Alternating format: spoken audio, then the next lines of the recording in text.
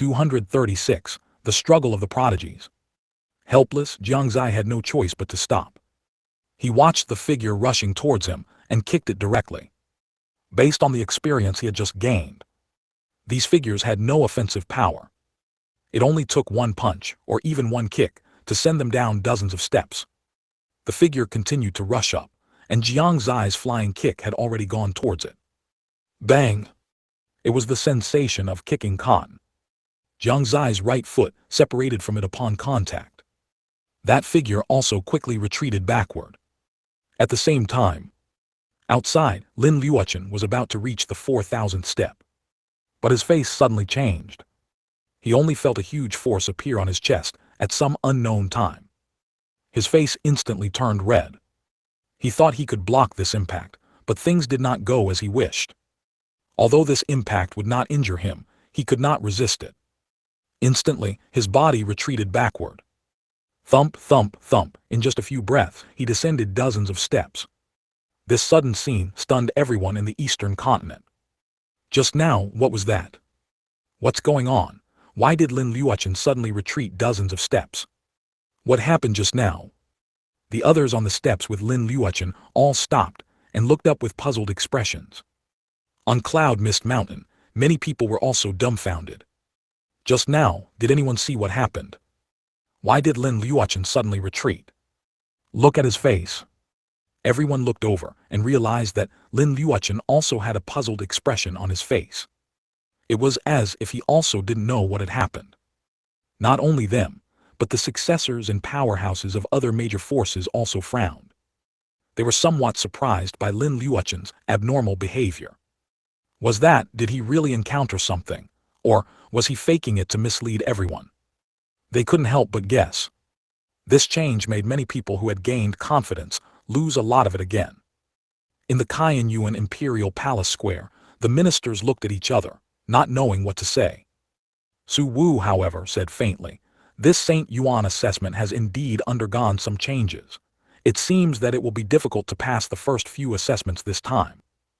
Others might not have seen anything, but as a law realm powerhouse, he had clearly seen the abnormality on Lin Luochen's chest just now. It was clearly attacked by something. However, this attack was not very dangerous, but it would greatly hinder those who went up. Only then did he understand why no new name had appeared on the stone tablet for so long since one name appeared. The powerhouses of the major forces also realized this. If they were not sure before that this St. Yuan assessment had some changes, now they could already confirm it. The same was true in other areas. In other areas, many true geniuses also ascended the heavenly ladder, and their experiences were exactly the same as Lin Luochen's. "Young miss, this St. Yuan's secret realm is so strange. Why did he suddenly seem to be kicked down just now?" When encountering such a problem, little Zai immediately sought Jai Yu's answer. However, this time Jai Yu did not answer her, but Lin Maoyan explained, "This St. Yuan assessment is indeed strange." The three of them watched with great interest. Adult Wu, however, had already arrived in the red light district. He was preparing to find beautiful ladies to continue discussing the mysteries of life. For him, there was nothing good to watch in the assessment without Jiang Xie. It was more practical to discuss life. However, he seemed to have hit a wall. Looking at the tightly closed doors of the pleasure houses, there was a big question mark on his head. What? Not doing business today. Adult Wu walked forward and gently knocked on the door. With a creak, the door opened a crack, revealing a small maid. The maid opened her big eyes and looked at Adult Wu for a moment before recognizing him. "Oh, it's you, Adult Wu. We're already closed today." "Why are you closing so early?" Adult Wu asked, puzzled. "That's of course to watch the St. Yuan assessment." Adult Wu was stunned.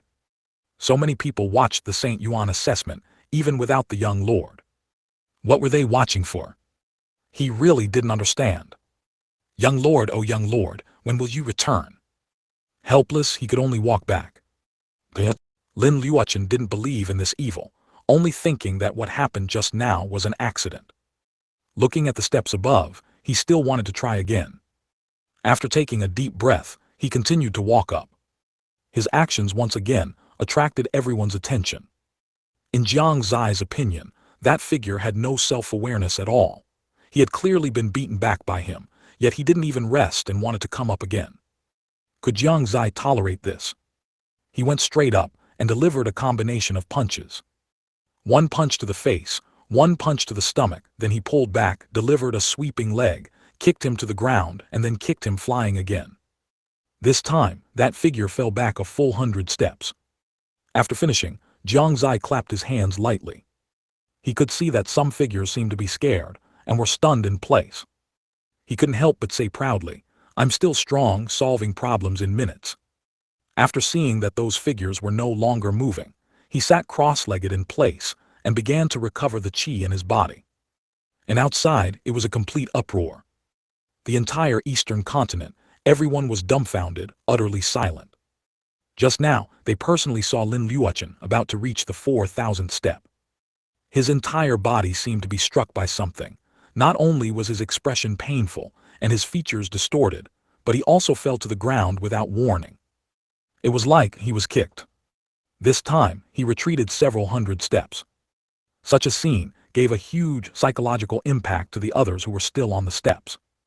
"Mother, I'm not taking the assessment," someone immediately shouted and left the heavenly ladder directly. This was just the beginning. Soon, more and more people gave up. Are you kidding? Even Lin Luochen had become so miserable, they would only be worse off if they went up.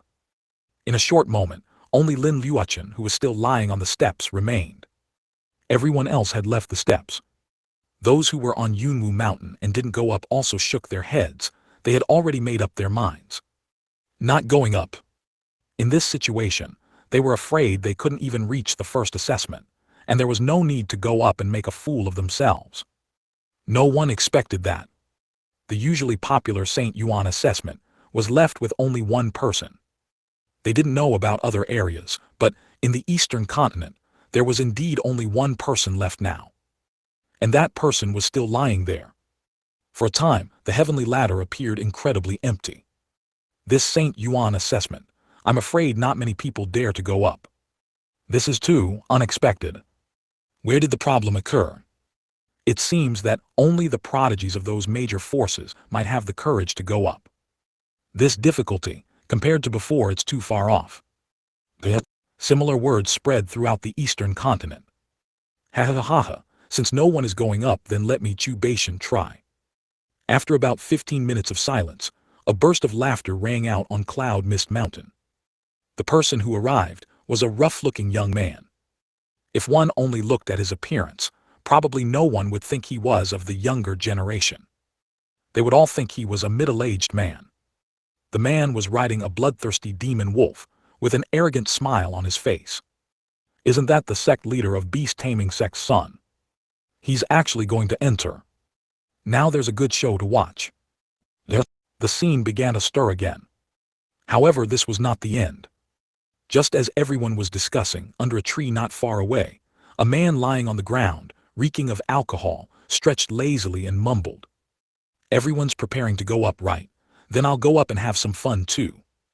After the man finished speaking, he stood up and took out a wine pot, taking a big gulp of wine. He was handsome and refined, but with a scruffy beard and unkempt appearance, giving people a very sloppy feeling. Seeing him, the people around were surprised again. Isn't this Zui Zioao, the successor of Brewing Villa? He's actually going up too. I didn't expect him to have been lying there all this time, and we didn't even notice. Before he could finish speaking, two more voices rang out. "If you all are going up, then we naturally have to go up too." They were two men in long robes, one in a red robe and one in a black robe. Zui Zioao glanced at the two and smiled. "Who do I see? It's the two princes of Hongyun and Great Yan." As he spoke, he looked in another direction and said, "The few from Kaiyuan Empire, don't hide anymore. How about we all go up together?" Everyone immediately looked in the direction Zui Zioao was looking. Indeed, three figures emerged from the shadows of the forest. They were Su Han, Su Yu, and Su Peng. As for the other disciples of Kaiyuan Empire, knowing their strength was insufficient, they did not intend to go up. "Since Brother Zioao has invited us so kindly, how can we not go?" Su Peng said with a faint smile. Instantly, the scene became lively. The prodigies of Brewing Villa, Beast Taming Sect, Hongyun, Great Yan, and Kaiyuan, three great empires, all appeared at this moment. No one spoke, they seemed to be brewing something. How about adding the two of us? Another voice came. Everyone was already used to this. But upon hearing this voice, they couldn't help but tremble, including the successors of the major forces. Only because it was a female voice that came. Tab tab tab. A series of footsteps sounded. Everyone stared intently at where the sound came from. Soon, the figures of two women appeared before them. Jai Yu looked indifferent, and Lin Maoyan was the same. After the two came out, bursts of exclamations erupted around them. Even Fairy Yu and Fairy Maoyan are here. Now the top power successors of the Eastern Continent are almost all gathered, right? This is going to be exciting. Miss Jai is so beautiful. As rumored, she truly lives up to her reputation as the current #1 beauty of the Eastern Continent. Fairy Maoyan is not bad either. They both came out together. It is said that the two of them have always been with Su Zai of Kaiyuan Empire. Su Zai, is that the one who is third on the Heaven's Pride ranking and also the Fanchen Sword Master? Hiss. No wonder the two fairies follow that person. He's the third on the Heaven's Pride ranking. Those who were amazed by Jai Yu and Lin Maoyan's beauty soon focused on Jiang Xie. Although he had not appeared, Zui Zioa and the others' expressions also changed after hearing Jiang Xie's name. On the other side, Su Yu had already reached the top of the mountain. 237, where is Su Zai? Speaking of which, why haven't we seen Crown Prince Su Zai? The prodigies from all major forces have come out, so Crown Prince Su Zai should be out by now, right? I wonder who this Crown Prince Su Zai of the Kaiyuan Empire is. I wonder if I'll have a chance to meet him today. If he comes, this first stage of the assessment should be simple, right? Less than that, at least 3 stages. That's true. Our Eastern Continent hasn't produced anyone ranked so high on the Heaven's Pride ranking. I'm so envious. It's said that Jai Saintess and Lin Maoyan have always been by Crown Prince Su Zai's side. Of course, only a prodigy like him can be worthy of the two saintesses. It's just a pity that countless men will have their hearts broken. The appearance of various prodigies also made the surrounding crowd extremely curious about Jiang Xie. They were all anticipating Jiang Xie's appearance. For so long, Jiang Xie had remained in the Kaiyuan Imperial Palace, rarely even venturing into Kaiyuan City. This led to many people only knowing his name, but never having seen him. It was only natural for them to be curious. And the news of Jai Yu and Lin Maoyan being in the Kaiyuan Imperial family had also spread through various channels. After all, they hadn't deliberately tried to hide it, so it wasn't surprising that the news got out.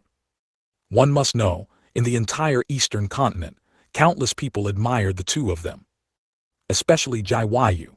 She had many suitors since childhood, not lacking disciples from major forces among them. Currently, among the prodigies from major forces who had just stepped forward, several were enamored with her. When they learned that Jai Yu had been by Jiang Xie's side, it would be a lie to say they weren't jealous. It was just a pity that they never had the opportunity to see what kind of person Jiang Xie truly was. Even though Jiang Xie was ranked third on the Heaven's Pride ranking, they merely believed that Jiang Xie could only achieve that ranking because of the Fanchen sword. As for the rumors circulating outside that Jiang Xie wasn't afraid of the Fanchen sword's backlash, they didn't fully believe it. Such a thing was simply too outrageous. Therefore, after Jai Yu and Lin Maoyan appeared, the atmosphere around them had already changed. The expressions of the several prodigies varied, their gazes almost entirely focused on Jai Yu. A flash of awe flickered in their eyes. Many had last seen Jai Yu several years ago. Now, seeing Jai Yu, who had matured slightly, they felt she was several times more stunning than before. Her appearance and temperament were enough to drive them mad. On the heavenly stairway, Lin Luochen had already climbed up. He didn't try again but instead recovered his stamina first. Among the 10 void realm light screens, only the scene of him sitting cross-legged on the steps to recover his state could be seen. There was no footage from Cloud Mist Mountain. Otherwise, the Eastern Continent would have already been in an uproar. At this moment, on Cloud Mist Mountain, The prodigies of the major forces, who had been silent for a long time, finally spoke. The first to speak was Chu Beishan of the beast-taming sect. A greedy look flashed in his eyes as he licked his lips and said to Jai Yu in a booming voice. So it's Jai Saintess. After several years, you've grown so exquisitely beautiful. I wonder if Jai Saintess would be interested in visiting my beast-taming sect. As soon as these words were spoken, the surrounding crowd fell silent, quietly watching the show. Many secretly sighed that Chu Beishan was truly bold, daring to flirt with the woman of Su Zai, who was ranked third on the Heaven's Pride ranking. More people wanted to see how Jai Yu would respond.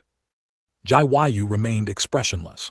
She merely glanced at him disdainfully and said, "Sorry, I have no interest in a barbaric place like the beast-taming sect." Chu Beishan's expression turned cold. He was very displeased with Jai Yu calling the beast-taming sect a barbaric place. Then I'll see how far Jai Saintess can go on the heavenly stairway later. Chu Beishan revealed a mouthful of white teeth, his expression looking somewhat sinister. You should take care of yourself first, shouldn't you? Lin Maioyan also sneered. Could it be that you're trying to punch above your weight? Chu Beishan's face instantly darkened. How could he tolerate being looked down upon twice like this? Tusk. Chu Beishan was actually belittled by the two saintesses. The beast-taming sect's face is probably completely lost. Exactly. I thought the two saintesses would give him some face, but they didn't give him any at all.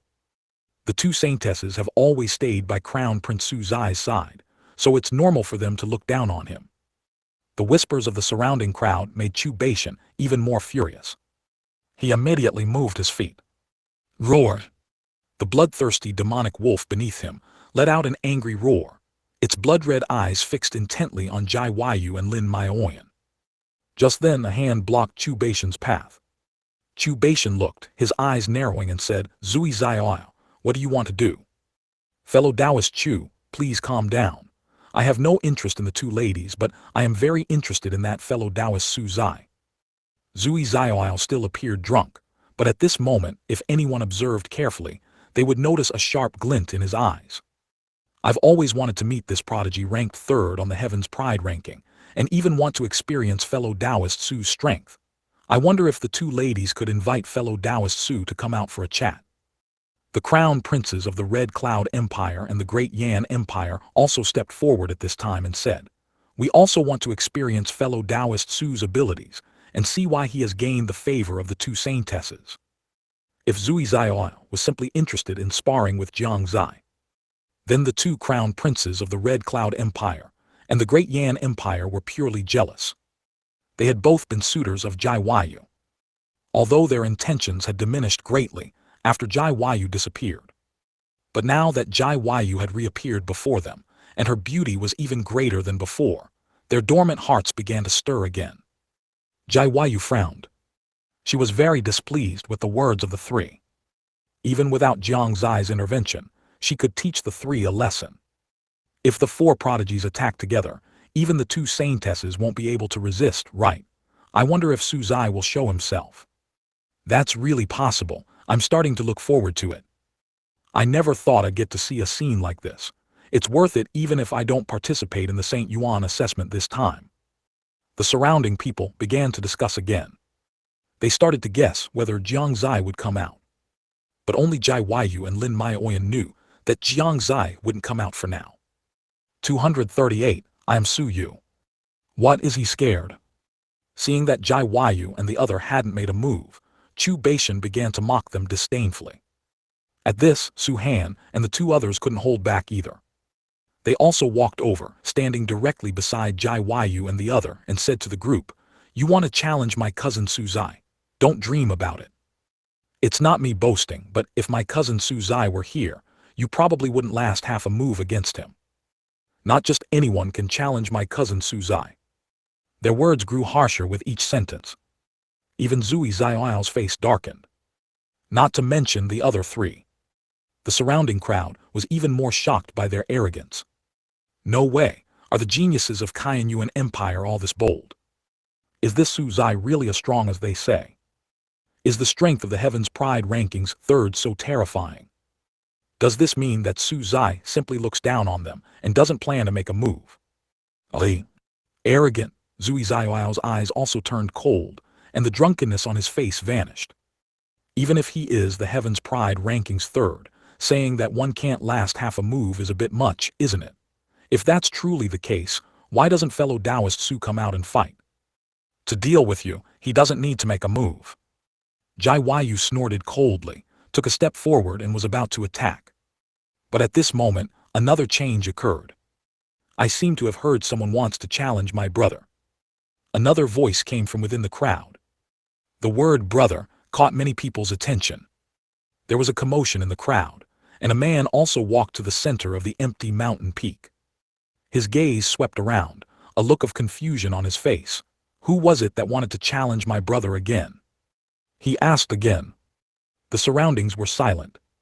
At this moment, Su Yu attracted everyone's attention. After a long silence, a burst of laughter erupted from the surroundings. Hey ha ha, where did this beggar come from? I thought it was some important figure. Turns out it's a beggar. Little beggar, wherever you came from, go back there. This isn't a place for you. This little beggar probably saw a lot of people here and came over, wanting to beg for some food. He's really bold. Isn't he afraid those prodigies will chop him down with one slap? Yet, putting everything else aside, Su Yu indeed looked like a beggar at this moment. His clothes were tattered. His hair was incredibly messy, and his face also looked rather dirty. The last time at the Jiang family, Su Jiru had wanted to help him clean up, but he refused her. His excuse was, this is cultivation. Su Jiru couldn't argue with him, so she let him be.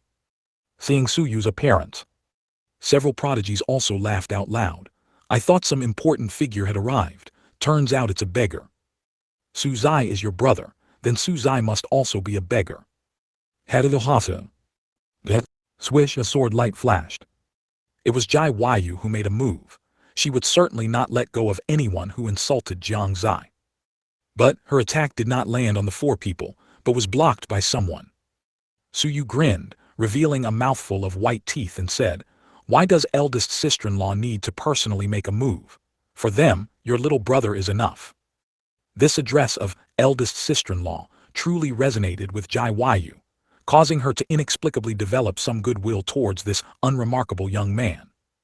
For some reason, she chose to believe him, silently withdrew her longsword and returned to her original standing position. Su Yu nodded towards her, then turned his gaze to the others on the other side.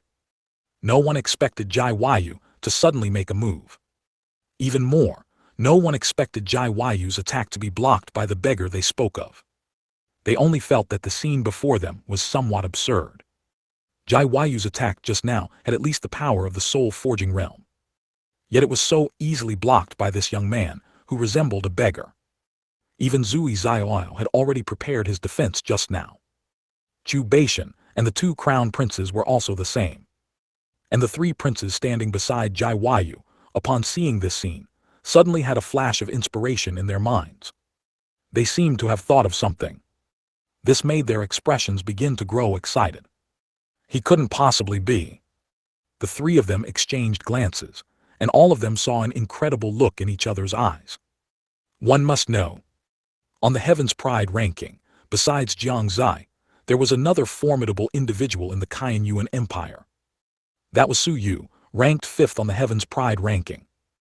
Although they couldn't be 100% sure of his identity yet, there was an 80% chance they could confirm that this beggar-like young man was Su Yu. Su Han immediately sent a voice transmission to Jai Yu and Lin Maioyan. After learning that the young man might be Su Yu, Jai Yu and Lin Maioyan's pupils both constricted slightly. 5th on the Heaven's Pride ranking. After a brief moment of shock, a playful look appeared in both their eyes. Now, things were getting even more interesting. Who is this young man? He was able to so easily block Jai Saintess's attack. That attack just now couldn't be blocked without a soul-forging realm cultivation, could it? So this young man is actually that powerful. But why have I never seen him before? Such a genius shouldn't be unfamiliar, should he? Did you notice he just called Su Zai brother? So that means he's also from the Kaiyuan Empire. But besides Su Zai, there doesn't seem to be any other genius in the Kaiyuan Empire, right? And I've never seen him in the Kaiyuan Empire either. and he's dressed so shabbily. No, have you forgotten? There's still another formidable person in the Kaiyuan Empire. Are you saying, Su Yu, fifth on the Heaven's Pride ranking?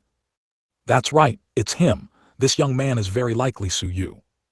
His tilde, if it's really him, then that's quite something. At this, everyone's gaze towards Su Yu instantly changed. No one dared to call him a beggar anymore.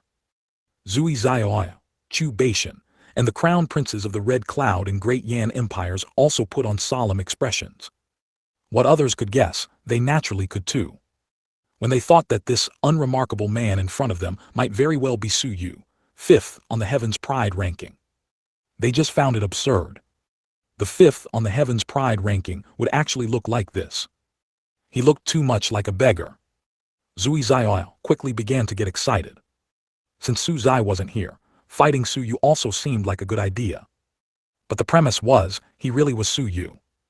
He took out his wine gourd again, took a big gulp of wine, and then said, I, Zui Zioya, do not spar with nameless individuals. If you wish to fight, please state your name. Su Yu raised an eyebrow and grinned again, saying, My name stands, my family name remains, I am Su Yu. At the moment these words were spoken, the images on the 10 light screens in the Void Realm, for some reason, also changed to the scene on the Yunwu mountain peak. Along with it appeared Su Yu's words, I am Su Yu. 239. The turmoil caused by Su Yu. The moment Su Yu uttered the words, I am Su Yu, everyone in the Eastern Continent who was watching the light screen was stunned. In the Kaiyuan Imperial Palace Square, Su Wu immediately stood up from his seat, his face brimming with excitement and exhilaration. He had always been wondering when Su Yu would arrive at the Kaiyuan Imperial Palace. Now, although the person hadn't arrived, he had truly seen him. Not only him, but all the ministers of the Kaiyuan Empire in the square stood up.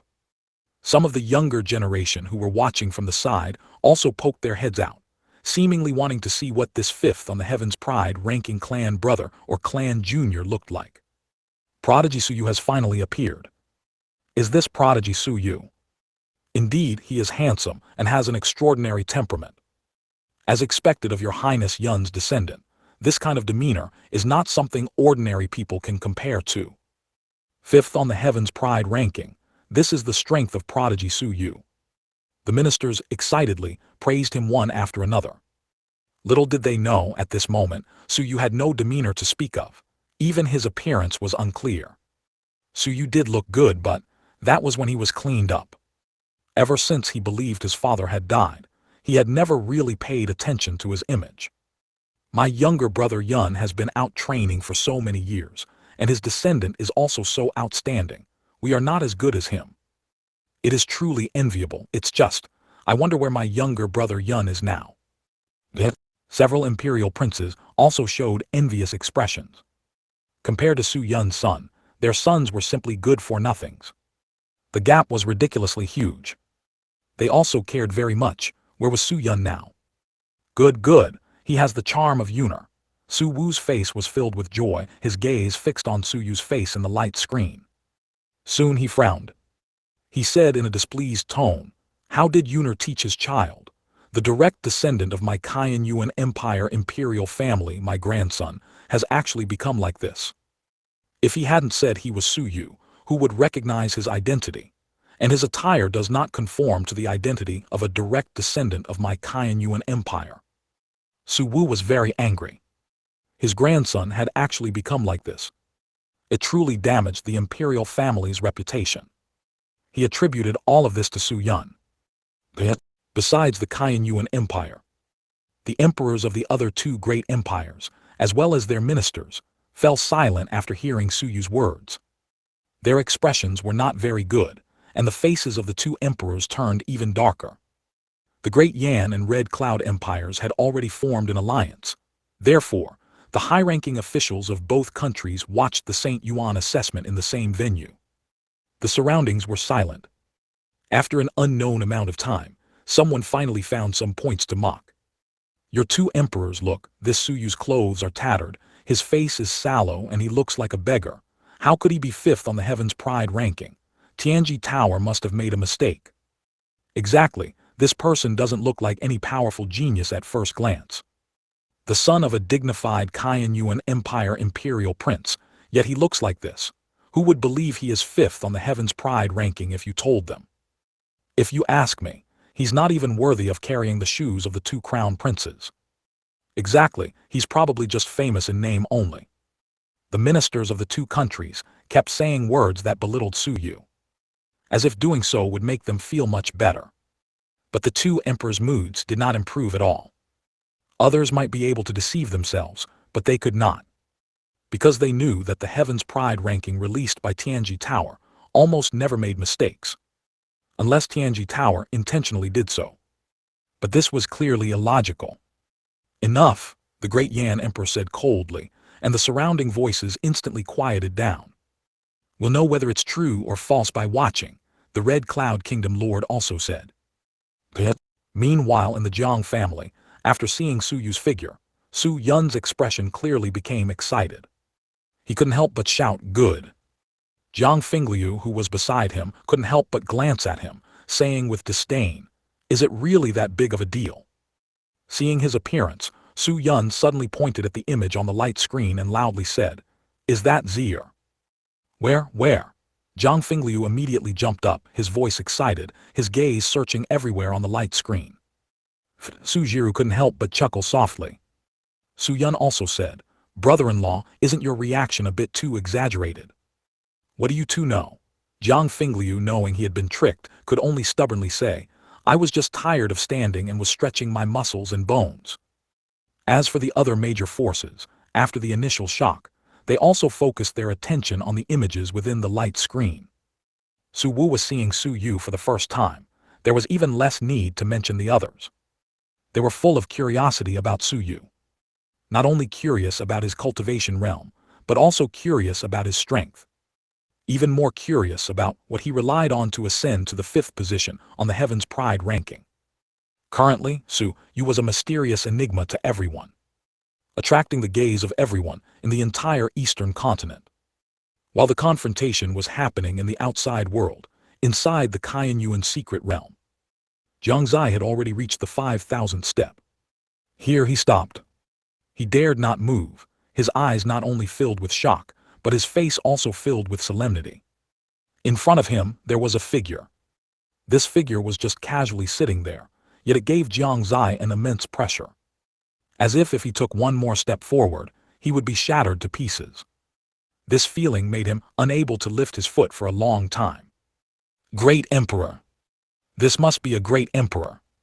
Jiang Xie suddenly had this thought in his mind for some unknown reason. The man in front of him must undoubtedly be a cultivator of the great emperor realm. However, what puzzled him was, were there still living great emperors in this Shengyuan secret realm? No, that's not right. He's not an immortal master. After observing for a while, Jiang Xie finally discovered some clues. Although the man sitting not far from him looked like a living person, in reality, it was not so. He had form and spirit, but he lacked the chi of life. Speaking of which, Jiang Xie couldn't help but think of another question. That was, why had he not seen any other human cultivator skeletons since entering the Shengyuan secret realm for so long, besides the few he saw in the demonic dragon palace? The bodies of those powerful cultivators seemed to have vanished into thin air. But now he actually saw one here. This was troublesome. On Yunwu Mountain Peak, Su Yu's appearance made a large group of people seem to be watching a joke. But after he spoke his name, everyone around him closed their mouths. Many people's impending sarcastic remarks were hastily withdrawn. What disappeared was contempt, was ridicule. What emerged, however, was fear, shock, and admiration, and unexpected emotions. They hadn't expected that the son of the 6th imperial prince of the Shengyuan Empire, who entered the Heaven's Pride ranking as 5th, would look like this. His image was vastly different from what they had imagined. In their imagination, Su Yu, 5th on the Heaven's Pride ranking and also a prodigy of the Shengyuan Empire, should be a handsome, graceful, incomparably dashing and outstandingly temperamented figure. Is he really Su Yu? Someone voiced their doubt. I don't think it looks like him. 5th on the Heaven's Pride ranking looks like this. I don't quite believe it. Could he be pretending? This is really too suspicious. I don't believe Master Su Yu would have such an appearance. 240, Holy Yuan Warrior, Su Zai. The voices of doubt grew louder and more numerous. Su Yu, however, remained unconcerned. His gaze was fixed on the four individuals before him. The others, they didn't even have the qualifications to earn a glance from him. To be honest, despite the numerous doubts behind them, Zui Zioao and the other three dared not underestimate Su Yu in the slightest. Not only that, but their expressions were not relaxed at all. Even without a battle just being stared at, they felt a sense of threat. This was enough to indicate that the man before them was definitely not weak. His words were also very likely to be true. He was Su Yu, 5th on the Heaven's Pride ranking. To be honest, Zui Zioao was somewhat intimidated at this moment. He had wanted to spar with Jiang Xie earlier. But now, after feeling the pressure Su Yu exerted on him, he dismissed that idea. If the 5th on the Heaven's Pride ranking was already unbearable, what level of strength did the 3rd on the Heaven's Pride ranking possess? Chu Beishan, who had been the loudest and most arrogant among the four, now merely cowered behind them, not daring to utter a single word. Similarly, he also felt a sense of threat. Previously, he had never felt such a thing from his peers. Now he had only one thought in his mind. This person is too strong, I'm probably not his opponent. The scene became a stalemate. Until Su Yu spoke, who said my brother was incompetent just now. As he spoke, his gaze swept over the four individuals, making them feel as if they were being targeted by a monstrous beast. The atmosphere around them became extremely tense.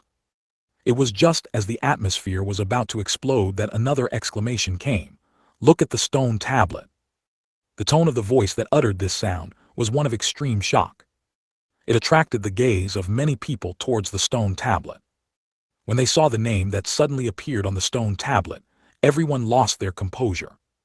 On Cloud Mist Mountain, there was a profound silence. Everyone's eyes were fixed on the new name that had appeared on it. Inside the Qianyuan Imperial Palace Plaza, the crowd who had just sat down for a while all stood up again, their eyes wide like copper bells. Many even opened their mouths wide to express their shock. Of course, the most shocked was Su Wu. He stared blankly at the light screen, his heart already churning. Inside the Jiang family, Jiang Fingliu leaped up again, his face full of excitement.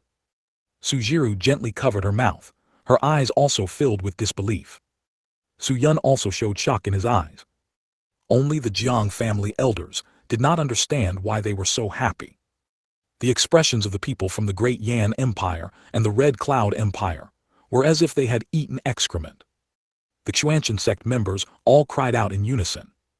Inside the Haoran Sect, Jai Wushwang showed a look of relief, and the heart that had been hanging in his chest finally settled.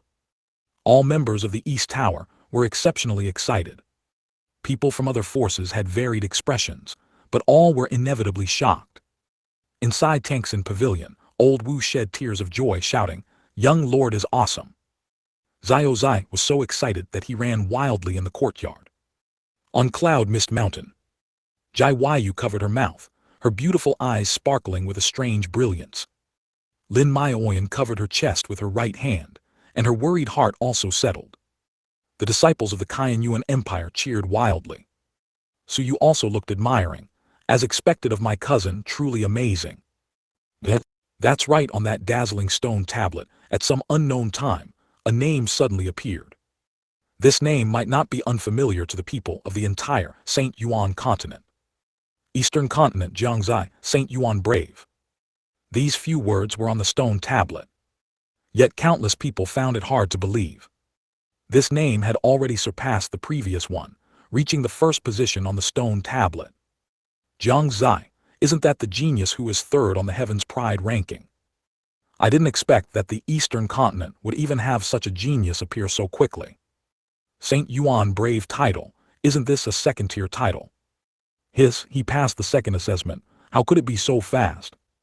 As expected of the genius who is 3rd on the Heaven's Pride ranking, this speed is simply enviable. Outside the Eastern Continent, intense discussions erupted everywhere. At this moment in Saint Province, the news that someone from the Eastern Continent had already passed the second assessment, quickly spread throughout the major forces of Saint Province. Saint Province, which had always been silent, seemed to have undergone some changes after hearing this news. Inside the Zhan family, a terrifying young man walked out of the family gate and quickly disappeared within the Zhan family's sphere of influence. Inside the Wang family, a young man also stepped out of the Wang family's territory, heading directly towards the direction of the assessment located in Saint Province. Inside the Overlord Body Sect, young disciples also walked out. In addition to this, in other major forces of Saint Province, geniuses emerged coincidentally. Their goals were surprisingly consistent. That was the location of the Saint Yuan assessment. At the same time, besides Saint Province and the Eastern Continent, other regions were also like this.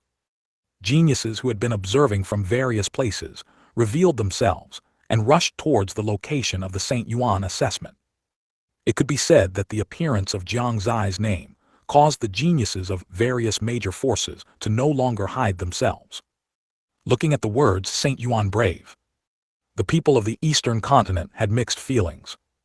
In previous Saint Yuan assessments, the Eastern Continent had never seen anyone pass the second assessment so quickly. One must know that the Saint Yuan assessment only appears for 30 days. And this was only the first day of the Saint Yuan assessment's appearance. According to previous examples, the fastest person to pass the second stage took 7 days. Even in Saint Province, the fastest to pass the second stage was 4 days. But Jiang Xie took less than a day. After the shock, another question lingered in the minds of the people of the Eastern Continent. That was, when did Jiang Xie start the assessment? Why had they never seen Jiang Xie's figure on the light screen? This question left them perplexed. Only those beside Jiang Xie and some people from the Kaiyuan Empire knew that Jiang Xie was still inside the Kaiyuan secret realm at this moment and had not appeared. As a result, they were even more curious than the others. How exactly did Jiang Xie manage to do this? This perhaps only Jiang Xie himself knew. A quarter of an hour ago. Inside the Kaiyuan secret realm. Jiang Xie waited for a while, but saw no movement from the man sitting cross-legged on the ground, which made him bolder. So he steeled his heart and continued to walk upwards. However, the next moment, the man opened his eyes. At that instant, Jiang Xie's body stiffened and his face turned pale. He even cried out in his heart that he was going to die. "Take one of my moves and you may proceed." The moment the man spoke these words, Jiang Xie knew he was finished. He even prepared himself to perish here. As the man's aura grew stronger and stronger, reaching a terrifying level, Jiang Xie no longer had any expectations, only knowing that he was going to die. But who would have thought, when the man pointed a finger at his chest? There was no reaction at all. At that time, Jiang Xie was completely stunned. 241. The miserable Lin Luochen. This is an attack. Jiang Xie's first thought was exactly that. He had originally thought this was just an illusion, or that the attack had a delay. But even after the man left and sat back down, he didn't feel any discomfort in his body. So he continued to walk upwards, bewildered. Not only that, but he also found that his speed had increased significantly. Before he could ponder the reason, he found himself already at the 10,000th step. Here another terrifying aura appeared. Undoubtedly, it was a great Emperor Realm expert. Just as he was wondering if it would be like at the 5,000th step, that figure had already kicked towards him. Feeling the world-destroying power within it, Jiang Xie showed a relieved smile. This is more like it. A great Emperor Realm expert should have such a formidable aura. A place that even a great Emperor Realm can't ascend should be like this. At this moment he had no fear. Perhaps the previous situation was too bizarre, causing him to find such a situation not strange or frightening, but rather very normal. Even if he was slapped to death, Jiang Xie wouldn't be surprised. But things did not go as he wished. Jiang Xie didn't know why. Every time the attack approached him, its power plummeted. He hadn't felt it last time. But this time he felt it clearly. When the man's attack was about to hit him, its aura and power dropped by 108,000 miles.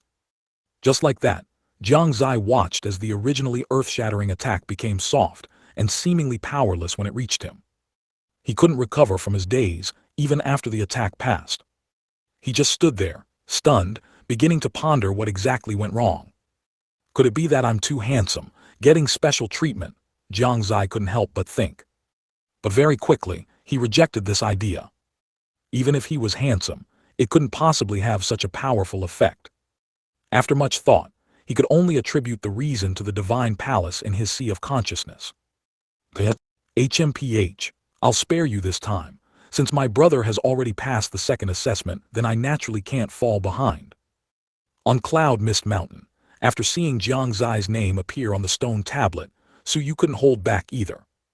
He had originally wanted to use this opportunity to make a name for himself, and Jiang Xie further ignited his competitive spirit. After saying this, he ignored the expressions of the others and directly leaped onto the heavenly staircase, rushing straight upwards. After the few people below reacted, they also followed suit. Jai Waiyu and Lin Maioyan were no exception. It is worth mentioning that Jiang Xie's success gave many people renewed confidence. Many people became bolder again, leaping onto the heavenly staircase. Instantly, on the heavenly staircase in the Eastern Continent, thousands of figures appeared. They bravely pressed forward, full of passion. Lin Luochen, who was the highest, after a period of recovery, also stood up again, looking upwards with determined eyes. He resumed his steps. Because Jiang Xie was currently stagnant within the Qianyuan secret realm, the pressure on them was significantly reduced. Lin Luochen also found that this time he didn't have the same feeling as the previous 2 times. He quickly reached the 4,000th step, followed by the 5,000th step. He became the first genius in the Eastern Continent to accept the first assessment. Facing the giant Saint Phantom, it would be false to say he wasn't nervous. Lin Luochen was fully focused, his eyes fixed on the giant phantom in front of him, already prepared to accept the assessment. According to the experience of seniors who had participated in the first assessment previously, the attack of this first Saint Phantom was at most at the Divine Power Realm level. Although the Divine Power Realm level was not low. After all, their cultivation was almost all below the Yukong realm. 2 realms lower than the Divine Power Realm. It was fortunate that it was only one attack, otherwise, even a genius would find it incredibly difficult to pass this first assessment. This time, Lin Luochen was confident that he would definitely not fail again. "Come on," he silently said in his heart, then looked towards the Saint Phantom. The next moment, the Saint Phantom had already raised its hand, ready to strike down with a palm. This scene attracted the attention of many people. This was the first time they had seen someone from the Eastern Continent reach the first assessment in this Saint Yuan assessment. They were very much looking forward to it. Not only the spectators, but also those who were diligently climbing below were looking forward to it. Lin Luochen's success or failure would directly affect their confidence. "You guys, do you think he can succeed? Although there were 2 accidents before, I think he should still be able to succeed." Exactly how can Lin Luochen, the sword son of the 10,000 Swords sect, whose talent and strength are top-notch in the Eastern Continent, not pass? If he can't pass, how many people in the Eastern Continent can pass? Exactly, there's no reason for him not to pass. Betting is open. Betting on Lin Luochen passing, odds are 1 to 0.1. Betting on Lin Luochen not passing, odds are 1 to 20. What is this? The odds are only 0.1. Only a fool would bet. These odds are too low. Even if you win, you won't earn many spirit stones and it wastes time and energy. Not worth it. Whoever wants to bet, bet. I'm not betting. Bet. On Cloud Mist Mountain, lively discussions erupted once again. Some even set up a betting table on the spot, but the extremely low odds caused everyone around to complain. But complaints aside, many people still bet that Lin Luochen would pass. After all, free spirit stones were not to be refused. Although the return was low, it was better than nothing. Of course, there were also those who took a risk, betting their entire fortune that Lin Luochen would not pass. This required immense courage. It was truly a thought of heaven, a thought of hell. The host of the betting table, however, was grinning from ear to ear. He kept thinking how many fools there were. However, the next moment, he was dumbfounded. Only a scream was heard. Everyone saw a figure fall from high in the sky, in a parabolic trajectory. Looking at that face, wasn't it Lin Luochen? The host of the betting table was completely paralyzed. The smile on his face instantly froze. The surroundings were also silent, so quiet that a pin drop could be heard. On the heavenly staircase, 9/10 of the people disappeared in an instant. They all returned to the ground at an extremely fast speed. Outside Cloud Mist Mountain, people from various major forces widened their eyes, as if they had seen something wrong. Within the 10,000 Sword Sect, Sect Master Zio Li's mouth twitched wildly, his expression as ugly as if he were constipated. He kept thinking, why was it always his own people who made a fool of themselves? Lin Luochen lay on the ground looking at the sky, his eyes blank. The successive blow made him begin to doubt whether he was truly a genius. He doubted whether he was just a good-for-nothing. Just now, he had thought there would only be one move. But unexpectedly, after the Saint Phantom's first move, a series of attacks were continuously unleashed. He was caught off guard. Although he dodged in time, he was still knocked down. Why is it always me who gets hurt? Lin Luochen suddenly felt like crying. This scene not only stimulated the crowd, but also made the geniuses of other forces on the heavenly staircase hesitate, unable to advance or retreat. They fell into a difficult choice. They couldn't help but swallow, and their gaze towards the Saint Phantom was now tinged with fear. Isn't this a bit off? It's more than just off, it's too outrageous. If everyone is like Lin Luochen just now, who can pass the assessment? This Saint Yuan assessment is too strange. The difficulty has already far exceeded previous Saint Yuan assessments. The same was true for the Saint Yuan assessments in other regions, causing many people to complain bitterly. It was at this moment that the stone tablet changed again. Jiang Xie's name appeared on it. Immediately after, Zhen Wudi's name also appeared on it. The appearance of two names at once truly caused quite a stir. And these two were precisely the first and second on the Heaven's Pride ranking. P.S. I've been helping my family with work all day today without much rest. As soon as I sit in front of the computer to write code at night, I start to feel drowsy, writing for a while and then dozing off.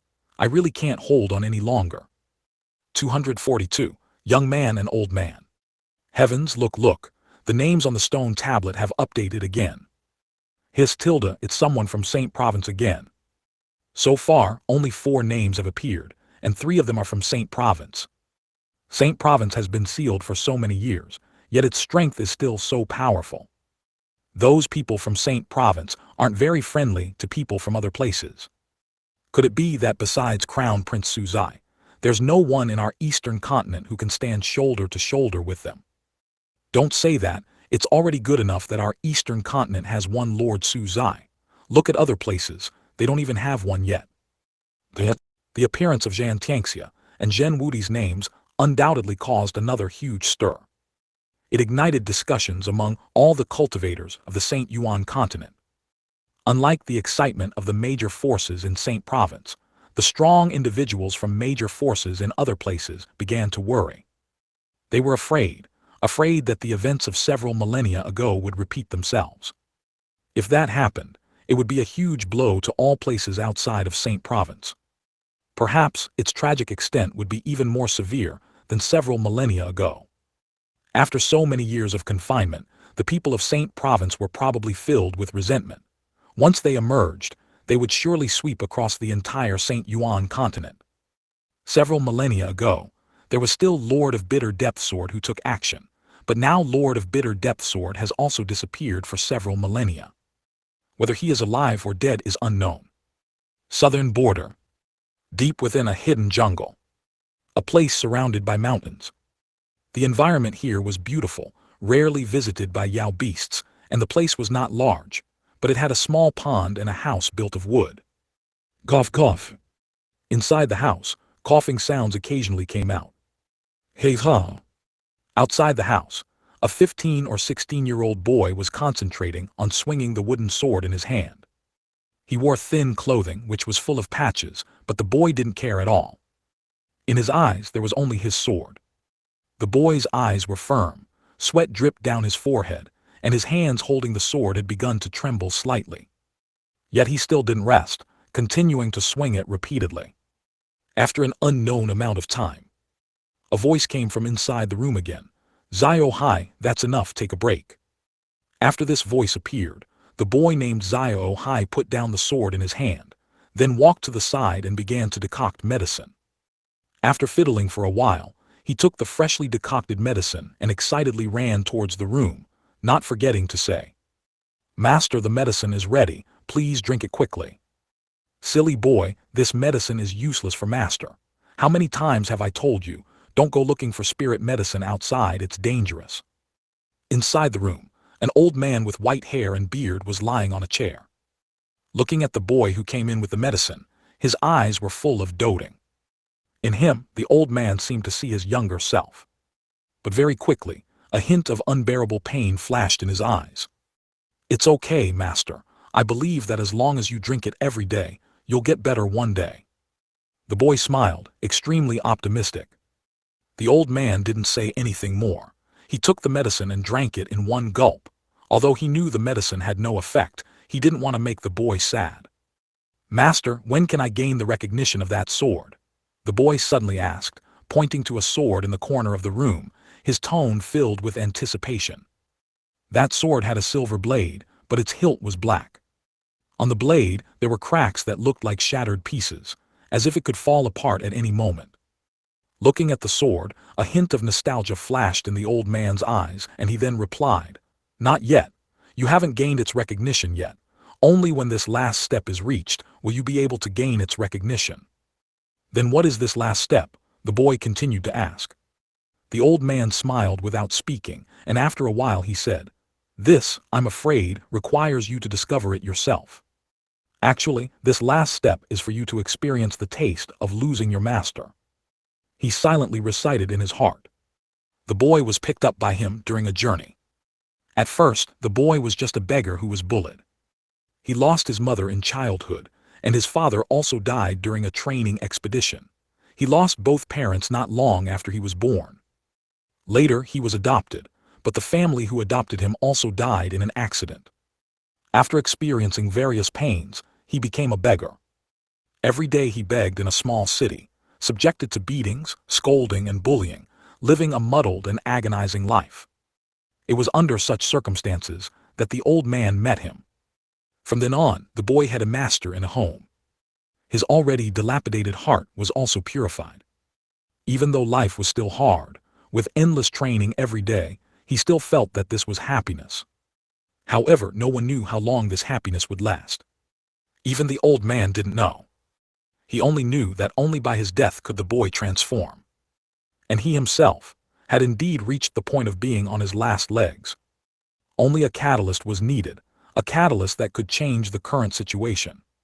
On Cloud Mist Mountain, with Lin Luochen's failure, another large group of young people who had gone up the heavenly ladder jumped down one after another. And the man who set up the gambling table on Cloud Mist Mountain had a face as pale as death. Perhaps, even the face of someone who had been dead for several days wasn't as pale as his. A payout ratio of 1 to 20. Although few people bought in, every single one who did placed a large amount. He calculated that even with the spirit stones from those who lost, he wouldn't have enough to pay. Then, while everyone was still immersed in the shock of Lin Luochen's failure and the appearance of Jiang Xie's name, he ran away. He ran very fast, and he ran very decisively. Unfortunately, there were too many people on Cloud Mist Mountain. His escape still couldn't hide from everyone. Amidst a cry of "he ran away," the man was caught on the spot. Not only were all his spirit stones confiscated, but his clothes and spatial ring were also not spared by others. Finally, because he couldn't pay the spirit stones, he was even taken as a slave. It could be said that he lost both his wife and his army. There was nothing he could do. Who would have thought that Lin Luochen would actually fail? Even those who placed bets didn't understand it. On the heavenly ladder, the appearance of the two names from Saint Province undoubtedly stimulated the geniuses of the major forces in the Eastern Continent. Su Yu did not stop, his eyes filled with excitement. He pushed forward in one go, directly reaching the 5,000th step. With the wrathful soul spear, he moved with ease against the gravity on the heavenly ladder. Since my cousin can pass, I Su Yu naturally cannot fall behind. I want everyone to know me.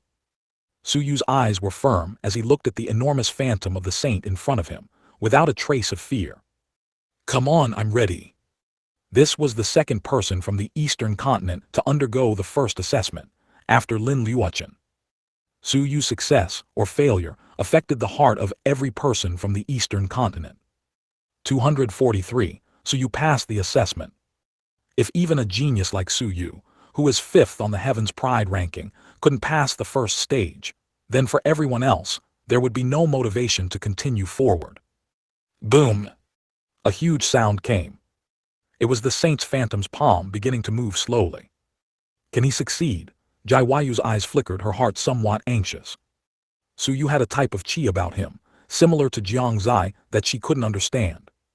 Despite being very confident in her own strength, she didn't believe she could defeat Su Yu. Do you think Crown Prince Su Yu can succeed?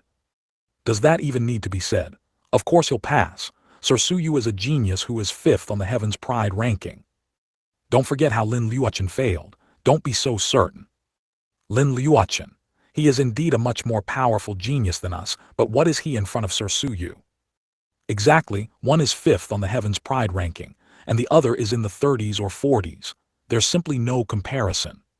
Lin Liuochen, who had just recovered, heard such voices and almost fainted from anger.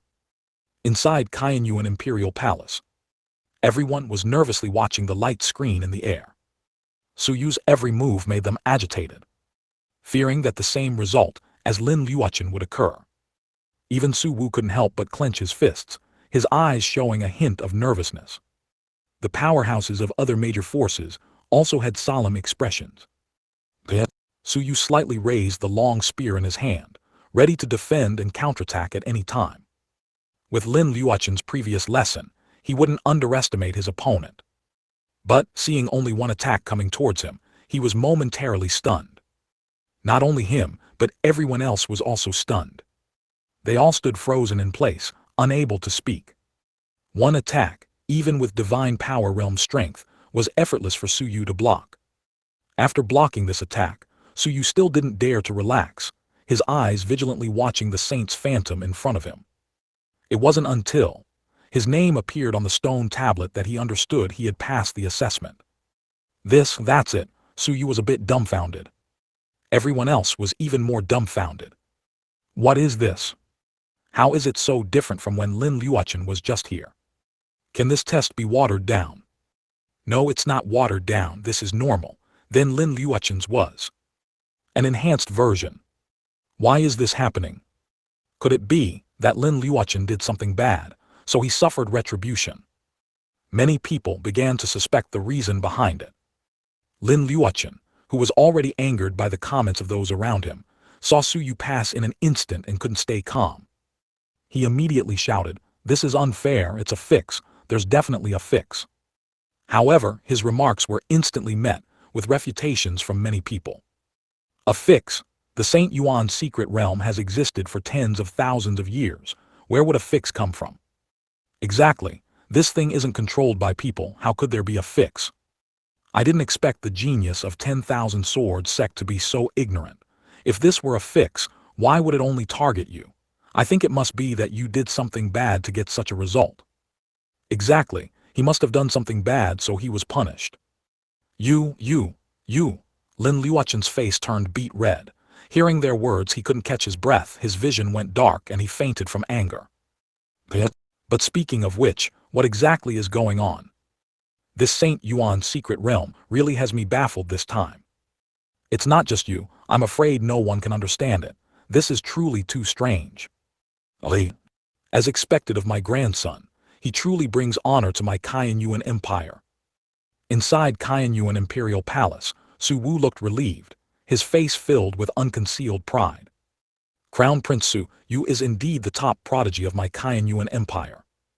This time, my Tianyuan Empire has truly gained great honor. With Crown Prince Su Zai before and Crown Prince Su Yu after, how can my Tianyuan Empire not rise with these two crown princes? For a time, the various ministers began to praise him. Good. Inside the Jiang family, Su Yun said good 3 times in a row, his face beaming with excitement. He was too excited. He even felt like crying. Jiang Fingliu and Su Jiru also wore smiles, happy for Su Yu's success. I didn't expect Yuan Empire to be so powerful this time. 5th on the Heaven's Pride ranking, truly impressive. The Yuan Empire's twin prodigies are truly shocking. What kind of force is this Yuan Empire in Eastern Continent? It occupies 2 spots in the top 5 of the Heaven's Pride ranking, even surpassing forces from Saint Province.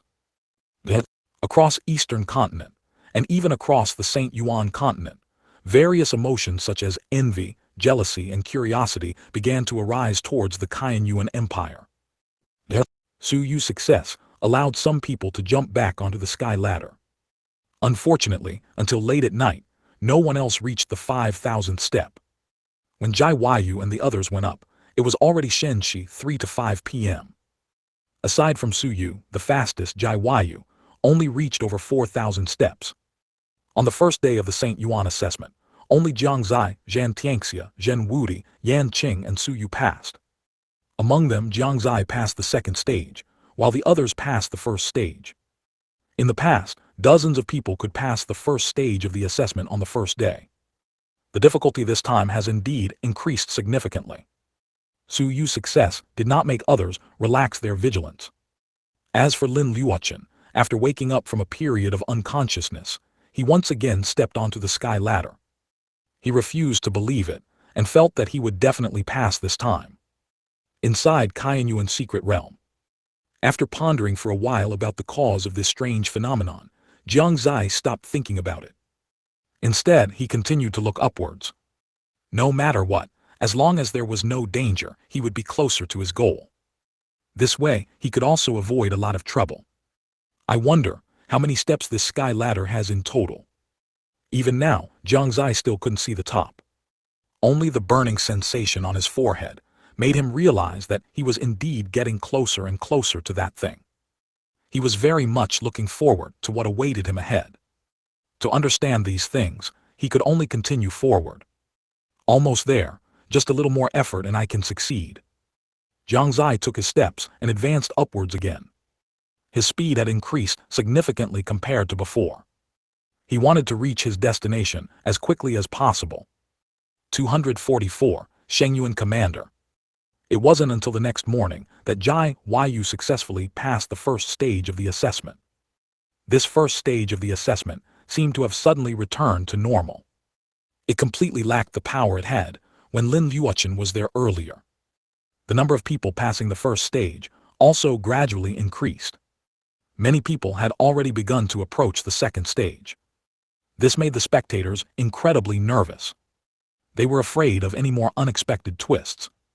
According to custom, when the Saint Yuan assessment closes, anyone who has passed even one stage of the assessment will receive a substantial reward. The more stages passed, the more valuable the reward received. There might even be rewards that could benefit an entire force. This was an irresistible temptation for every force. Of course, the premise was being able to pass more stages of the assessment. The competition among the geniuses had entered a fierce stage. And Jiang Xie's name still held the top spot securely. Jiang Xie didn't know what was happening in the outside world. At this moment, he only knew that another figure had appeared in front of him. This time it was even more direct. There wasn't even a greeting. There was no attack, nor any other abnormality. Jiang Xie simply walked past him. The other party didn't react at all. Goodness, the first two at least pretended. Is this one not even bothering to pretend anymore? This is too. Jiang Xie was a bit speechless. What more could he say in this situation? He could only continue forward. No danger, no obstructions. Wasn't this exactly what he needed to get up there quickly? Almost the instant he stepped past that figure. In the outside world on the stone tablet, his name suddenly changed again. The original 4 characters Saint Yuan Warrior suddenly became Saint Yuan General. This meant that he had already passed the 3rd stage of the assessment. Such a scene made many people watching the stone tablet gasp in cold air. They were so shocked they couldn't speak. After a long moment of stunned silence, someone finally exclaimed. Su Zai, sir, has actually passed the third stage of the assessment. The exclamation quickly drew the attention of others. It's true, Su Zai, sir, is too strong. I declare that from now on Su Zai, sir, is my idol. This is too terrifying. It's only the second day. From the looks of it, doesn't Su Zai, sir, have a chance to pass the fifth stage of the assessment? Fifth stage. Since the St. Yuan assessment has been recorded, only a few people have ever passed it right. If Su Zai, sir, can really pass the fifth stage of the assessment, he will surely go down in history. They were too shocked. Within the first day, Jiang Xie passing 2 stages of the assessment was already abnormal. Now before 2 days were even complete, he had passed the third stage. Such speed was simply terrifying. Inside the Qianyuan Imperial Palace, Su Wu was beaming, laughing incessantly. As expected of Xie, our Qianyuan Empire is truly known to all this time. The ministers were also filled with joy and laughter. Looking at Jiang Xie's name, they felt an unparalleled sense of pride. It was no exaggeration to say that now, the citizens of the Qianyuan Empire would walk with their heads held high. Inside the Jiang family, Jiang Fingliu and Su Jiru also wanted to laugh aloud, but they couldn't, because they couldn't reveal their secret in front of the clan elders. They could only rejoice inwardly. Unlike the shock and excitement of some people, the further change in Jiang Xie's name put immense pressure on others who were still progressing. In Saint Province, at the St. Yuan assessment grounds, the scene fell into a strange atmosphere. Looking at Jiang Xie's name, many disciples of Saint Province forces frowned. What's going on? Who exactly is this Su Zai? He's only third on the Heaven's Pride ranking, yet he can suppress Lord Zhan and Lord Zhen. This defies logic. When did Eastern Continent get such a powerful genius? It seems that during these years when our Saint Province was sealed off, Eastern Continent produced many geniuses. HMPH, the Saint Province's barrier won't last much longer. Once the barrier breaks, we'll let the people of Eastern Continent experience the fear of thousands of years ago again. On the heavenly stairway, on the 8,000-something step, a man suddenly stopped. He looked at the change in Jiang Xie's name on the stone tablet, his expression devoid of emotion. His eyes were also incredibly deep. No one knew what he was thinking. After watching for a while, he continued to walk forward. Su Zai, interesting. Not far below him, there was also a man. He also stopped, looked for a couple of seconds, then continued forward without a word. Southern border, St. Yuan assessment grounds. Unexpectedly, Eastern Continent is the strongest apart from St. Province. Isn't that obvious? Eastern Continent's strength has always been formidable. Apart from St. Province, few other places can contend with it. I'm suddenly curious about this person named Su Zai. He can actually suppress the top 2 geniuses on the Heaven's Pride ranking. Several people from our southern border have also passed the first stage of the assessment. I wonder when someone will pass the second stage. Jiang Xie could clearly feel that his speed had increased significantly again. It was already several times faster than when he started. As soon as he thought of reaching his destination, he became very excited, feeling his whole body ignite. His steps also became lighter. He was no longer running up but flying up. At such a speed, he quickly saw another figure. Judging by the aura emanating from him, he was undoubtedly in the great emperor realm. However, at this moment, he was like a mere decoration. Jiang Xie easily stepped past him. To be honest, he now completely didn't know how to describe this place. Although the records of the 2 great emperors stated that they couldn't reach the top, they didn't say why they couldn't. Perhaps the danger isn't necessarily here. It wasn't that Jiang Xie was too cautious, but rather, he subconsciously believed that the 2 great emperors wouldn't lie. A place that even 2 great emperors couldn't reach. He truly couldn't imagine what kind of danger it held. Could the real danger still be ahead? Jiang Xie stopped to think for a moment. He looked back at the man sitting cross-legged with his eyes closed on the ground, and his confusion deepened. In the outside world, Jiang Xie's name changed again. Everyone was simply numb from watching. How long had it been? Not even half an hour, right? And he had already passed another stage of the assessment. Did Jiang Xie fly straight up? Some people couldn't help but think this, because it was simply too exaggerated. While others hadn't even started the second stage, Jiang Xie was already heading for the fifth stage. This was no longer a matter of simple momentary shock. It was time to spend time thoroughly processing the information. On the stone tablet now, there were 40 to 50 names. But only Jiang Xie's title was different, Saint Yuan Commander. Everyone else was a Saint Yuan warrior. In other words, except for Jiang Xie, everyone else had only passed the first stage of the assessment. There was an insurmountable chasm between them and Jiang Xie. 245. Great disaster in the Holy State. Jiang Xie still didn't understand why his journey had been so smooth until now. He had only one goal now, and that was to reach the top as quickly as possible. He could no longer see the dark shadows behind him. All he could see were endless white clouds. The burning sensation on his forehead grew stronger and stronger. Unconsciously, his cultivation had even achieved a breakthrough. Upon reaching the 23,000th step, Jiang Xie stopped and sat down to recover. Although he desperately wanted to reach the top in one go, he still had to face reality. If his cultivation had been higher, it wouldn't have come to this. I hope what's at the top won't disappoint me. Looking up with anticipation, Jiang Xie closed his eyes and began to rest. Meanwhile, in the outside world, the commotion he caused had not yet subsided. In less than 2 days, he had already passed 4 stages of the Saint Yuan assessment, which was unbelievable for everyone in the entire Saint Yuan Continent, especially the major forces in Saint Province. At this moment they were all silent. After a long while, all first-rate forces within Saint Province urgently convened a meeting. High-ranking officials from various forces collectively headed to the Tianji Tower, the strongest force in Saint Province. Inside the Tianji Tower, a group of powerful figures had gathered. They each found a seat, and their impatient expressions and various small body movements indicated their restless hearts at this moment. "May I ask, when will the Heavenly Secrets Tower Master emerge from seclusion?" a man asked, looking at some of the disciples inside the tower. The disciple, dressed in a Taoist robe and holding a whisk, smiled and said, "When Master emerges from seclusion is not something we can know." Seeing that the Heavenly Secrets Tower Master had not yet appeared, they couldn't help but start discussing. Among them, an elder with the most powerful aura slowly opened his eyes and spoke from his seat. "What are your thoughts on this Saint Yuan assessment?" This Saint Yuan assessment indeed has a huge difference from before. Indeed, not only is the difficulty fluctuating, but even the people on the Heaven's Pride ranking are incredibly strange. Speaking of Su Zai from the Eastern Continent, he actually broke through 4 stages of the assessment within 2 days, which is incredibly terrifying. The Kaiyan Yuan Empire. I remember a few thousand years ago it was just a force that was almost annihilated by my Zhan family.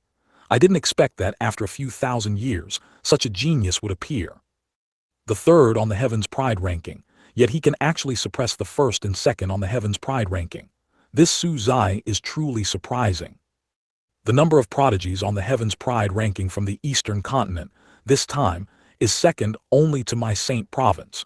The Eastern Continent's strength has probably increased significantly. If this continues, not only will the quantity and quality of prodigies be surpassed, but even the overall strength will likely be surpassed.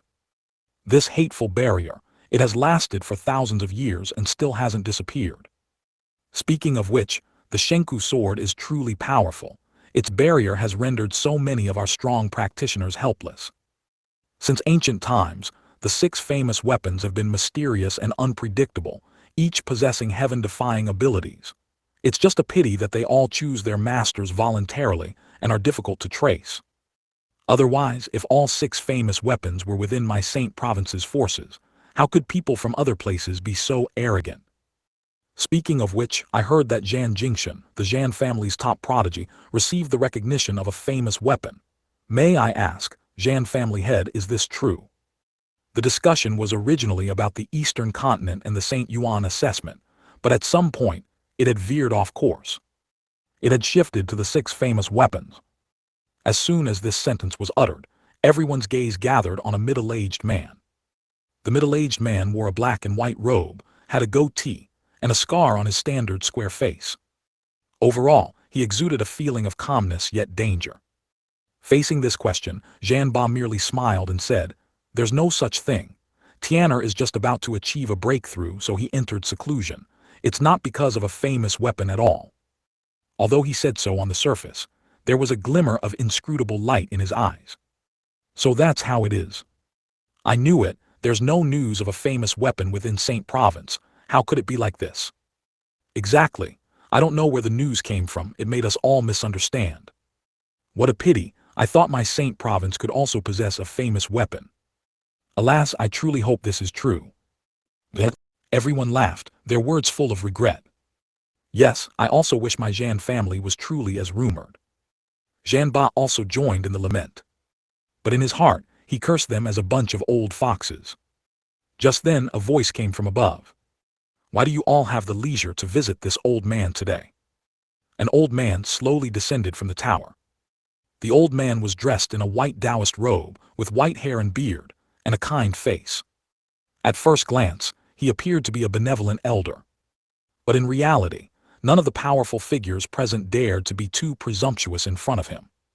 Seeing the Heavenly Secrets Tower Master appear, everyone stood up and bowed to him. "Greetings, old sir." After bowing, they were about to say something, but the old man stopped them with a gesture. He already knew their intentions. "I know everything you want to ask. To be honest, I've also noticed that young man named Su Zai.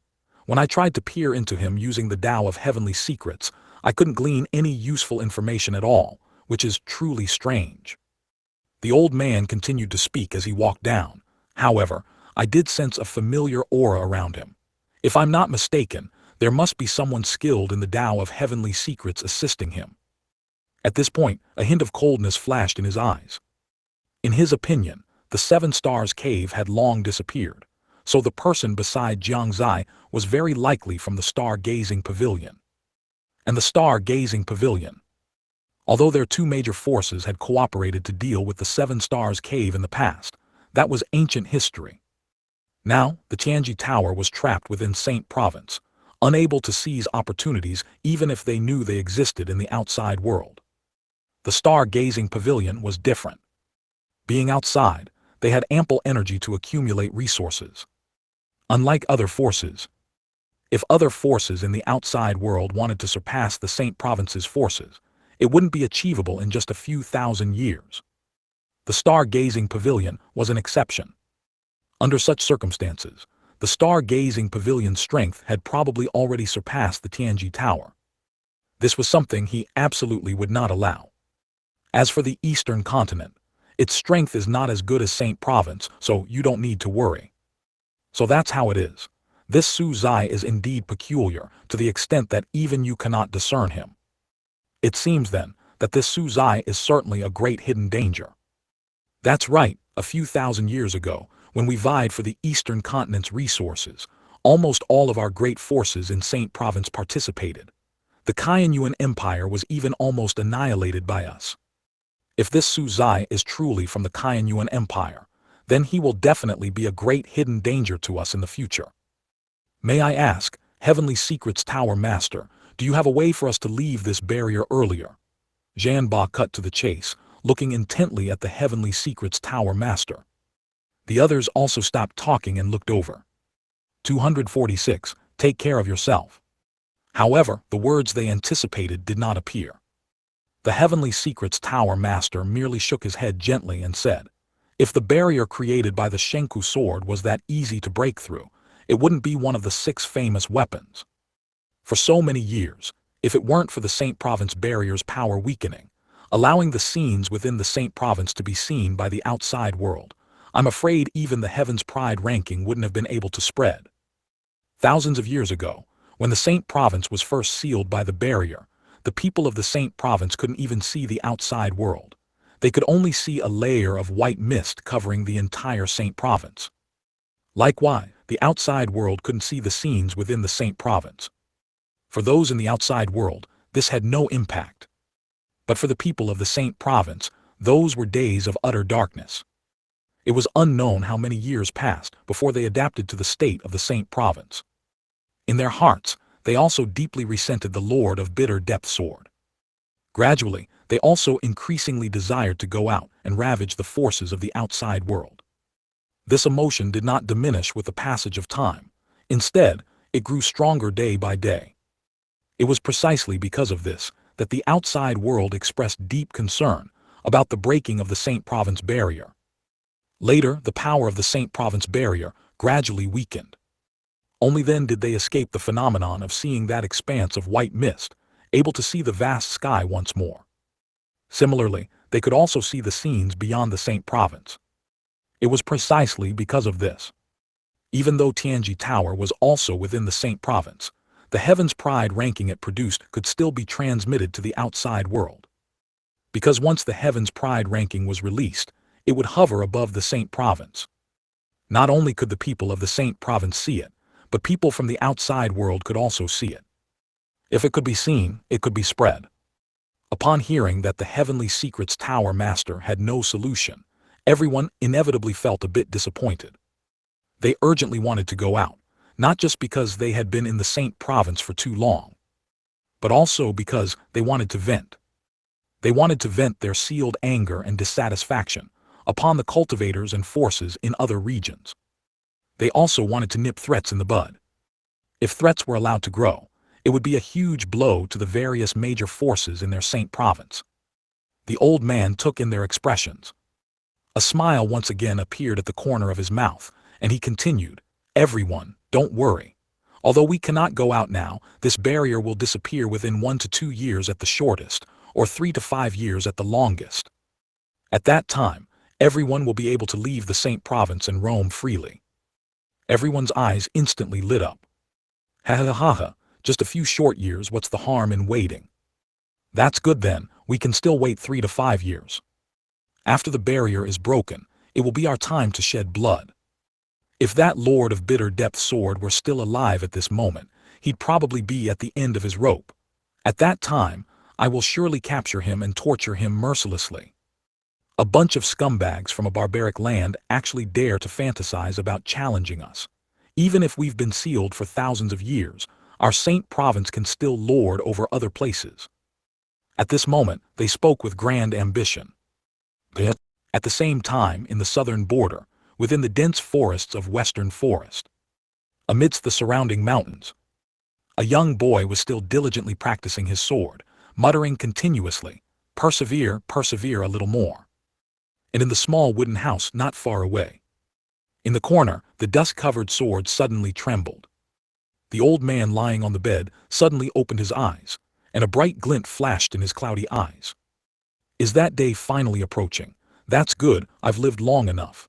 Let this be the catalyst to achieve Xiao Hai's great Tao path." After a soft murmur, the old man closed his eyes again. On Yunwu Mountain, although everyone was shocked by Jiang Xie's strength, they also constantly paid attention to the progress of other geniuses. Currently, Suyu was firmly in the first echelon. He had already reached the 7,000th step. Closely following him was Jai Wyu, at 6,500 steps. After that it was the other geniuses, generally around 6,000 steps. And most ordinary people were between 2 and 3,000 steps. Among them, Lin Luochen came from behind, and actually reached the second echelon. Suyu was originally advancing slowly, but suddenly felt his body lighten. Immediately after, his speed suddenly accelerated. The same was true for everyone else. Look, the stone tablet has changed again. The long-awaited stone tablet also changed again. Originally, after the names of Jiang Xie and Zhen Wudi on the stone tablet, the title of Saint Yuan Warrior suddenly disappeared, replaced by the 4 characters, Saint Yuan Brave One. This meant that they had passed the second assessment. However, this did not cause much shock among the crowd.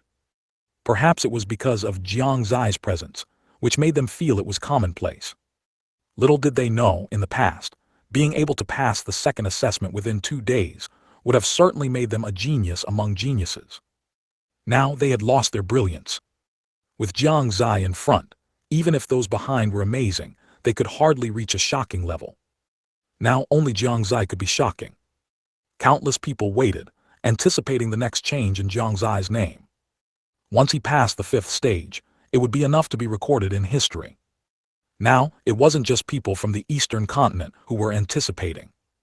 In the southern border, northern desert, and even western forest, many people were anticipating the change in Jiang Xie's name. Unbeknownst to them, in various parts of the Shengyuan Continent, Jiang Xie had gained a group of admirers. When Jiang Xie was revealed to be third on the Heaven's Pride ranking, perhaps others were only shocked for a moment. But now, he had suppressed the top two geniuses on the Saint Province Heaven's Pride ranking, which was enough to make many people admire him. After all, the Saint Province, in the past, it had ravaged more than just the eastern continent. People from other places also deeply resented it. At this time, if someone could curb the Saint Province's arrogance and trample it underfoot, would it not be exciting and admirable? Within the Kaiyuan secret realm, Jiang Xie's recovery did not last long. His rest ended after about an hour. As dusk fell in the outside world, he once again began to advance. This time, his speed was much faster. It was as if a force was pushing him forward from beneath his feet. In his sea of consciousness, within that divine palace, the third statue also began to emit a faint glow. 27,000 steps. 29,000 steps. The height he reached rapidly increased. Soon, he stepped onto the 30,000th step. Here, there was also a figure sitting cross-legged. Although he was also a great Emperor realm expert, the aura emanating from him far surpassed that of the several figures he had seen before. This aura made Jiang Xie incredibly alarmed. He was certain that the other party could probably make him perish with a mere snap of a finger. Fortunately, the man sitting on the ground also showed no reaction. Jiang Xie was about to continue moving forward. But unexpectedly, a voice suddenly entered his ears. "Young man, the final trial, take care of yourself." Jiang Xie's heart trembled and his scalp tingled. He couldn't help but turn his head and look at the figure sitting on the ground, only to find that the other party's mouth revealed an incredibly strange smile. This smile made Jiang Xie involuntarily shiver. 247, Fanatic Shock. No way. Just as he was thinking it would be smooth sailing, this happened. Jiang Xie was numb. There had been no danger before, making him think there would be none later either. The last challenge, good luck. What does that mean? Does it mean there's only one challenge left, but this one is very dangerous? How dangerous? He had never really thought about this question.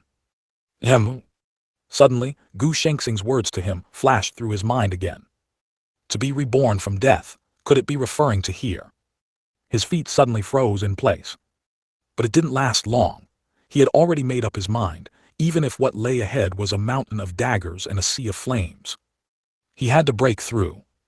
For himself and for his family. And even more so for Jai Yu. After living together for so long, he wasn't without feelings for Jai Yu. He had fallen in love with this soft-hearted, sharp-tongued girl at some point. Of course, he also knew Jai Yu's feelings for him. Several times, he wanted to express his feelings directly. But he couldn't. On one hand, it was because both of them were still too young. He couldn't bear to make a move. Secondly, and most importantly, he always felt that he wasn't worthy of Jai Yu. What if he was the Fanchen sword master? What if he had powerful recovery abilities? Poor talent was just poor talent. Without external help, he was a complete and utter waste. Jiang Xie had always felt this way. Therefore, although he appeared carefree on the surface, he was still somewhat insecure deep down. Ultimately, he was just a transmigrator. What he felt when he first came to his senses wasn't excitement, but fear. Fear of unfamiliar things, of unfamiliar people. When he learned that his cultivation talent was low, he felt like the sky had fallen. In such a world, what it meant to have no cultivation talent was self-evident. No matter where, there was always the impact of powerful battles. Therefore, he had to find a way to transform. And the statue in his sea of consciousness was his only hope. Jiang Xie continued his forward steps. 31,000. 32,000. 33,000. He quickly walked upwards. The light from the statue in the divine hall within his sea of consciousness grew stronger and stronger. Outside, it exploded again. Fifth level. Fifth level. These 3 words filled everyone's minds. They were shocked, they were excited, they were crazy, they were incredulous. All kinds of emotions piled up, all kinds of feelings emerged. They just wanted to shout, just wanted to run wildly, just wanted to vent their excitement at this moment. That was a sight that hadn't appeared for countless years. Now, Jiang Xie's great name firmly occupied the top of the stone tablet. The 4 words, Saint Yuan King, behind his name shone brightly, dazzling everyone's eyes. At this moment, the entire Saint province seemed to fall silent, as if waiting for the baptism of this storm. Within the Yuan Empire, all the citizens covered their mouths, looking at this scene with extreme shock.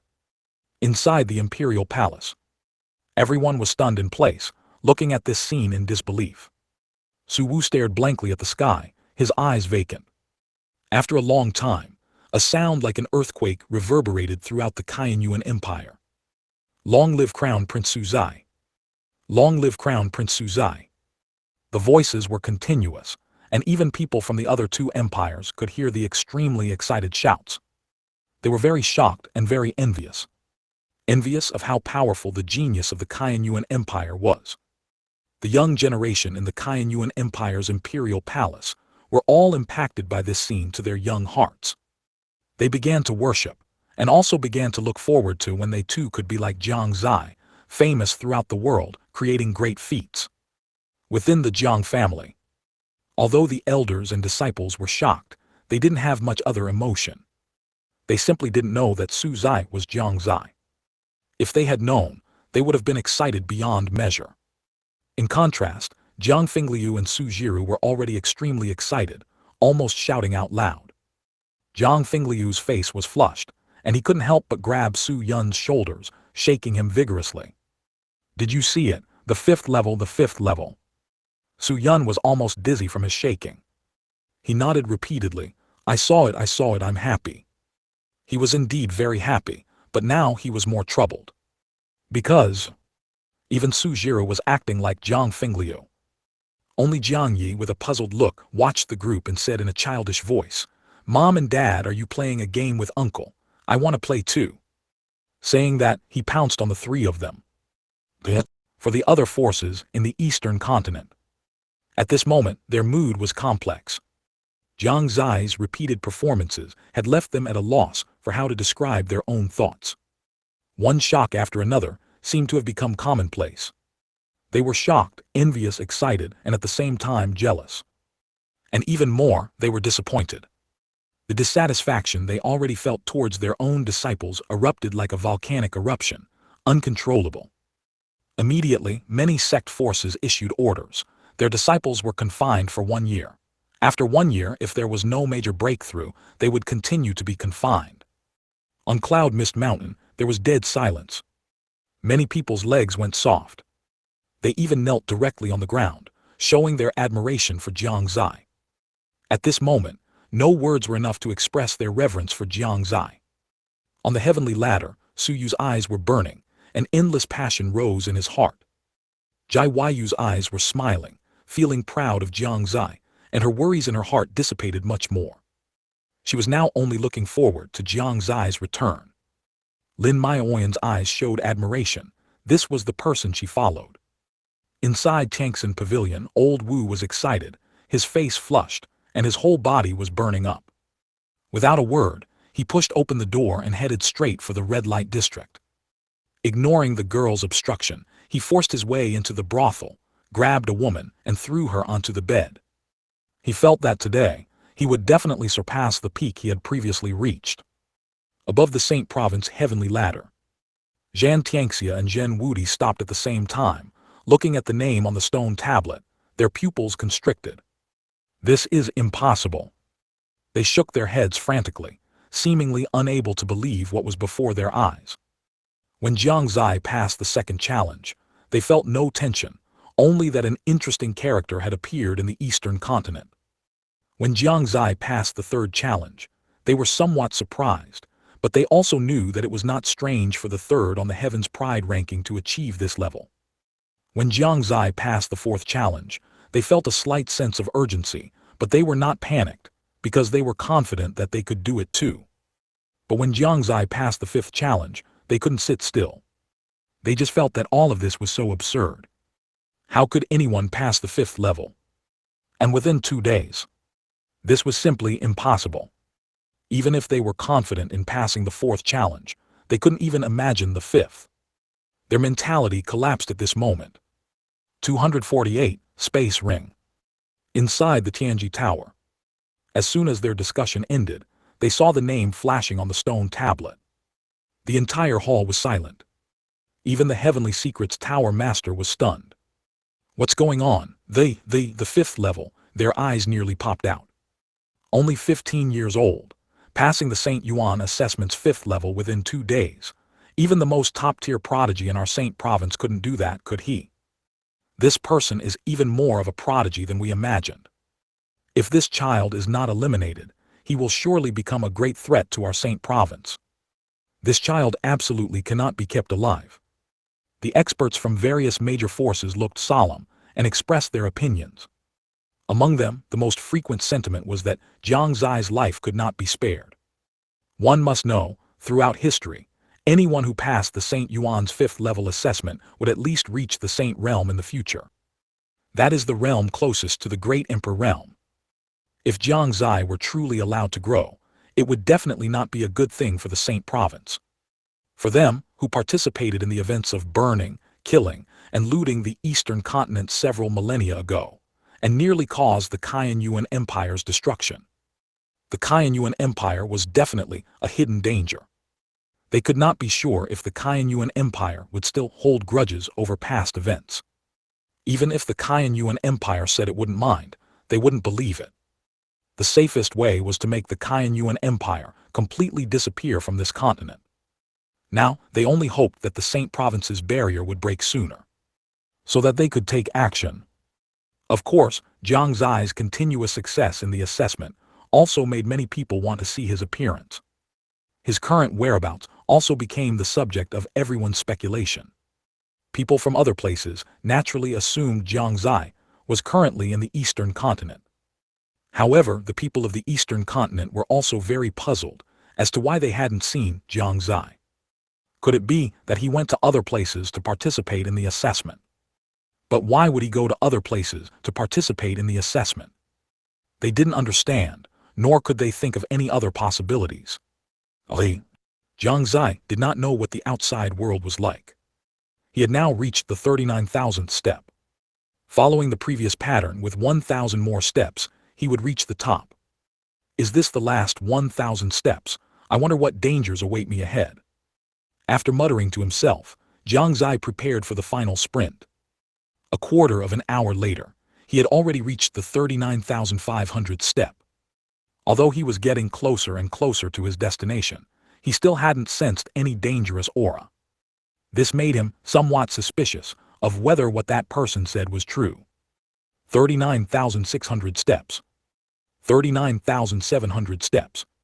Jiang Xie got closer and closer to the top, and his speed gradually slowed down. Because he saw another person.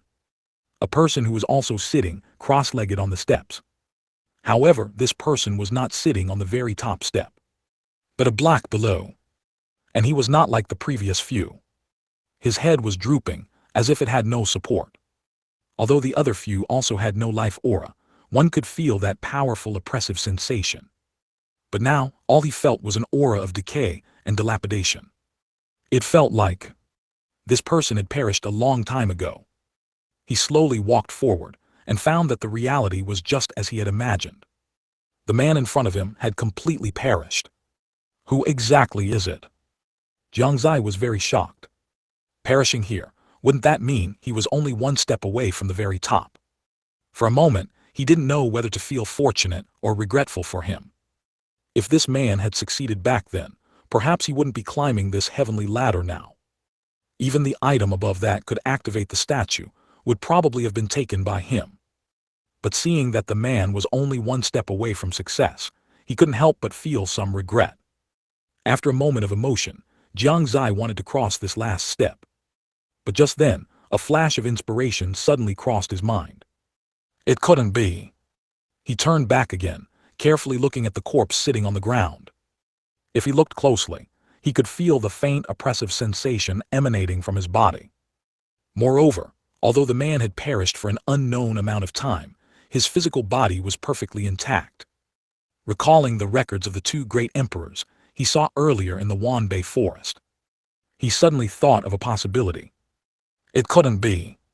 This man was the founder of the Qianyuan Empire, the Qianyuan Great Emperor, who, according to the other two great emperors, disappeared after ascending the heavenly ladder, right? Jiang Xie's expression became solemn. It was indeed possible that this was the case. Thinking of this, he came before the man. He bowed deeply and said, "Junior Jiang Xie, by chance I have arrived here. If I have disturbed Senior, please forgive me. If there is any offense, please do not blame me, Senior." After speaking, he began to carefully search the other party's body, trying to find some useful information. Just by getting close, Jiang Xie felt his whole body trembling. His legs and hands couldn't help but shake. This aura was simply too terrifying. He opened the man's clothes but found nothing. "Hey, what is this?" Suddenly, he exclaimed, his gaze fixed on the spatial ring on the other party's hand. Even his breathing became a little rapid. A spatial ring. He was very certain that it was indeed a spatial ring. The spatial ring of a great emperor realm expert.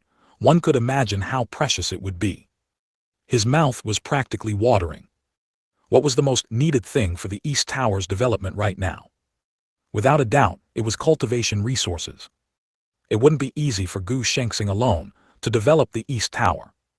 If there were the treasures of a great emperor realm expert, that process would undoubtedly be shortened greatly. It's just that, although a spatial ring becomes ownerless after its owner dies.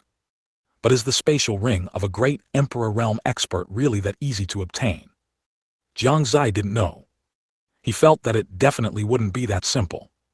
Even so, he had to try. Such a huge fortune placed before him, only a fool wouldn't take it. Thinking of this, he immediately carefully took the spatial ring off. At this moment, his whole body was drenched in a layer of sweat. Too terrifying.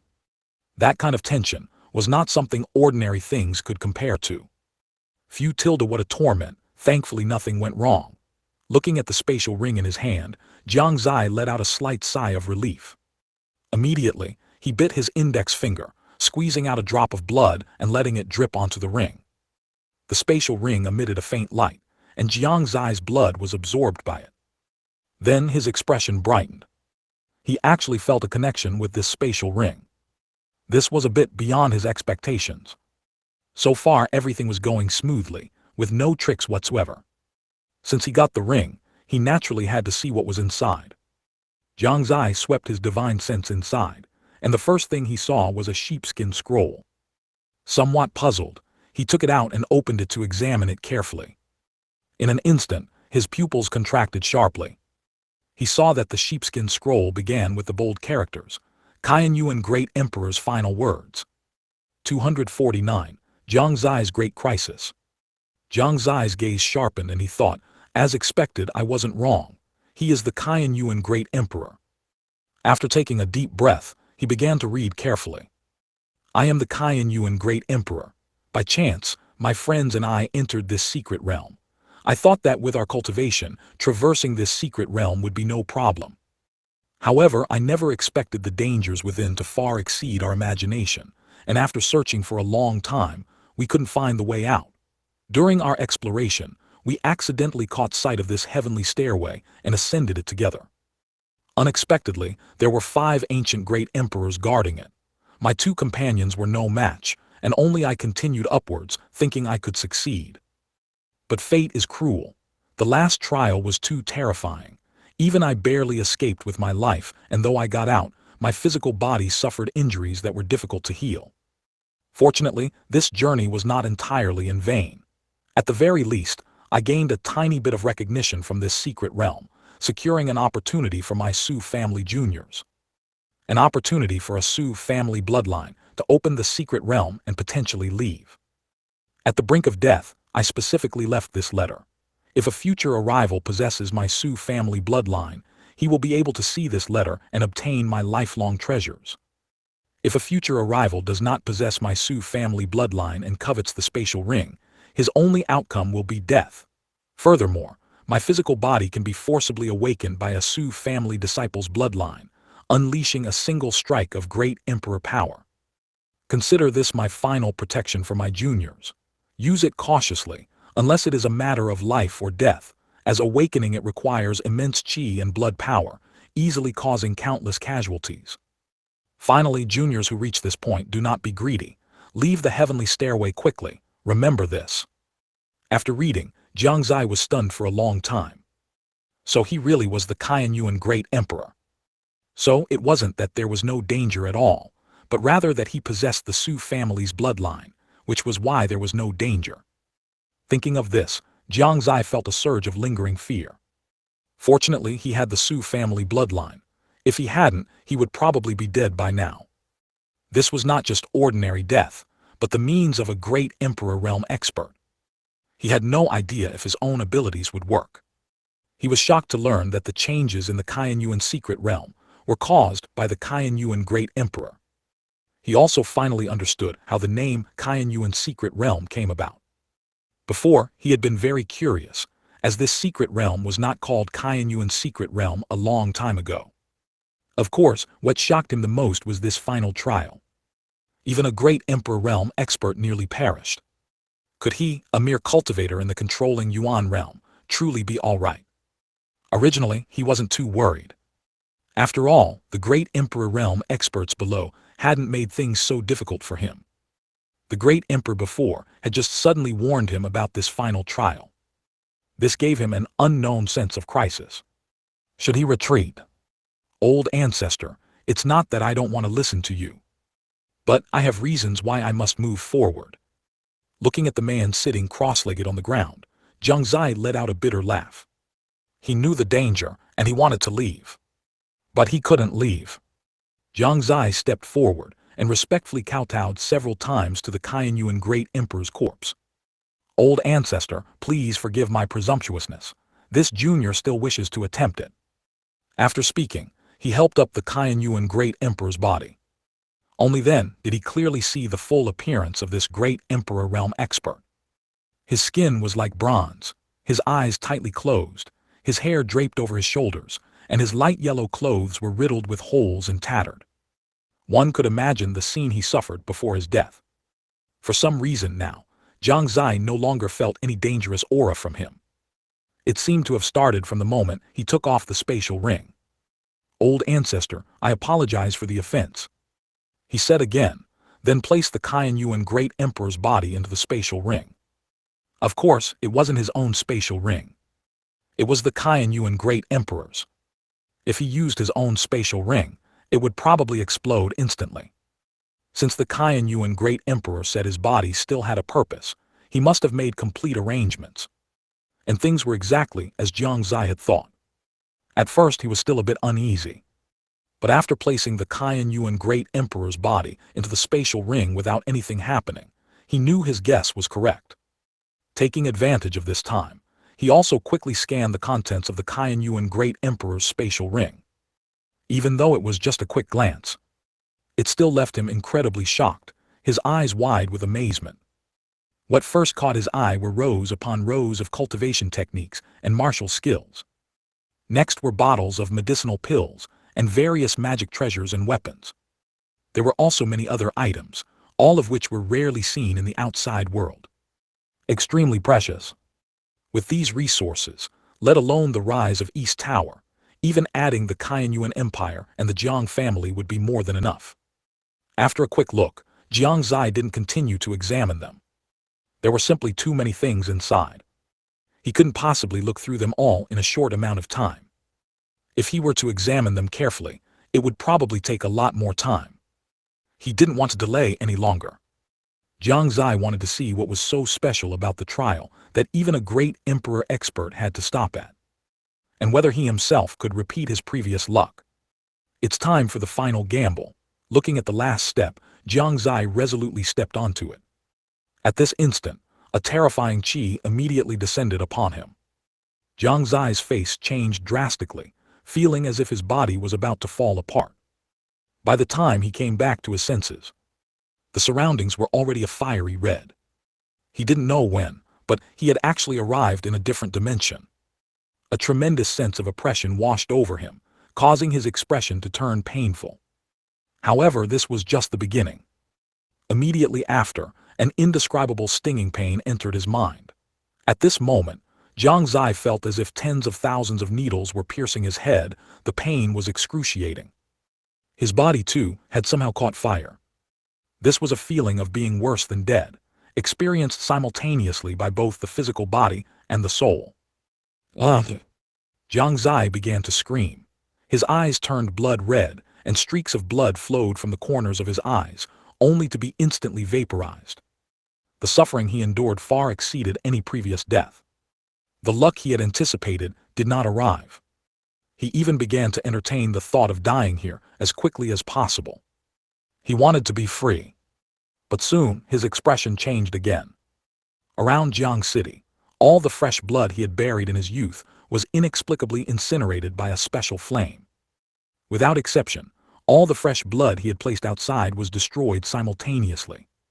Jiang Xie clearly felt it. I will die. I might really die. This was the only thought that surfaced in his mind at that moment.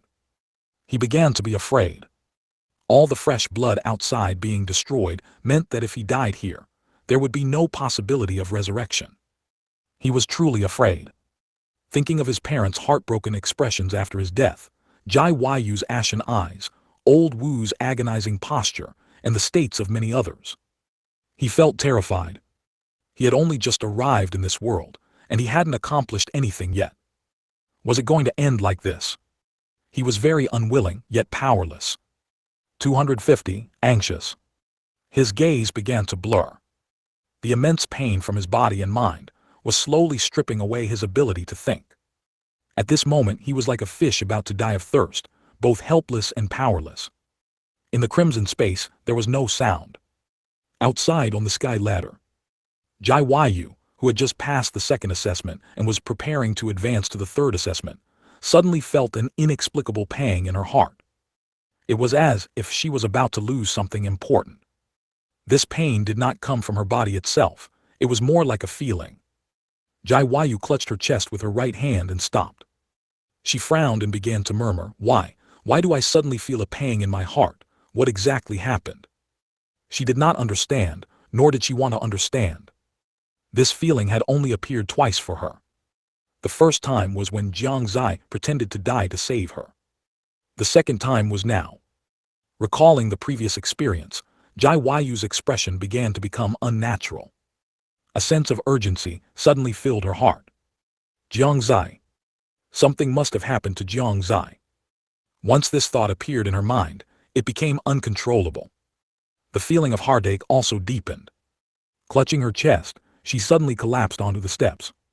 Tears had already begun to well up. No, I must go save him. She shakily stood up, immediately turned around and flew downwards. No St. Yuan assessment was more important than Jiang Xie's safety. However, as she walked along the edge of the sky ladder, she was bounced back by an invisible force. She fell back onto the steps. Such an unusual scene naturally attracted the attention of many people in the Eastern continent. Look at Jai Saintess, what's wrong with her? Why is she acting so unusually? She wouldn't be trying to leave the sky ladder, would she? It is well known that during this St. Yuan assessment, once the first assessment is passed, one cannot leave again, unless the subsequent assessment fails. Jai Saintess wouldn't even know this, would she? What exactly happened?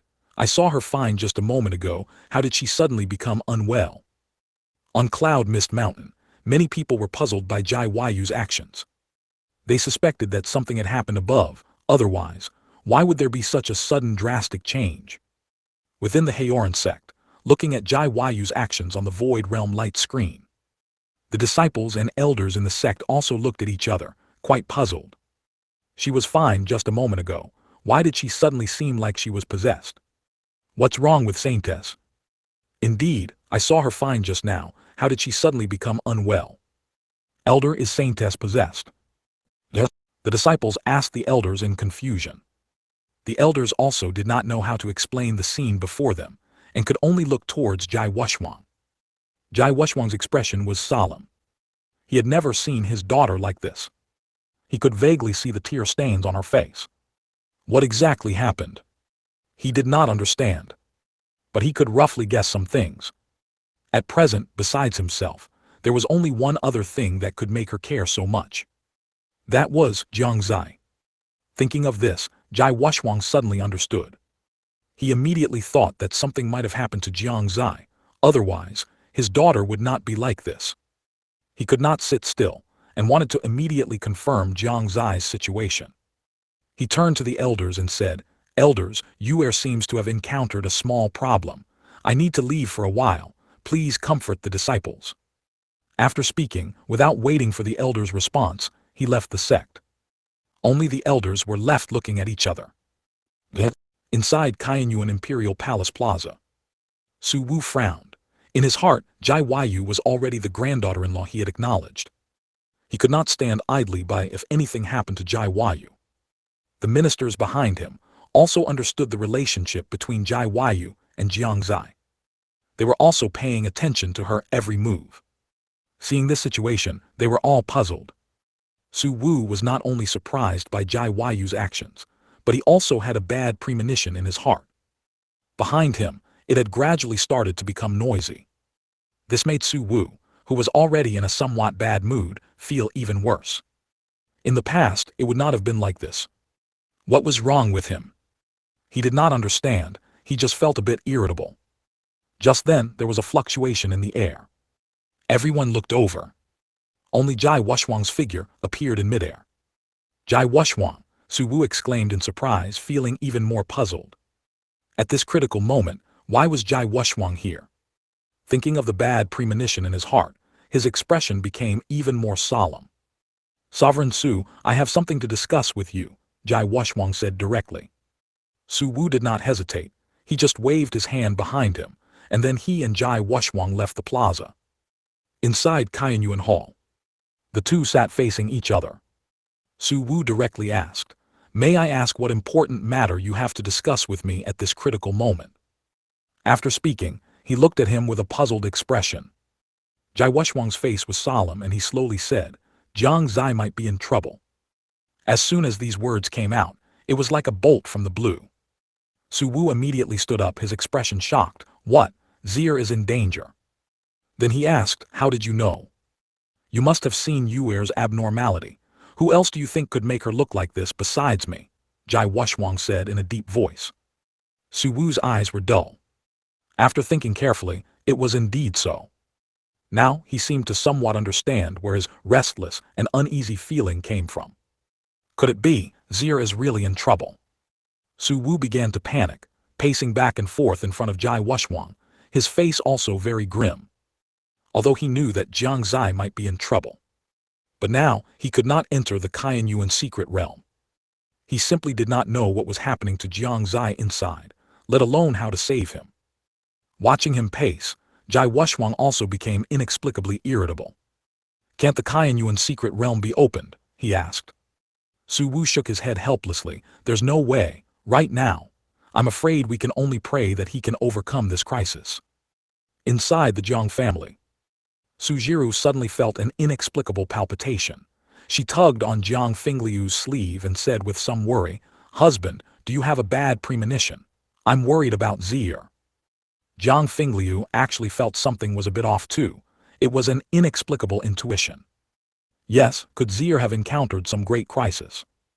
"No, I must go to Kainyuan Imperial Palace to see."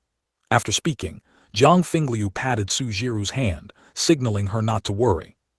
Then he asked Su Yun, "Do you want to go with me?" Su Yun shook his head and said, "The time is not right. Brother-in-law, you go." Jiang Fingliu nodded slightly, then left the Jiang family. At the same time, at the top of the East Tower, Gu Shengxing looked at the sky, a gleam flashing in his eyes, and whispered, "Has it already begun? Tower Master, my future rests on your shoulders. I hope you can overcome this difficulty." 251. Survived a disaster. Meanwhile, within Saint Province, the Heavenly Secrets Tower Master's expression suddenly changed. Then, as if he realized something, he immediately closed his eyes and began to deduce. A moment later, he opened his eyes, revealing a smile. Looking at everyone, he said, Just now, I suddenly had a feeling, so I used the art of heavenly secrets to deduce that Su Zai has encountered a great crisis. Really? Please enlighten us, Tower Master. The Zhan family patriarch's eyes lit up, and he eagerly asked. Everyone else also showed interested expressions. Good heavens, has this kid finally encountered a great crisis? I wonder if he can overcome this crisis. Tower Master, tell us, we're all itching to know. I don't know the specific situation. I only know that he probably won't be able to overcome this crisis, so everyone can rest assured. The Heavenly Secrets Tower Master said with a smile. Upon hearing this, everyone laughed. That's excellent, a great menace has been removed. Just now, I was wondering how to get rid of that kid. Now it's good, it saves us a lot of trouble. Now, we just have to wait for the barrier to disappear. This matter puts my mind at ease quite a bit. Ali. On the heavenly stairway, Su Yu, who was ahead, noticed Jai Yu's unusual actions. He also stopped his steps and quickly walked to her side, asking, Sister-in-law, what does this mean? Jai Yu looked at him with dull eyes and said woodenly, Su Zai, he might be in trouble. What? Su Yu was immediately startled. He was about to leave the heavenly stairway. Although he had never met Jiang Xie, he held great respect for his cousin in his heart and had always wanted to meet him in person. But now, Jai Yu suddenly said Jiang Xie was in trouble. How could he stand by and do nothing? But the result was that he was also bounced back by a barrier. He tried several times but couldn't get out. In the end, he could only return to the heavenly stairway and sit down, sighing helplessly. Big cousin, it's not that I don't want to save you, but I really can't get out. Lin Maioyan, who was some distance behind them, had already realized something when she saw their reactions. After she came to their side, the three of them sat on the steps, their faces grim. No one knew what had happened to them. The geniuses from other major forces surpassed them one by one, but they all cast a questioning gaze. Kaiyuan Imperial Palace, inside Kaiyuan Hall. While Su Wu and Jai Wushwang were burning with anxiety, Jiang Fingliu's figure also appeared at this moment. He immediately saw the state of the two of them. His heart sank and he directly asked, Is there something wrong with Zier? I don't know. Su Wu shook his head and said, It's just that I suddenly felt extremely agitated, and Yuer's actions were strange, so I guess that Zier might have encountered some problem. I also have a bad premonition. Jai Wushwang also spoke. Jiang Fingliu's heart sank even further, and he said in a deep voice, Me too. Could it be that Zier is really in some crisis? No, I'm going to save him. Saying that, Jiang Fingliu was about to walk towards the back hall. Su Wu, however, reached out and stopped him, shaking his head and saying, It's useless. The Kaiyuan secret realm cannot be entered now. You'll only be doing something futile if you go. It wasn't that he didn't want Jiang Fingliu to go, nor was it that he didn't want to save Jiang Xie. But that was the reality. Once the Kaiyuan secret realm is opened, it cannot be opened again for at least several decades. Even a great Emperor realm expert would be the same. Let alone the few of them. In fact, Jiang Fingliu also knew. It was just that he didn't want to sit idly by. Doing something would make him feel a bit more at ease. Then what should we do? Jiang Fingliu stopped, his voice somewhat choked. A grown man, the leader of the demon sect, actually had the urge to cry at this moment. Perhaps, at this moment we can only trust him. Inside the Kaiyuan secret realm, the last step of the heavenly stairway. Within the crimson space, Jiang Zai's consciousness became increasingly blurry. Many scenes began to appear before his eyes. Those were various scenes of his life in this world. Scenes with his family. Scenes of him and old Wu adventuring everywhere. Scenes of living with Jai Yu. Scenes in the Kaiyuan Imperial Palace. And scenes from his previous life. Is this what they call a life review? Jiang Xie couldn't help but think. Thinking carefully, it was the same before his death in his previous life. In a daze, he seemed to return to his university dormitory in his previous life, back to the eve of his roommate using high-power electrical appliances. 1 second, he was happily preparing to enjoy hot pot with his roommates in the dorm. The next second, sparks flickered from the outlet. Coincidentally, some clothes were placed next to the outlet and hadn't been put away. Perhaps they were having too much fun and didn't notice the sparks not far away at all. By the time they reacted, the bed had already caught fire.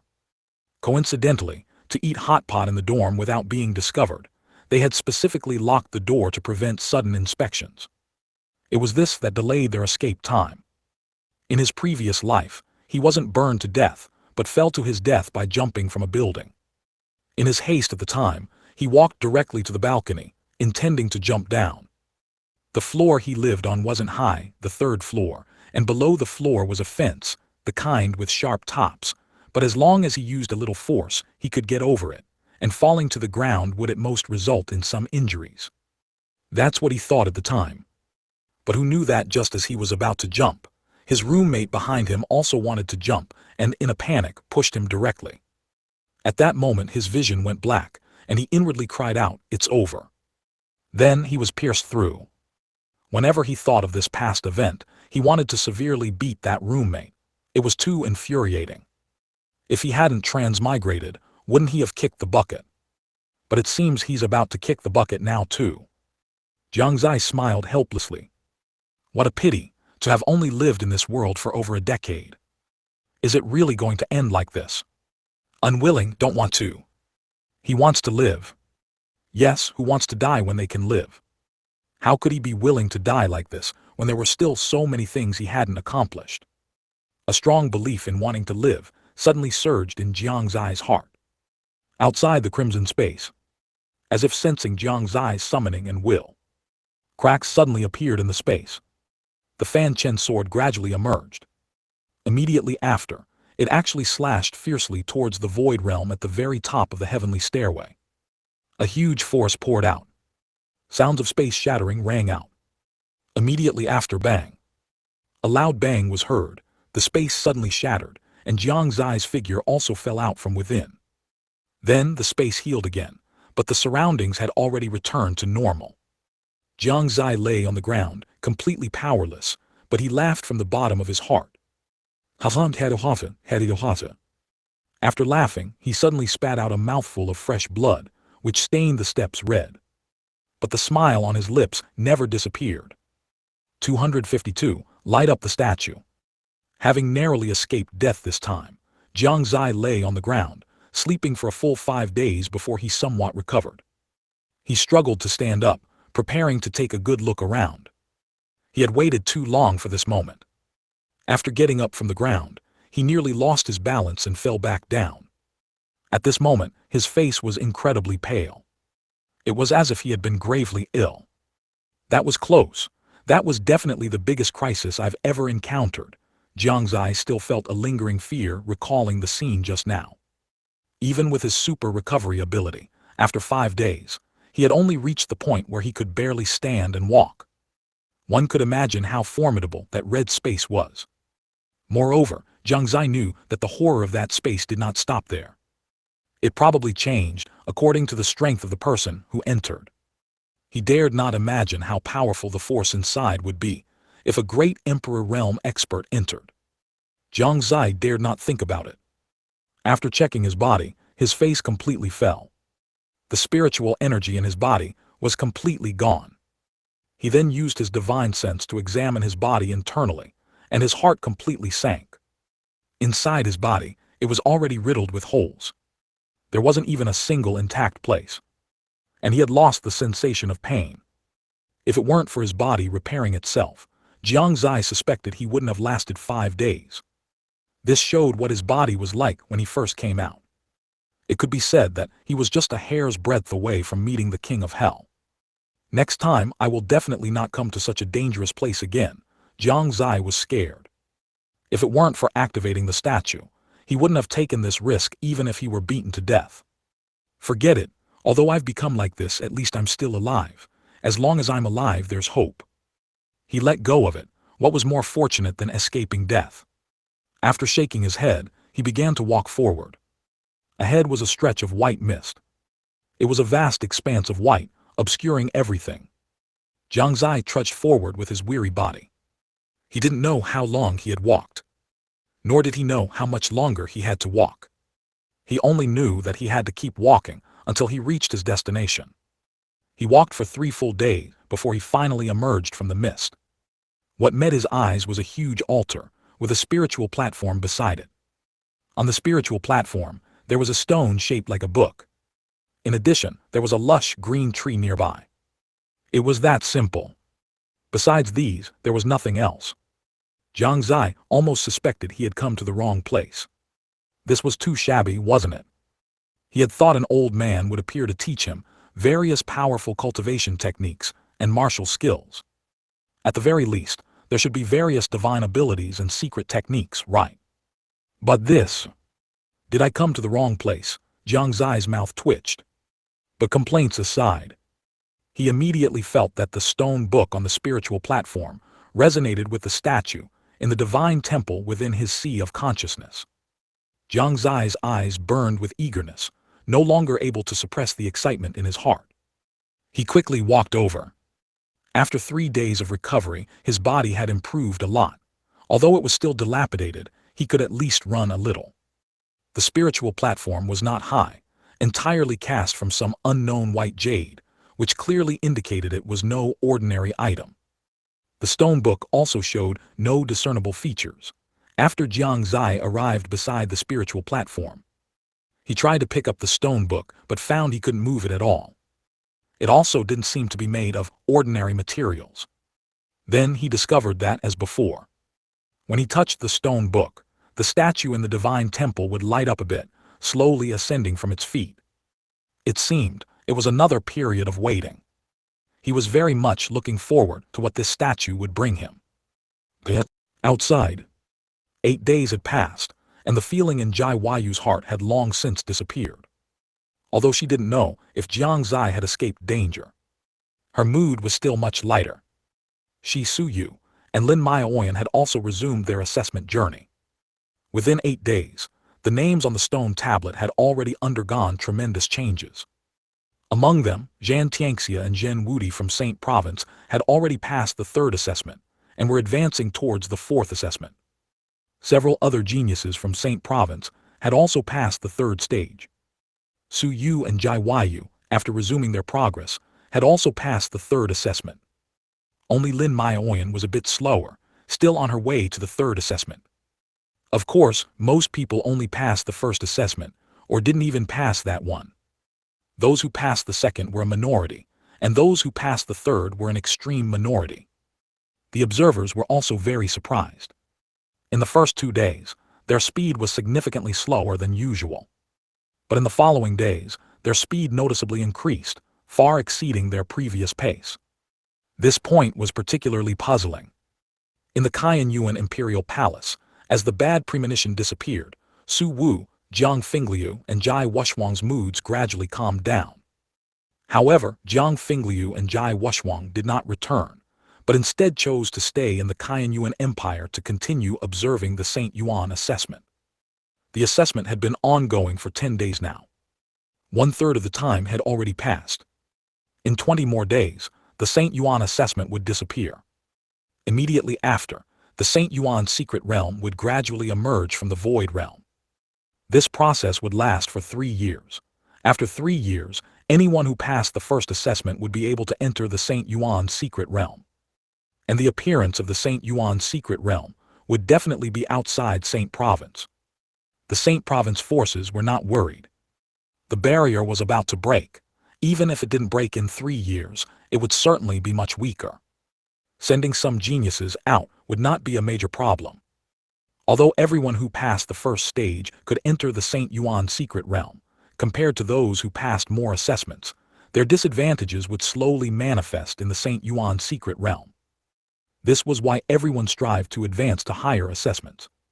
It is worth mentioning that as more and more people successfully passed the 1st assessment, many young men and women who were originally observing also began to enter the heavenly ladder.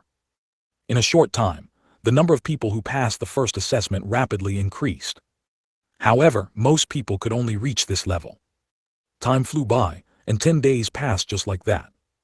At this moment in the Qianyuan secret realm, Jiang Xie looked at the statue, which was just a little short of being fully lit, and felt incredibly excited. Just a little more. Just a little more, and he would know what the statue contained. Would it be a soaring success, or would it lead to his downfall? It all depended on this moment. Another 3 days passed before the statue was completely lit up.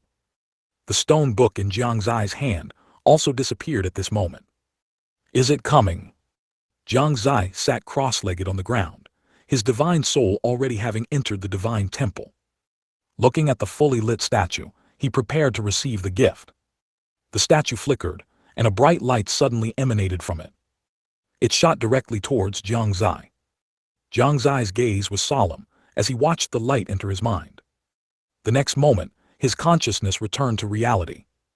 But in his mind, there was a wealth of new knowledge and insights. What the statue bestowed this time was a cultivation technique. To be precise, it was a special cultivation technique. 253. Bones, flesh, blood, and soul. Yin-yang spirit martial art. Jiang Xie's expression was strange. The information that appeared in his mind was precisely this cultivation technique called yin-yang spirit martial art. To be precise, its full name was yin-yang dual life spirit martial art. In his opinion, this name was indeed a bit ambiguous. His first thought was that this cultivation technique was for people who were neither male nor female to cultivate. His second thought was that it was a dual cultivation method of yin and yang. His third thought was that it was a cultivation technique for cultivating yin-yang power. It wasn't until he carefully understood it that he discovered it was an extremely special cultivation technique. Its power left Jiang Xie dumbfounded. He feared that there was no other cultivation technique as powerful as this in the entire Shengyuan Continent. Can this even be called a cultivation technique? It's a hodgepodge. Of course, it wasn't a hodgepodge in the true sense. To be precise, this cultivation technique could completely solve the problem that had been troubling Jiang Xie. Moreover, it could make him even stronger. Because this cultivation technique described in detail a method to create a new body. Specifically, it was to create a clone. Then both would cultivate this cultivation technique together, one yin and one yang, one main and one subordinate. Not only would their cultivation speed skyrocket, but they would also be able to control yin-yang power. The primary task of cultivating this cultivation technique was to create a clone. Of course, to create a clone, not only a method was needed, but also materials. The method was already recorded in the yin-yang spirit martial art, only the materials were missing. The necessary conditions for creating a clone were also very clear. Blood, flesh, bone, and soul, these four were indispensable. Jiang Xie fell into thought. Soul, easy. The cultivation technique contained a method of soul splitting, dividing one soul into two, which was probably prepared for creating a clone. There were also artifact refining methods, with several techniques integrated into it.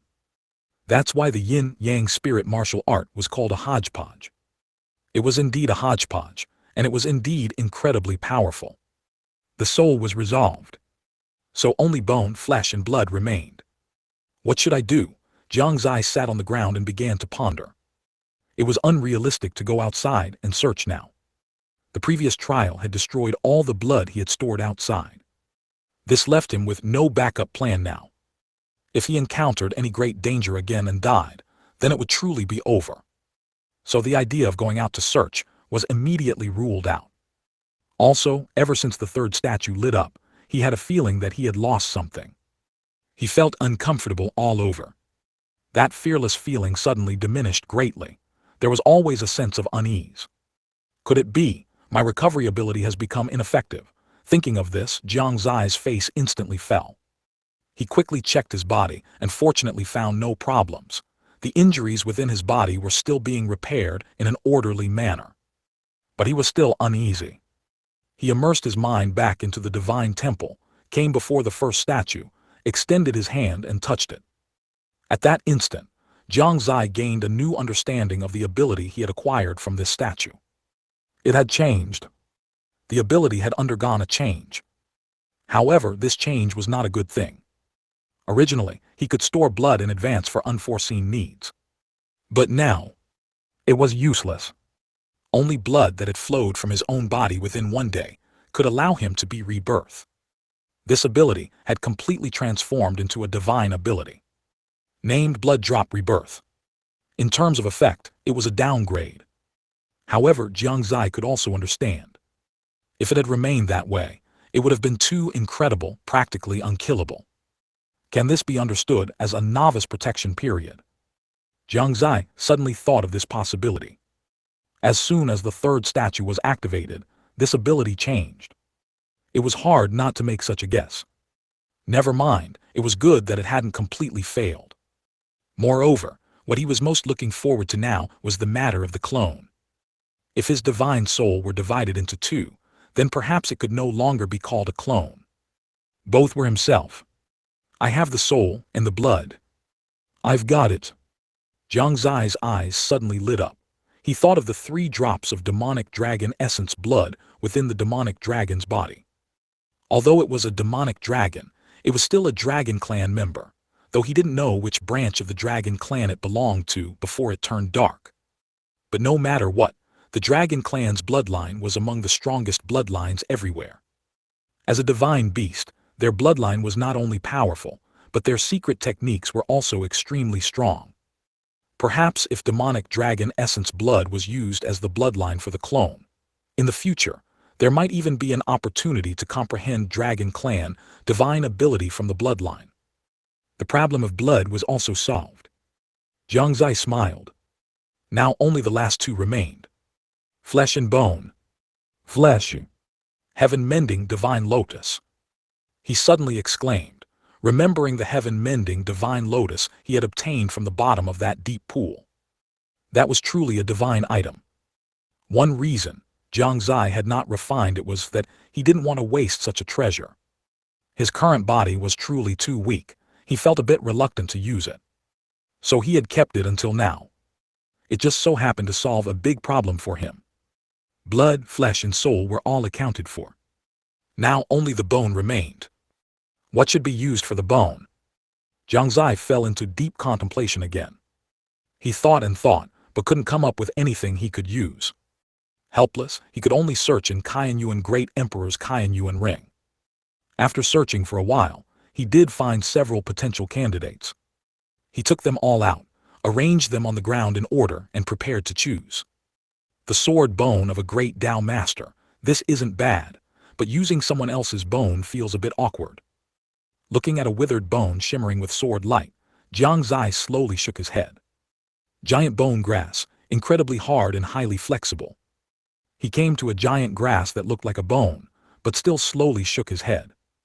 Although it looked stiff, it was still grass, and besides being hard and highly flexible, it was useless. Starfall iron, an extremely rare artifact refining materials. If I use this, wouldn't the bones be like spiritual artifacts? Jiang Xie stroked his chin, deep in thought.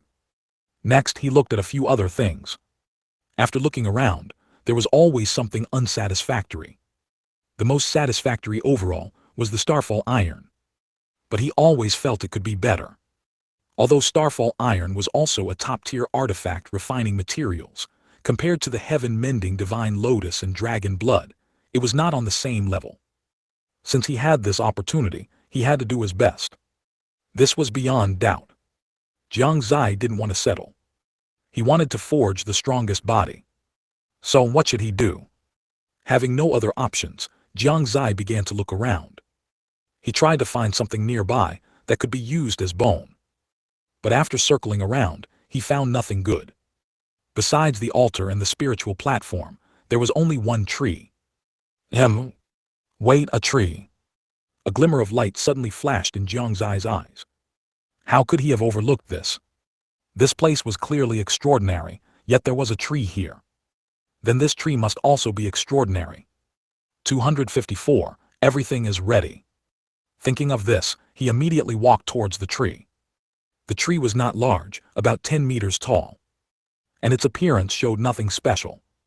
Neither the trunk, nor the branches, nor the leaves were any different from ordinary trees. Other than being a bit lush, nothing could be discerned. It could even be said that, just by its appearance, it was undoubtedly an ordinary tree. But Jiang Xie obviously wouldn't think it was just an ordinary tree. How could a place where even a great emperor realm expert couldn't ascend be a simple place? A tree being here already explained many problems. Arriving beside the tree, Jiang Xie first observed it from left to right. Indeed, he couldn't discern anything special. Then he reached out his hand and touched the tree. Swishing. The moment his hands touched the tree, Jiang Xie's entire consciousness seemed to enter an anomalous space. Looking back, countless leaves drifted down before his eyes. He pointed casually. He felt his thoughts become incredibly clear, and some moves and cultivation techniques suddenly appeared before his eyes. Some things that were difficult to understand also became incredibly clear at this moment. At this moment, Jiang Xie's eyes were filled with shock. He was incomparably astonished in his heart. A conjecture gradually formed in his mind. This conjecture made his breathing rapid, and he couldn't recover for a long time. The next moment, his consciousness returned to his physical body, but many insights appeared in his mind.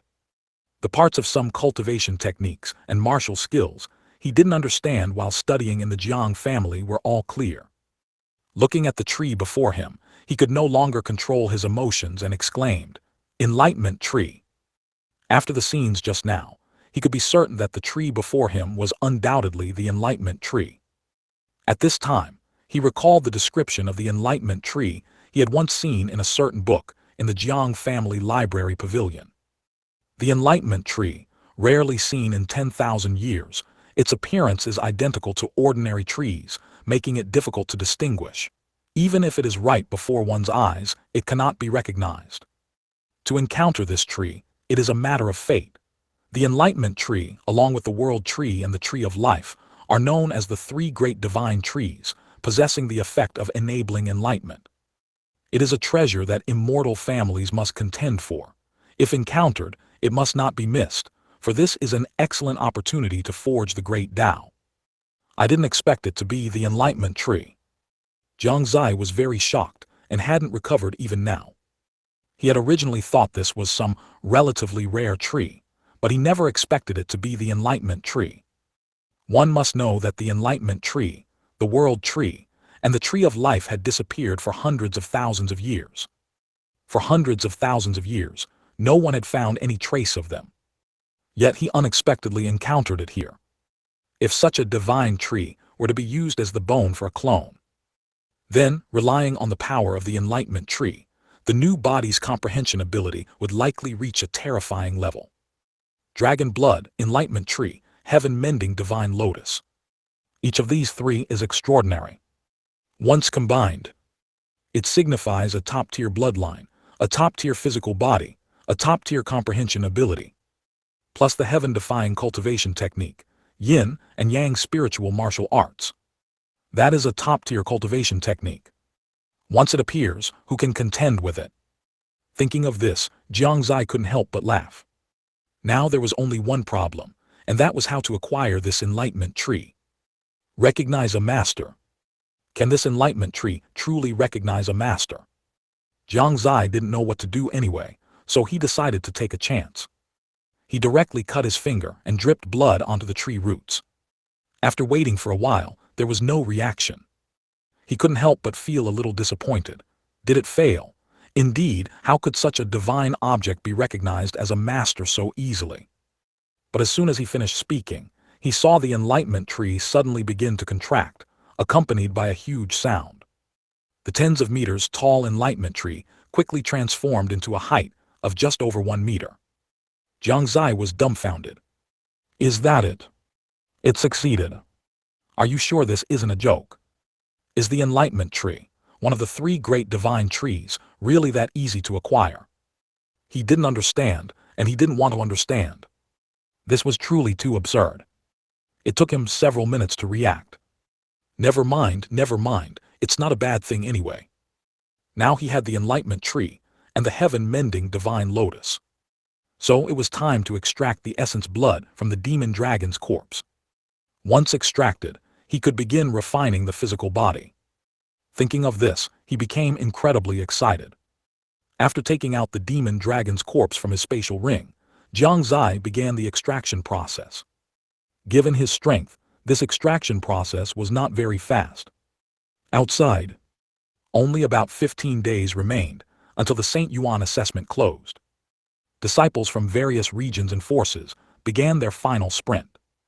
At this time, on the 18,000th step of the Saint Province Heavenly Ladder, Jiang Xie and Zhen Wudi were one after another, followed closely by dozens of young geniuses between the th and 18,000th steps. They were not far from the fourth stage of the assessment. Within the western forest, inside the Heavenly Ladder, Lengya, the demon son of the former Heavenly Fiend sect, was at the 16,000th step. His gaze was resolute, carrying an unyielding aura. The name Suzai had given him a great shock. He was confident that he was not weaker than any genius from the Eastern Continent. In the southern border, more than a dozen figures had also passed the third stage of the assessment and were advancing towards the fourth stage. Among them, a dark horse appeared. He was a shabbily dressed young man who had ascended the Heavenly Ladder midway, but had already passed the third stage of the assessment, which was incredibly fast. None of the forces in the entire southern border knew his origin, let alone his strength. The young man continuously repeated a phrase on the Heavenly Ladder. "Master, don't worry, I will definitely gain the recognition of that sword. I have already passed the third stage of the assessment and am about to reach the fourth stage." In the deep mountains of the southern border, amidst the surrounding mountains, the young man wielding a wooden sword was no longer there. All that remained was the sound of snoring, coming from inside the small wooden house. The Eastern Continent. Su Yu and Jai Yu were undoubtedly the first echelon. Their progress had also reached around the 18,000th step. The difference between them and the geniuses of Saint Province was negligible. Below them were the successors of various major forces.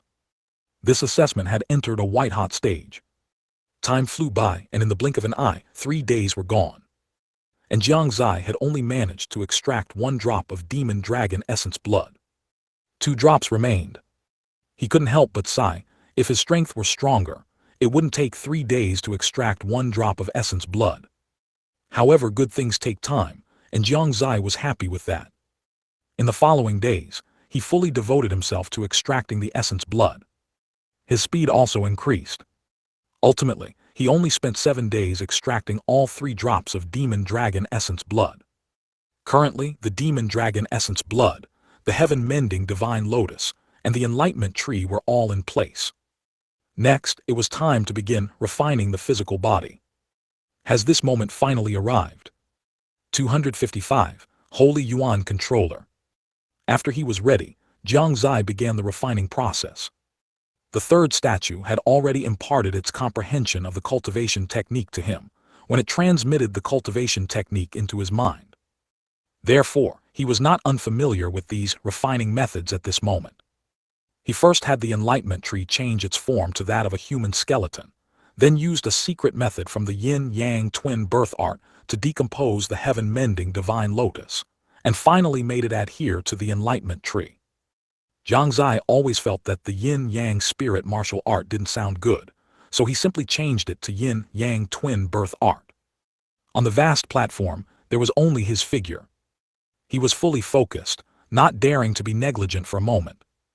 When the heaven-mending divine lotus adhered to the enlightenment tree, it had already begun to take on a human form.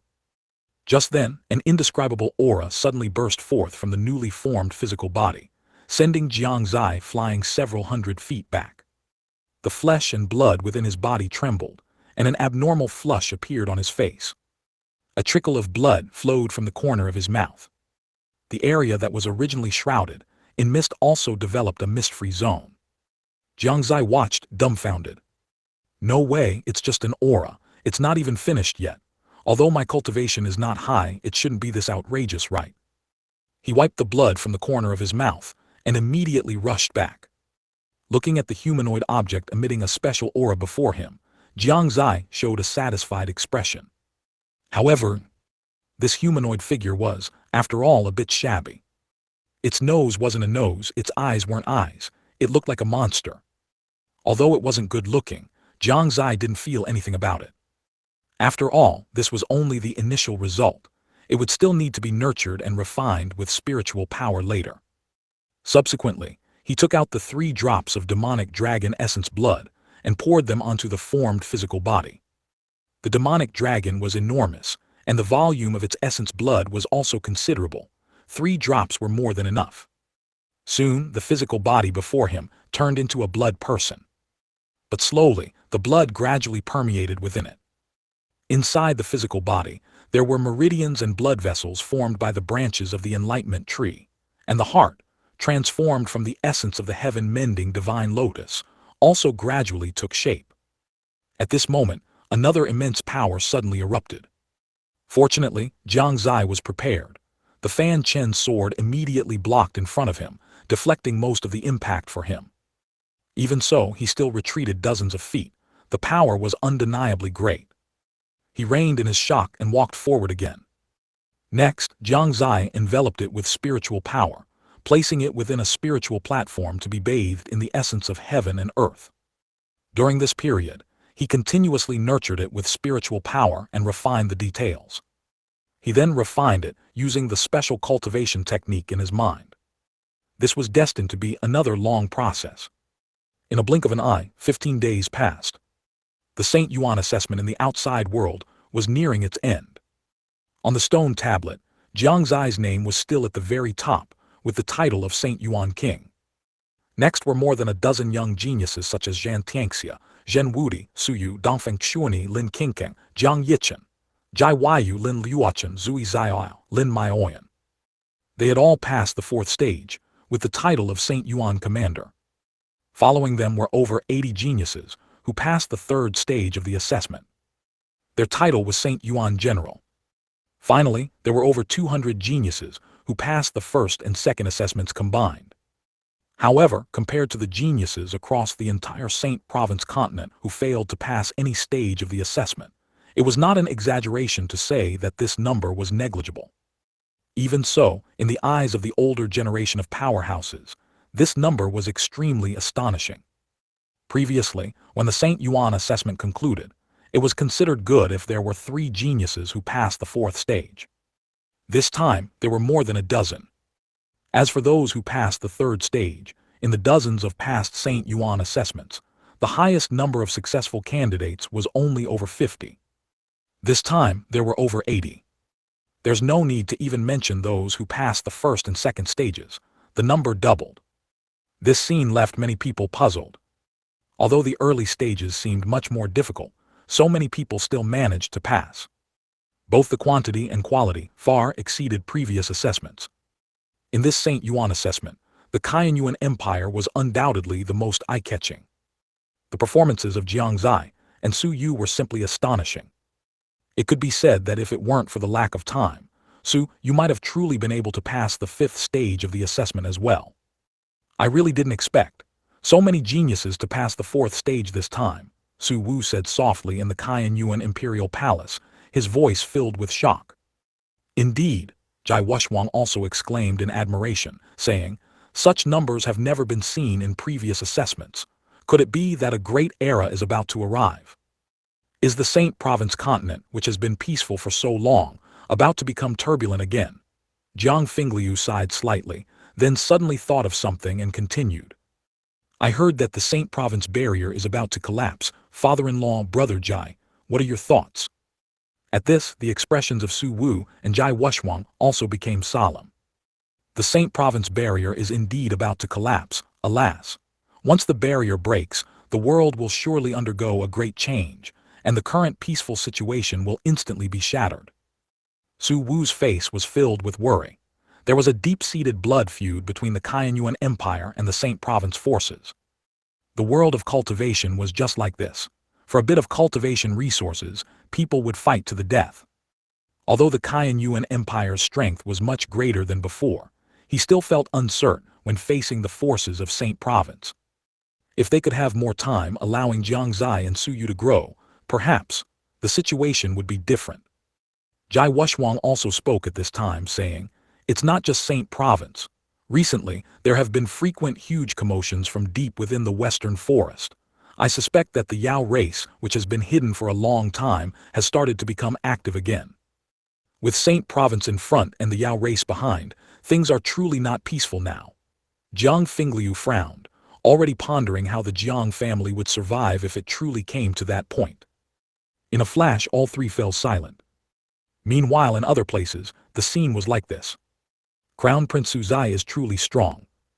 He's the only one among so many people who passed the 5th stage of the assessment. It's not an exaggeration to say he'll be recorded in history. That's natural, and you don't even need to look at where Crown Prince Suzai is from. Suzai of the Kaiyuan Empire is too strong, and that Suyu too. What kind of monsters are they? I never thought that this time, the Kaiyuan Empire of the Eastern Continent would come out on top, even surpassing the various major forces of Saint Province. Isn't that right? The Kaiyuan Empire really stole the show this time. Oh, I originally wanted to join a force, and now I have a goal, to go to the Kaiyuan Empire. Ah, you're going to the Kaiyuan Empire too, so am I. Shall we go together? Across the Saint Province continent, people were discussing the results of this Saint Yuan assessment. Among them, Jiang Xie was naturally an inescapable topic. This Saint Yuan assessment not only brought great fame to Jiang Xie, Su Yu, and others, but also caused the Kaiyuan Empire's reputation to skyrocket. It attracted the attention of many geniuses. Next, the Kaiyuan Empire was bound to usher in a surge of young geniuses joining its forces.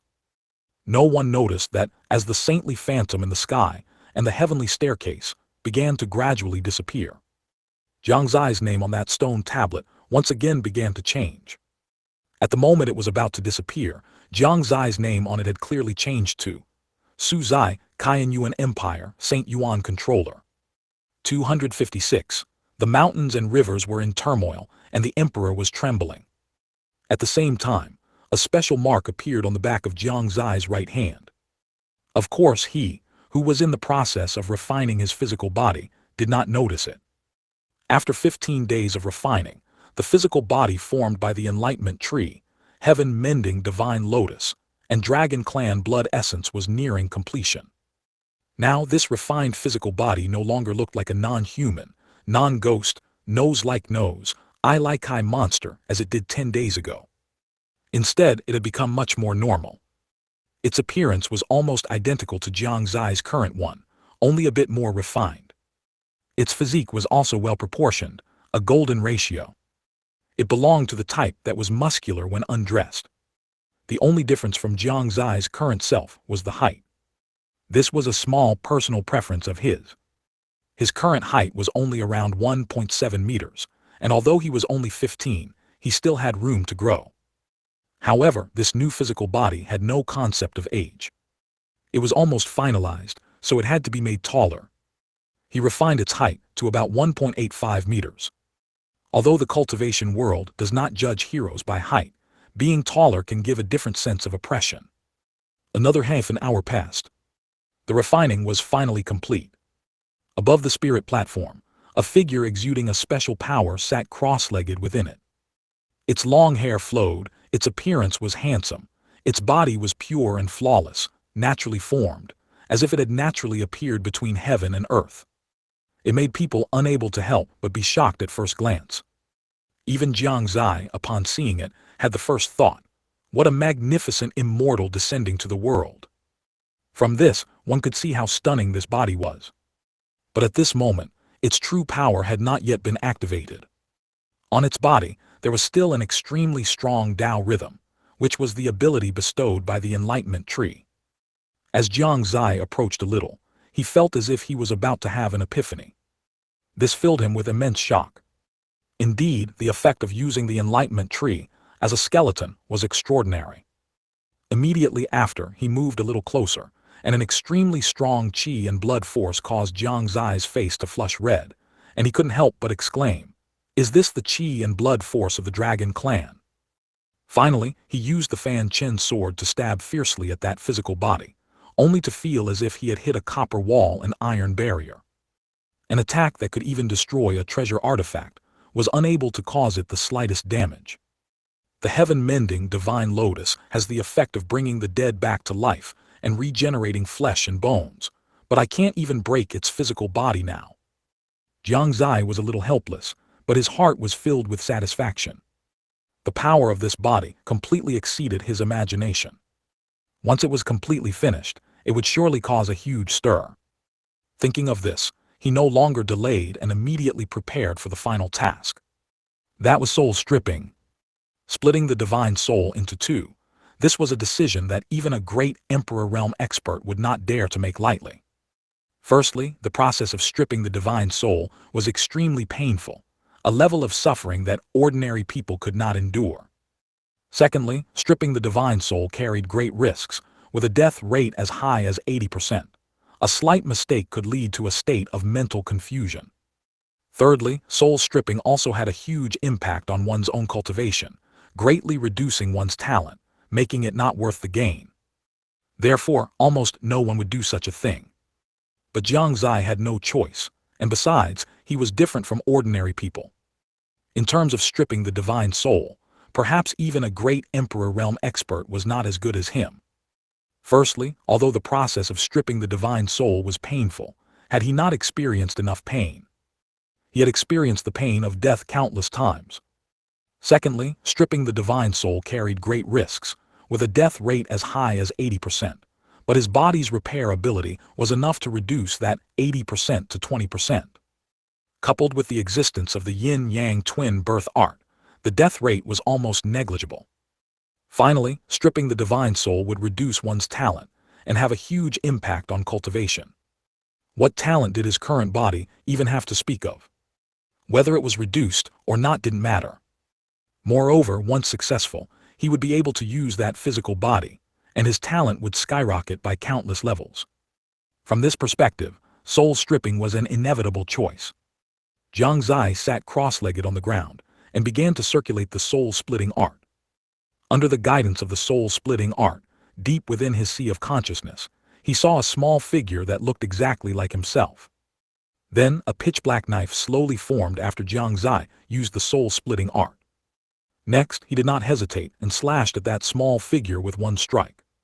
The next moment, a sound of earth-shattering pain echoed around. Jiang Xie's face instantly turned pale, and beads of sweat streamed down his forehead and chin. His lips were white, his body trembled, and his eyes were bloodshot. He had thought that having experienced death so many times, he had a certain understanding of this pain. But when it truly came to this moment, Jiang Xie still had to admit that the pain of tearing the soul was even more intense than the pain of death. He was now unable to muster even the slightest bit of strength throughout his body. His entire being also began to feel dizzy. Pain. Too painful. Pain to the point of being unable to extricate himself. At this moment, he only wanted to call for his mother, only wanted a warm embrace where he could rest. But unfortunately, there was none now. So he could only persevere. Jiang Xie gritted his teeth, not allowing himself to fall or to sleep. Now was the critical moment, and there could be no slack.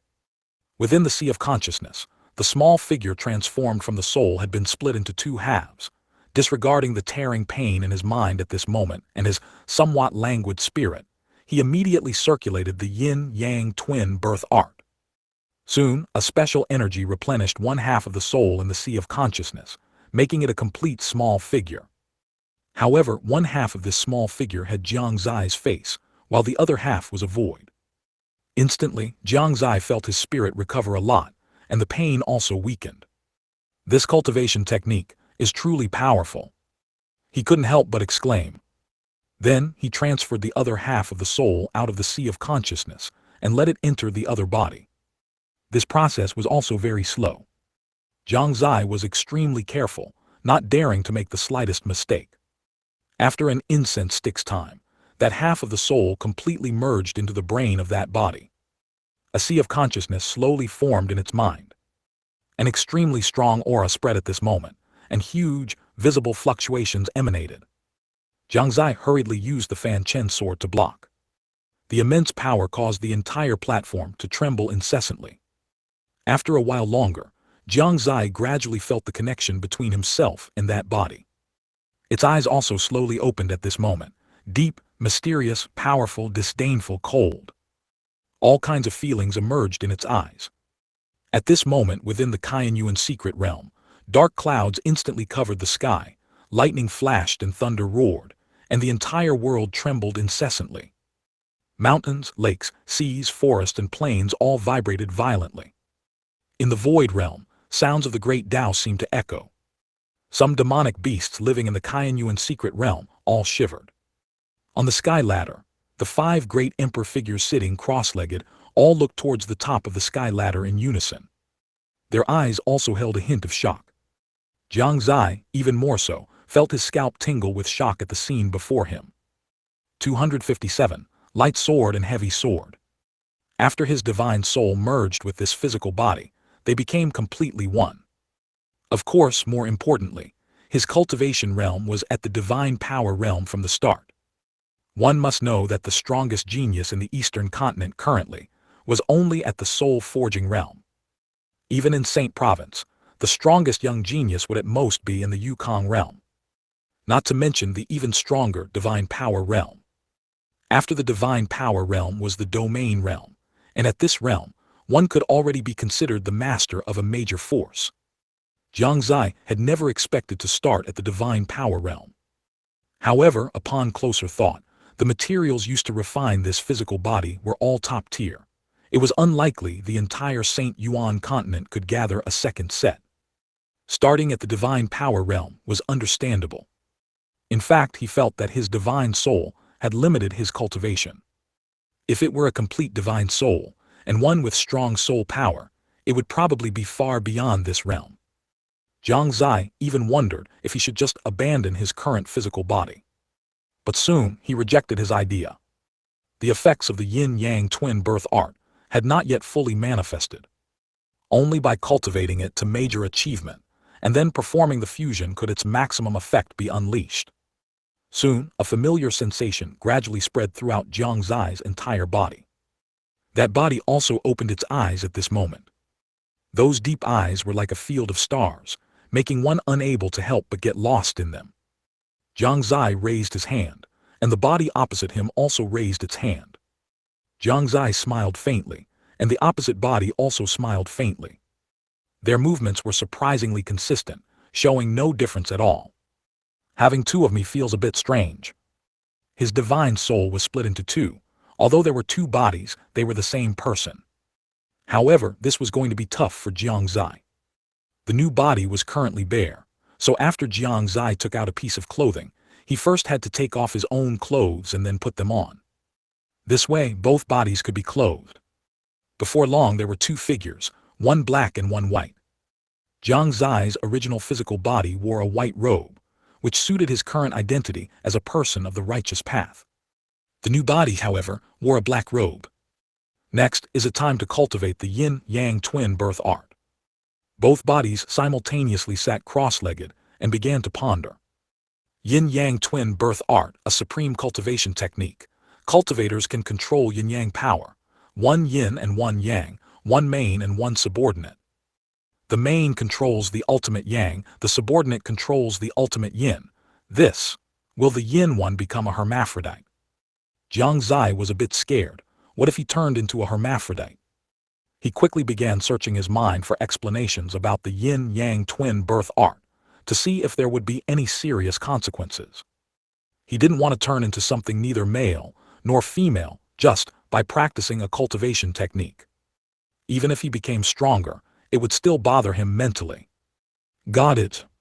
So that's how it is, then I can rest assured. A moment later, Jiang Xie finally breathed a sigh of relief. Although he would control the ultimate yin power, it would not cause any adverse effects on his body. It would merely imbue his spiritual power and martial skills with the ultimate yin power. However, he had no clear concept of what exactly this ultimate yin power did. But he only needed to know that the ultimate yin power would not cause too significant a change to him. With his concerns dispelled, it was time to cultivate. But just then, the entire Shengyuan secret realm suddenly trembled again. The huge commotion interrupted Jiang Xie's thoughts, making him involuntarily look in the direction from which the disturbance came. Upon seeing it, he was immediately filled with horror. He saw a giant vortex suddenly appear in the sky not far away. The vortex was enormous and pitch black, with flashes of lightning flickering within it. An extremely powerful aura emanated from within. Could it be some fierce creature appearing? Jiang Xie murmured, his expression turning solemn. Currently, his body had not yet recovered, and the Fanchen sword could not be used, while the other body had just been completed. He did not want to use this body to wield the Fanchen sword, unless it was an absolute crisis. Boom! A huge thunderous sound echoed, and the entire world seemed to fall into a state of oppression. A cold glint was the first to emerge from the vortex. Jiang Xie's eyes widened, seemingly unable to believe the scene before him. If he wasn't mistaken, was that a sword tip? With a sense of doubt, he looked even more intently. Slowly, the object within the vortex became clearer and clearer. Flashes of lightning swirled within it. Jiang Xie saw it clearly this time. What he had seen earlier was indeed a sword tip. And now the sword body had appeared. Jiang Xie's expression grew increasingly solemn. By the time the object inside the vortex fully appeared before his eyes, he was already stunned. It was actually a sword. But not an ordinary sword, it was a heavy sword. The heavy sword was unsharpened, its keenness restrained. The sword body had 7 stars connected, the guard was irregularly shaped, and the hilt was interwoven with silver. Jiang Xie had never seen this sword in any ancient texts. Its dramatic appearance also indicated its extraordinary nature. He didn't quite understand why this sword appeared at this moment. This sword is extraordinary. Suddenly, Jiang Xie noticed the void realm around his body trembling. The Fanchen sword actually appeared on its own, guarding him, seemingly very wary of it. Jiang Xie could feel the emotions emanating from the Fanchen sword. It was telling him to stay away from that sword. Why is this happening? It was the first time he had seen the Fanchen sword exhibit such a phenomenon. Could it be? Jiang Xie suddenly thought of a possibility. Could this heavy sword also be one of the 6 famous weapons? As soon as this thought appeared in his mind, he was certain. Nothing else could make the Fanchen sword react this way, except for another weapon that was also one of the 6 famous weapons. At this moment, he was a bit anxious. He quickly pondered countermeasures in his mind. Each of the 6 famous weapons was extraordinary. If one were targeted by it, it would be even more terrifying than being targeted by a law realm expert. Hiss! Suddenly, Jiang Xie's hair stood on end. At this moment, he could feel himself being locked onto by a surge of qi. The source was precisely the giant sword in the sky. Whoosh! The Fanchen sword instantly shot out, and in a blink of an eye it was fighting against it. A light sword fighting a heavy sword, and both were weapons of the same level. The Fanchen sword was clearly at a disadvantage. Its attacks were still somewhat weak against the heavy sword. But the heavy sword also couldn't easily defeat the Fanchen sword, as its speed was inferior. 258, Heavenly Sword. Jiang Xie looked very anxious. If this greatsword were to strike him, wouldn't he be dead? Seeing Fanchen sword fall into a disadvantage, Jiang Xie felt like running away. He didn't want to go on a pilgrimage, just as he was getting back on track. Damn it, why am I still locked onto by that qi? Why is that sword staring at me? He felt that he hadn't done anything out of line since coming here. Why would such a sword lock onto him? Could it be because of this physical body?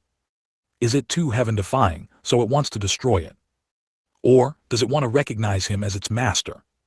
This is a bit too absurd, isn't it? He already has Fanchen sword, if another one came. Is that a bit unrealistic?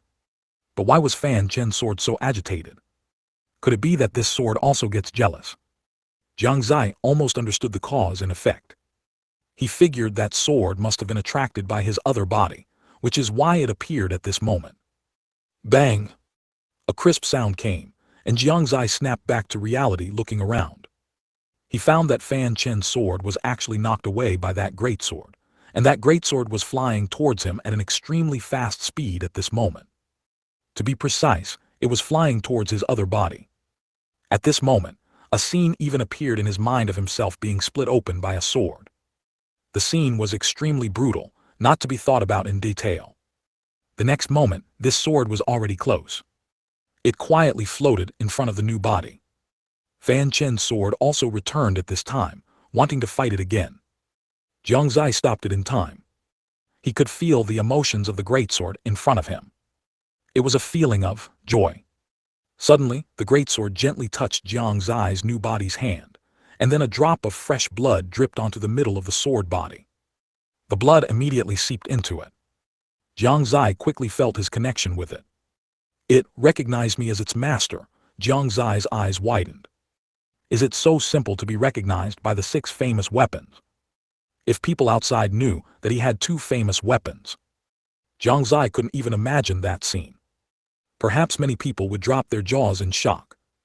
After the greatsword recognized its master, its aura converged, and many rust spots appeared on the sword body, and it flew to the back of Jiang Xie's new body. At this moment, he was a young man carrying a greatsword on his back. However, this greatsword was indeed not very good looking, just like an ordinary iron tool. Jiang Xie didn't understand. Fanchen's sword looked like a picked-up sword, although it really was picked up. And this greatsword looked like a sword made of ordinary iron. Our famous weapons all so unpretentious. You all like to pretend, don't you? So do I. Heavenly Dao Sword, this name, is a bit terrifying. Only then did Jiang Xie know the name of this greatsword. Its name, Heavenly Dao Sword.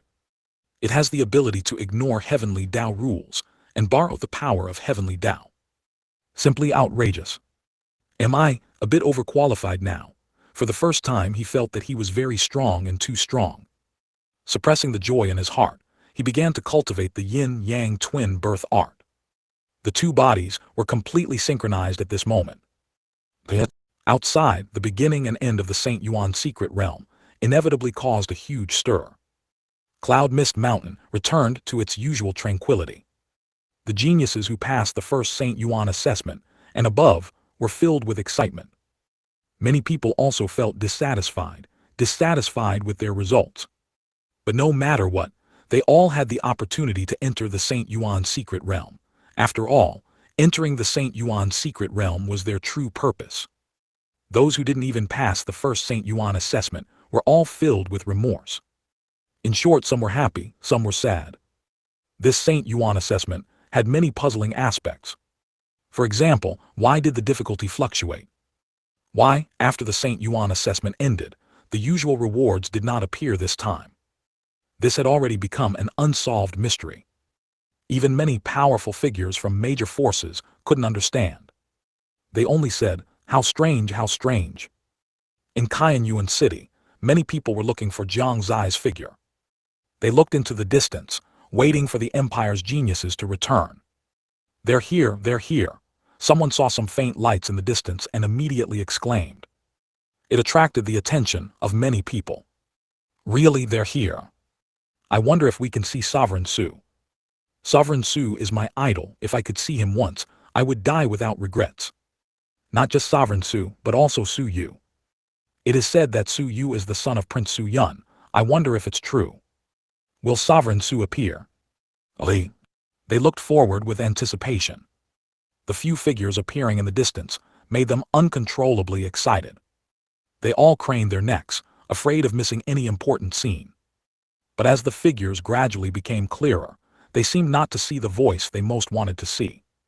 They couldn't help but feel a little disappointed. "Sigh, it seems I didn't see Sovereign Su." "Yes, what a pity. Sovereign Su is not here. I wonder where Sovereign Su went." "Fortunately, Su Yu seems to have returned. This is my first time seeing Su Yu. And Jai Saintess is also here. As expected, the rumor that Jai Saintess is Sovereign Su's Dao companion is not false." Jai Yu was very anxious. Although the feeling of heartache had disappeared for a long time, she was still worried about Jiang Xie's safety. Therefore, as soon as the St. Yuan assessment ended, she rushed to the Yuan Imperial Palace without stopping. Her purpose was to see if Jiang Xie had come out. Su Yu, on the other hand, wanted to quickly see his powerful cousin, and even more to see the Yuan Empire that his father spoke of, and his grandpa Su. So he also rushed to the Yuan Imperial Palace as soon as the St. Yuan assessment ended. Lin Maioyan was also worried about Jiang Xie's safety and went with the 2 of them. After the 3 entered Yuan City, they did not stop, heading straight for the Imperial Palace. Inside the Imperial Palace gate, a group of ministers had already been waiting there. Upon seeing the 3 figures, the ministers immediately cupped their hands and bowed, saying enthusiastically, "Su Yu, Jai Saintess, Lin Maoyan, the emperor is already waiting for you in Qianyuan Hall. The three nodded and rushed towards Qianyuan Hall. Inside Qianyuan Hall, Su Wu, Jai Wuxuang and Jiang Fingliu were already waiting.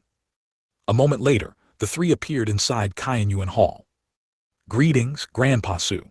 Jai Yu first respectfully said to Su Wu, then saw her father and Jiang Fingliu were also there. She immediately said, "Father and Uncle Jiang, why are you here too?" Her eyes were still full of confusion. Jai Wuxuang and Jiang Fingliu smiled without speaking. Greetings, Sovereign Su, Uncle Jai and Uncle Jiang. Lin Maoyan also cupped her hands. The three smiled slightly. Finally, only Su Yu remained. He looked at Su Wu's face, and for some reason, tears were already in his eyes. 259, I will wait for him. Su Wu's gaze also fell on him, his face filled with excitement. Faintly, he could still see his son's shadow on him. You must be you are right. Su Wu smiled broadly, trying to appear more amiable. Su Yu nodded heavily and said, I am. Are you my grandfather? Su Wu also nodded heavily and replied, That's right, I am your grandfather. Seeing such an awkward scene between the two, the surrounding people wanted to laugh but dared not. Good, excellent. Su Wu scrutinized Su Yu from head to toe and couldn't help but shout good 3 times. As expected of my Su Wu's grandson, he truly is a young genius. This child is indeed good, a 1 in 10,000 genius, Jai Wuxuang also praised. The scene was as awkward as could be. Jiang Fingliu could barely stand to watch. He had imagined numerous scenarios for the grandfather and grandson's reunion in his mind. But he never expected it to be like this.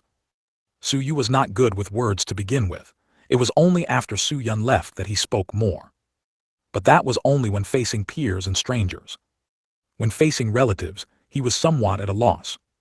Therefore, even upon seeing his biological grandfather, although he was excited, he simply didn't know what to say. As for Su Wu, despite his usual serious expression and ample words, he was also nervous in such a situation.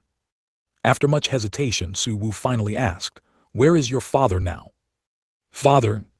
At the mention of this, tears gradually welled up in Su Yu's eyes. He suppressed the urge to cry out and said with feigned determination, Father, Father he. Having lived for so many years, Su Wu still had good judgment. As soon as he saw Su Yu's appearance, he knew that things were probably not good. This made him anxious. He asked urgently, What exactly happened to your father? Father he, Waya. Su Yu finally couldn't hold back and burst into tears. Father he exhausted himself while being pursued by enemies and accidentally fell off a cliff. He has already perished. How could this be? Su Wu's eyes were dull, and he couldn't help but retreat several steps. Since he was young, he had always been concerned about this somewhat timid son of his, and he cared for him the most. He still remembered that year, when the timid Su Yun knelt before him and said, Imperial Father, your son wishes to travel the outside world. At that time, facing Su Yun's words, he only took it as a joke. Later he found out that he was serious. At that time, he naturally did not allow it, but he did not expect Su Yun to threaten him with death. Finally, he had no choice but to let him leave. For so many years, he was constantly worried about Su Yun's safety. If it were any other offspring, perhaps he wouldn't have been so worried. But Su Yun. During that period, he constantly monitored Su Yun's whereabouts. After Su Yun left the Eastern Continent, he lost contact. Some time ago, upon hearing about a genius named Su Yu in the Qianyuan Empire, he quickly thought of Su Yun.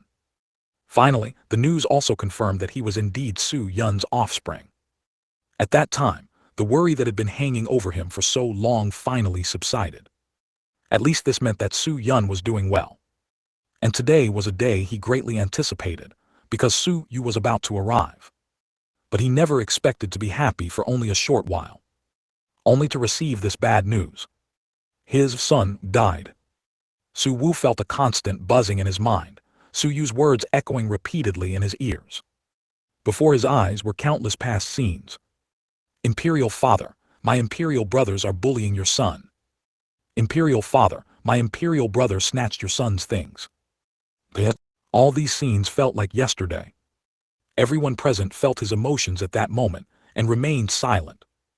Only Jiang Fingliu looked at Su Yu and Su Wu with a strange expression. Su Yun, isn't that guy doing well in the Jiang family right now? How could he be dead? Or does Su Yu simply not know that Su Yun is still alive? Jiang Fingliu's eye twitched. This is, too, entertaining. Su Yun, oh Su Yun, I never thought you'd have such courage to help your son grow. I admire you, I admire you. At this moment, in the Jiang family within Jiangcheng. Achoo! Su Yun suddenly sneezed, his eyes somewhat puzzled. Someone must be speaking ill of me outside again. Come Zio Yi, today your uncle will continue to play that. What's it called? Cockfighting with you, right? Inside the Kaiyuan Imperial Palace. Seeing Su Wu's continued low spirits, Jiang Fingliu finally couldn't hold back and sent a voice transmission. Father-in-law, Zio Yun is currently staying in the Jiang family. He's not dead. Su Wu was stunned. He looked at Jiang Fingliu with a bewildered expression. Helplessly, Jiang Fingliu had to explain the whole story to him. After hearing the whole story, Su Wu's mood finally calmed down, and he even wanted to burst out laughing. But looking at Su Yu in front of him, he still forcefully held it back. He said with a pained expression, the dead cannot be brought back to life, please accept your condolences. Since Su Yun hadn't told Su Yu, he naturally couldn't tell Su Yu either. Su Yu wiped the tears from the corners of his eyes and nodded. I know, I just couldn't hold back for a moment. Grandfather, don't worry, I won't be disheartened. Good child. Su Wu's face was filled with praise. Poor Su, you had no idea, he was still being kept in the dark. With this matter concluded, Jai Yu then spoke, Grandpa Su, I wonder if he has returned. As soon as her voice fell, she looked at Su Wu with hopeful eyes. Lin Maoyan and Su Yu beside her were the same. The three of them, Su Wu, exchanged glances. They had, of course, anticipated that Jai Yu and the others would ask this. Although they also wanted to give him good news. But the reality was, Jiang Xie still hadn't come out. Seeing the three of them remain silent, Jai Yu's face instantly dimmed. She already knew the outcome. The other two also had looks of disappointment in their eyes. There's no need to be sad. Although Zier hasn't come out, he should be out of danger, Su Wu said with a smile. Jai Wuxuang also said, your father knows you're worried about him, but right now we have no way to go in, we can only trust him. Zier has been intelligent since he was little. Even if he encounters danger, it might not necessarily cause him trouble. There's no need to worry too much. We just need to wait for his return. Jiang Fingliu also comforted her. Jai Yu wasn't doubting Jiang Xie's ability, she simply missed him. Facing the comfort of the three elders, she could only smile and say, Grandpa Su, Father, Uncle Jiang, please don't worry. Understands. I will always wait for him to come back. 260, 3 years apart. Jai Yu never expected that her wait would last 3 years. From the initial hopeful anticipation in Tangxin Pavilion, her mood slowly shifted to anxiety, then fear, and finally worry. Her emotions underwent several transformations. If Gu Shengxing of the East Tower hadn't repeatedly assured her that Jiang Xie was not dead, she would have long since despaired. Young miss, it's time to get up. Inside Tangxin Pavilion. In the largest bedchamber, Zai entered with a large basin of water. On the large bed in the center of the bedchamber lay a graceful figure. The young woman, 18 years old, wore a pink dress, her small face fair with a rosy glow, making her exquisitely beautiful. Beneath her curved willow-like brows were a pair of charming, yet somewhat lively peach blossom eyes. Her alluring cherry lips made one yearn to kiss them. Her long ponytail lay casually scattered at the head of the bed, adding to her charm. A pair of fair, straight legs were casually exposed, her jade-like body reclining, her graceful figure displayed in full view. Hearing Zai's voice, Jai Yu slowly opened her eyes and lazily sat up from the bed. She stretched, causing the newly arrived Zai to exclaim, Young miss, you're getting more beautiful every day. Zai is itching to see more. If I were a man, I would have been so captivated by young miss that I wouldn't know north from south. You and your glib tongue, Jai Yu said with a smile, rolling her eyes at her. Zai stuck out her tongue, then said with a touch of concern, Young miss, You cultivate for so long every day without resting. How can that be? If I hadn't strongly urged you to rest. I'm afraid young miss would never rest, and your body wouldn't be able to take it in the long run. Jiayu smiled but said nothing. Xiao Zai didn't mind, and busied herself placing the basin of water at Jiayu's feet to wash them, muttering to herself as she did so. It's such a pity, such a beauty, such a posture, yet no man can kiss her. I don't know what happened to the young master. It's been 3 years and he still hasn't come out of the Kaiyuan secret realm. At the mention of this, Jiayu's expression darkened. Yes. It's been 3 years. For these 3 years, she waited for Jiang Xie's arrival in Tangxin Pavilion, day after day, year after year. But every day brought only disappointment. Of course, while waiting, she wasn't idle. She diligently cultivated every day. She rarely rested, and this time, it was only because Xiao Zai urged her so insistently that she took a short break. Now, her cultivation has reached the 5th level of the Yukong realm. A Yukong realm at 18 is definitely a peerless genius. Lin Maioyan at that age was only just entering the soul-forging realm. 3 years. If she hadn't known the power of Gu Shengxing's divine calculations, she probably would have given up long ago and succumbed to despair. Alas, I don't know what the young master is thinking. Young miss is such a great beauty, and she's hinted so many times, but he's been indifferent. But Xiao Zai can also see that the young master treats young miss differently from others. The young master should have young miss in his heart, but for some reason, it's as if he's avoiding something. Xiao Zai's words made Jiayu thoughtful. Yes. She used to think that Jiang Xie had no feelings for her. It was only now, upon careful reflection, that she discovered many peculiar aspects. It was evident that Jiang Xie did have a good impression of her.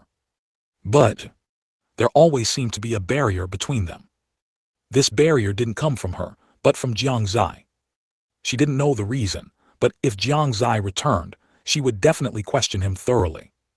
Oh right, has Uncle Wu gone to the Red Tower again? Jiayu seemed to remember something and asked Xiao Zai. Xiao Zai said exasperatedly. He said that if the young master doesn't come back, his Dao heart will collapse, and to stabilize his Dao heart, he must constantly review the young master's works. And so he said something like, young master said, sometimes venting is a good remedy for emotions, and then he went straight to the Red Tower. Uncle Wu, he really is. Jiayu was a little helpless. What if Jiang Xie learned bad habits from him? Ali.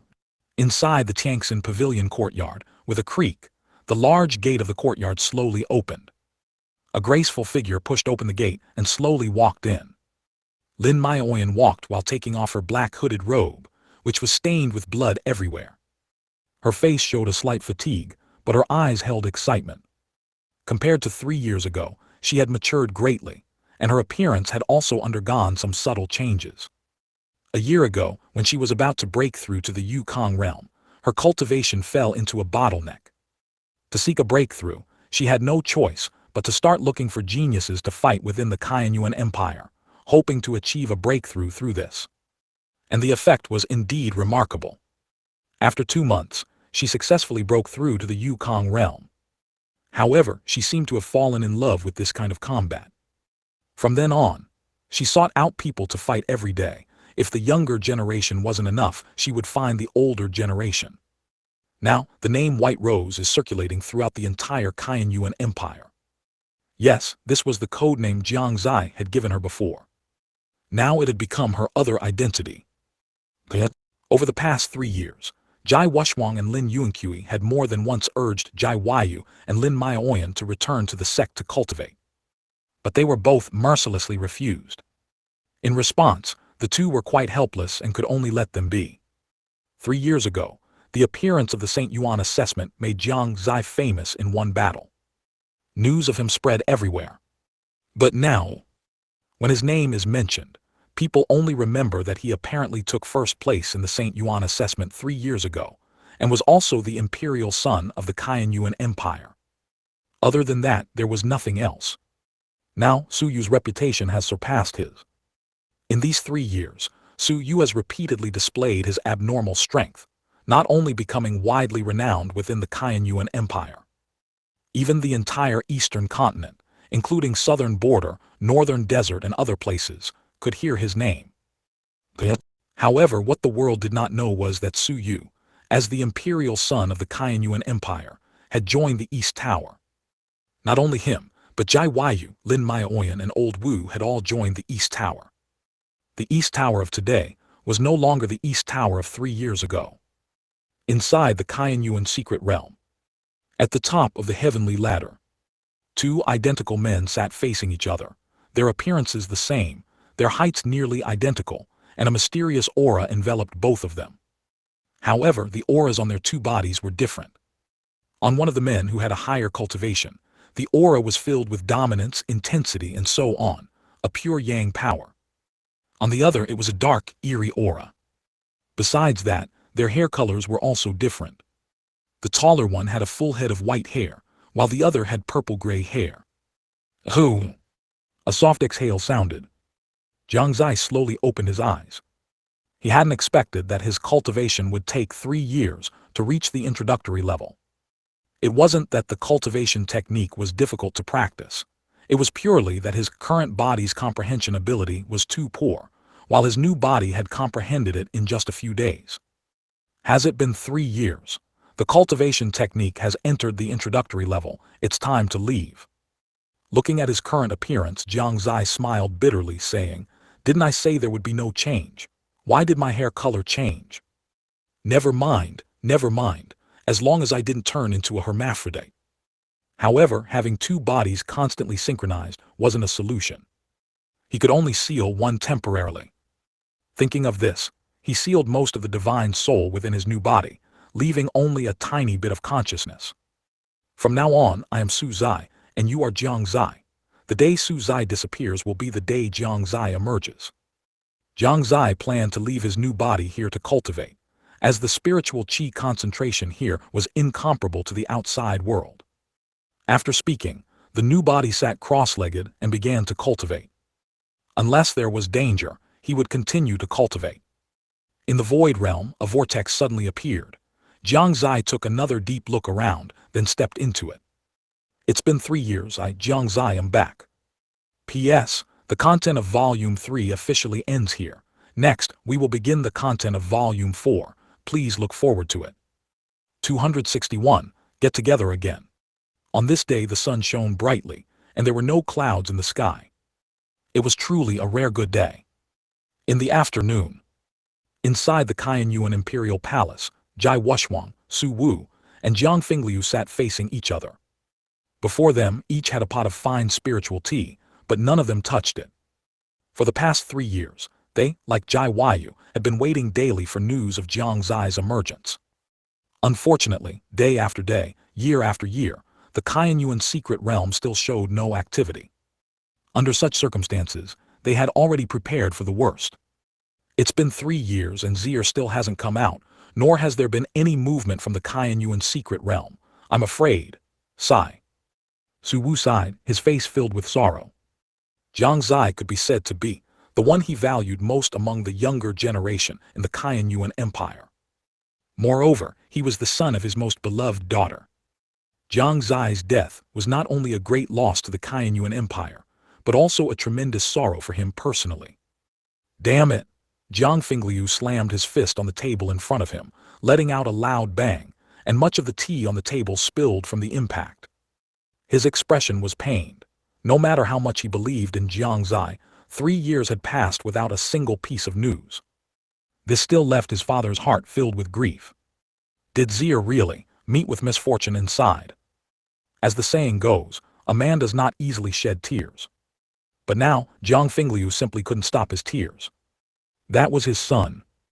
Although in the immortal realm, the fall of a descendant is normal, sadness and pain are inevitable.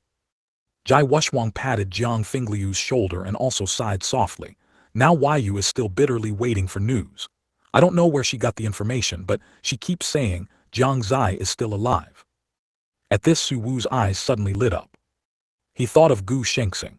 He had visited the East Tower several times, but each time Gu Shengxing was not in the tower. This made it impossible for him to ask about Jiang Xie, and asking others in the East Tower only yielded an unknown answer. It seems, perhaps Gu Shengxing had already contacted Jai Huayu. Then Jiang Xie might truly still be alive. Thinking this, he swept away his despondency and said with bright eyes, Fingliu, you don't need to be sad. If I'm not mistaken, Zier is still alive. Oh, Jiang Fingliu's gaze froze and he asked, Father-in-law, why do you say that? Do you two still remember the East Tower? Of course I remember.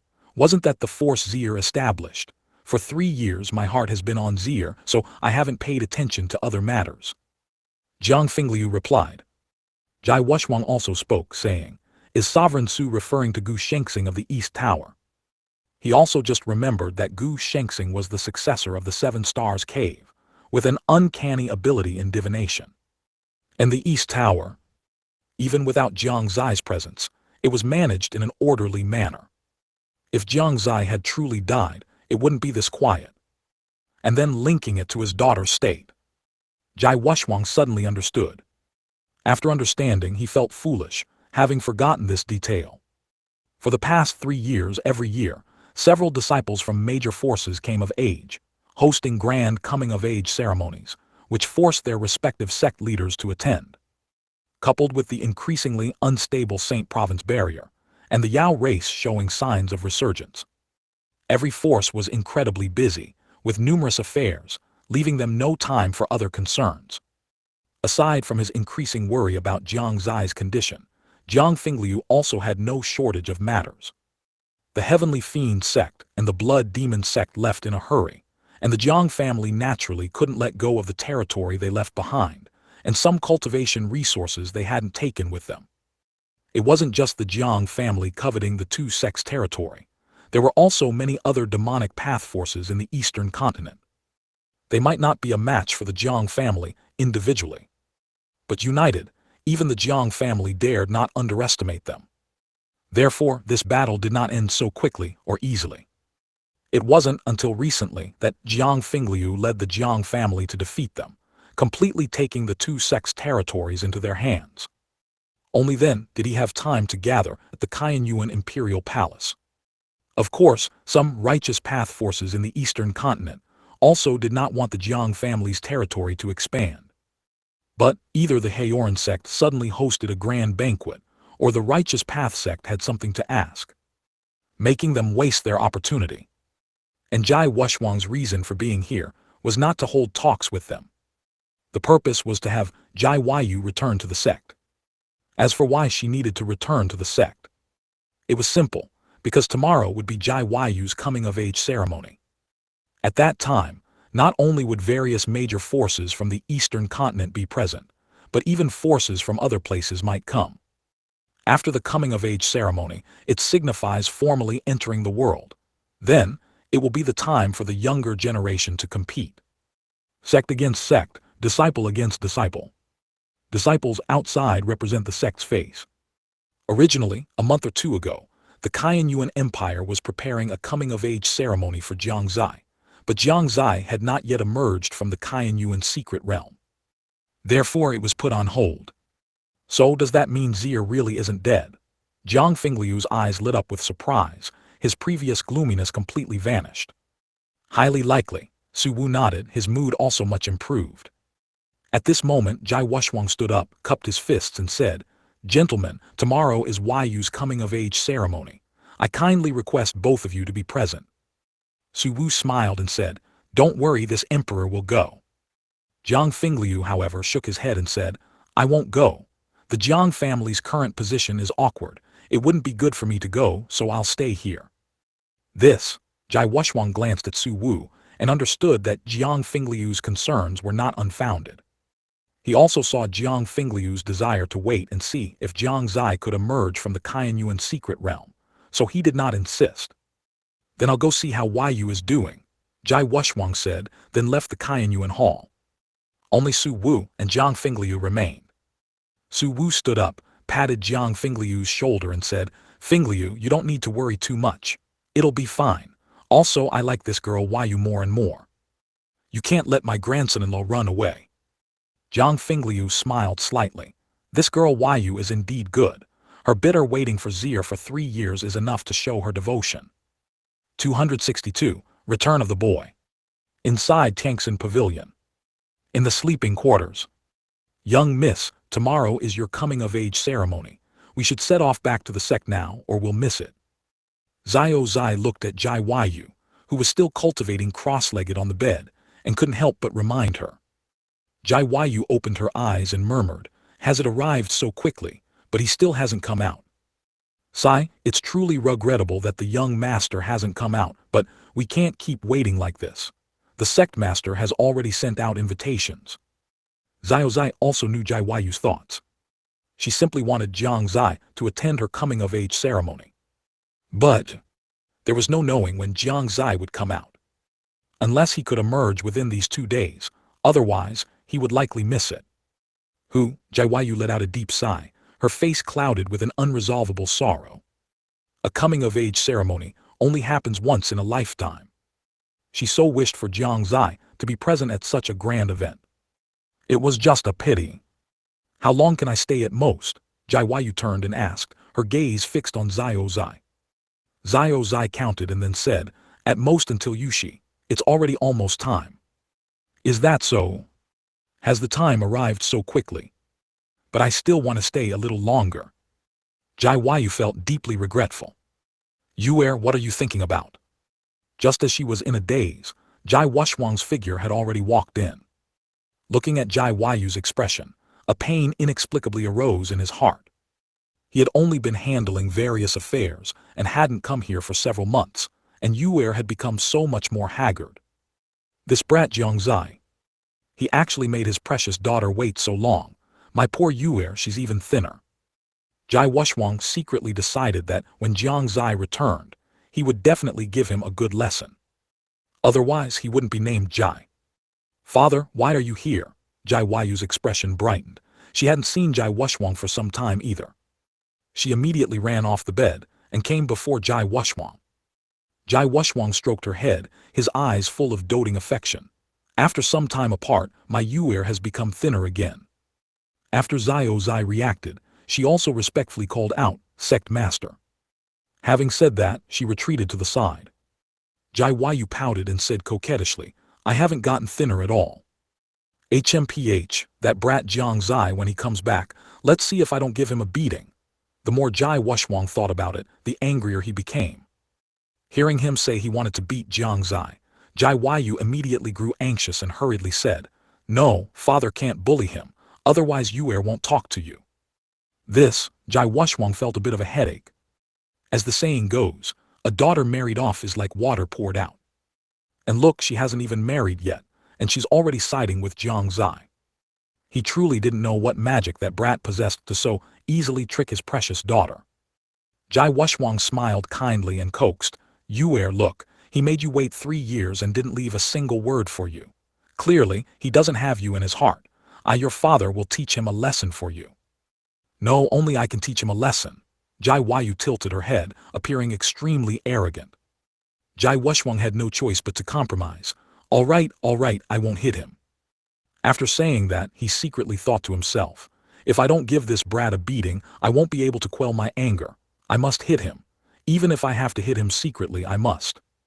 Cough, cough, all right, let's talk about serious matters. Jai Wushwang's expression suddenly turned serious as he spoke. Tomorrow is your coming-of-age ceremony. We must return to the sect now. Yuer, please prepare. Upon hearing this, Jai Yu's expression dimmed again. Her hands tightly clutched the hem of her clothes and she bit her lip. After a long while she finally spoke, Father, can it be postponed for a few days? Nonsense.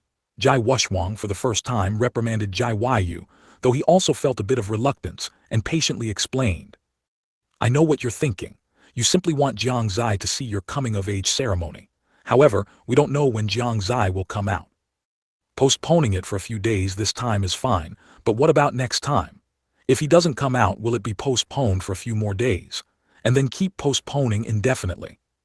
You are also someone who can stand on your own now. Please don't make father worry so much, all right? Jai Yu's heart was filled with an indescribable feeling. She understood that what her father said was not wrong. For 3 years, he had already allowed her to be willful many times. Her heart had already fallen into a struggle. The hem of her clothes was still tightly gripped in her hand, never loosening. A few breaths later, she finally sighed, her gaze blank as she said, "Then I'll do as father says." Looking at Jai Yu's lifeless eyes, Jai Wushwang didn't know what to say. He only felt an increasingly strong urge to teach Jiang Xie a lesson. If he didn't give him a beating, he really couldn't swallow this chi. This brat. Subsequently, Jai Wushwang led Jai Yu and Xie away from Tianxin Pavilion and out of Qianyuan Imperial Palace. They headed straight for Haoran Sect. Soon after Jai Wushwang and the others had left, inside the front hall of Qianyuan Hall, Su Wu's expression suddenly changed. Jiang Fingliu keenly noticed the change in his expression and asked in confusion, "Father-in-law, what's wrong? Has something happened?" Su Wu glanced at him, his face faintly showing an excited expression. Although he didn't speak, seeing his expression, Jiang Fingliu's heart also trembled, and an idea gradually formed in his mind. Could it be? It couldn't be. Has there been any movement in the Qianyuan secret realm? Jiang Fingliu's eyes lit up, his face filled with immense anticipation. Su Wu nodded excitedly and said, "Just now, I felt a faint fluctuation at the entrance of the Qianyuan secret realm. If my guess is correct." He didn't continue the rest of his sentence, but Jiang Fingliu could guess what it was. With incredibly excited feelings, the two rushed straight to the back hall of Qianyuan Hall. At this moment, in the back hall of Qianyuan Hall, following a fluctuation from the giant luminous pearl at the entrance of the Qianyuan secret realm, a figure suddenly appeared in the hall. It was a man, dressed in a black robe with purple-gray hair and a hint of a carefree smile on his lips. His eyes held a playful, cynical gaze. Having cultivated for 3 years in the Qianyuan secret realm and resolved his inner worries, Jiang Xie's personality had already changed greatly from 3 years ago. At this moment he was confident, bold, carefree and unrestrained. His entire being exuded an elusive aura. Freedom and nonchalance, this should be the first impression he gave people now. "Have I finally returned? This place hasn't changed at all." His gaze swept around, looking at the familiar scene. Jiang Xie was filled with emotion for a moment. This chi, is it father and grandfather? It seems they were already in the front hall. He chuckled softly and strode forward. On the other side from afar, Su Wu and Jiang Fingliu saw the figure of a young man. At this moment their eyes trembled, and they were completely overwhelmed by excitement. 263, the sixth assessment. The two of them could tell at a glance that the young man not far away was undoubtedly Jiang Xie. However, the Jiang Xie before them seemed to have undergone significant changes compared to 3 years ago. The changes were so great that neither of them dared to acknowledge him easily. Even though they were already standing face to face, they didn't speak immediately. Su Wu and Jiang Fingliu exchanged glances, both seeing an expression of uncertainty in the other's eyes. In contrast, Jiang Xie smiled freely. Facing his two relatives, his mood was naturally excited. But looking at them, they seemed a bit disbelieving that he was their son and grandson. Jiang Xie's expression was peculiar, and it wasn't hard to guess what they were hesitating about, so he spoke first. "Father, grandfather, it's only been 3 years, and you don't recognize me anymore." A hint of a smile played on his lips as he quietly watched the two of them. Only then did the two react. Jiang Fingliu excitedly said, "Xie, it's not that we don't recognize you, but you've changed too much over these 3 years. Even I, your father, am a bit hesitant to acknowledge you." He was right. The current Jiang Xie's voice had changed from 3 years ago, and even his appearance had altered significantly. The biggest change, however, was the aura about him. His voice was as warm as jade, yet carried a confident tone. While he was confident before, it always felt as if he lacked a bit of conviction. His appearance. Not only had his height increased considerably, but his hair color was also vastly different from before, and his face had shed much of its childishness. This made the contours of his already handsome face more defined, adding a touch of masculine aura. The confident, slightly playful smile on his lips was also something that had never appeared before. What shocked Su Wu and Jiang Fingliu the most was his aura. Compared to 3 years ago, he was like a completely different person.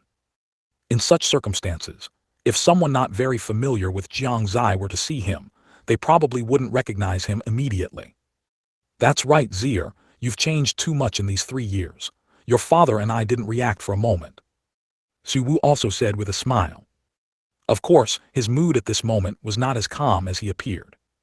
In fact, there was another important reason why the two of them didn't acknowledge him immediately. That was, they weren't sure if the person in front of them was truly Jiang Xie.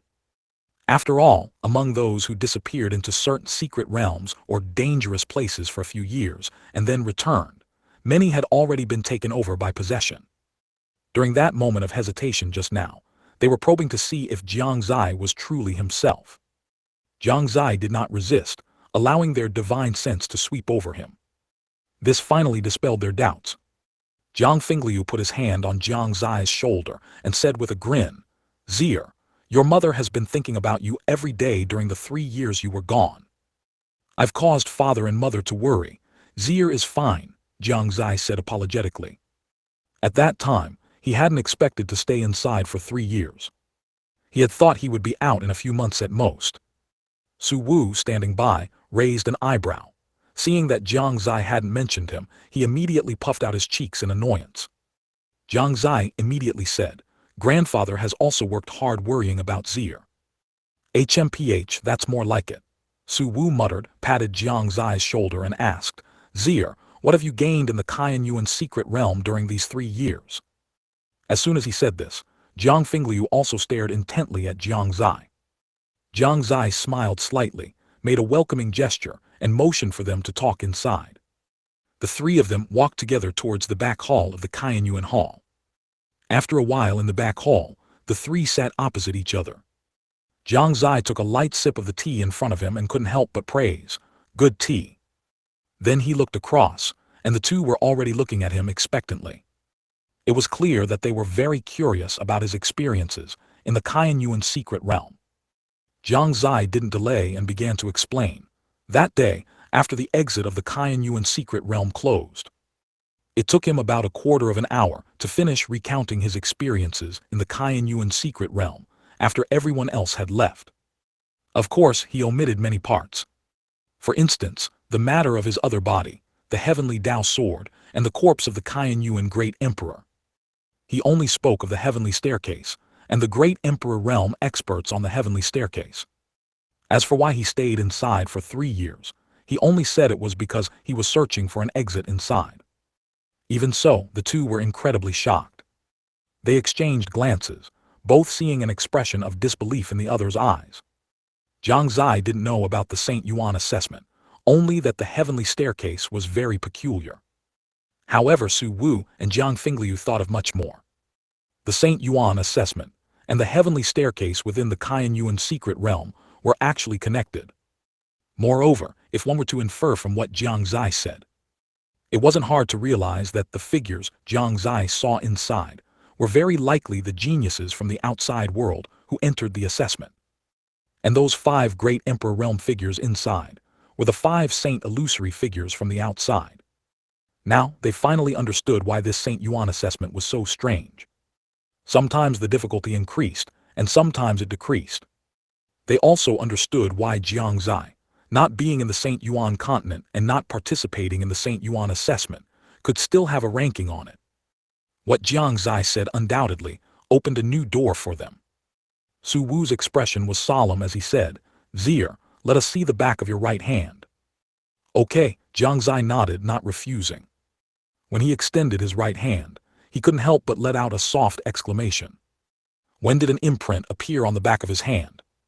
Su Wu and Jiang Fingliu also quickly looked. Upon seeing that imprint, Su Wu thought to himself, as expected. This was indeed proof of the St. Yuan assessment. However, Jiang Fingliu looked at the imprint on the back of Jiang Xie's hand and found it increasingly odd. This imprint. He frowned, thinking carefully in his mind, but couldn't find any relevant information. That's not right, he said, puzzled. Su Wu's gaze shifted over and he asked, what's wrong? Father-in-law, look carefully. This imprint doesn't match the imprints of any of the 5 stages of the assessment. Su Wu was startled and looked at it again. Upon closer inspection, he immediately gasped.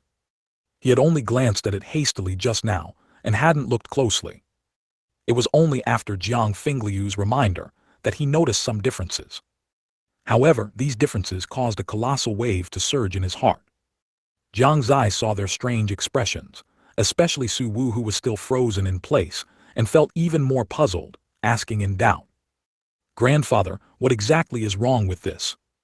Su Wu came back to his senses, looked deeply at Jiang Xie, and then, with a reminiscent expression, said, "When I was little, I unintentionally heard my grandfather at the time mention that this Saint Yuan assessment actually has not just 5 stages, but 6. However, this 6th stage is merely a legend. Throughout history, no one has truly been able to pass it. It is said that the difficulty of that 6th stage is like hell itself. Even great Emperor realm experts are not confident they can clear it. Of course, whether it's true or false is unknown, but I'm certain, Xie, this is absolutely the proof of having passed the 6th stage of the assessment." As soon as these words were spoken, Jiang Fingliu and Jiang Xie were stunned for a long time, unable to recover. 264. Offering one's body as a gift. Jiang Fingliu was shocked by Su Wu's words and the mark on Jiang Xie's hand. Jiang Xie was shocked by the words Saint Yuan assessment that came from their mouths. Could it be that the Saint Yuan assessment had already begun? Thinking of this, he quickly asked, "Father-in-law, has this Saint Yuan assessment already started? I haven't participated yet." Su Wu and Jiang Fingliu's expressions instantly turned strange. Not only had it started, it had already ended 3 years ago. "Actually, it ended 3 years ago," Jiang Fingliu explained. Jiang Xie's face darkened. He had been hoping to pass this Saint Yuan assessment and get some rewards, but he didn't expect it to have already ended before he even participated. And it had been over for so long. It was truly, extremely unlucky. However, at this moment, Su Wu slowly opened his mouth and said, "What does the past Saint Yuan assessment have to do with Xie? You already passed the assessment long ago." "Passed?" Jiang Xie was full of surprise.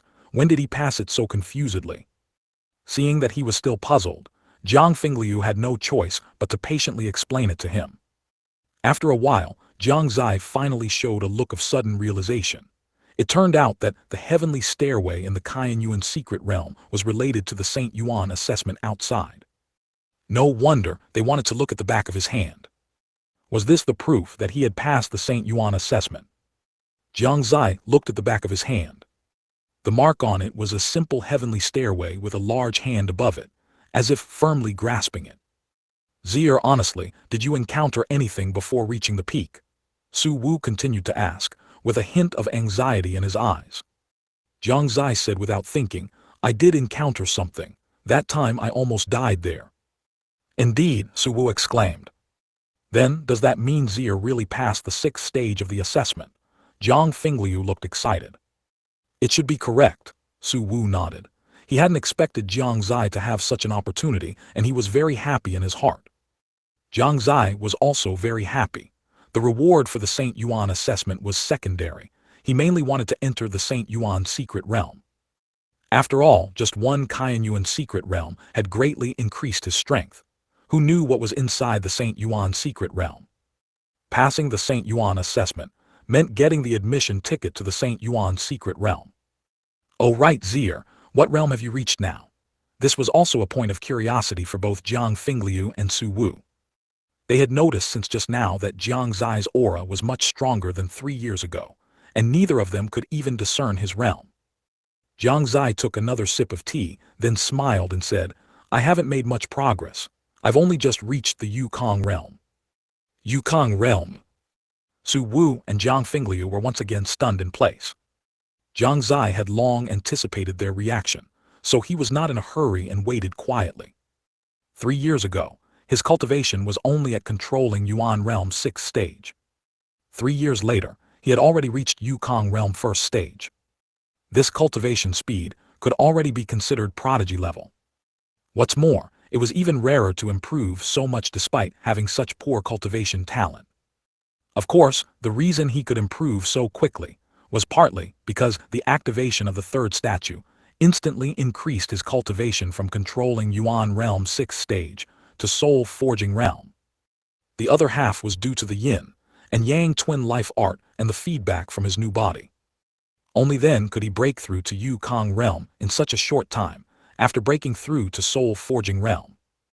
Otherwise, relying solely on his own talent, it would be a pipe dream to break through to Yukong realm within 3 years. He probably wouldn't even be able to break through to soul forging realm. One must know that even Jiang Xie, who had incredibly prodigy-level talent, was only at Yukong realm 5th stage cultivation at this moment. On the path of cultivation, the further one goes, the harder it is to break through. Without opportunity, it would take at least 100 years for an ordinary cultivator to break through to Yukong realm. And to break through to divine power realm after that is almost hopeless, because the limit for ordinary cultivators is here. Beyond that, unless there is a huge opportunity. What made Jiang Xie happiest was the cultivation of his other body. Starting at divine power realm, after 3 years, that body's cultivation had already reached divine power realm peak. He estimated that, in a little more time, he would be able to completely enter the domain realm. After being stunned for a long time, the two finally came back to their senses.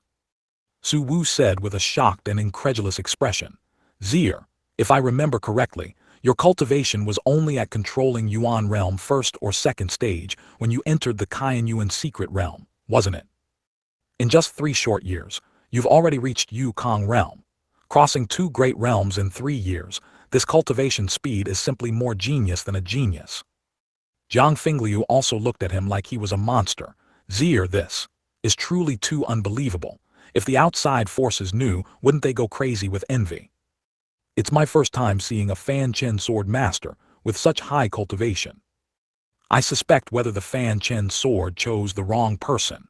This simply doesn't meet the standard. If someone like Xie can only be called a mortal, then there are no geniuses in the major forces. Now let's see who dares to contend with my Yuan empire, ha ha ha. Xie is indeed the strongest genius of my Su family. Father-in-law, that's not very moral of you, is it? Xie is clearly from my Jiang family. HMPH, Fingliu, are you going to defy this emperor? Father-in-law, it seems we haven't sparred in a long time." The two exchanged words, and as they talked, a hint of gunpowder began to emerge. Jiang Xie immediately couldn't sit still and quickly stepped forward, pushing away the two who had already rolled up their sleeves. "I say, grandfather and father, how old are you two? Why are you still so childish? I am both a member of the Jiang family and the Su family. You two should stop arguing." "Since Xie has said so, I won't argue with you." Su Wu looked smug. Jiang Fingliu also didn't persist. "Father-in-law, your son-in-law thinks you should be more polite to me in the future, otherwise, I'll let Xie return to the Jiang family." "You dare," Su Wu huffed and puffed, but he softened after a few breaths and conceded, "This is all for Xie's face. Don't think this emperor is afraid of you." Once the two stopped arguing, Jiang Xie finally had the chance to ask, "Where is Xiao Yuer now?" "Hey, I almost forgot if Xie hadn't mentioned it." Su Wu slapped his head, just about to speak, but Jiang Fingliu beat him to it. "Tomorrow is Yuer's coming-of-age ceremony. She just left with Wushwang not long ago. She kept mentioning you until she left. You boy, don't let her down. Indeed, this girl Yuer is very much to my liking. Xie, you must not bully her," Su Wu also said. "Don't worry, I will." Jiang Xie nodded slightly. He only just learned that tomorrow was Jiang Yu's coming-of-age ceremony, and he couldn't help but feel a little fortunate. If he had come out one day later, he probably would have missed it. Since that was the case, then tomorrow, he would give Xiao Yuer a big gift. He wondered if she would like it if he gave himself as a gift. Jiang Xie's expression was strange, as if he imagined himself jumping out of a large box, while Jiang Yu had a stunned expression. It seemed very fun. 265. Young master, you have such a cruel heart. After chatting for a while longer, Jiang Xie walked out of Yuan Hall. Jiang Fingliu also returned to the Jiang family, to inform Su Jiru of the good news that Jiang Xie had returned. Stepping out of Yuan Hall, Jiang Xie clearly felt the unusual gazes of the two guards outside the hall. Only after Jiang Xie left did the two guards quietly start talking to each other. "Hey, who do you think that was just now?" "I don't know, it seems I haven't seen such a young man enter Yuan Hall before. When did the Imperial Palace have such a handsome young man?" Do you feel that the young man just now looked a bit familiar? Li. Jiang Xie walked through the imperial palace on his own. He continuously observed the scenery along the way. 3 years had passed, yet it felt like yesterday. Tomorrow was Jai Yu's coming-of-age ceremony, and since he still had some time, he decided to first go back to Tianxin Pavilion to take a look. He just wondered if old Wu had slacked off on his cultivation over the past 3 years. Who is that young man? How can he be so handsome? His hair color is also very strange. It's actually purplish gray. Is there such a young man in the imperial palace? In the imperial palace, figures walked by from time to time, and Jiang Xie's appearance naturally easily attracted the attention of others. From time to time, people uttered sounds of confusion and amazement. Jiang Xie was not surprised by this. He did not stop walking, but merely smiled slightly at everyone from time to time. In recent days, Su Han had been organizing the disciples who had entered the Shengyuan secret realm 3 years ago to prepare a congratulatory gift for Jai Yu's coming-of-age ceremony. After all, Jiang Xie had been trapped in the Shengyuan secret realm because of them. For 3 years, they had felt guilty every day. And Jai Yu and Jiang Xie had an extraordinary relationship, so they also wanted to do their part. Sai, it's a pity. If only Su Zai, my cousin, could also attend this coming-of-age ceremony, otherwise, we would feel guilty for a lifetime. Su Han sighed faintly. He even suspected whether Jiang Xie had encountered some misfortune in the Shengyuan secret realm. What gift should I give to Jai Saintess? As soon as he thought of this, Su Han also had quite a headache. That young man's temperament is too refined, isn't it? Whose descendant is this? I can't even perceive what level his realm has reached. Just as he was worrying about the gift, a commotion ahead caught his attention. Su Han looked puzzled and walked towards the crowd. At first glance, he was stunned by the young man in front of him. Refined temperament, mysterious aura, peerless countenance, unrestrained, he mumbled to himself. In his heart, he just wondered where this young man came from. He simply made people feel ashamed of themselves. But soon, the more he looked, the more something felt off. Not only did he feel a sense of familiarity. More importantly, the man seemed to have noticed him and was walking towards him with a smile. What's going on? Do I know him? This question only appeared in Su Han's mind for a moment. It was then interrupted by a voice. What cousin, you don't recognize me so quickly? Jiang Xie said with a slight smile. Cousin, he actually called young Lord Su Han cousin. But why have I never seen this man before? It's truly strange. I wouldn't say I know most of the young geniuses in the palace, but at least 90% of them. There's no such person. You haven't forgotten, have you? There's one more person. Who? That would be Lord Su Zai. Hiss, now that you mention it, he really does look a bit like him. Su Han heard the words of the people around him. He looked at the man in front of him who called him cousin. That sense of familiarity gradually intensified, blending with the image of Jiang Xie in his memory. After a while, he directly jumped up. He pointed a finger at Jiang Xie and said stammeringly, You, are you cousin Su Zai? He trembled all over, falling into immense excitement. It was only because Jiang Zai's change was too great that he didn't recognize him for a moment. That's right, it's me, Jiang Xie smiled. You're finally back. Woo-woo. Su Han actually burst into tears of joy at this moment. If the others who had entered the Shengyuan secret realm that day knew, they would probably be in the same state. What? He's Lord Su Zai. Oh my goodness, Lord Su Zai has actually appeared. Ever since the St. Yuan assessment began 3 years ago, Lord Su Zai's figure has not been seen. It is rumored that he entered seclusion. 3 years have passed. Has Lord Su Zai finally emerged from seclusion? So it's Lord Su Zai, no wonder he looks so extraordinary. That's great. Now, let's see how arrogant the geniuses from other forces can be. A series of sounds erupted from the surrounding crowd, and many people looked at Su Zai with shocked expressions. Even though Jiang Xie had been forgotten by many in the outside world for 3 years, and the number of times he was mentioned had gradually decreased. Yet in the hearts of the people and officials of the Shengyuan Empire, Su Zai was truly the #1 genius of the Shengyuan Empire. After 3 years, The news of Jiang Xie's reappearance was so inspiring that someone immediately wanted to share this news with others. Su Han was no exception. He excitedly patted Jiang Xie's shoulder, then, without saying a word, he just ran off. He wanted to tell the disciples who had entered the Shengyuan secret realm that Jiang Xie had returned. Seeing his anxious appearance, Jiang Xie shook his head helplessly and continued walking towards Tianxin Pavilion. Where is he? Where is he? Where is Lord Su Zai? I heard Lord Su Zai has emerged from seclusion. What? Lord Su Zai has become even more handsome. You, a grown man, can't even control yourself. Quickly take me to see him. Soon, the news of Jiang Xie emerging from seclusion spread rapidly throughout the imperial palace. What? Xie is out. A voice simultaneously came from the 3 imperial prince residences. The 3 imperial princes immediately rushed to Qianyuan Hall, eager to get definite news from Su Wu.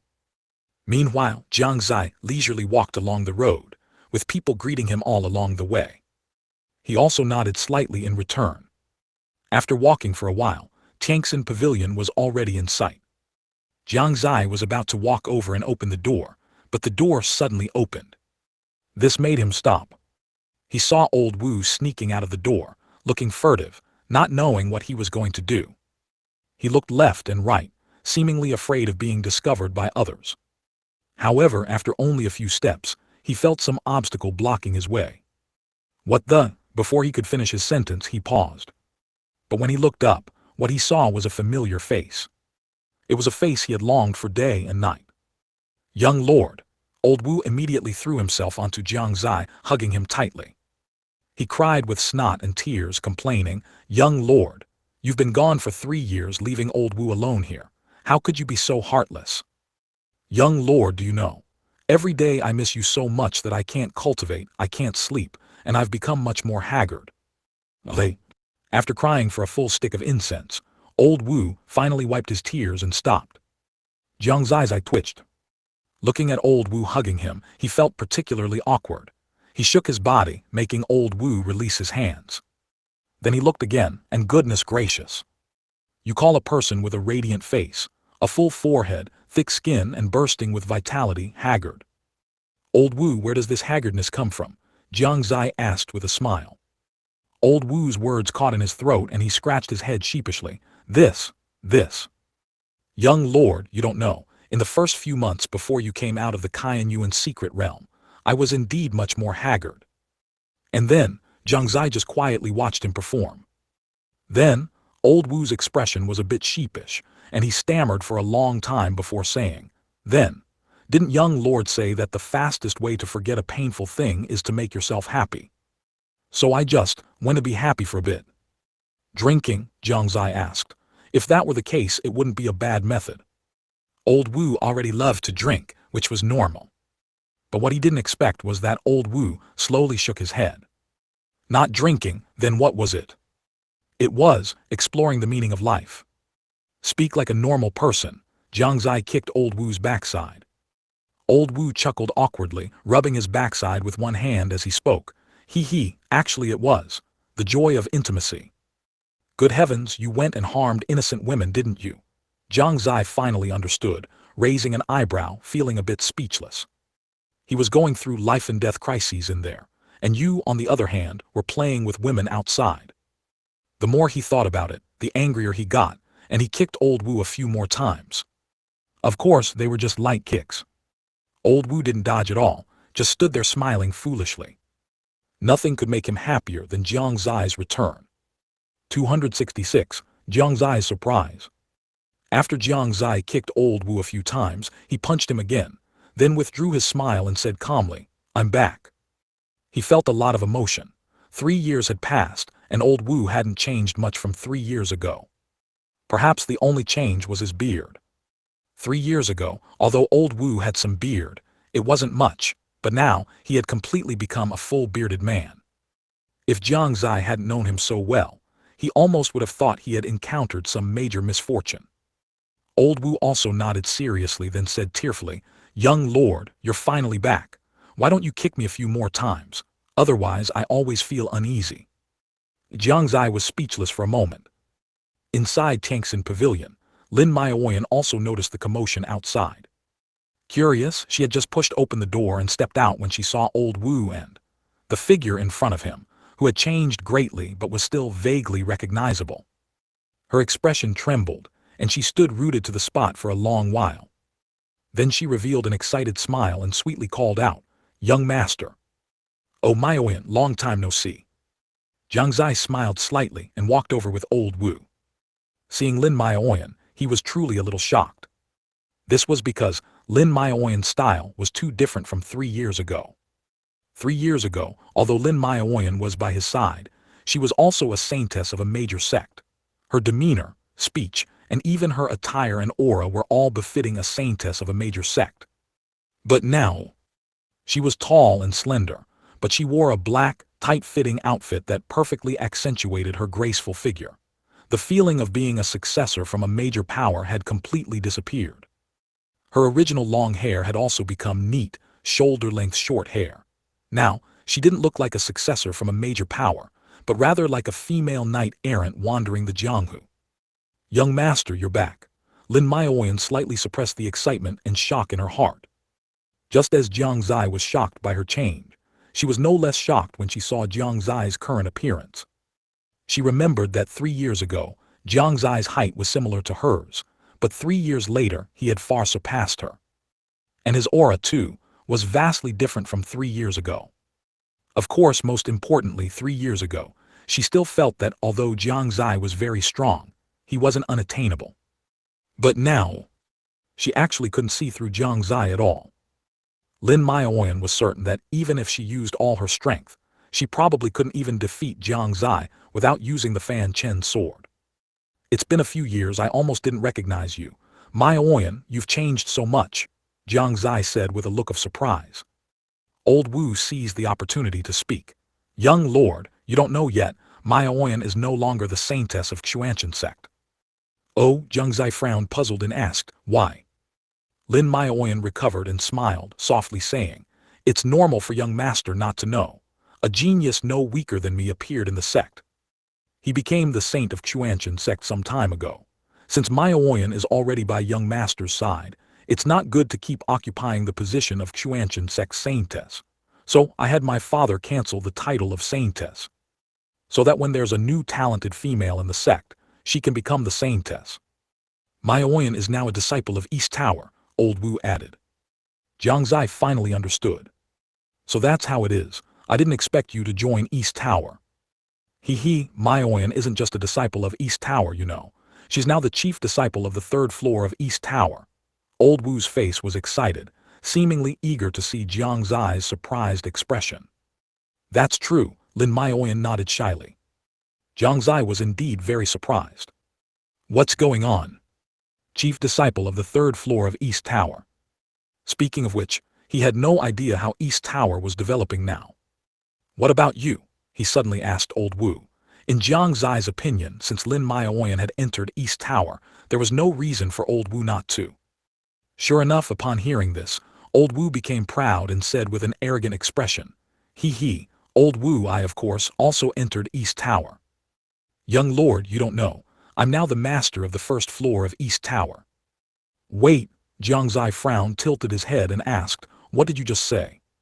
"I'm now the master of the 1st floor of East Tower," old Wu repeated, his face filled with pride. Shocking Jiang Xie was truly very satisfying for him. Such opportunities were truly rare. Jiang Xie then realized that in these 3 years, East Tower had probably undergone tremendous changes under Gu Shengxing's leadership. "Can you tell me what the situation of East Tower is like now?" "Young lord, let's go inside and talk." "All right, then let's go inside and talk." 267. My uncle is back. Subsequently, the 3 entered the courtyard within Tiangxin Pavilion. Inside a small pavilion, the 3 sat on one side, and on the stone table, a pot of excellent tea had been brewed. Jiang Xie first took a sip, then said, "Tell me, what exactly is the situation with East Tower now?" Uncle Wu immediately became serious and said, "I don't know the specifics, I only know that about 2 years ago, we met a person. His name is Gu Shengxing, and he claimed to be the deputy leader of East Tower, wanting to invite us to join East Tower." Uncle Wu and I initially didn't want to join, but he said the leader of East Tower was young master, so we went to visit with a half-believing, half-doubting attitude. After confirming that it was indeed a force created by young master, we joined together, Lin Maioyan also said. Deputy leader, that's not bad. Jiang Xie took a light sip of tea. He had long wanted Gu Shengxing to be the deputy leader, but before he had a chance to say so, 3 years had already passed. When he created East Tower, besides Jai Waiyu, Uncle Wu and Lin Maioyan were indeed unaware. And then, Jiang Xie asked again. What he cared about more was what happened afterward. Uncle Wu continued. Then, about a year ago, the deputy leader suddenly gathered us, and then held a meeting. The general content was that East Tower would begin to formally establish order and so on. Lin Maioyan spoke again. At that time, the deputy leader announced that each floor of East Tower would be managed independently, with each floor acting like a small sect. They could recruit disciples and select leaders. Uncle Wu was appointed as the leader of the first floor of East Tower at that time, which is the leader of East First Floor. Not bad. If my realm wasn't too low, I would have to be the leader of the third or fourth floor, Uncle Wu said with confidence. Of course, that's what he said, but Gu Shengxing had wanted him to be the leader of the third floor, not the first. He felt that his realm still had a considerable gap compared to other leaders, so he voluntarily said he would only be the leader of the first floor. I see, Jiang Xie nodded heavily. He had also thought of this idea, but he just felt it wouldn't be easy to implement, so he didn't mention it. Yet, he never expected that Gu Shengxing had actually solved these problems. Jiang Xie once again rejoiced that he had met him. With him around, he truly felt much more relaxed. Gu Shengxing's help to him was immensely significant. If Gu Shengxing were a woman, he might have fallen for her. Such a capable subordinate is hard to find even with a lantern. Is the strength of each floor also different? Jiang Xie continued to ask. Uncle Wu nodded and said, Indeed, not only are there differences in the talent and strength of the disciples, but also in the strength of the leaders. Lin Maioyan's clear, cold voice also rang out again. Between each floor of East Tower, the higher up you go, the stronger the disciples' talent and strength, and the stronger the leader's strength. Speaking of this, she was incredibly emotional. She had originally thought that as the saintess of a major force in the Eastern Continent, her talent and strength, if not top tier, at least ranked among the best in the Eastern Continent. But when she arrived at East Tower, she realized there were actually quite a few people whose talent surpassed hers. They simply lacked resources, which led to their slightly weaker strength. She didn't know how Gu Shengxing found those young geniuses. She only knew that after they obtained cultivation resources, their cultivation speed was astonishingly fast. In fact, based on her strength, she could have easily been the chief of East Fifth Floor.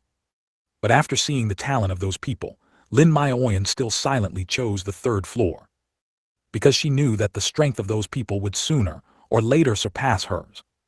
Indeed, Jiang Xie's eyes showed a thoughtful expression. This coincided with his own ideas. Gu Shengxing was too terrifying. Luckily, he was on his side. If he were an enemy, he feared he wouldn't be able to rest or eat in peace. He wondered, are all the disciples of Seven Stars Caves so formidable? If they were all like this, then Seven Stars Caves' destruction was not unjust. Oh, by the way, Miss Jai is also a disciple of East Tower now. She's much more formidable than me. She's the chief of East 7th Floor. Suddenly, Lin Maioyan seemed to remember something and brought up Jai Waiyu. Why did she also join East Tower? Jiang Xie was a bit helpless. It wasn't that he didn't want Jai Waiyu to join, but he was afraid Jai Wushuang would cause him trouble. Jai Wushuang was just like Lin Yuanqui. Moreover, he might even be his future father-in-law. This girl's talent is indeed very strong. Jiang Xie smiled and continued to ask, how many disciples and powerhouses does East Tower have now? This, Uncle Wu and Lin Maioyan looked at each other, then both shook their heads. We really don't know this. Each floor of East Tower is now completely self-managed. We don't know the situation of other floors, nor do we know their details. If young master wants to know, I'm afraid you'll have to go to East Tower in person and ask deputy leader. Probably only he would know. Is that so? After understanding, Jiang Xie didn't ask any more questions. Instead, he became interested in their realm. He glanced at Lin Maioyan and found that she had actually reached Yukong realm first level, and her talent was also not weak.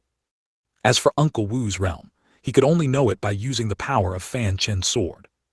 After a few breaths, he also learned Uncle Wu's realm. Divine Power Realm 6th level, an increase of 3 levels from 3 years ago. It was considered decent, after all, the further one cultivates, the slower the speed. Moreover, Uncle Wu's talent was not very strong, so reaching Divine Power Realm 6th level was already quite good.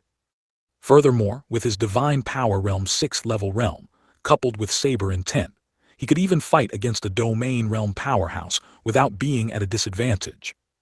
Being the leader of East Tower's first floor was also fitting. He just didn't know what realm that girl Jiawayu had reached. At this moment within Haoran Sect, numerous disciples could be seen everywhere. They were in a hurry, and smiles were on everyone's faces.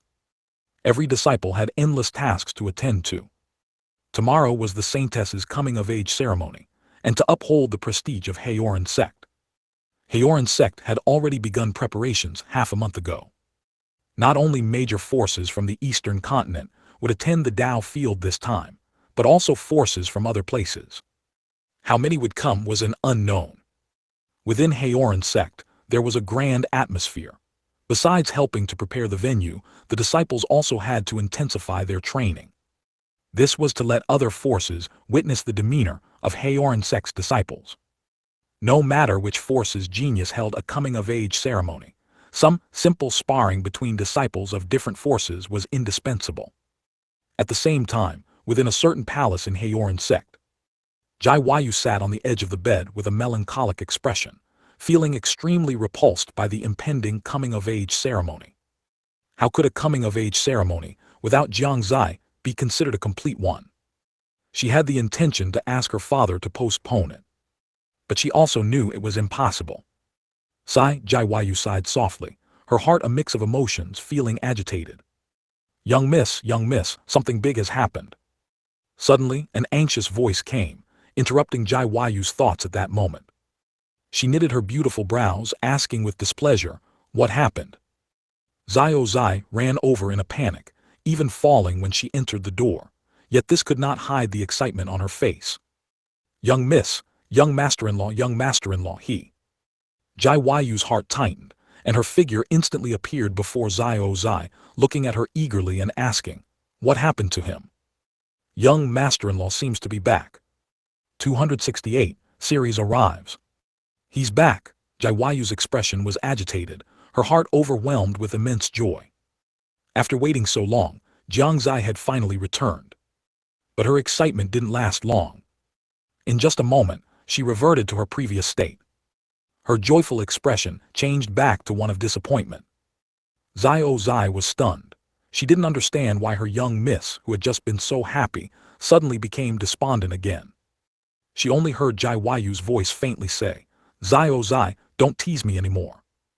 I know this is all fake, just a lie you told to make me participate properly in tomorrow's coming-of-age ceremony, right? I understand. You don't need to worry, I won't run away. No, it's not. Zai grew anxious, unable to imagine that this was the reason for Jiawayu's change in mood. She was so flustered she became incoherent. No, young miss, you guessed wrong, it's real, it's really real. Don't try to deceive me anymore, I know. Jiawayu sighed deeply. Zai began pacing around anxiously. Young miss, this is news from the Qianyuan Imperial Palace. Jiawayu's eyes lit up but quickly dimmed again as she casually asked, if it's true, when did you say he came back? It seems he's been back for a while, Zai said without hesitation. Jiawayu's face grew even darker. I see. That's not right, young miss, shouldn't you be happy? Zai no longer knew what to do. She even wondered if Jiawayu was possessed. Her attitude was clearly off. She even wondered if Jiawayu was possessed. Young miss, what's wrong with you? Have you suffered some kind of blow? Tell Zai. Her tone was urgent, and she looked at Jiawayu with a worried expression. Jiawayu merely sighed faintly, saying, I'm fine. You really don't need to do these things to deceive me. I won't run away. If he had returned long ago, why wouldn't he come to find me? You're clearly just trying to make me happy. Although she said this, she still held on to hope in her heart. She decided to believe it for a while. If by tomorrow morning, she hadn't seen Jiang Xie or received a message from him, then it would mean it was false. Xiao Zai was completely frozen in place. She no longer knew how to explain. Jai Yu's words made her start to doubt herself. Could it be that this was truly a lie concocted by the sect master? Ali. As dusk fell, within the Yuan Empire Imperial Palace. Inside Tangxin Pavilion, Jiang Xie, Old Wu and Lin Maioyan, who had been discussing for several hours, were now thinking about what gift to give Jai Yu tomorrow. After much thought, Old Wu and Lin Maioyan both looked towards Jiang Xie in unison. If they were to say what gift would make Jai Yu happiest, it would undoubtedly be Jiang Xie. They all knew Jai Yu's feelings.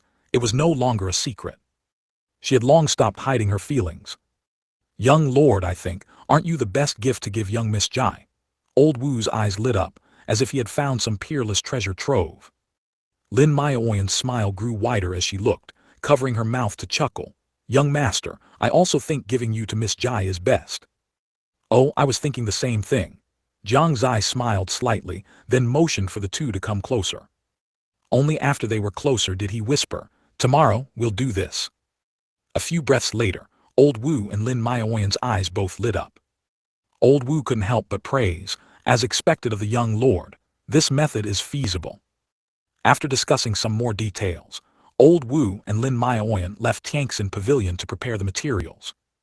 After both of them left, Jiang Xie raised an eyebrow, looked towards a certain corner and said with a faint smile, since you've come, why not show yourself? As his voice fell, a figure appeared in a corner.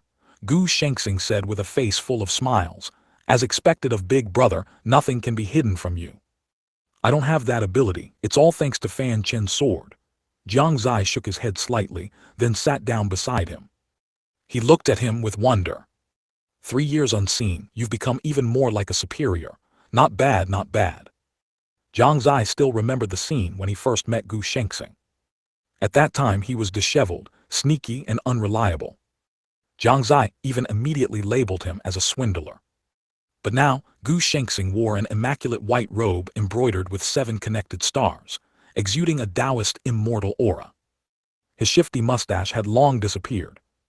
His complexion was full, rosy, and his entire demeanor was renewed. He possessed both the aura of a superior and a mysterious quality. Gu Shengxing smiled faintly, sat down opposite Jiang Xie on his own accord and said humbly, this is all thanks to Big Brother. If it weren't for Big Brother, I might still be a fortune-telling boy wandering the streets. Gu Shengxing now felt that the most correct decision he had ever made was to follow Jiang Xie. 3 years ago, after Jiang Xie encountered a crisis, he used his divine calculation techniques daily to predict Jiang Xie's condition. Unfortunately, he found nothing. This made him begin to feel uneasy. But he didn't know which day it started. He discovered that his cultivation speed had increased by several times. His cultivation also continuously rose. From that time on, he knew that Jiang Xie had certainly overcome the crisis. After reaching this conclusion, he completely relaxed and devoted his energy to the process of building the East Tower. Over the past 3 years, he had entered dangerous situations countless times, and gone out countless times to recruit talented disciples. He had led people countless times to seize resources in the secret realm. Thus the East Tower progressed rapidly. By now it had achieved some results. But this was still far from enough. There were not enough disciples, and the number of strong individuals still did not meet the requirements. By the way, how many people are in the East Tower now? How many disciples? And how many strong individuals? These were the questions Jiang Xie was most concerned about regarding the East Tower. 269. Current status of the East Building. Gu Shengxing nodded. He was here to inform Jiang Xie of East Tower's current situation. 3 years ago, East Tower only had a few disciples and a few powerhouses. Now, after 3 years of development, East Tower has over 1,000 disciples, although there is still a certain gap compared to other major forces. The overall talent of East Tower's disciples surpasses many major forces. As for East Tower's powerhouses, in addition to Yan Wufeng, Zhou Tao, Song Su, and Song Wu, 3 more domain realm powerhouses, dozens of divine power realm powerhouses, and many Yukong realm powerhouses have been added. Jiang Xie nodded secretly. Domain realm powerhouses are extremely rare in the entire Shengyuan Continent now, and most of them are distributed among the major forces. Loose cultivator powerhouses are pitifully few. To add 3 new domain realm powerhouses within 3 years has far exceeded his expectations. The number of disciples has also reached over 1,000. Gu Shengxing paused, then continued. Now East Tower is equivalent to 9 forces merged into one. Each tower has autonomy. But if the main tower gives an order, they must obey. And the main tower, I call it Heavenly Tower or Eastern Heavenly Tower. Who is in this Heavenly Tower? Jiang Xie asked. Gu Shengxing immediately replied, currently only you and I. I see. What about the specific situations of each tower? Jiang Xie continued to ask. Gu Shengxing answered one by one. The current tower master of East One Tower is Wu Fan. I believe Big Brother is also aware of his strength. East One Tower has 500 disciples, all above Ning Yuan Realm 5th stage. Around 15 years old. The chief disciple is 15 years old, controlling Yuan Realm 1st stage. In addition, there are 10 Yukong Realm protectors and 4 Divine Power Realm elders. The Tower Master of East 2 Tower is a newly joined Domain Realm 1st stage powerhouse named Zhang Yuan. It has 300 disciples, almost all of whom are in the early stage of controlling Yuan Realm, aged 16 to 17. The chief disciple is 16 years old, controlling Yuan Realm 5th stage. It has 15 Yukong Realm protectors and 6 Divine Power Realm elders. The Tower Master of East 3 Tower is a newly joined Domain Realm 2nd stage powerhouse named Jiang Xie. It has 100 disciples, with cultivation levels mostly around controlling Yuan Realm 6th stage, around 18 years old. The chief disciple is Lin Maoyan, Yukong Realm 1st stage. It has 18 Yukong Realm protectors and 7 Divine Power Realm elders. Wait. Hearing this, Jiang Xie finally couldn't help but speak. Earlier, when he heard Lin Maoyan say she was the chief disciple of East 3 Tower, he didn't think much of it. But now that he heard it, isn't there too much of a difference?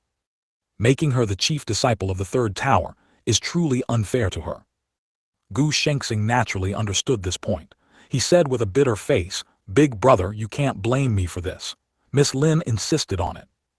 No matter how I persuaded her, it was useless, so I could only compromise. Jiang Xie nodded and said, I understand, but this is indeed somewhat inappropriate. Gu Shengxing pondered for a while before saying, since that's the case, then it needs to be changed. After changing it, it will be a normal arrangement. Then the chief disciple of the 3rd Tower will be Suan, controlling Yuan Realm 9th stage. Suan, is that the Suan I know? Jiang Xie didn't forget that East Tower was given to him by Suan. Gu Shengxing nodded, exactly. Jiang Xie truly didn't expect that even he had joined East Tower. Continue. The Tower Master of East 4 Tower is Song Wu, Domain Realm 3rd stage. It has 50 disciples, all with Soul Forging Realm cultivation, mostly in the early stage of Soul Forging Realm, around 19 years old. The chief disciple is Qin Feng, 18 years old, Soul Forging Realm 7th stage. It has 20 Yukong Realm protectors and 8 Divine Power Realm elders. Qin Feng, he's one of the 2 disciples who first joined East Tower, right? Jiang Xie still remembered how they looked when they first entered East Tower. At that time, they already had controlling Yuan Realm cultivation. Now they have reached Soul Forging Realm 7th stage. This cultivation speed is indeed fast. If it weren't for their poor foundation in the early stages and lack of cultivation resources, they would have been much better after entering East Tower. Otherwise, with their talent, it wouldn't be impossible for them to break through to Yukong Realm. Yes, they are now considered our East Tower's top geniuses, and they are not bad in the entire Eastern Continent, Gu Shengxing also praised. Then he continued, the Tower Master of East 5 Tower is Song Su, Domain Realm 4th stage. It has 30 disciples, most of whom have Soul Forging Realm 5th stage cultivation, around 20 years old. The chief disciple is Yi Ling, 18 years old, Soul Forging Realm 9th Stage. It has 22 Yukong Realm Protectors and 9 Divine Power Realm Elders. Yi Ling, I didn't expect his cultivation to reach Soul Forging Realm 9th Stage. Jiang Xie was shocked again. Gu Shengxing smiled slightly and continued. The Tower Master of East 6th Tower is Zhou Tao, Domain Realm 5th Stage. It has 10 disciples, with cultivation levels around Soul Forging Realm 8th Stage, averaging 20 years old. The chief disciple is Lin Maioyan, 21 years old, Yukong Realm 1st Stage. It has 8 Divine Power Realm Protectors and 1 Domain Realm 1st Stage Elder. The Tower Master of East 7 Tower is Yan Wufeng, Domain Realm 7th Stage. It has 3 disciples, 2 of whom have Yukong Realm 1st Stage cultivation, 21 years old.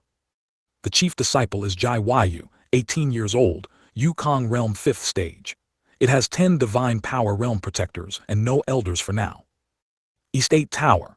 There is no Tower Master for now, only one chief disciple named Su Yu, 18 years old, Yukong Realm 3rd Stage. No Protectors for now and no Elders for now. Wait, Su Yu. Jiang Xie couldn't help but widen his eyes. What is this about? How did even he join East Tower? Big brother, you don't know yet, do you? Actually, this Su Yu is your cousin, and he is also the wielder of Wrathful Soul Spear, one of the 6 famous weapons. Gu Shengxing chuckled. Jiang Xie didn't know how to describe his feelings. Didn't his cheap maternal grandfather stop him? In short, after listening to Gu Shengxing's introduction of East Tower's current situation, he couldn't calm down for a long time. He didn't expect such huge changes to have occurred in just 3 years. East Tower has been completely transformed, and he himself has become the master of a major force. Big brother, this is only the early stage. Later, when more powerhouses and talented disciples join, adjustments will be made again.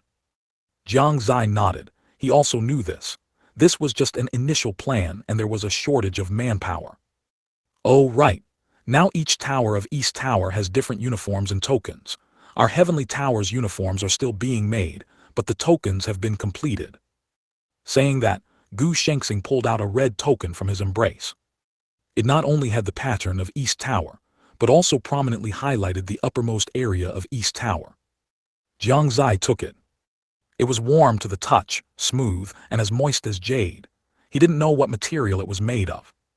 Big brother, this is made of special materials and requires a drop of blood for recognition. Gu Shengxing reminded him. Jiang Xie was a bit surprised. This thing even required a drop of blood for recognition. It really is you, Gu Shengxing. After sighing, he cut his index finger and squeezed out a drop of blood into it. The token glowed faintly for a moment, then dimmed. Subsequently, Jiang Xie discovered that he had established a connection with this token. Not only that, he could even see the appearance of East Tower by using this token. This truly astonished him. He couldn't help but exclaim, Gu Shengxing, you are simply amazing. Gu Shengxing rubbed his nose, not knowing what Jiang Xie meant by amazing. But it seemed like it wasn't an insult. Since everything has been explained, big brother, I will return to East Tower first. After chatting for a while, Gu Shengxing cupped his hands and bid farewell. Jiang Xie did not force him to stay. It was then that he realized it was already midnight. Their casual chat had taken several hours. Is Zhao Yuer's coming-of-age ceremony approaching? Looking at the bright moonlight, a smile curved at the corner of Jiang Xie's mouth.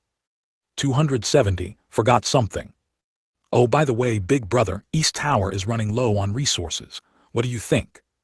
Just as Jiang Xie was immersed in the moonlight alone, Gu Shengxing's figure appeared beside him again, and this sudden remark almost made Jiang Xie jump.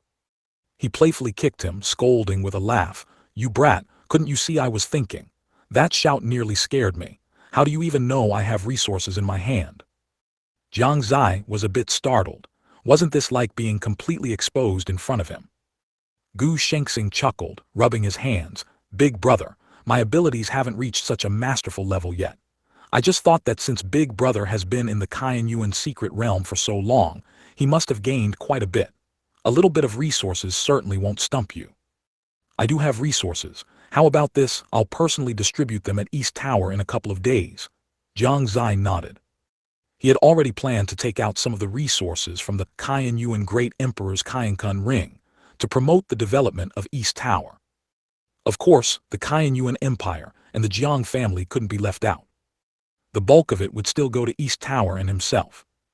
Gu Shengxing nodded slightly and said, "That's good. It's also time for those new disciples to see who the young lord of East Tower is." After speaking, he cupped his hands to Jiang Xie once again. "Big brother, then I'll head back first." "Go." The next morning, when Jiang Xie woke up, Uncle Wu and Lin Maioyan had already brought back an exquisitely styled box. He took a look and indeed, it was very exquisite. The box was about 1 person tall, with various patterns on its surface, and a large red silk ribbon wrapped around it. Inside the box were 2 layers of space. Jiang Xie had already imagined himself hiding in the bottom layer, waiting for Jai Yu to see the gift in the top layer, and then coming out to give her a surprise. He wondered what kind of expression she would have at that time. Would it be happiness, surprise, or life chi? Not bad, Jiang Xie nodded with satisfaction. Uncle Wu stood with his hands on his hips, saying proudly, "Young lord, I spent a lot of money to get this box." Lin Maioyan rolled her eyes at him, saying, "Young master, don't listen to Uncle Wu's nonsense, it didn't cost much at all." "Ha ha ha ha, Uncle Wu, have you been drinking too much lately and run out of spirit stones?" Jiang Xie saw through his thoughts at a glance.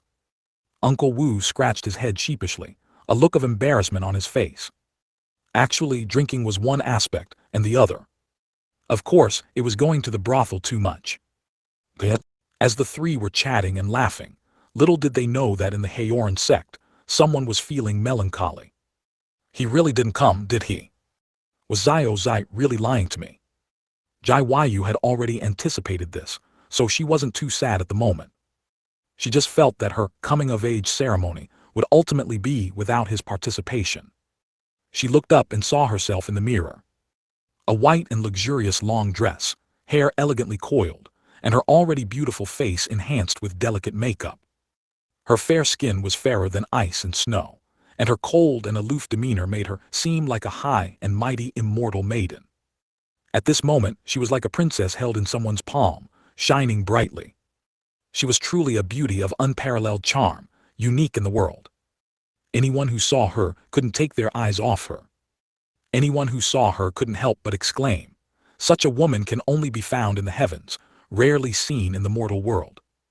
"Young miss, you are so beautiful." Zai, who was doing her hair, was already stunned. Even as a woman, her heart was stirred. She wished she could press close to her. She suddenly felt a little envious that Jiang Xie could actually win Jai Yu's favor. "If I were a man, I'd probably be jealous to death of the young lord, to have such a great beauty waiting for him for years." Zai pouted. Then she mumbled, "Too bad, the young lord doesn't know how to cherish her." Zai looked a bit displeased. She hadn't expected that Jiang Xie truly hadn't come last night. It made her half dead with life chi. In Zai's mind, Jiang Xie had now clearly become a heartless man. "Chatterbox," Jai Yu rolled her eyes at her. Zai said somewhat unhappily, "It's true, young miss waited for the young lord for 3 years, but after he came back, he didn't come to find you immediately." Jai Yu frowned, thinking, "It's already this time and he's still lying to me. I'm not going to run away." However, this time she didn't refute. If Jiang Xie had really returned and hadn't come to find her after all this time, it would indeed make her quite angry. "There are only a few hours left, aren't there? Let's prepare quickly." Inside the Haoran Sect, it was already bustling today. The entire Haoran Sect square was already filled with seats. Every disciple was constantly busy, either continuing preparations or welcoming guests from other sects. Outside the Haoran Sect, various forces arrived one by one. Upon seeing familiar faces, they would either exchange pleasantries for a while or enter the Haoran Sect together. When encountering enemies, they would glare coldly or be on the verge of conflict. In the Yuan Empire, Su Wu had already set off with a group of ministers and several genius disciples. It wasn't until halfway there that he suddenly realized what he had forgotten. He seemed to have forgotten Jiang Xie. "My memory, how could I forget Zier?" Su Wu slapped his head. Jiang Xie had been gone for too long. He had only seen him for a short while after he returned yesterday, and today, he had reverted to the state where Jiang Xie hadn't returned yet. That's why he forgot Jiang Xie, although the ministers had heard some news that Jiang Xie had returned. But, since Su Wu hadn't said anything, they naturally didn't dare to mention it. They just assumed it was a rumor. After all, if it wasn't a rumor, why wouldn't Su Wu himself know? Now, even if Su Wu regretted it, there was nothing he could do. If he went back to pick up Jiang Xie now, he wouldn't make it in time. He could only secretly pray in his heart that Jiang Xie would find a way to quickly get to the Haoran Sect. 271. The Emperor's Collection. Inside Tangxin Pavilion, Jiang Xie and Lin Maioyan waited quietly. Not long after, the courtyard gate was suddenly pushed open. Then they saw panicking Old Wu. Old Wu quickly walked into the courtyard, came before the two of them and said with some urgency, "This is bad. Sovereign Su and the others have already departed." "What?" Lin Maioyan immediately exclaimed, her face filled with worry. Jiang Xie was fine. He merely pondered for a moment before saying, "They really left." Old Wu nodded with a dejected expression. Haoran Sect is located within the Great Yan Empire. And it's not in the imperial capital of the Great Yan Empire, but rather 700 or 800 li away from it. It's even over 1,000 li from the Shengyuan Empire. Even a domain realm expert would need 1 or 2 hours to reach it, and for people like them, it would take at least half a day. If Jiang Xie guessed correctly, they should have gone by riding the fastest flying demonic beast in the Shengyuan Empire, which possessed domain realm strength. Otherwise, even if Su Wu could arrive, those ministers would not be able to. Generally speaking, small and medium-sized forces that are far away should have departed a day in advance. As for large forces, they have specialized mounts for travel, so there's no need to rush. What Old Wu and Lin Maioyan were anxious about now was how they would get to Haoran Sect. Jai Yu's coming-of-age ceremony was at noon, and now it was already the end of the Chen hour, 7 to 9 a.m. Old Wu had thought about going to the Jiang family, but going to the Jiang family would also take time. They simply wouldn't make it. Lin Maioyan also frowned tightly, her heart filled with extreme anxiety. But when they saw Jiang Xie, who wasn't anxious at all, they suddenly felt a sense of relief for some unknown reason. "Young lord, seeing you not anxious at all, could it be? You already have a way to get to Haoran Sect." Old Wu looked at him with anticipation. Lin Maioyan also glanced over. Jiang Xie smiled faintly and said, "Indeed, I have a way." In fact, how could he, who possessed the Shengyuan Great Emperor's spatial ring, be stumped by such a small matter? One must know that during his 3 years in the Shengyuan secret realm, he didn't just cultivate non-stop. It just took 3 years for the yin-yang twin birth art to go from cultivation to introductory level. During that time, he also did many other things. For example, he inventoried the items within the Shengyuan Great Emperor's spatial ring. Spirit stones. He didn't count them precisely, only knowing that those spirit stones piled up into several small mountains, estimated to be over 100 million pieces. Among them, medicinal pills, 12,500 bottles. Each bottle contained anywhere from 1 to 10 medicinal pills. Approximately 5,000 bottles of them had lost their efficacy due to being stored for too long. Among the remaining medicinal pills, there were those from 3rd tier to 8th tier. Especially those 8th tier medicinal pills, which made him drool. Secondly, 3,000 spiritual artifacts, 1,000 treasure artifacts, and 20 king tier weapons. King tier weapons are extremely rare in the major forces of the Eastern continent today. Even the Jiang family has no more than 5. There were even 5 emperor weapons. And 1 sacred artifact.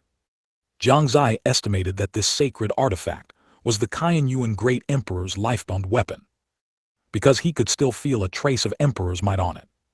He had no doubt that if the Shengyuan Great Emperor hadn't died, this sacred artifact, constantly exposed to his aura, would eventually grow into an emperor weapon. Moreover, this process wouldn't take too long. It was a pity. The rest were some cultivation techniques and martial skills. The martial skills and cultivation techniques a great emperor could acquire in his lifetime were simply numerous. Unfortunately, Most martial skills were recorded on ordinary sheepskin scrolls, and had endured such a long time. Many had already been damaged, and many others, though not completely destroyed, were incomplete.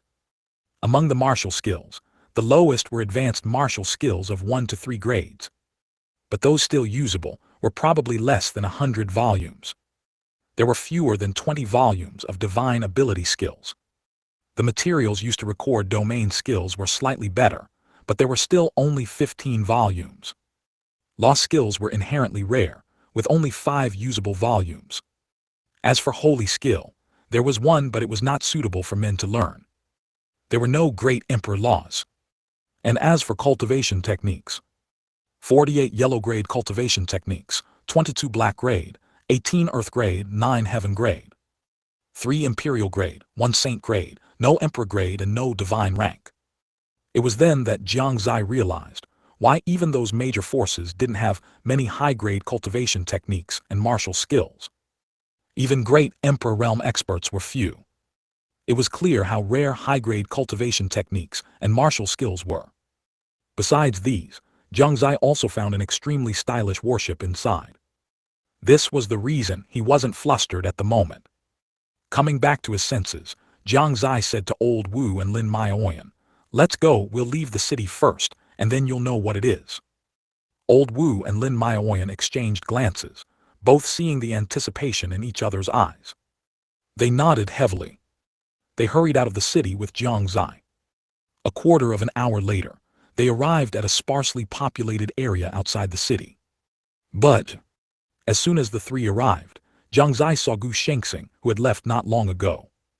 Not only that, but behind Gu Shengxing, there were several other people. Jiang Xie's eye twitched. This guy probably calculated that he had a way to quickly get to Haoran Sect, so he deliberately waited again, didn't he? Big brother, Gu Shengxing's eyes visibly lit up when he saw Jiang Xie. Behind him were Yan Wufeng and Zhou Tao, as well as the 2 disciples, Qin Feng and Yi Ling. The 4 of them immediately became excited upon seeing Jiang Xie. Their eyes trembled slightly, and their bodies were also trembling slightly. And when Jiang Xie saw them, his eyes also lit up. Because the clothes they wore today were different from before. Gu Shengxing was no longer wearing the white robe from yesterday, but had changed into a red outfit.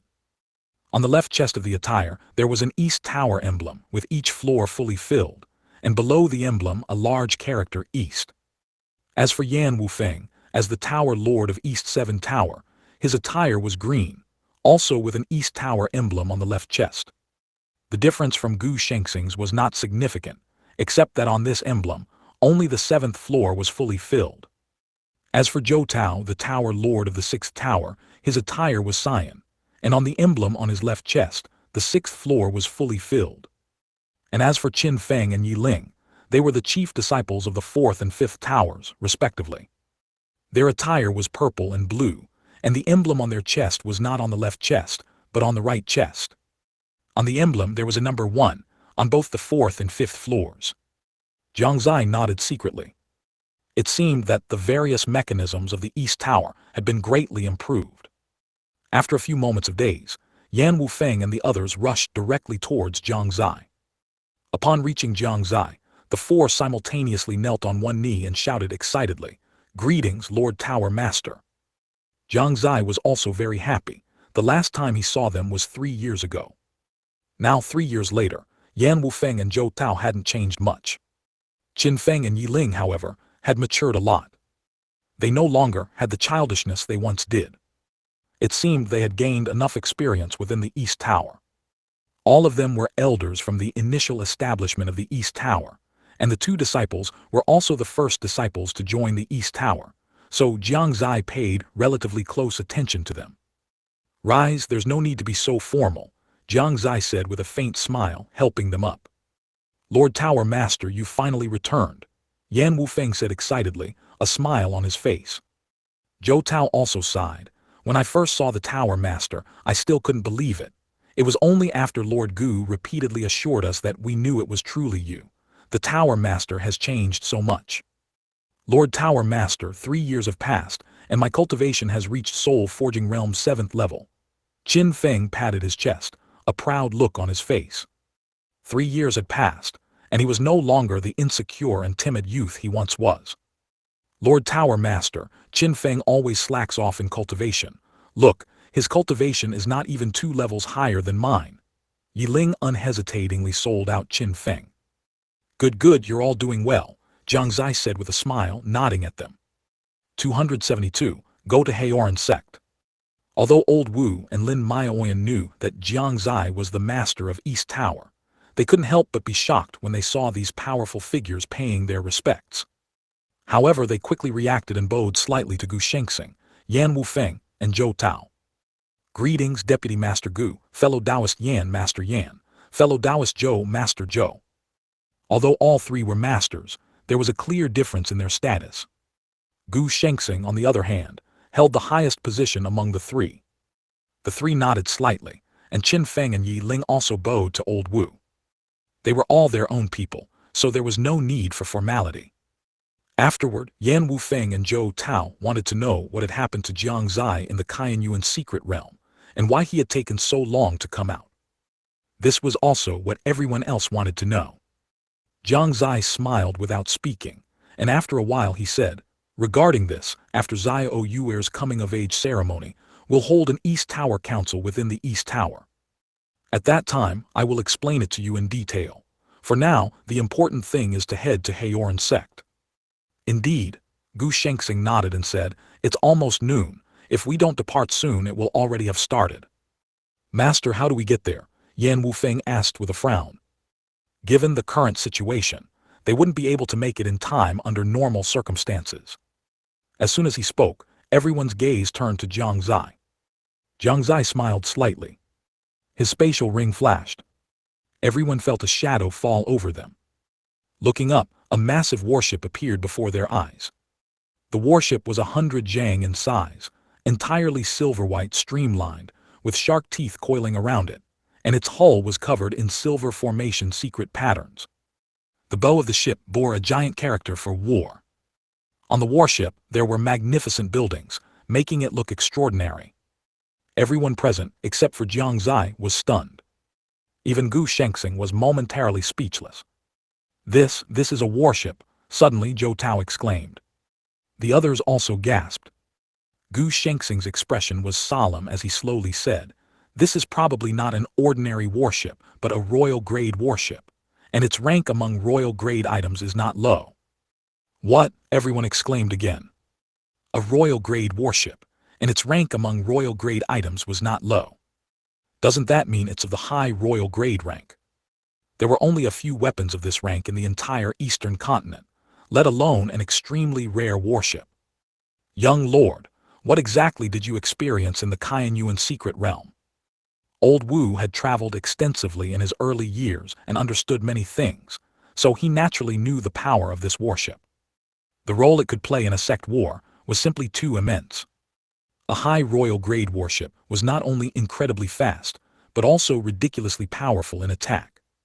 If it unleashed a full power strike, even a Heavenly King Realm 9th level expert would be severely injured, and it was even possible for them to perish. Lin Maoyan was already stunned. As the daughter of the Xuantian sect master, she understood these things, and it was precisely because of her understanding that she was so shocked. They knew Jiang Xie must have a fast way to get to Haoran Sect, but they never expected it to be something like this. This had already exceeded the scope of what they could previously accept. Qin Feng and Yi Ling did not know the power of this warship. They only knew that this thing was too cool. Their eyes were already glowing. Their gazes towards Jiang Xie were filled with adoration. All right, let's set off. Jiang Xie clapped his hands, signaling everyone to prepare to board the ship. Only then did they come back to their senses, entering the warship with a mix of shock and bewilderment. Once inside, Yan Wufeng finally asked, Lord Master, the spirit stones required to activate this royal-grade warship are not a small amount. Jiang Xie grinned, patted his shoulder and said, don't worry, it's not a big problem. If he hadn't had Qianyuan Great Emperor's treasures, he would never have said that. This warship was indeed a money-eating beast. Fortunately, Qianyuan Great Emperor had left behind enough spirit stones, so there was no need to worry at all. Arriving at the warship's core, Jiang Xie waved his hand, and millions of spirit stones appeared. Everyone's eyes nearly popped out. This. Old Wu's eyes glowed and saliva was already drooling from his mouth. Looking at the spirit stones scattered everywhere, he directly pounced into them. He couldn't help but say to Jiang Xie with a pang of heartache, "Young lord, do we need so many spirit stones at once?" Jiang Xie nodded. Hearing his answer, old Wu instantly looked like a deflated eggplant, reluctantly walking out of the pile of spirit stones. Oh well, for Xie Yuer's coming-of-age ceremony, spending some spirit stones is nothing. Ha ha ha ha. Old Wu's money-grubbing behavior made everyone burst into laughter. Afterward, Jiang Xie placed the spirit stones inside, and the warship slowly activated amidst a roar. Then it soared into the sky, piercing through the clouds and speeding towards the direction of Haoran Sect. Inside Haoran Sect, voices buzzed, and it was exceptionally lively. Many powerful figures were present, and powerful figures from various sects took their seats one after another. Jai Wushwang sat in the front, with the Haoran Sect elders lined up on both sides, quietly awaiting the arrival of the remaining forces. The powerful figures from various forces, who had already taken their seats, either closed their eyes to rest or chatted with each other. But their expressions, consciously or unconsciously, looked towards the main gate of Haoran Sect. Generally speaking, the earlier a force arrived, the less powerful it tended to be. They wanted to see which forces would arrive next. The master of Brewing Villa specially congratulates Haoran Sect Saintess on her coming-of-age ceremony, and presents a jar of 5,000-year-old spirit wine. As an old voice came, the powerful figures of the small and medium-sized forces who had already taken their seats were all shocked. I didn't expect it to be 5,000-year-old spirit wine. It is said that there aren't many wines of this age in Brewing Villa, and drinking a pot is of great benefit to cultivation. I never thought Brewing Villa would be so generous. Compared to them, our gifts are far inferior. As everyone spoke, they could already see the huge wine gourd above. On the wine gourd, an old man and several powerful figures as well as several disciples sat cross-legged. "Fellow Taoist Jew has come from 1,000 miles away, please take your seat quickly." Jai Wushwang had a smile on his face, and immediately, a sect protector guided him. 273. Shock and Disappointment. The Great Yan Empire presents a 1,000-year black flame or crystal to congratulate Jai Saintess on her coming-of-age ceremony. The Red Cloud Empire presents a 9,000-year spirit medicine to congratulate Jai Saintess on her coming-of-age ceremony. The 10,000 Sword Sect presents a sword gallstone to congratulate Jai Saintess on her coming-of-age ceremony. The Beast Taming Sect presents a top-tier spirit beast demonic cloud eagle cub to congratulate Jai Saintess on her coming-of-age ceremony. Immediately after, a series of voices rang out one after another. The major powers of the Eastern Continent also entered one by one. The scene was incredibly magnificent. On the square, whispers were incessant. "Oh my goodness, a 1,000-year black flame or crystal. This is an excellent material for refining king-tier weapons. It can be considered the lifeblood of the Great Yan Empire. A 10-year black flame or crystal alone costs tens of thousands of spirit stones. And a 100-year one costs hundreds of thousands. The Great Yan Empire really went all out this time." The Red Cloud Empire actually presented a 9,000-year spirit medicine. What got into them? That's too much of a sacrifice. Do you still remember the St. Yuan assessment 3 years ago? The one who took first place was Su Zai of the Qianyuan Empire, and this Su Zai of the Qianyuan Empire has a close relationship with the Haoran Sect Saintess.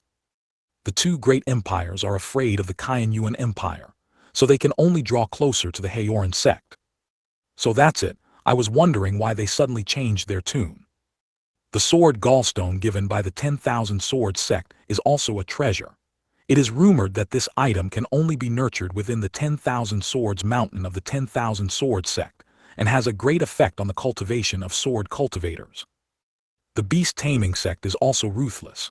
They actually gave away a top-tier spirit beast cub.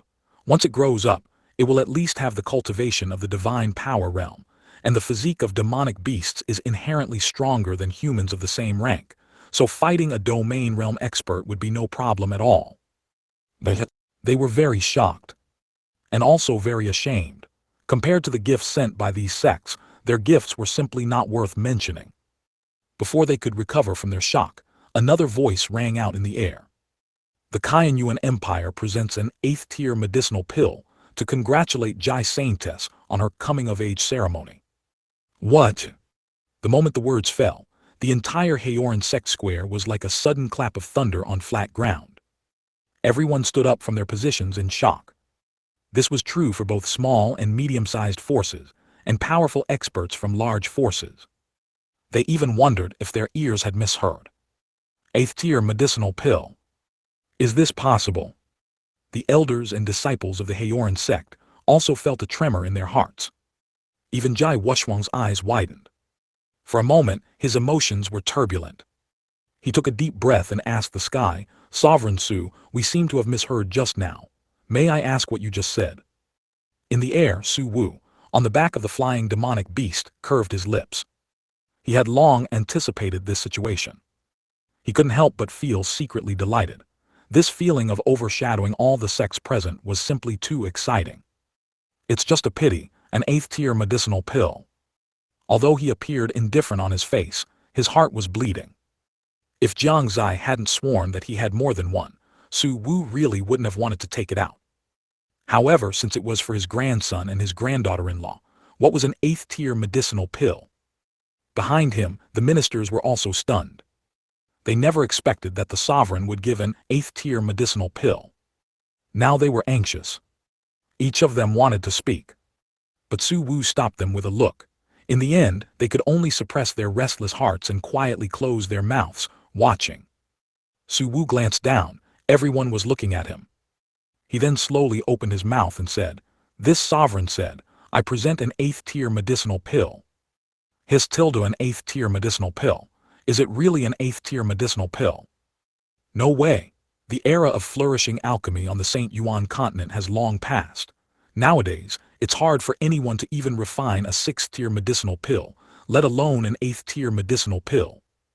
Exactly, the value of an 8th-tier medicinal pill even far exceeds the items brought out by the major sects just now. Can such a thing really be given away so easily? It seems that, as rumored, Su Zai of the Shengyuan Empire and the saintess of the Haoran Sect have an extraordinary relationship. You say, if the Shengyuan Empire can give out an 8th-tier medicinal pill, does that mean they have more than one 8th-tier medicinal pill? Shock, indescribable shock. The most shocked were not the experts from the small and medium-sized forces, but the experts from the large forces. Especially the sovereigns of the Red Cloud Empire and the Great Yan Empire. Their faces were filled with disbelief. Jiang Xie's emotions were unsettled.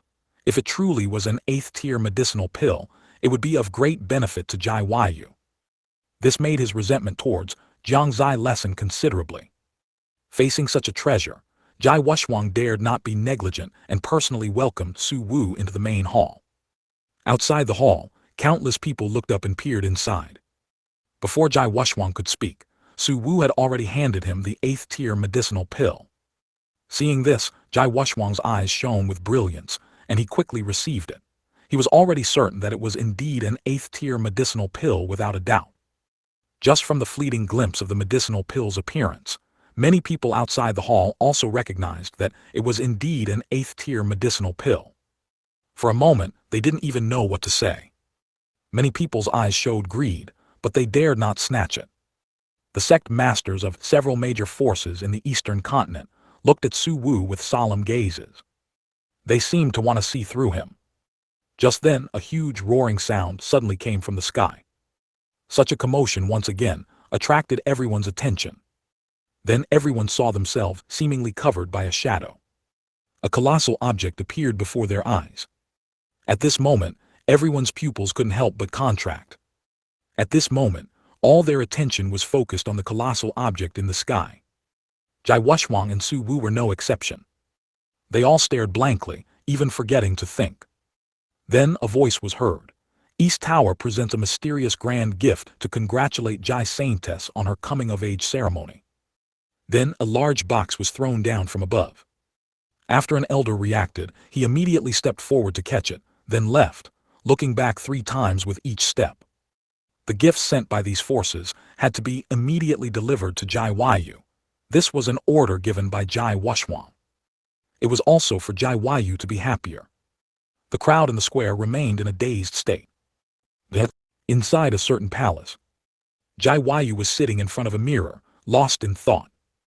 Xiao Zai, however, kept exclaiming, "Oh, this is actually a 1,000-year spirit medicine. Wow, that's actually a sword gallstone. What is this? It's actually a spirit beast cub, so cute." Yet, even though Xiao Zai tried every means to attract Jai Yu's attention, it was all in vain. Jai Yu had absolutely no interest in these things. And why is this newly delivered one a large box? How strange. Suddenly, Xiao Zai's voice rang out again. For some reason, Jai Yu, by some strange impulse, glanced at it. When she saw the unusual large box, she suddenly became a little interested. Jai Yu stood up and slowly walked towards the box. Xiao Zai tactfully moved out of the way. Jai Yu suddenly had a very strong premonition. This feeling came suddenly and strangely. It prompted her to slowly reach out her hand towards the box. Her right hand grasped the opening of the box, and she pulled it open. However, she was disappointed. There was only a bracelet inside. But she didn't know that beneath the bracelet at the bottom of the box, a figure was hidden there. 274, by your side. The bracelet was made of celadon jade, adorned with intricate patterns, both delicate and elegant. Despite not seeing the person she hoped to see, Jai Yu instantly fell in love with the bracelet. Xiao Zai stood quietly to the side, not making a sound. She thought to herself, "It's rare for young miss to be interested in something. I mustn't disturb her." Jai Yu reached out and slowly picked up the bracelet. She examined it carefully. The more she looked, the more she liked it. Suddenly Xiao Zai exclaimed, "Oh, young miss, it looks like there's writing where the bracelet was." Jai Yu's beautiful eyes narrowed, and her gaze dropped downwards. Indeed, she saw a line of small characters where the bracelet had been. She looked closely and slowly read aloud, "3 years have passed. I wonder if Xiao Yu misses me." After reading just the first sentence, both she and Xiao Zai froze in place. Xiao Yu, 3 years have passed. Could it be? Jai Yu's heart trembled. Looking again, wasn't this Jiang Xie's handwriting? Having been with Jiang Xie for so many years, she had long memorized his handwriting. It's him, it must be him. Jai Yu's eyes trembled slightly, and her heart pounded erratically. An inexplicable emotion suddenly welled up within her. Tears quickly welled up in the corners of her eyes. 3 years of waiting, repeated disappointments, repeated continued waiting. Perhaps only she knew the heartache involved. Xiao Zai also covered her mouth with her hand, trying not to get too excited and ruin the current concept. Her heart was also filled with joy. At least the young master has returned. This way, young miss won't be gloomy and troubled all day. Jai Yu took a few steps, moving closer to the box, suppressing the excitement in her heart and the tears that were about to fall. She continued to look at the words. That day, I didn't go out, thinking it would only be a few days, but I never imagined it would be 3 years. Now I have returned. This celadon jade spirit bracelet is my gift to you, and I am already by your side. Jai Yu's heart jolted. The preceding words were automatically ignored by her. Her mind was filled only with that one sentence, "I am already by your side." She looked around, her eyes filled with both anticipation and excitement. She turned around, her gaze sweeping the surroundings, attempting to see the figure she had waited 3 years for. But she found nothing. "Young miss, behind you," Xiao Zai suddenly pointed behind Jai Yu. Jai Yu trembled all over and turned to look. However, there was no one. She turned back a little disappointed. "Xiao Zai, what time is it? Are you still joking?" "No, I'm not." Xiao Zai shook her head quickly. She had clearly seen the box move just now. "Young miss, behind you." Suddenly, Xiao Zai's words came to an abrupt halt again. Because she had already seen a figure.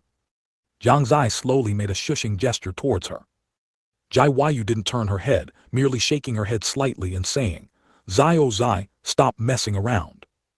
At this moment, her mind was completely adrift. Otherwise, she would have long since noticed the slight movement behind her.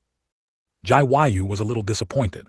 She searched and searched, but still didn't see Jiang Xie's figure.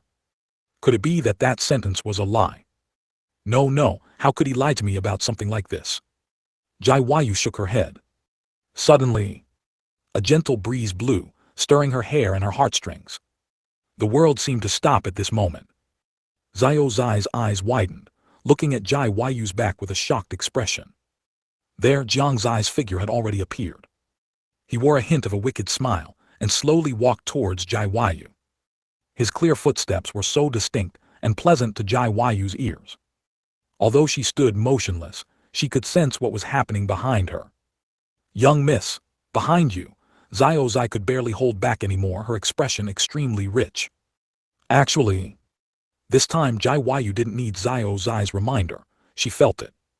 She felt that familiar yet slightly unfamiliar chi. 1 step, 2 steps. The footsteps grew closer and closer. Jai Yu could no longer hold back. She spun around abruptly, her meticulously pinned hair scattering due to the sudden force. A neat, shoulder-length short ponytail appeared in Jiang Xie's eyes. At this moment, their gazes locked. Jiang Xie smiled, looking at Jai Yu's stunned expression, and couldn't help but laugh. What's wrong? Don't you recognize me after 3 years? Jai Yu gently shook her head. At this moment, she suddenly didn't know what to say. Her eyes were already tinged with moisture. She wanted to step forward, but found that she suddenly had no strength. After a long while, she finally said, "You've changed." To this, Jiang Xie was non-committal. He had indeed changed a lot. Haven't you changed too? Perhaps. Jai Yu's gaze remained fixed on Jiang Xie, never leaving him. She could clearly feel Jiang Xie's changes. His appearance had matured a lot, shedding much of his childishness. His hair color had also changed a lot. It was no longer pure black like before, and his temperament was completely different from the past. Although she was very happy to see Jiang Xie, his changes also made her very anxious. A sense of worry always lingered in her heart. Similarly, Jiang Xie was also shocked by Jai Yu's significant changes. Now she was tall, beautiful, and certain parts of her were much larger than before. Compared to before, she had less innocence and more melancholy. Another silence fell. You. They spoke at the same time, then both laughed. Everything was understood without words. I'm back. Oh. Why are you just standing there? Oh. My arms are open. Then, Miss will reluctantly give you a hug. You Tilda, how mushy. Xiao Zai watched from the side, blushing and her heart pounding. She couldn't bear to watch. It was too awkward, too sweet. As soon as he returned, they were hugging and embracing. Shameful, shameful, shameful. She'd never watch again. It was simply torture. Jai Yu tightly hugged Jiang Xie's waist, burying her face deep in his chest. Feeling his familiar chi, she felt a sense of peace. Jiang Xie naturally didn't fall behind. He wrapped his arms around her, pulling her into his embrace. The moment his arms encircled her, Jai Yu trembled all over. Jiang Xie hugging her like this. In her memory, it seemed, he hadn't, ever.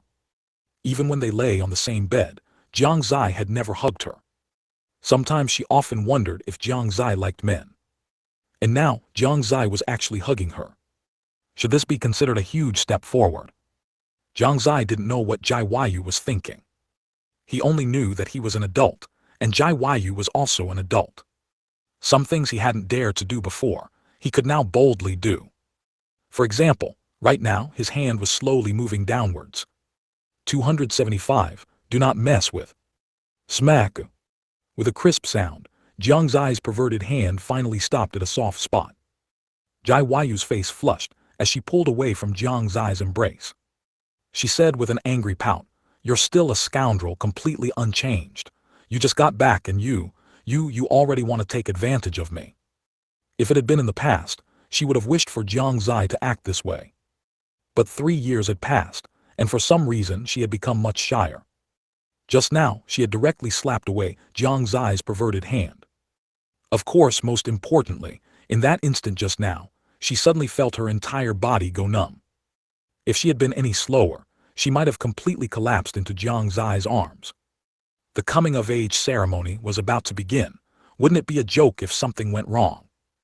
Jiang Xie rubbed his slightly red hand, complaining. Xiao Yuer has gotten bold. She actually dares to hit her master. Stop talking nonsense. Jai Yu glared with her beautiful eyes and pouted her small mouth, which had a unique charm. Ha ha ha. Jiang Xie laughed heartily, abandoning the thought of teasing her further.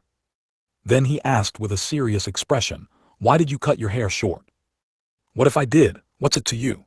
Jai Yu spun around and sat steadily on a stool, speaking with the air of a young miss. "Who told you not to come back for 3 years?" "That's your reason." Jiang Xie's eye twitched. "Didn't you say you liked twin ponytails? If you didn't come back, I'd destroy what you liked. If you came back any later, you'd see me with no hair." Jai Yu looked triumphant. Jiang Xie, however, began to imagine Jai Yu with no hair. "I'm still beautiful." Thinking about it carefully, a nun didn't seem bad either. It had a unique flavor. So as if possessed, he blurted out, "Then it seems I came back too early." As soon as these words left his mouth, the surroundings instantly fell silent. Jai Yu frowned slightly, looking puzzled. Xiao Xie was full of confusion, tilting her head and staring blankly at Jiang Xie. What's wrong? Why are you staring at me? Do I have flowers on my face?" Jiang Xie, sensing the atmosphere around him, was also puzzled. "You just..." Jai Yu hesitated, seemingly struggling with something, and after a moment she took a deep breath and said, "You like people with no hair."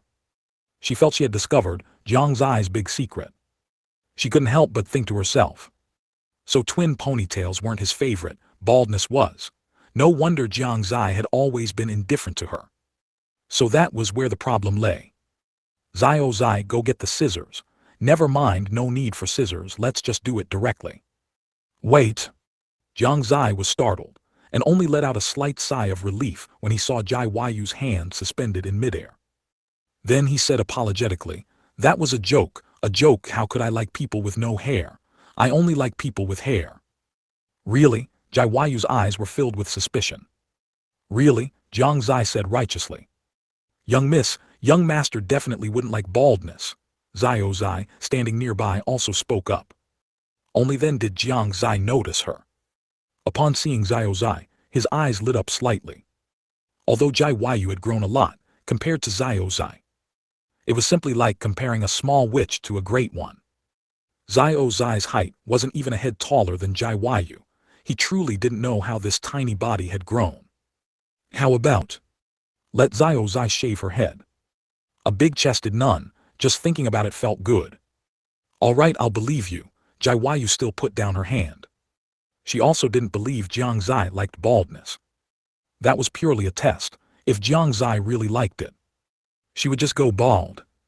"Saintess, the coming-of-age ceremony is about to begin." At this moment, a voice suddenly came from outside the main hall. All three were startled. Jiang Xie immediately smiled. "Go." "What about you?" Jai Yu stared intently at him. Having just met, she really didn't want to leave Jiang Xie. "How about you come with me?" "No." Jiang Xie slowly shook his head.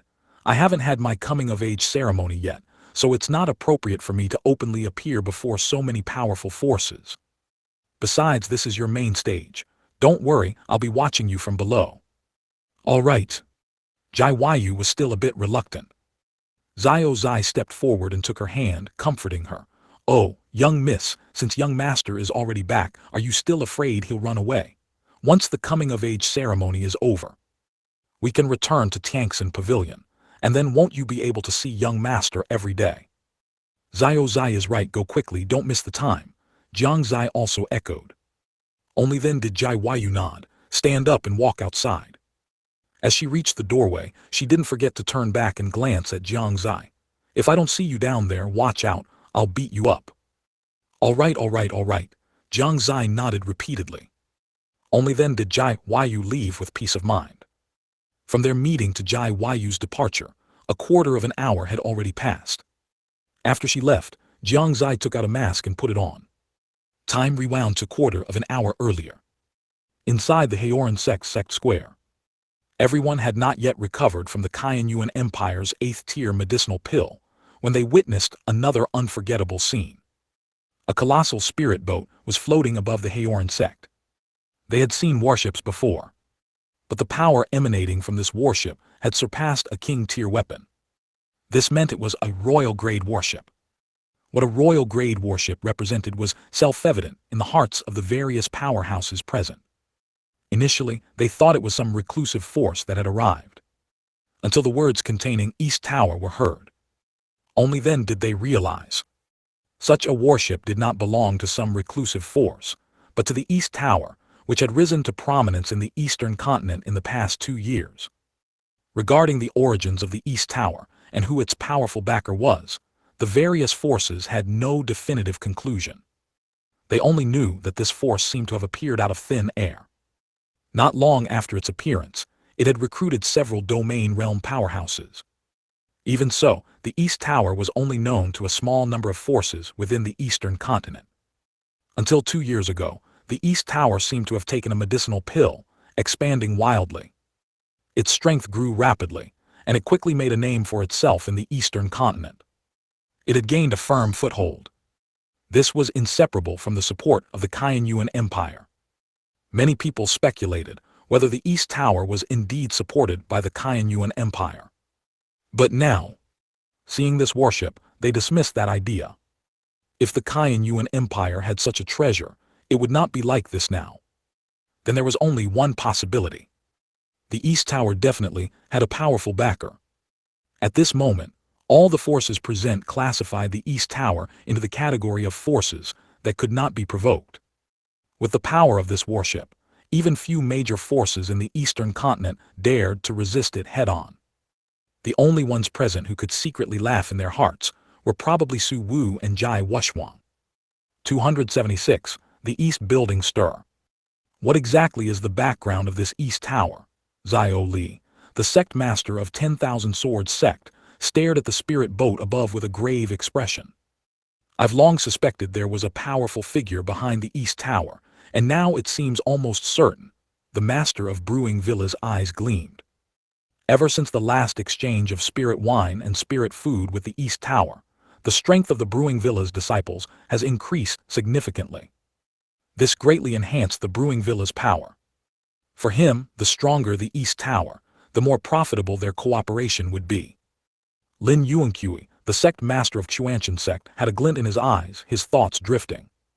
He still remembered how much he had opposed Lin Maoyan when she said she wanted to give up being the saintess of Chuanshan Sect to become a disciple of the East Tower. Until Lin Maoyan told him that the East Tower was a force founded by Jiang Xie. He immediately agreed without a second thought. Facts proved that his decision was correct.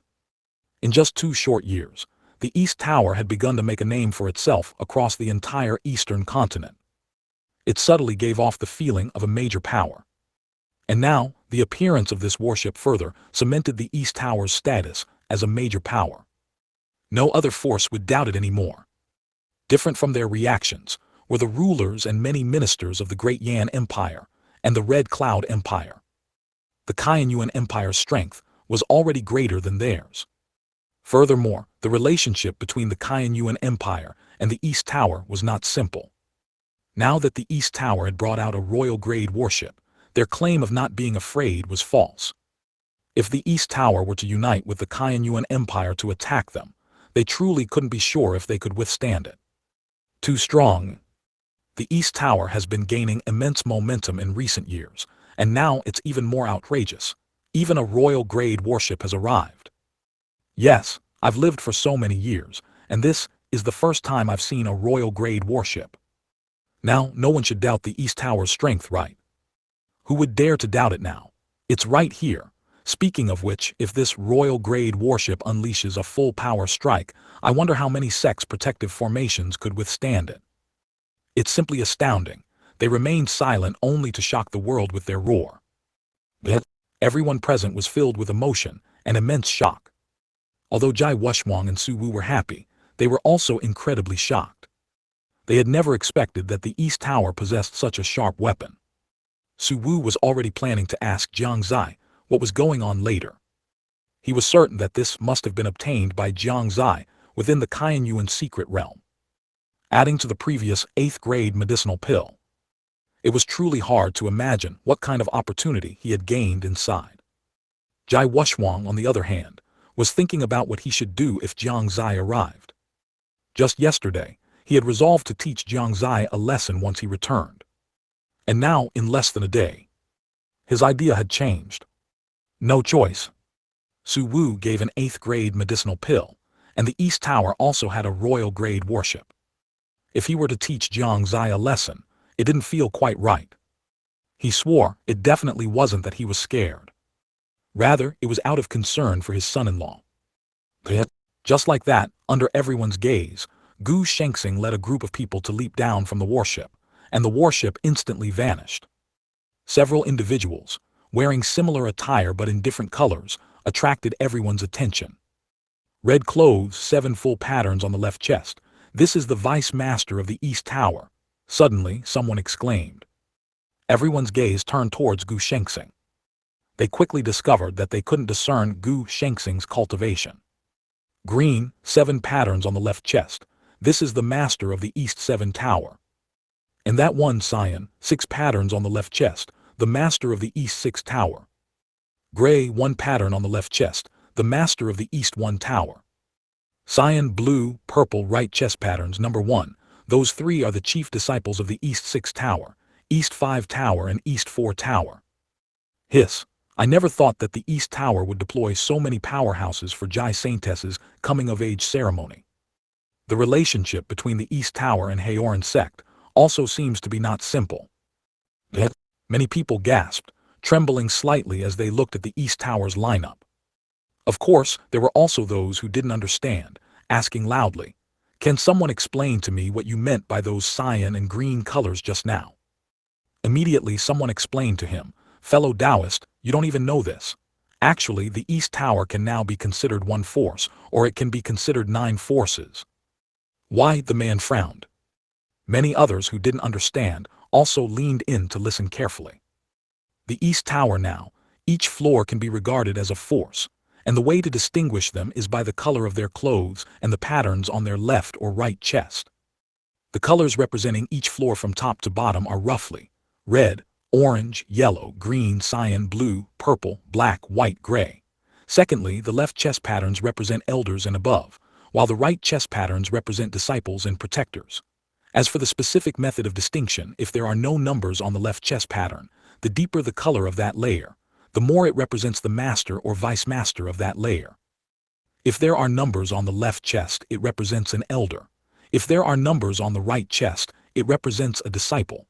If there are no numbers on the right chest pattern, it represents a protector. Moreover, all the masters of the East Tower, except for the master of the first floor, are domain realm powerhouses. I see, so that means the East Tower brought 4 master-level individuals this time, the man exclaimed in surprise after understanding. Others who were previously confused also showed shock in their eyes. This was too ruthless, wasn't it? At most, other major forces only had their sect master as a domain realm powerhouse, while their other elders were generally in the divine power realm. But the East Tower actually brought several at once. That chief disciple of the East 6 Tower looks a bit familiar. Isn't that the saintess of Shengyuan Sect? How did she end up in the East Tower, and became a chief disciple? What exactly is going on? In an instant, many people's gazes turned towards Lin Yuanqui, including the sect masters of several major forces. Chu Kuang, the sect leader of Beast Taming Sect, asked with a suspicious look, "Sect leader Lin, when did your daughter join the East Tower? When did your Shengyuan Sect establish a connection with the East Tower?" This question was not only his doubt, but also the doubt in the hearts of others. "Sect leader Lin, you're not being very loyal, are you? Your own saintess didn't want to be one, and instead transformed into the chief disciple of the East 6 Tower." Xiao Li of 10,000 Swords Sect also chuckled softly. The emperors of the Red Cloud and Great Yan empires frowned even more deeply. First came the Kaiyan Yuan Empire, then Shengyuan Sect, and it seemed the brewing villa had recently been making some secret deals with the East Tower as well. What exactly was their relationship? This question made them extremely annoyed. How did you all get involved with the East Tower without me knowing? Are you all secretly befriending the East Tower, one by one? Facing the gazes and questions of the crowd, Lin Yuanqui remained silent, his eyes fixed on his nose, and his nose on his heart. Not far away, Su Wu and Jai Wushwang exchanged glances. If these people knew that not only Xuanchen Sect, but even Jai Yu and Su Yu had joined the East Tower, what would they think at this moment? 277. Two sects in southern Xinjiang. Gu Shengxing and the others paid no mind to the reactions of those around them, walking forward on their own accord. At this moment, Jai Wushwang also spoke with a smile. Welcome, fellow Taoists from East Tower who have traveled so far. Please, quickly take your seats. His voice immediately dispelled the strange atmosphere around them. Everyone resumed their laughter and chatter. Seeing Lin Yuanqui remain silent, the powerhouses from several major sects secretly cursed him as an old fox before withdrawing their thoughts. However, even though the surroundings had returned to their previous liveliness, the atmosphere was still much different from before. Many people frequently looked towards the direction where the East Tower group was seated. The powerhouses of several major sects also harbored their own thoughts. At this point, all the large, medium, and small forces of the Eastern Continent had arrived. Jai Wushwang was about to announce the official start of the coming-of-age ceremony. Unexpectedly, another voice rang out. My corpse refining sect offers a high-grade golden corpse to congratulate Jai Saintess on her coming-of-age ceremony. As soon as these words were uttered, the entire venue erupted in an uproar. High-grade golden corpse, what is that? Corpse refining sect, do we have that sect in our Eastern Continent? Where is this force from? Many people were puzzled. They had never heard of the corpse refining sect, and had no concept of the high-grade golden corpse it mentioned.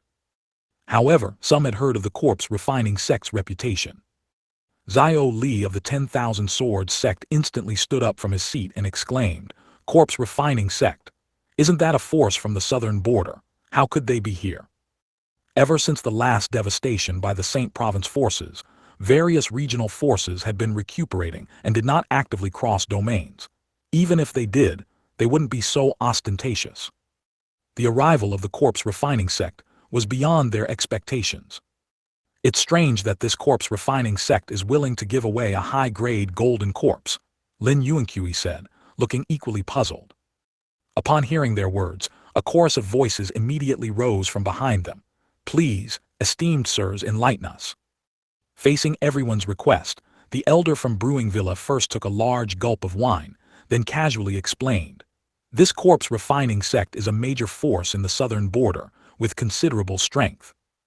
They primarily cultivate by refining and controlling corpses, specializing in collecting the corpses of powerhouses from various regions and stealing corpses from the tombs of powerhouses. They are notorious in the southern border.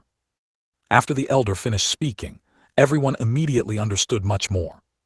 They then continued to ask, so what exactly is this high-grade golden corpse? The elder raised an eyebrow and continued.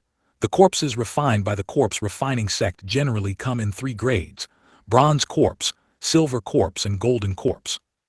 Bronze corpses are refined casually, contain many impurities, and are generally not strong. Silver corpses require a certain amount of effort and cost to refine, with greatly reduced impurities. Their strength is a step higher, and their upper limit is much stronger. As for golden corpses, it takes at least several years to refine one.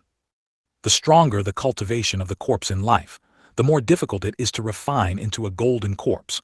It has almost no impurities and great room for growth, capable of improving as the master's cultivation increases. The higher the cultivation in life, the more difficult the corpse is to control. This time, everyone finally understood. After understanding, they regained their composure. What if it was the corpse refining sect? This wasn't the southern border, it posed no threat at all. A sharp glint flashed in Jai Wushwang's eyes. Clearly, the appearance of the corpse refining sect also surprised him. Although a high-grade golden corpse was indeed a good item, he had no intention of accepting it at this moment. The corpse refining sect must have an ulterior motive for offering a high-grade golden corpse. Otherwise, there would be no need to travel such a long distance to get here. Perhaps they were after the corpses of the sect's fallen powerhouses. Thinking of this, a fierce glint flashed in Jai Wushwang's eyes. He walked towards the group of people.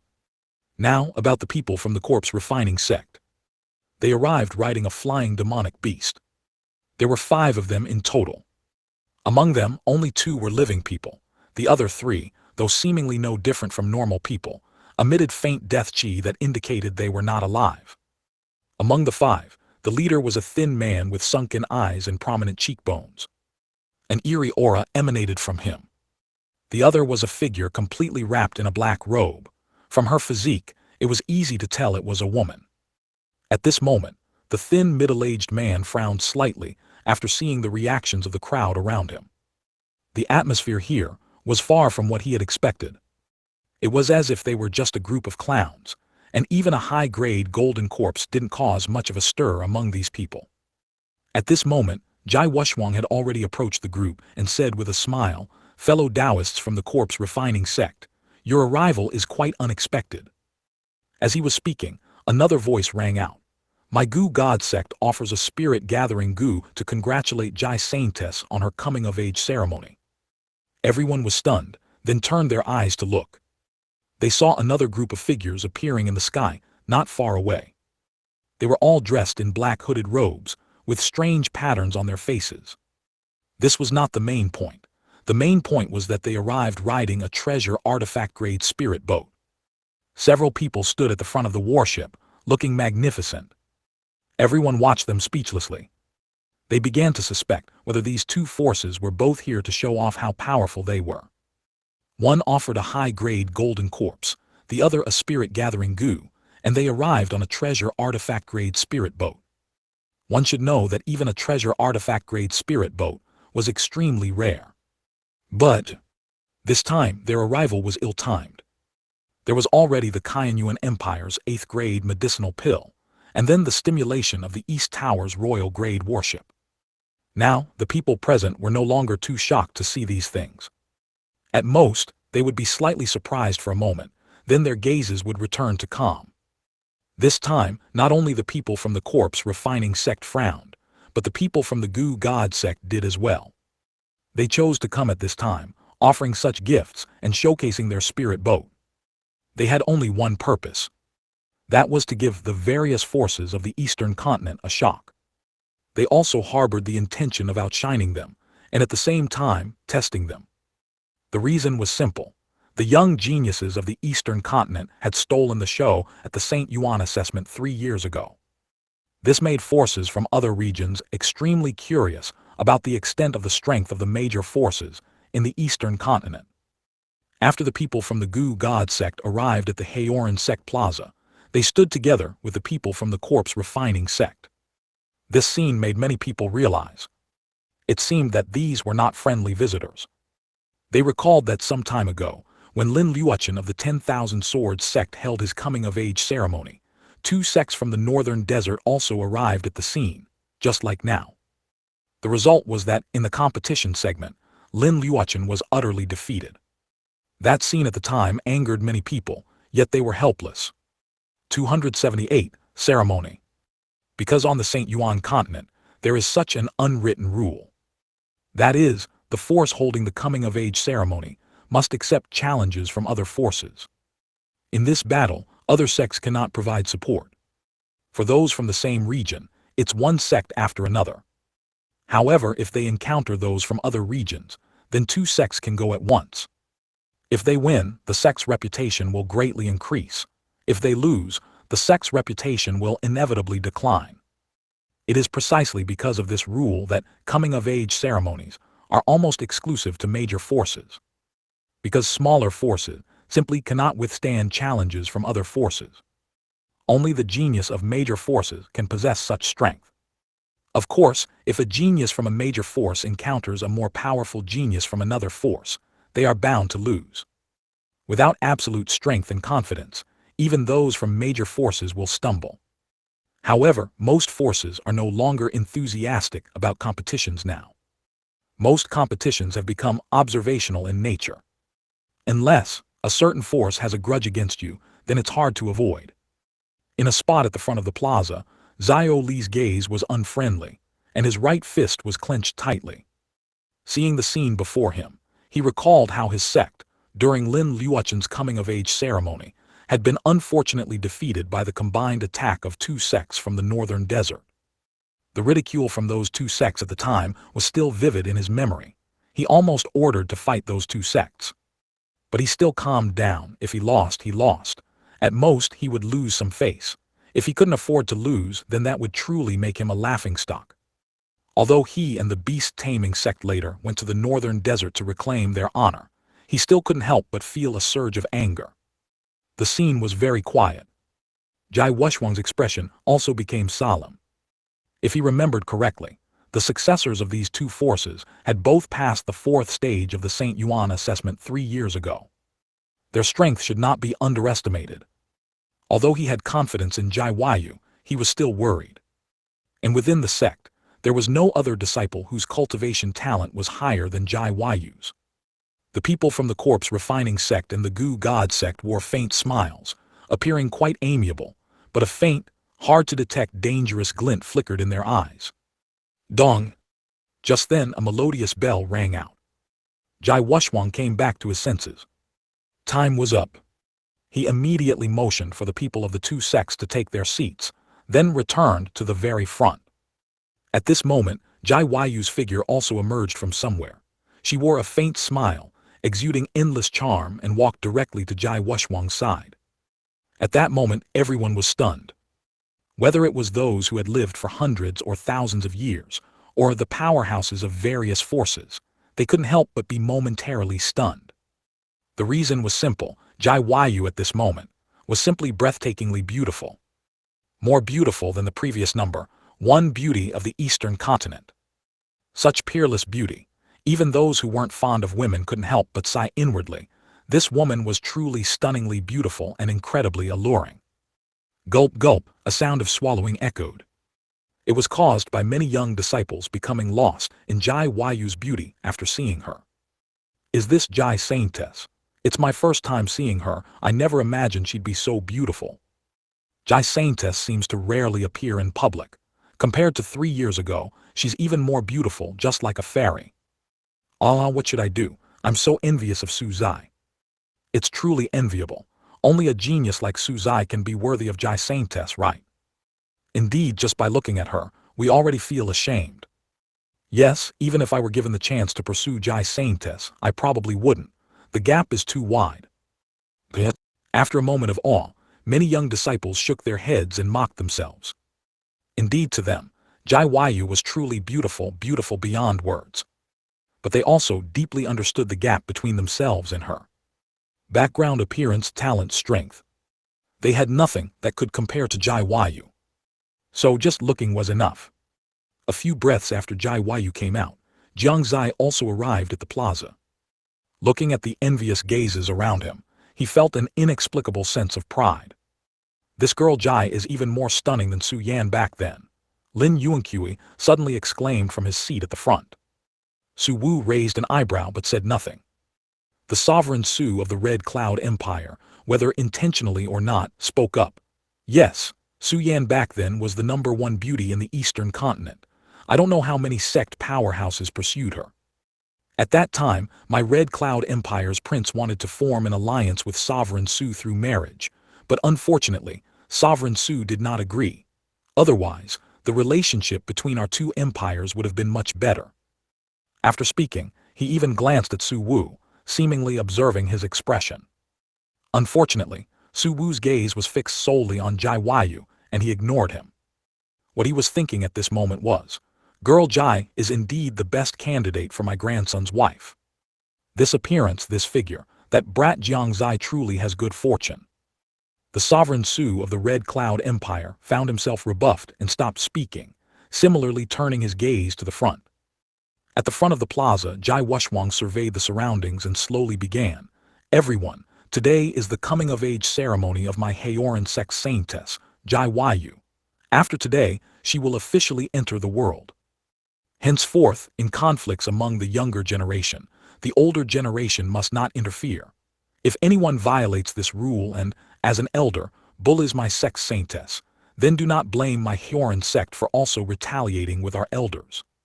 Throughout history, how many times have older generation powerhouses bullying the younger generation led to wars between two major sects? I believe you all understand. The entire plaza was incredibly quiet, although they had heard such words countless times. But each time, they still had to take it seriously. Jiang Xie, however, was listening drowsily.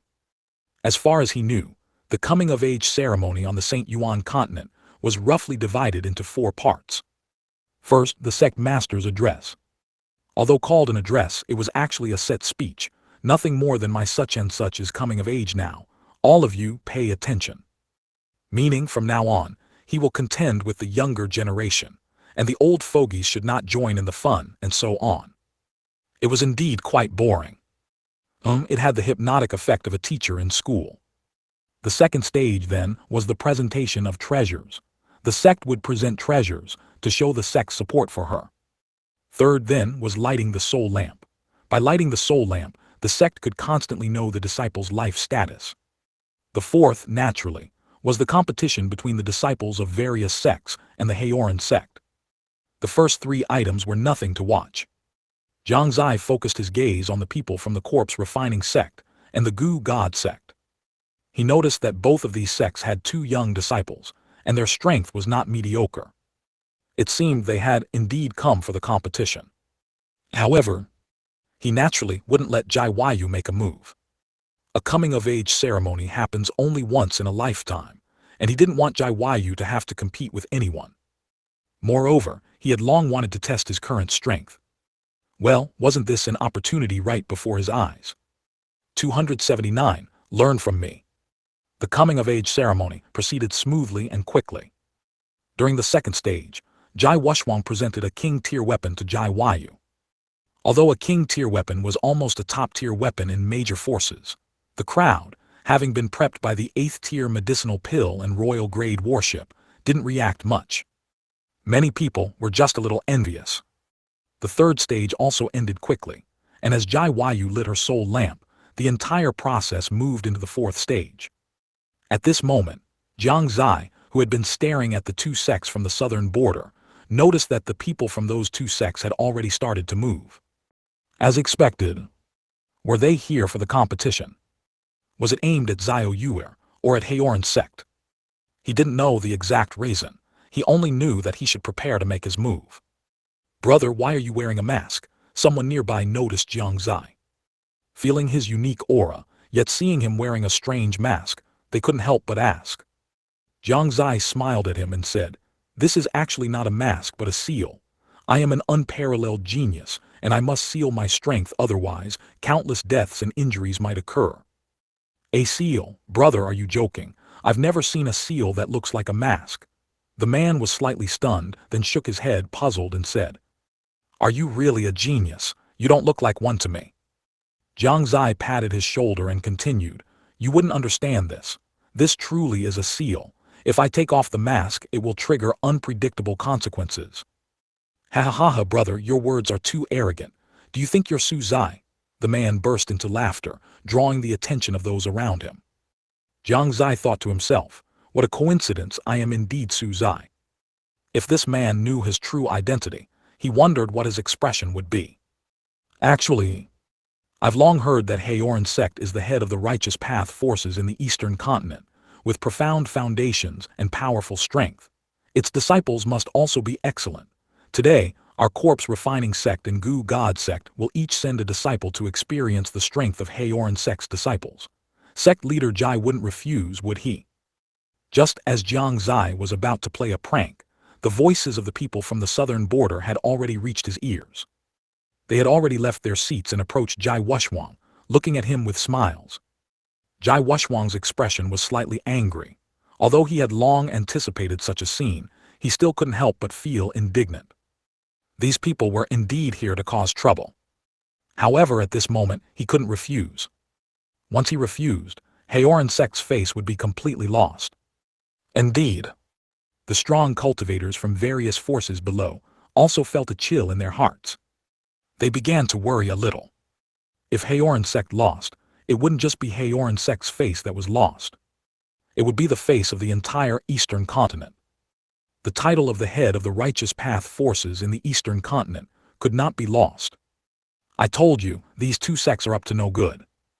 HMPH, just because our Eastern Continent stole the limelight in the St. Yuan assessment 3 years ago, even defeating St. Province, These people want to come and show off their strength. Exactly, and the key is that they don't dare to formally issue a challenge, but instead choose to come when a force is holding a coming-of-age ceremony. They are simply a bunch of insidious and cunning individuals. Everyone present was filled with righteous indignation. They denounced such despicable behavior. It was a pity that the two sects didn't care at all. Their gazes were all fixed on Jai Wushwang, quietly waiting for his answer. After a moment of silence, Jai Wushwang still had to agree.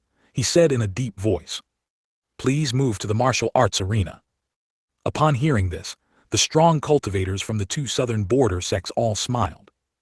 Immediately, the group moved to another location. They arrived around the martial arts arena of Haoran Sect. On the martial arts arena, 3 figures were already standing: the successor of the corpse refining sect and his refined corpse, and the successor of the goo god sect. Damn it! Shameless! Disgraceful! Instantly, a barrage of curses erupted from the surroundings. The refined corpse behind the disciple of the corpse refining sect had a cultivation of Yu Kong realm 6th level. With such cultivation plus the 2 of them, that made a total of 3 people. How could they resist? The genius disciples brought by the various major forces also frowned. With such a lineup, they would undoubtedly lose if they went up. Jiang Xie also had to admit that these 2 sects had played a good game. Sect leader Jai, our people are in place. Where are the geniuses of your Haoran sect? The old man from the corpse refining sect asked with a sidelong smile. Jai Wushwang clenched his fists. Sect master, no. Sect master, calm down. Behind him, the elders of Haoran sect all spoke up. They had already realized that Jai Wushwang might let Jai Wayu go on stage. With such a lineup, even Jai Wayu might not necessarily win. If she got injured, it would be more harm than good. Jai Wushwang naturally understood this principle, but at the moment, there was no other way. He took a deep breath, preparing to speak. But he felt his sleeve being tugged. Jai Wushwang looked over and saw Jai Wayu winking at him. He was a little stunned, not understanding what she meant. Jai Wayu continued to signal him with her eyes in one direction. Earlier, she had already communicated with Jiang Xie through eye contact. And she knew Jiang Xie's thoughts. Jai Wushwang followed her gaze in that direction. He then saw a person wearing a mask winking at him there. Then he looked at Jai Wayu's current expression. Her complexion was rosy. Her eyes were smiling, completely unlike her previous appearance. He seemed to understand something. Suddenly, he started to laugh. The strong cultivators from the corpse refining sect and goo god sect, seeing him remain silent and look around, thought that Jai Wushwang was feeling guilty. So they mocked him together. Sect leader Jai, could it be that you're scared? If sect leader Jai is scared, why not just admit defeat early? Many people frowned, and also started to feel a little suspicious. The strong cultivators from various sects all stared intently at Jai Wushwang, waiting for him to speak. Only the people from the East Tower looked as if they hadn't woken up yet. It was really too boring. Sleeping would be more practical. Ha ha ha ha. Jai Wushwang suddenly burst out laughing, a sharp glint flashing in his eyes, and he said loudly, "Since that's the case, then I shall let the most mysterious genius of my Haoran sect compete with the geniuses of your esteemed sects." Saying that, he nodded slightly towards Jiang Xie. Jiang Xie understood and stepped out from the crowd. He said with a smile, "Junior Wang Dapao, a disciple of Haoran sect, is here to experience the strength of you too." As he spoke, he leaped onto the arena. Instantly, everyone was stunned. The man who had spoken to him earlier was also completely dumbfounded, muttering to himself, "This guy, is he really a genius?" 280, strong breaking flow fist. For Su Wu, who had already met Jiang Xie, he recognized his identity at a glance. He, who had been expressionless, immediately became interested. He was very curious about the extent of Jiang Xie's true strength. On the other side, the people in East Tower had also been rather unenthusiastic. But upon seeing Jiang Xie enter the arena, they all began to watch with rapt attention. Jai Wayu, with a smile on her face, also stared intently at Jiang Xie. Jai Wushwang looked at his daughter's expression, deep in thought. Meanwhile, the elders of Haoran sect, not far behind Jai Wushwang, were confused. If they hadn't misremembered, they had never seen such a young man within the Haoran Sect. Where did this disciple's title come from? Their gazes involuntarily turned towards Jai Wushwang. Jai Wushwang only gave them a confirming look. That's right. This must be a secret genius within the sect. So the sect master had already thought of this point. He had already begun to prepare. As expected of sect master, he's incredibly insightful. They couldn't help but sigh deeply in their hearts. Their admiration for Jai Wushwang grew even more. Jai Wushwang had no idea that even this could make the elders admire him more. He was currently only focused on Jiang Xie. After a brief silence, discussions began to ripple through the arena. What's going on? Who is that man? Does Haoran Sect have such a disciple? Those are the heirs of two great forces. Haoran Sect actually isn't letting Jai Xie participate. Can he possibly withstand them? I think Haoran Sect must know it's a lost cause. Rather than letting Jai Xie go up and lose, it's better to send an ordinary disciple to lose. You're right, I think so too. Sai, this is already the 5th time a major force in the Eastern Continent has been challenged by other major forces during their coming-of-age ceremony, and they've never won once. There were various speculations among the crowd regarding Haoran Sect not sending Jai Yu. Even the sect masters of the other major forces in the Eastern Continent couldn't help but frown. Sect leader Jai, can your disciple handle this? Chu Kuang asked directly. Exactly, sect leader Jai, you mustn't be careless. Zio Li also reminded him. The scene of 10,000 Sword Sect's last defeat was still vivid in his mind. Facing their doubts, Jai Wushwang merely smiled confidently and said, everyone rest assured we will definitely win. His tilde. As soon as these words were spoken, everyone looked at Jai Wushwang in surprise, wondering where he got such confidence. If Jai Yu were to participate, they might still believe it. But this was an unknown disciple. The people from Corpse Refining Sect and Gu God Sect, who had been watching with a mocking expression, couldn't help but react upon hearing this. The Corpse Refining Sect elder snorted coldly and said, what big words. As far as I know, the strongest genius in your Haoran Sect is Jai Yu. If she were to participate, there might be some hope of winning, but this boy. He glanced indifferently at Jiang Xie. Although he felt something strange about him, he didn't pay too much attention and didn't believe Jiang Xie could win. The man from Gu God Sect also gave a sinister smile and said, more talk is useless. You won't be so stubborn later. On the arena, Jiang Xie looked at the two people in front of him casually, saying with some impatience, hey, hurry up and start, let's get this over with quickly. How dare you? Arrogant. The two people on the arena's faces turned cold, and they instantly launched their attacks. The man from Corpse Refining Sect formed a special spell with his hands, and the shadowy figure behind him instantly rushed towards Jiang Xie, bringing with it a series of tearing sounds through the air.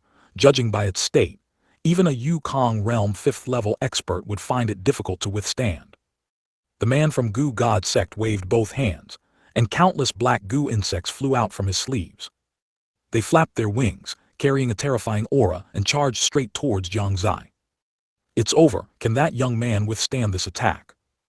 I think it's unlikely. He hasn't shown any reaction yet. Sect Master, Jai must have misjudged him. Can this young man really withstand the attacks of two major force heirs? They began to hold their breath, watching the scene before them nervously, seeing that Jiang Xie still hadn't made a move. Many people frowned. The people from Corpse Refining Sect and Gu God Sect seemed to have already seen victory, and smiles appeared on their faces. The Haoran Sect elders, believing Jiang Xie to be a hidden genius within the sect, weren't too worried.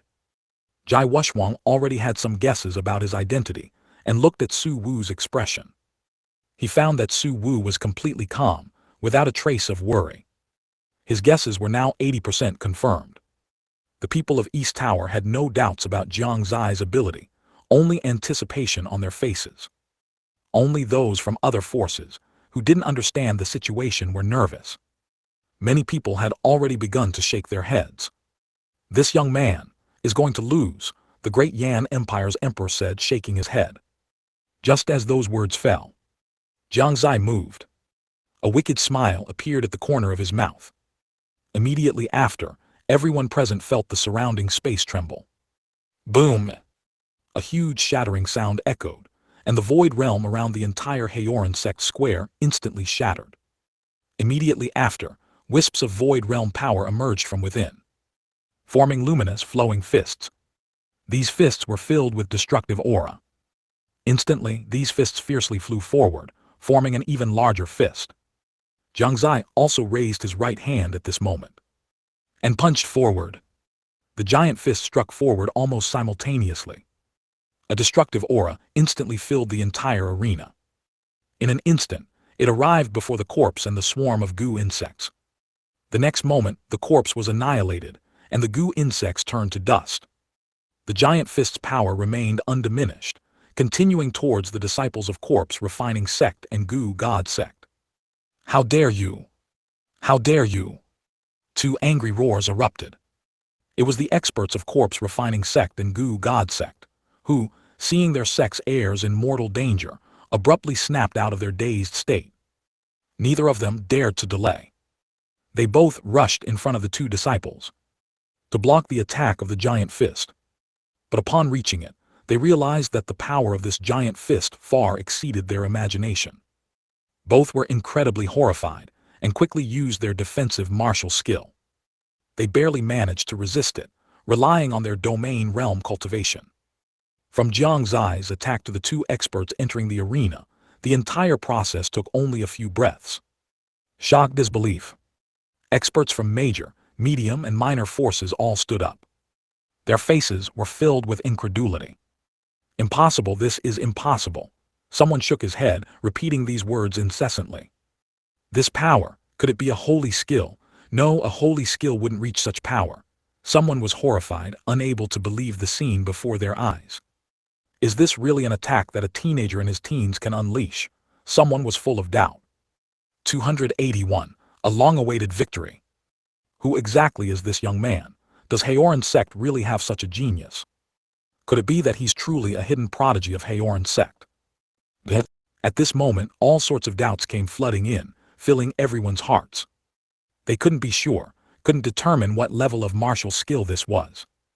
Only the powerhouses of the major forces could accurately distinguish it. But at this moment, the powerhouses from Brewing Villa, 10,000 Swords Sect, Shengyuan Sect, Beast Taming Sect, Red Cloud Empire, and Great Yan Empire all looked at Jiang Xie with grave expressions. The people from East Tower wore smiles, their faces filled with excitement. Su Wu didn't even notice that a strand of his beard had been pulled off his chin. Jai Wuxuang stood rooted to the spot, unable to recover for a long time. Jai Yu's eyes were full of little stars. She thought to herself, as expected of the man I fancy, he's just so astonishing. As for the disciples of corpse refining sect and goo god sect, they had already collapsed onto the ground, scared stiff. Great Emperor Law, this is definitely Great Emperor Law. Xiao Li took a deep breath, forcefully suppressing the tremor in his heart. Only Great Emperor Law could cause such power. There was no other way. Moreover, this wasn't even the full power of the Great Emperor Law. Chu Kuang swallowed his saliva, his eyes shining as he looked at Jiang Xie, as if looking at prey. That was Great Emperor Law. In a time when holy skill were extremely rare, the appearance of a Great Emperor Law would definitely make everyone envious. Currently, there was generally only one way to obtain Great Emperor Law. That was legacy. Only within various legacy might there be a legacy of Great Emperor Law. Jiang Xie, who had been heavily questioned just moments ago, instantly transformed into a sought-after figure in everyone's eyes.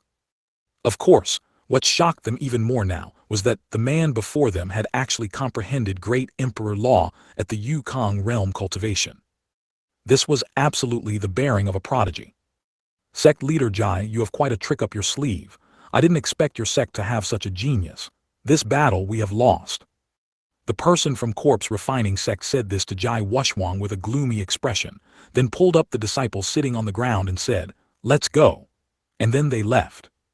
The powerhouse of Goo God Sect said nothing, giving Jiang Xie a deep look before pulling up the disciple on the ground and leaving. This battle concluded here. One person, one move, completely overwhelmed the two great sects, leaving them no room to retaliate. No one had anticipated this outcome. Jiang Xie could already feel countless fervent gazes fixed upon him. But he didn't care at all.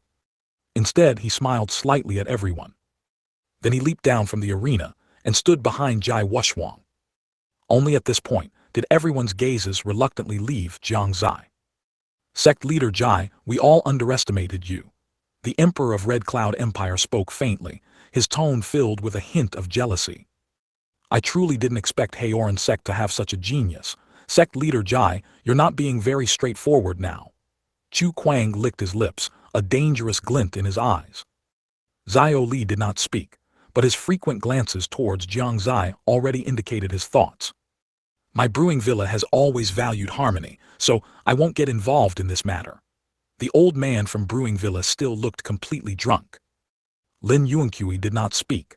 If anything truly happened, he would also stand on Haoran Sect's side. The reason was simple, because of Jiang Xie. Su Wu smiled faintly, casually glanced at a few of them and then said, "Are you all perhaps thinking of making a move? Don't forget. The seal of Saint Province is already on the verge of collapse. If we still engage in internal strife at this moment, you should all understand the consequences." The atmosphere suddenly became strange. People from other small and medium-sized forces also sensed the unusual atmosphere and stopped their discussions one after another. After an incense sticks time, Chu Kuang suddenly burst into laughter. Ha ha ha ha. Sect leader Jai is joking, we were just kidding. That's right, sect leader Jai, please don't take it to heart. I'd actually like to get to know this young friend behind you. Zhao Li also said with a benevolent smile. The Emperor of Red Cloud Empire also retracted his abnormal gaze and spoke. Sect leader Jai, won't you introduce us to this young genius? The tense atmosphere instantly vanished. Clearly, they had already weighed the pros and cons in their hearts. If they were to clash over a great emperor law at this moment, it would inevitably result in a lose-lose situation.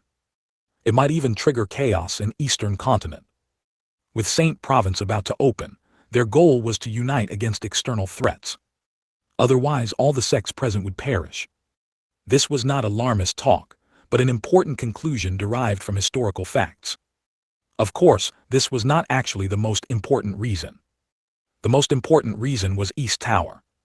If Yan Wufeng of East Tower hadn't coughed just now, they would have almost forgotten about this force with a royal-grade warship. There was no other way.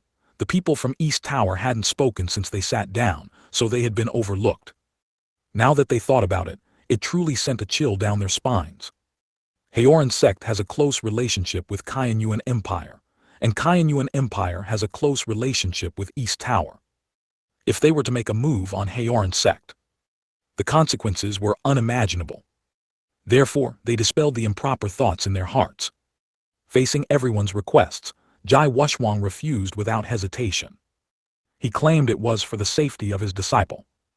This infuriated the powerhouses to death, and they cursed Jai Wushwang as an old fox in their hearts. At this point, Jai Yu's coming-of-age ceremony had concluded.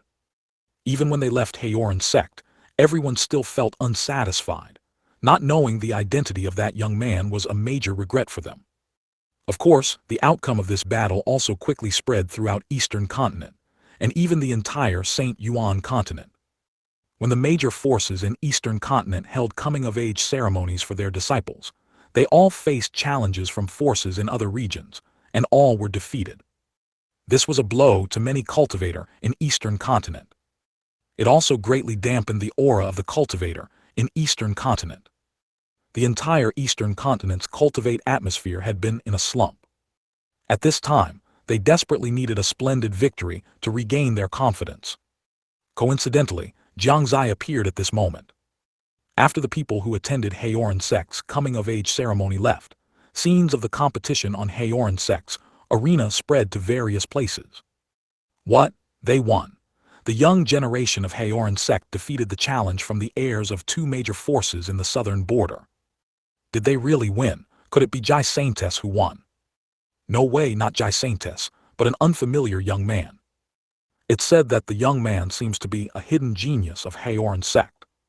What, that young man also wore a mask? Could it be Su Zai? Su Zai, it seems I haven't heard any news about him for a few years. It said he's in secluded cultivation within Yuan Empire. I suddenly feel that that man might really be Lord Su Zai.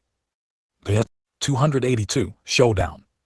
In Yuan Imperial Capital, as the news of Jai Yu's coming-of-age ceremony at Haoran Sect spread, the streets and alleys were filled with exclamations of awe and shock. It must be said that this victory was like a timely rain, igniting hope in the hearts of the people, giving them a sense of vindication. I think the one with this strength must be our Crown Prince Su Zai. Exactly, I think so too. Have you heard? The Emperor seems to have given away an 8th-grade medicinal pill. Really, an 8th-grade medicinal pill? The Emperor actually gave it away. What a pity. It's more than just a pity. That's an 8th-grade medicinal pill. No one can refine them anymore. Also, the East Tower actually dispatched a royal-grade warship. The East Tower has been making rapid progress recently. In just a few short years, its foundation has become so strong. Besides the news of the victory, Su Wu giving away the 8th-grade medicinal pill, and the East Tower's royal-grade warship also attracted much discussion. Not only in Yuan Imperial Capital, but a wave of discussion was stirred up throughout the entire Eastern Continent. Whether it was the battle with the successors of the two southern border sects, Su Wu's 8th-grade medicinal pill, or the East Tower's royal-grade warship, they all gave the people of the Eastern Continent a huge shock. Inside a large hall of the Haoran Sect, Jai Wuxuang walked around Jiang Xie once, then laughed. Good boy, if you hadn't been winking at me from the side, I really wouldn't have recognized you. Jiang Xie spread his hands, then reached up and took off the mask on his face, revealing his original appearance, and also laughed. Father-in-law, I had no choice. Jai Wuxuang raised an eyebrow, keenly noticing the change in Jiang Xie's address for him. Father-in-law. Good boy, after so many years, have you finally admitted it? Jai Wuxuang's smile grew even wider, and he skillfully placed his hand on Jiang Xie's shoulder. If he had been angry before about Jiang Xie making Jai Yu wait 3 years, then now, he was simply more and more satisfied the more he looked. Zier, I've seen your talent and strength, and Yu is deeply in love with you. You must not let her down. Jiang Xie nodded slightly and replied, Father-in-law, I naturally know that. By this point, Jiang Xie had nothing to worry about. In terms of age, he was already an adult, and mentally he had no more concerns. Moreover, he truly liked Jai Yu. There was no doubt about that. Therefore, he could just openly admit it. There was no need to be like before. As the saying goes, too much is as bad as too little. Even if Jai Yu liked him very much, if he kept giving no response, there would inevitably be a day when she would feel disheartened.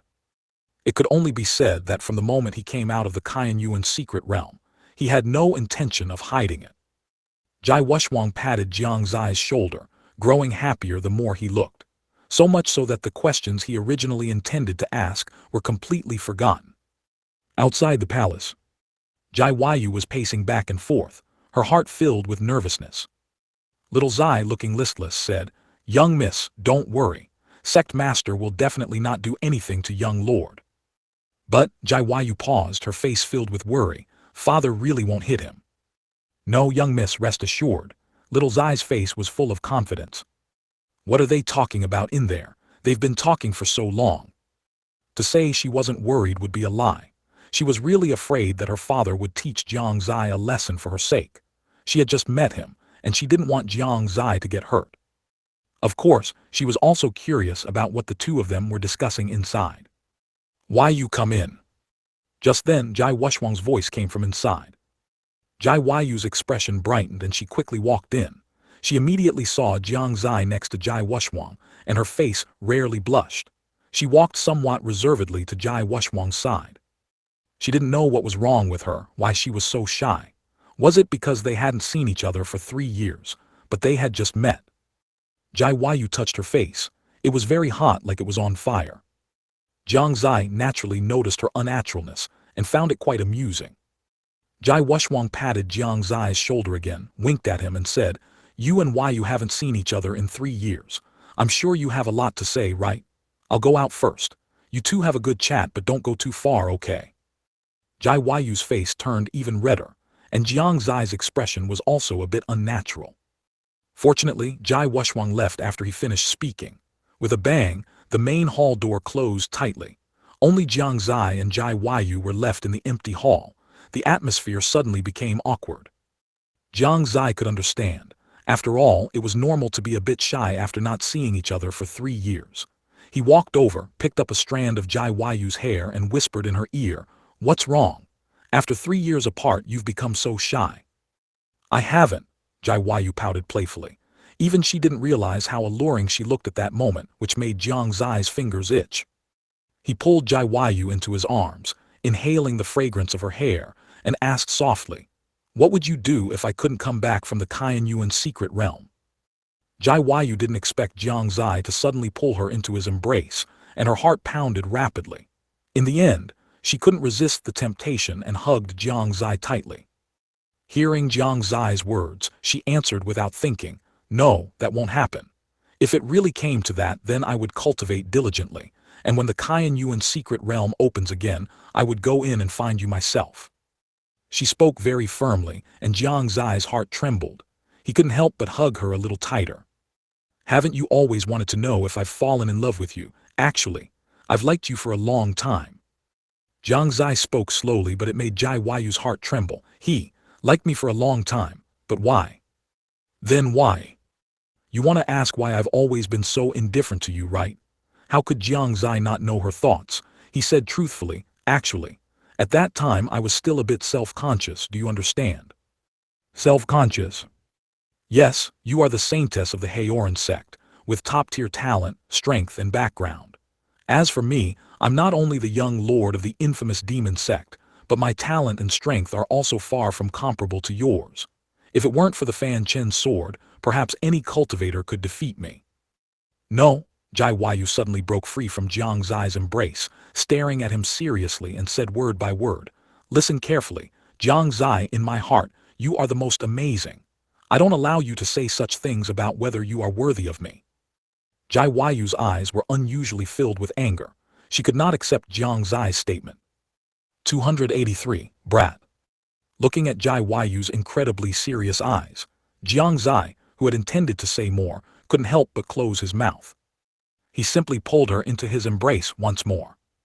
The two of them held each other in silence. After a while, Jiang Xie looked at Jai Yu's face, his gaze slowly moving downwards, to her upturned nose, then to her alluring red lips. He ultimately couldn't resist, slowly leaning in to kiss Jai Yu's lips. Jai Yu seemed to be anticipating it as well, slowly closing her eyes. Just as their lips were about to touch, the door was suddenly flung open. "Zier, there was something I forgot to tell you just now." Jai Wushwang's words trailed off mid-sentence, his voice disappearing. He stared blankly at the scene before him. Jiang Xie and Jai Yu were also startled, jumping apart. Their faces flushed with embarrassment, a little awkward. Just like babies who had done something wrong. Father-in-law, you've arrived," Jiang Xie said naturally, though his heart was incredibly anxious.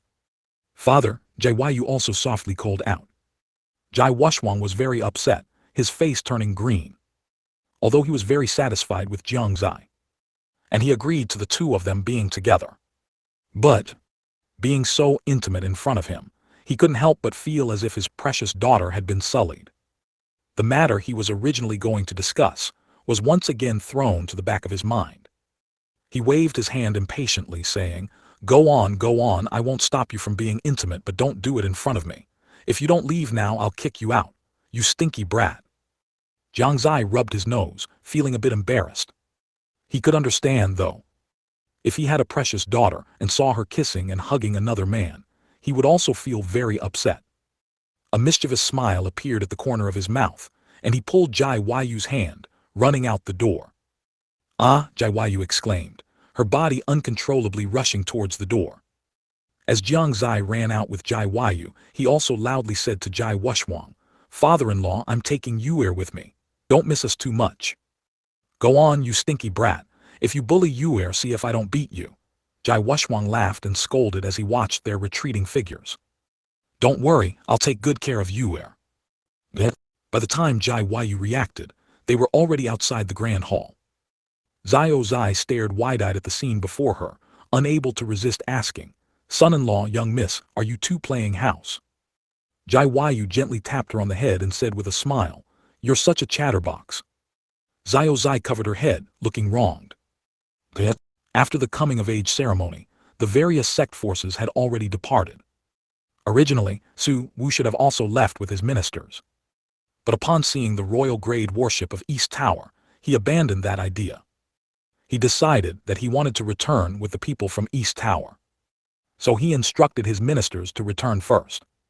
He was extremely curious about that royal grade worship.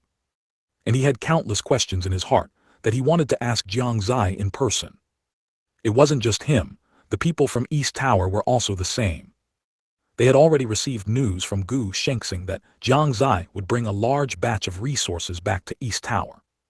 Currently, what East Tower lacked most was cultivation resources. To advance further, sufficient cultivation resources were essential. Within the Haoran Sect Plaza, the royal grade worship attracted the attention of many Haoran Sect elders and disciples. They had already forgotten about cultivation, each hiding to the side, looking at this majestic and imposing worship. Their gazes held both curiosity and longing. Beside the worship, the East Tower people were waiting, and once Jiang Xie and Jai Yu arrived, they could depart.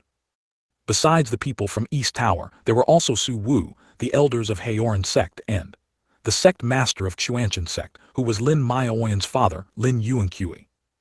Lin Yuanqui stayed under the pretense of visiting his daughter, but in reality, he had guessed that the person wearing the mask earlier was Jiang Xie. That was why he stayed. As for the elders of Haoran Sect, they were all gathered around the royal grade worship, observing it, and occasionally exclamations of awe could be heard. Their tones were not without envy. They actually knew about Jai Yu being the chief disciple of the 7th Tower of East Tower. At first, they were firmly against it. How could the saintess of a major force become a disciple of another force? How could they agree to that? In the end, they still couldn't argue with Jai Yu and Jai Wuxuang. They only proposed that joining East Tower was acceptable, but the title of Haoran Sect saintess could not be removed. Seeing that the elders refused to budge, and coupled with Jai Wuxuang's own selfish motives, it was decided this way. Now, upon seeing this royal grade worship, the elders of Haoran Sect had long lost their initial opposition.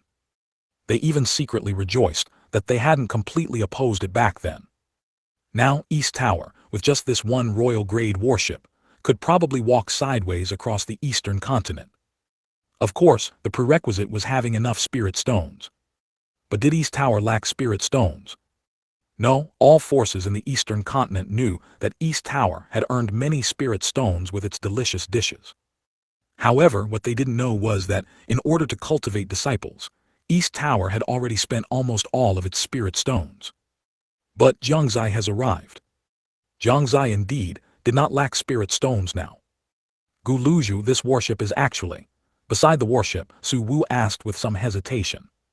If it were 3 years ago, he would certainly not have addressed Gu Shengxing this way, but 3 years later, East Tower was no longer what it used to be. If Jiang Xie were not his grandson, he would probably have to call him Luzhu Jiang. Seeing Su Wu ask, Gu Shengxing didn't beat around the bush and directly said, "This worship belongs to young master." When he spoke, there was no sense of arrogance, making people feel as if they were basking in a spring breeze. Of course, that was only for those who had a connection with Jiang Xie. In the outside world, who didn't know that Gu Shengxing was full of authority. Su Wu's heart trembled, thinking that it was indeed so. Now, he was even more interested in what Jiang Xie had obtained in the Qianyuan secret realm. "May I go up and take a look?" Su Wu asked again. Gu Shengxing smiled and said, "Of course, Sovereign Su, please." With that, he led Su Wu onto the warship. Su Wu looked down from the warship, and immediately felt a sense of looking down upon the world. Indeed, high-grade treasures are the best. I wonder if Zier still has any reserves. How can my Qianyuan empire not have such a sharp weapon? On the other side of the warship, Lin Maoyan and Lin Yuanqui were whispering to each other. "Yanner, be honest with your father, was that young man just now young Master Jiang?" Lin Yuanqui looked at her with anticipation. Lin Maoyan looked around, found no one, and then leaned into Lin Yuanqi's ear, softly saying, "That was indeed young Master Jiang." Indeed. Lin Yuanqi's expression changed. His guess was correct. He didn't expect young Master Jiang's strength to have reached such a realm. He had even mastered Great Emperor Law. That was Great Emperor Law. Lin Yuanqi felt a surge of emotion. Not to mention him, the entire Eastern continent probably had only a handful of people who could master Great Emperor Law. And their realm would not be low. Someone like Jiang Xie, who grasped Great Emperor Law in the Yukong realm, was even rarer than a phoenix's feather. Of course, a large part of the reason was that Great Emperor Law couldn't be learned just because one wanted to. First, you had to possess Great Emperor Law. 284. Strange practice. The commotion caused by Jiang Xie was far from over.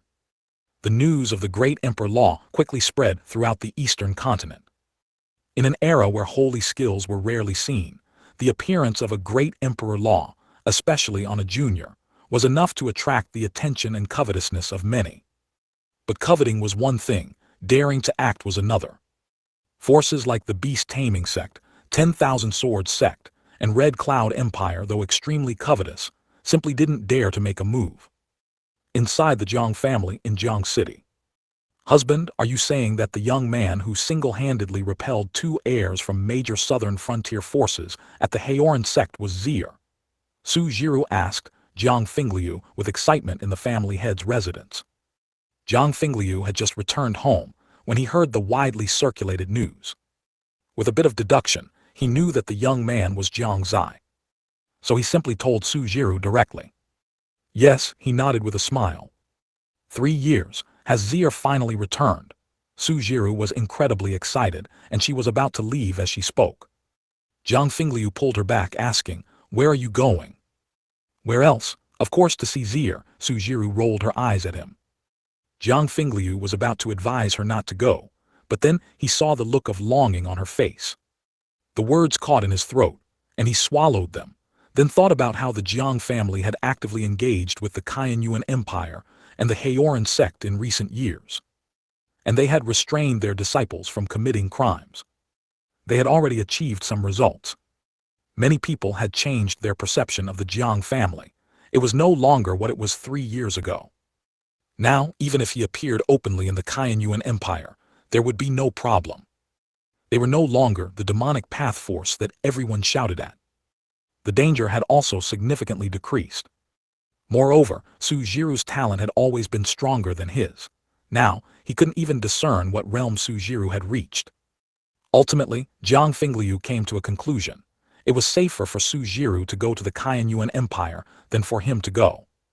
Considering that Su Jiru hadn't seen Jiang Xie for 3 or 4 years, she must be incredibly homesick. The words to persuade her not to go simply wouldn't come out, eventually turning into, "All right, I'll go with you." Su Jiru nodded, and the two walked out the main door together. Su Yun leaned nearby, smiling. "Brother-in-law, are you two going to the Shengyuan Imperial Palace?" "That's right." "Zio Yun, do you want to come with us?" Su Jiru asked. Su Yun yawned and slowly shook his head. "I won't go. I'll go back if I have a chance later." After speaking, he waved his hand and left. The two were about to leave when another voice rang out. "Dad, Mom, where are you going?" The voice was quite childish, but it was Jiang Xie who had appeared beside them from somewhere. He looked at the two with a puzzled expression. Jiang Xie was 6 years old this year, 9 years old, much taller than 3 years ago, and his face had lost some of its childishness. But his figure hadn't slimmed down much, he was still chubby. 3 years had passed, and he was no longer that innocent child. Some words could no longer fool him. Jiang Fingliu smiled slightly, squatted down and stroked Jiang Yi's head, saying, "Jiang Yi, your mother and I are going to cultivate." "Oh, Tilda, I understand, it's that very painful cultivation, right? I heard Dad's screams and also a series of slapping sounds. How much must that hurt? Such terrifying cultivation isn't fun at all." Jiang Yi shivered. Thinking of his father's screams that night, and the sound of something hitting his butt, he felt a lingering fear. He had a deep understanding of being spanked. For no other reason, he was often spanked by Su Jiru. Upon hearing this, a trace of awkwardness flashed across Jiang Fingliu's face. Sujiru's face also flushed slightly for a moment. They hadn't expected Jiang Xie to overhear them. Next time, they should slow down their movements. Uncle Su-yun is still more fun, Jiang Xie said again, then turned and went to find Su-yun. Zhang Fingliu shook his head slightly. This child, it's been 3 years, and he still hasn't gotten rid of that habit of calling him uncle. Let's not talk about that. Every time during that time, didn't you say Jiang Xie was asleep? What's going on? This, Zhang Fingliu didn't know how to answer either. He had indeed seen Jiang Xie asleep. It seemed that just setting up a barrier outside the family head's residence wasn't enough. It would be better to set up another barrier inside the room. The Haoran Sect. Jiang Xie and Jai Huayu ran out of the main hall as if escaping. They stopped after they were out of sight of Jai Wuxuan. Only then did Jai Huayu notice that Jiang Xie had been holding her hand the whole time, never letting go, and her face flushed again. Why is you are so shy? Jiang Xie found it somewhat amusing. He remembered that 3 years ago, Jai Huayu, aside from being a bit tsundere, was quite bold. But now she blushed at every turn, and he didn't know what she was thinking. Actually, that was because 3 years ago, although Jai Huayu knew about intimate matters, she didn't have much of a concept of them. Over the past 3 years, she had learned a lot of information from Xiao Zai. Even now, she felt mortified when she thought about some of the things she had done to Jiang Xie 3 years ago. Nothing, Jai Huayu tilted her head, forcing herself to calm down. Jiang Xie didn't continue to tease her but tightened his grip on her hand and continued to run. Let's go, we're going back to Tianxin Pavilion. Under the setting sun, their shadows stretched endlessly. This meeting came after 3 years. Looking at the figure in front, Jai Huayu slowly smiled. 3 years of waiting, it seemed, wasn't bad at all. Upon arriving at the Haoran Sect square, Jiang Xie still hadn't let go of Jai Huayu's hand. Everyone keenly sensed the change between them, and their hearts understood. Gu Shengxing stepped forward quickly, respectfully smiling. Big brother, we've been waiting for you. Jiang Xie nodded faintly, looking around. The figures of many forces were no longer there. He saw Su Wu, he saw Lin Yuanqui, and he also saw many disciples and elders of the Haoran Sect.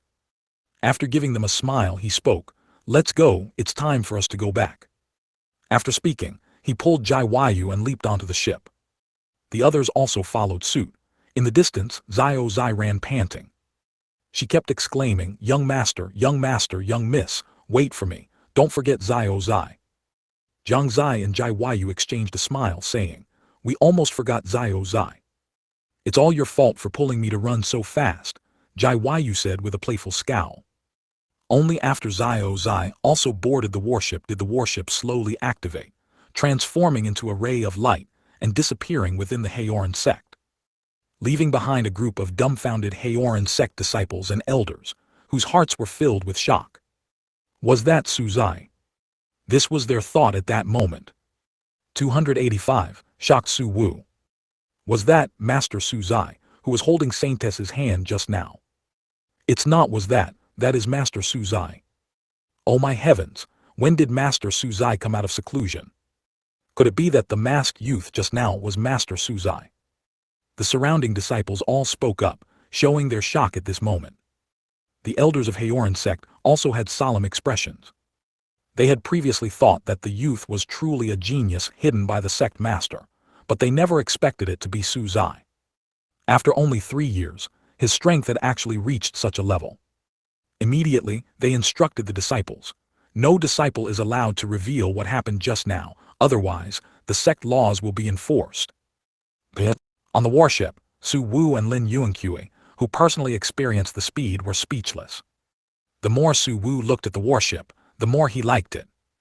After feeling it for a while, he eagerly went to the warship's pavilion to find Jiang Xie.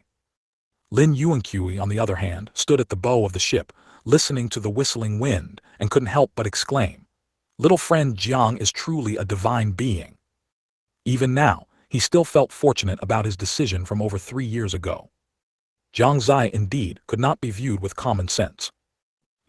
Inside the pavilion, Su Wu found Jiang Xie and went with him to a room. After the two sat down, Su Wu rubbed his hands and asked, "That, Zier, do you have more of such warships? I don't mean I want one, I just want to know if there are any more.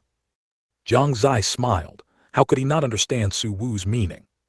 But there really weren't any left. This item was not something common. Having one was already good enough. He could only say helplessly, "Grandfather, having one of these things is already extraordinary, how could there be two?" Cough cough, you're right.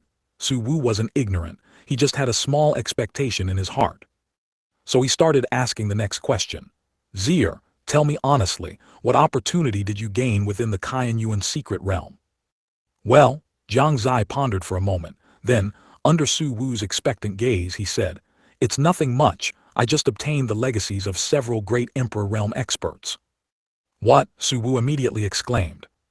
At the same time, his body involuntarily stood up, and his breathing became rapid.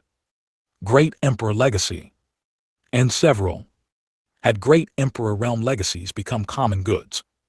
If he weren't his own grandson, Su Wu would really have had the urge to take him down on the spot. This was simply too terrifying. It took a full quarter of an hour for him to recover from Jiang Xie's words. Jiang Xie also knew that anyone who heard his words would be shocked. But the truth was just so. From Emperor Hongyun's great wilderness floating cloud palm, to Liang Great Emperor's fierce flow crushing fist, to Hongqian Great Emperor's red dust myriad forms, and then to Qianyuan Great Emperor's spatial ring and Great Emperor physical body. And a Great Emperor law legacy left within Qianyuan Great Emperor's spatial ring. He now possessed 4 Great Emperor laws. And indeed, they were the legacies of several great emperors. Thinking of this, Jiang Xie's own expression couldn't help but become strange. Counting his current trump cards, Yin-Yang twin birth art, its grade unknown, but Jiang Xie felt that this cultivation technique had reached the divine rank. It was not strange for a cultivation technique, recognized by the statue, to be of this rank. It was strange to say. When he was a child, he had seen many martial skills in the Jiang family library pavilion, but due to his talent, he only learned a basic falling leaf sword art. For cultivation techniques, he only chose an ordinary clear wind art. Now, however, he had quite a few great emperor laws.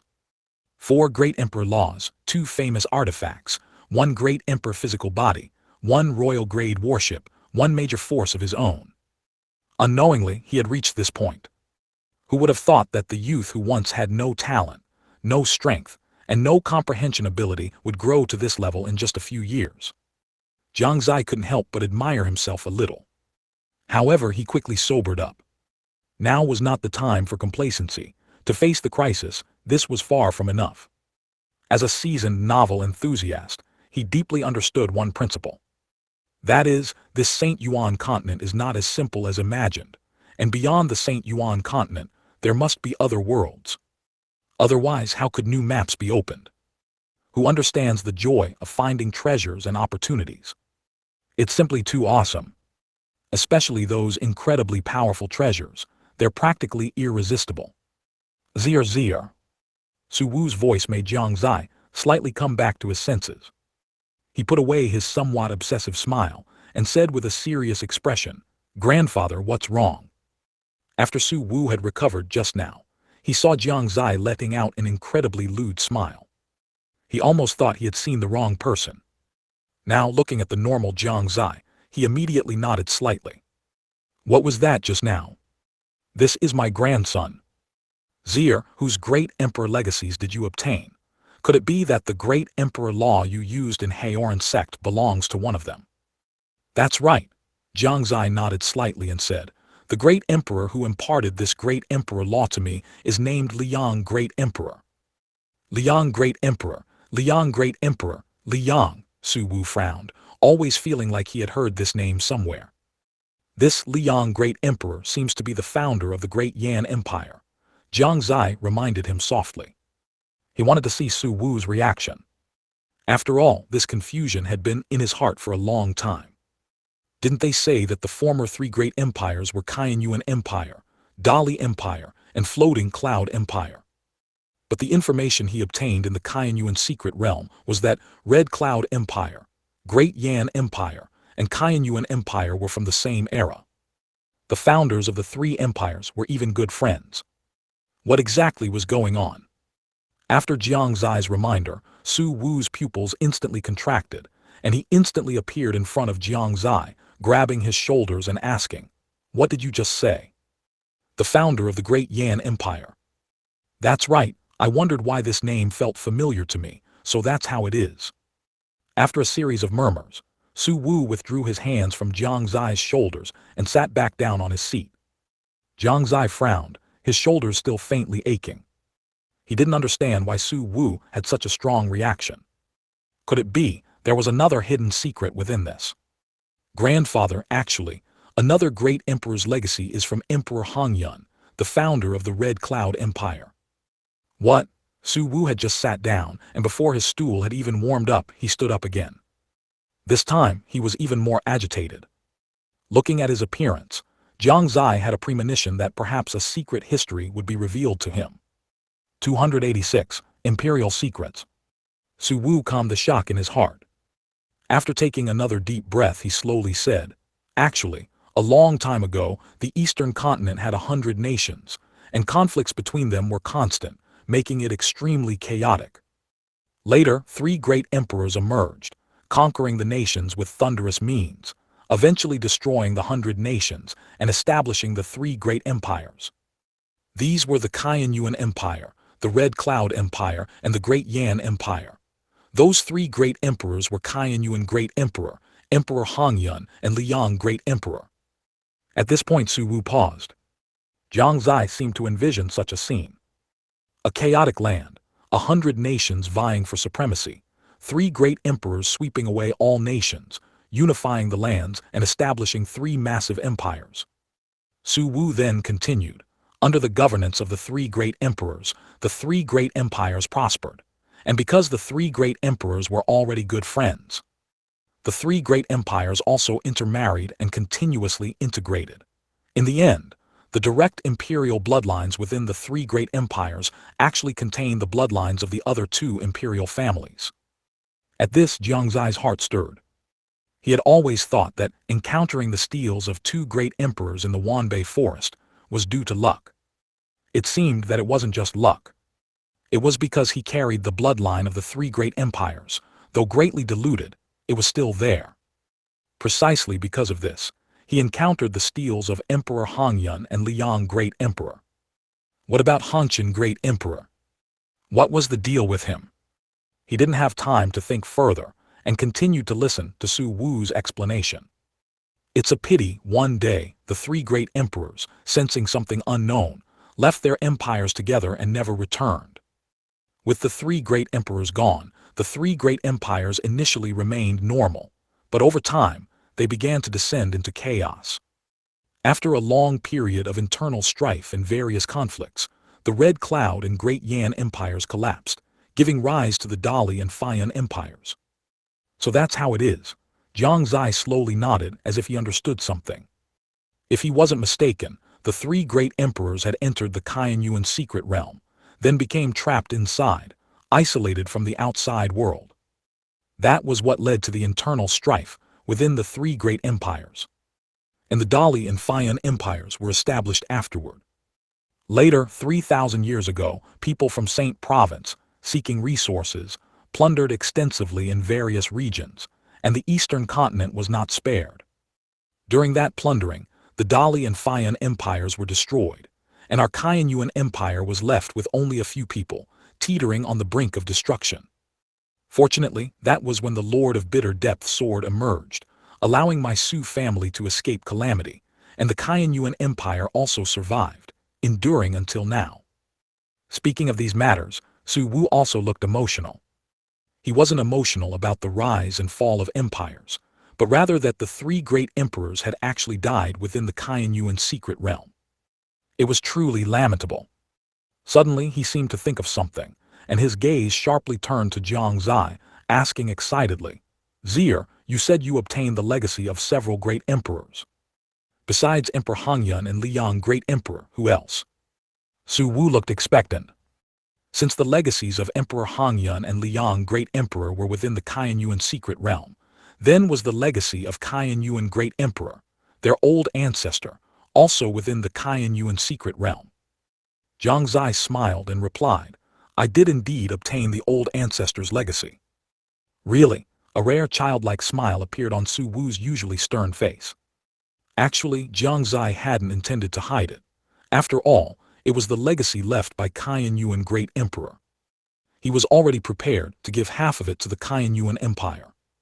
Unexpectedly, Su Wu was only happy for a moment before gently patting his shoulder, saying with a look of relief, to be able to obtain the old ancestor's legacy is your good fortune. Do not disappoint the old ancestor's painstaking efforts.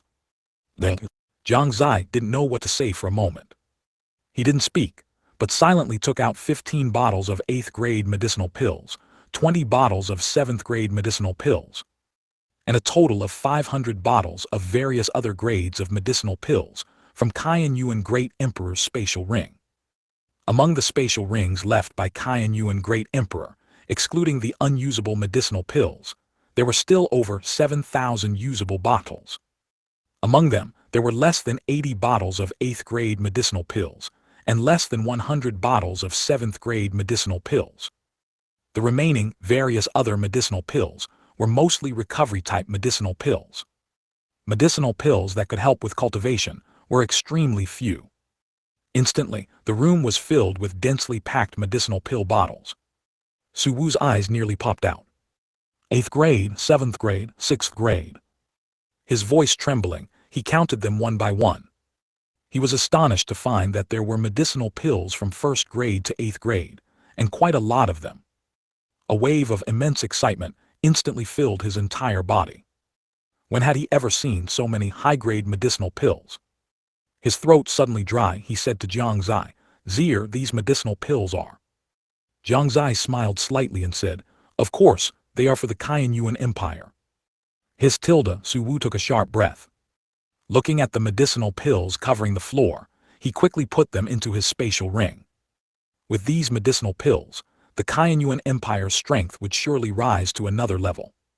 At this moment, he had no choice but to bow to Jiang Xie, saying, Xie, grandfather accepts this favor on behalf of the Yuan Empire.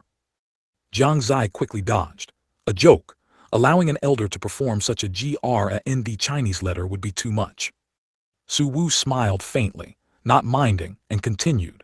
With these medicinal pills, plus you bearing the legacies of 3 great emperors, the Red Cloud Empire and the Great Yan Empire's time should be up. Jiang Xie heard this and thought, that's not right. Does this mean they're going to attack the 2 empires? The confusion on his face was quickly caught by Su Wu, who then explained in detail. Our Yuan Empire's strength far surpasses that of the Red Cloud and Great Yan Empires. The 3 nations have been in a stalemate for so long, it's time for a resolution. What's more, the imperial families of those 2 empires are not legitimate. Not legitimate?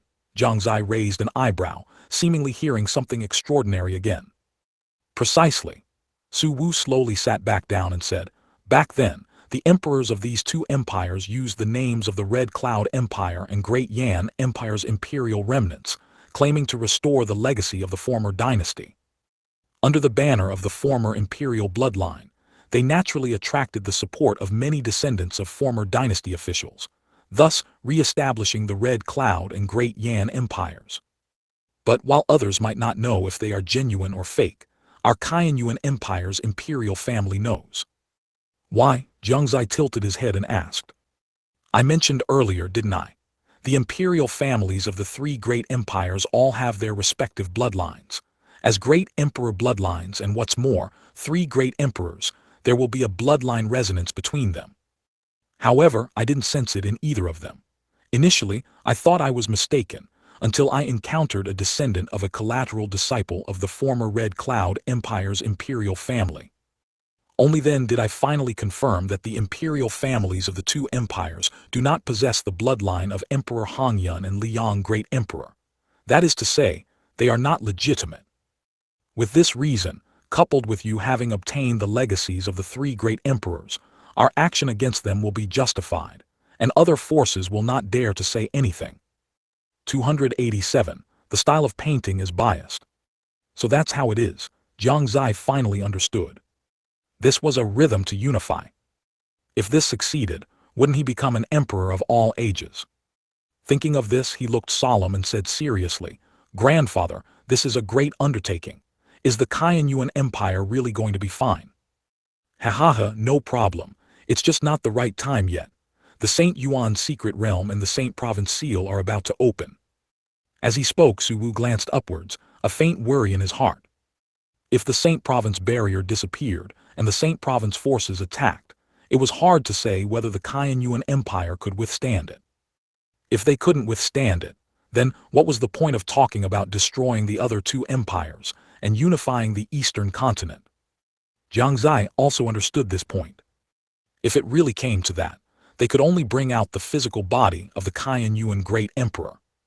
Thinking of this, he said to Su Wu, "Grandfather, actually, the old ancestor's physical body is also with me." Bang! The stool under Su Wu's butt instantly shattered into powder, followed by a huge sound.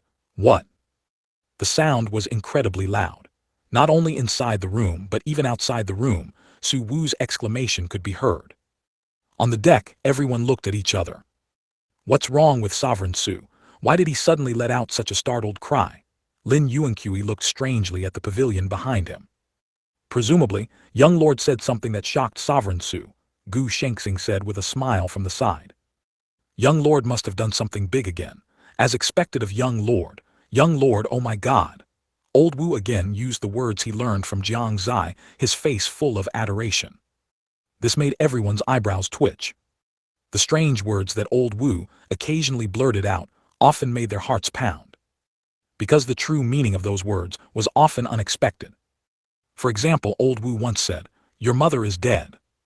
At that time, the people of the East Tower did not know what it meant, only thinking it was a compliment. What's more, according to old Wu, this was taught by young lord. For a time, the people of the East Tower took this phrase as their catchphrase. They would say to everyone they met, "Your mother is dead." And the other party would reply, "Your mother is dead," to express their praise for the other person. During that period, the entire East Tower was filled with the sound of "Your mother is dead." It was quite a spectacle. However, that day, as soon as old Wu entered the East Tower, he heard the disciples collectively shout, "Your mother is dead." At that moment he exploded.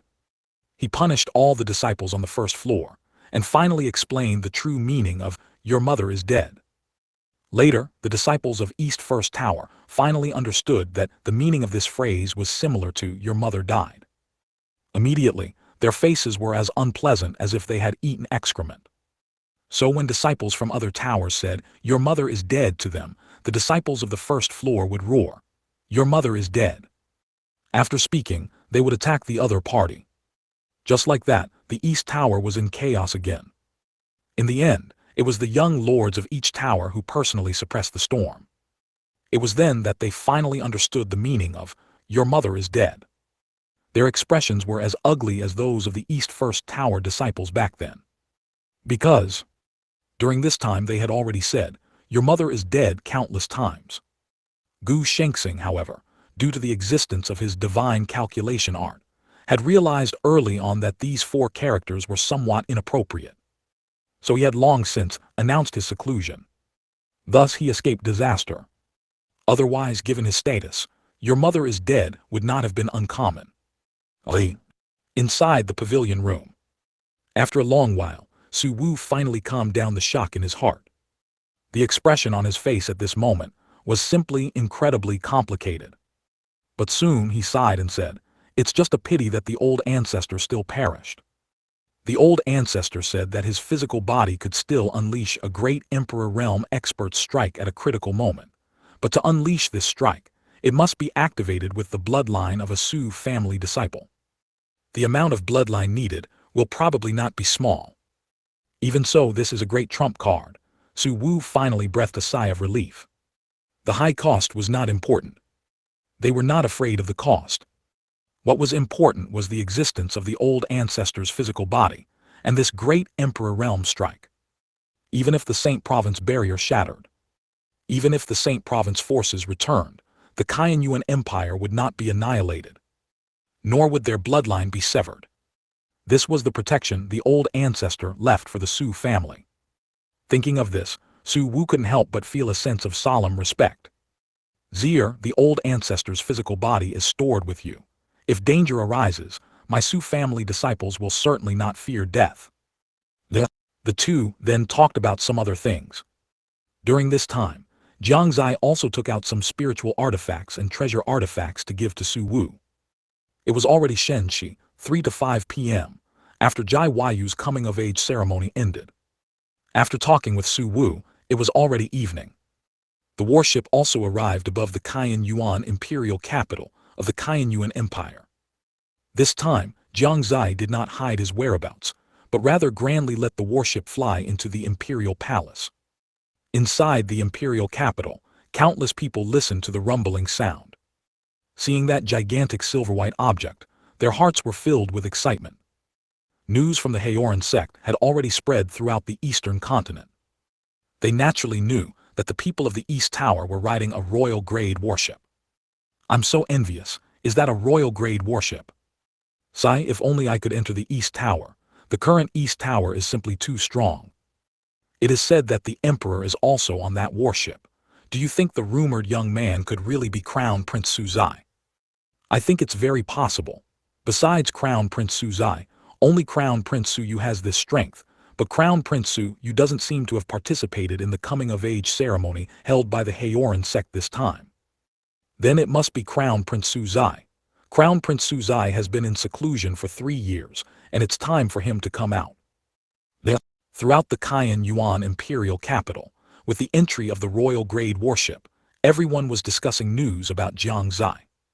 In their opinion, the young man who defeated the heirs of the 2 major forces in the southern border, excluding Su Yu, could only be Jiang Xie. On the Qianyuan Imperial Palace Square, the huge warship slowly descended from the sky, stirring up a hurricane that made the surroundings rustle. Countless officials rushed here without time to change their clothes. Compared to ordinary people, they were more curious about who that young man was. They all had the idea of asking Su Wu. Su Yu also rushed over after hearing the news. Having been in the Qianyuan Imperial Palace for more than 3 years, not having seen Jiang Xie's figure had always bothered him. He felt that this time, he should not be disappointed. Amidst everyone's expectant gazes. On the warship, figures began to move, and their appearances gradually became clear in the eyes of the people below. 288, I'm back. The first person to enter everyone's sight was naturally Su Wu. Su Wu descended from the battle airship, looking majestic, causing the minister's eyes to light up. They thought, what a domineering and awe-inspiring emperor. However, the second person to appear was beyond their expectations. It was Sect Master Lin Yuanqui of Xuanchen Sect. In their impression, Xuanchen Sect did not have much interaction with their Qianyuan Empire. Lin Yuanqui also rarely visited Qianyuan imperial capital. Today was somewhat strange. However, when everyone thought that Lin Maoyan was his daughter, they no longer found it strange.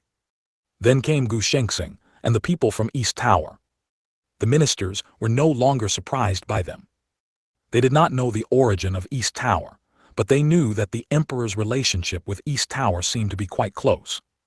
Su Yu's gaze narrowed, staring intently at the last person. And then, Jai Yu and little Zai walked out together. There was some disappointment in his eyes. Could it be? That young man who shone brightly in Haoran Sect was really a hidden genius within Haoran Sect. Greetings, Emperor, greetings, Sect Leader Lin, Gu Luzhu and the other Donglu Luzhu. The ministers slowly spoke, slightly cupping their hands towards the people who had descended. Su Yu withdrew his gaze and also saluted them one by one. Greetings, grandfather, greetings, all Luzhu. Emperor, this battle airship is. After the greetings, a minister immediately began to inquire about the battle airship. After all, this battle airship was too eye-catching. On the other side, Jiang Xie was walking towards a certain place inside the battle airship.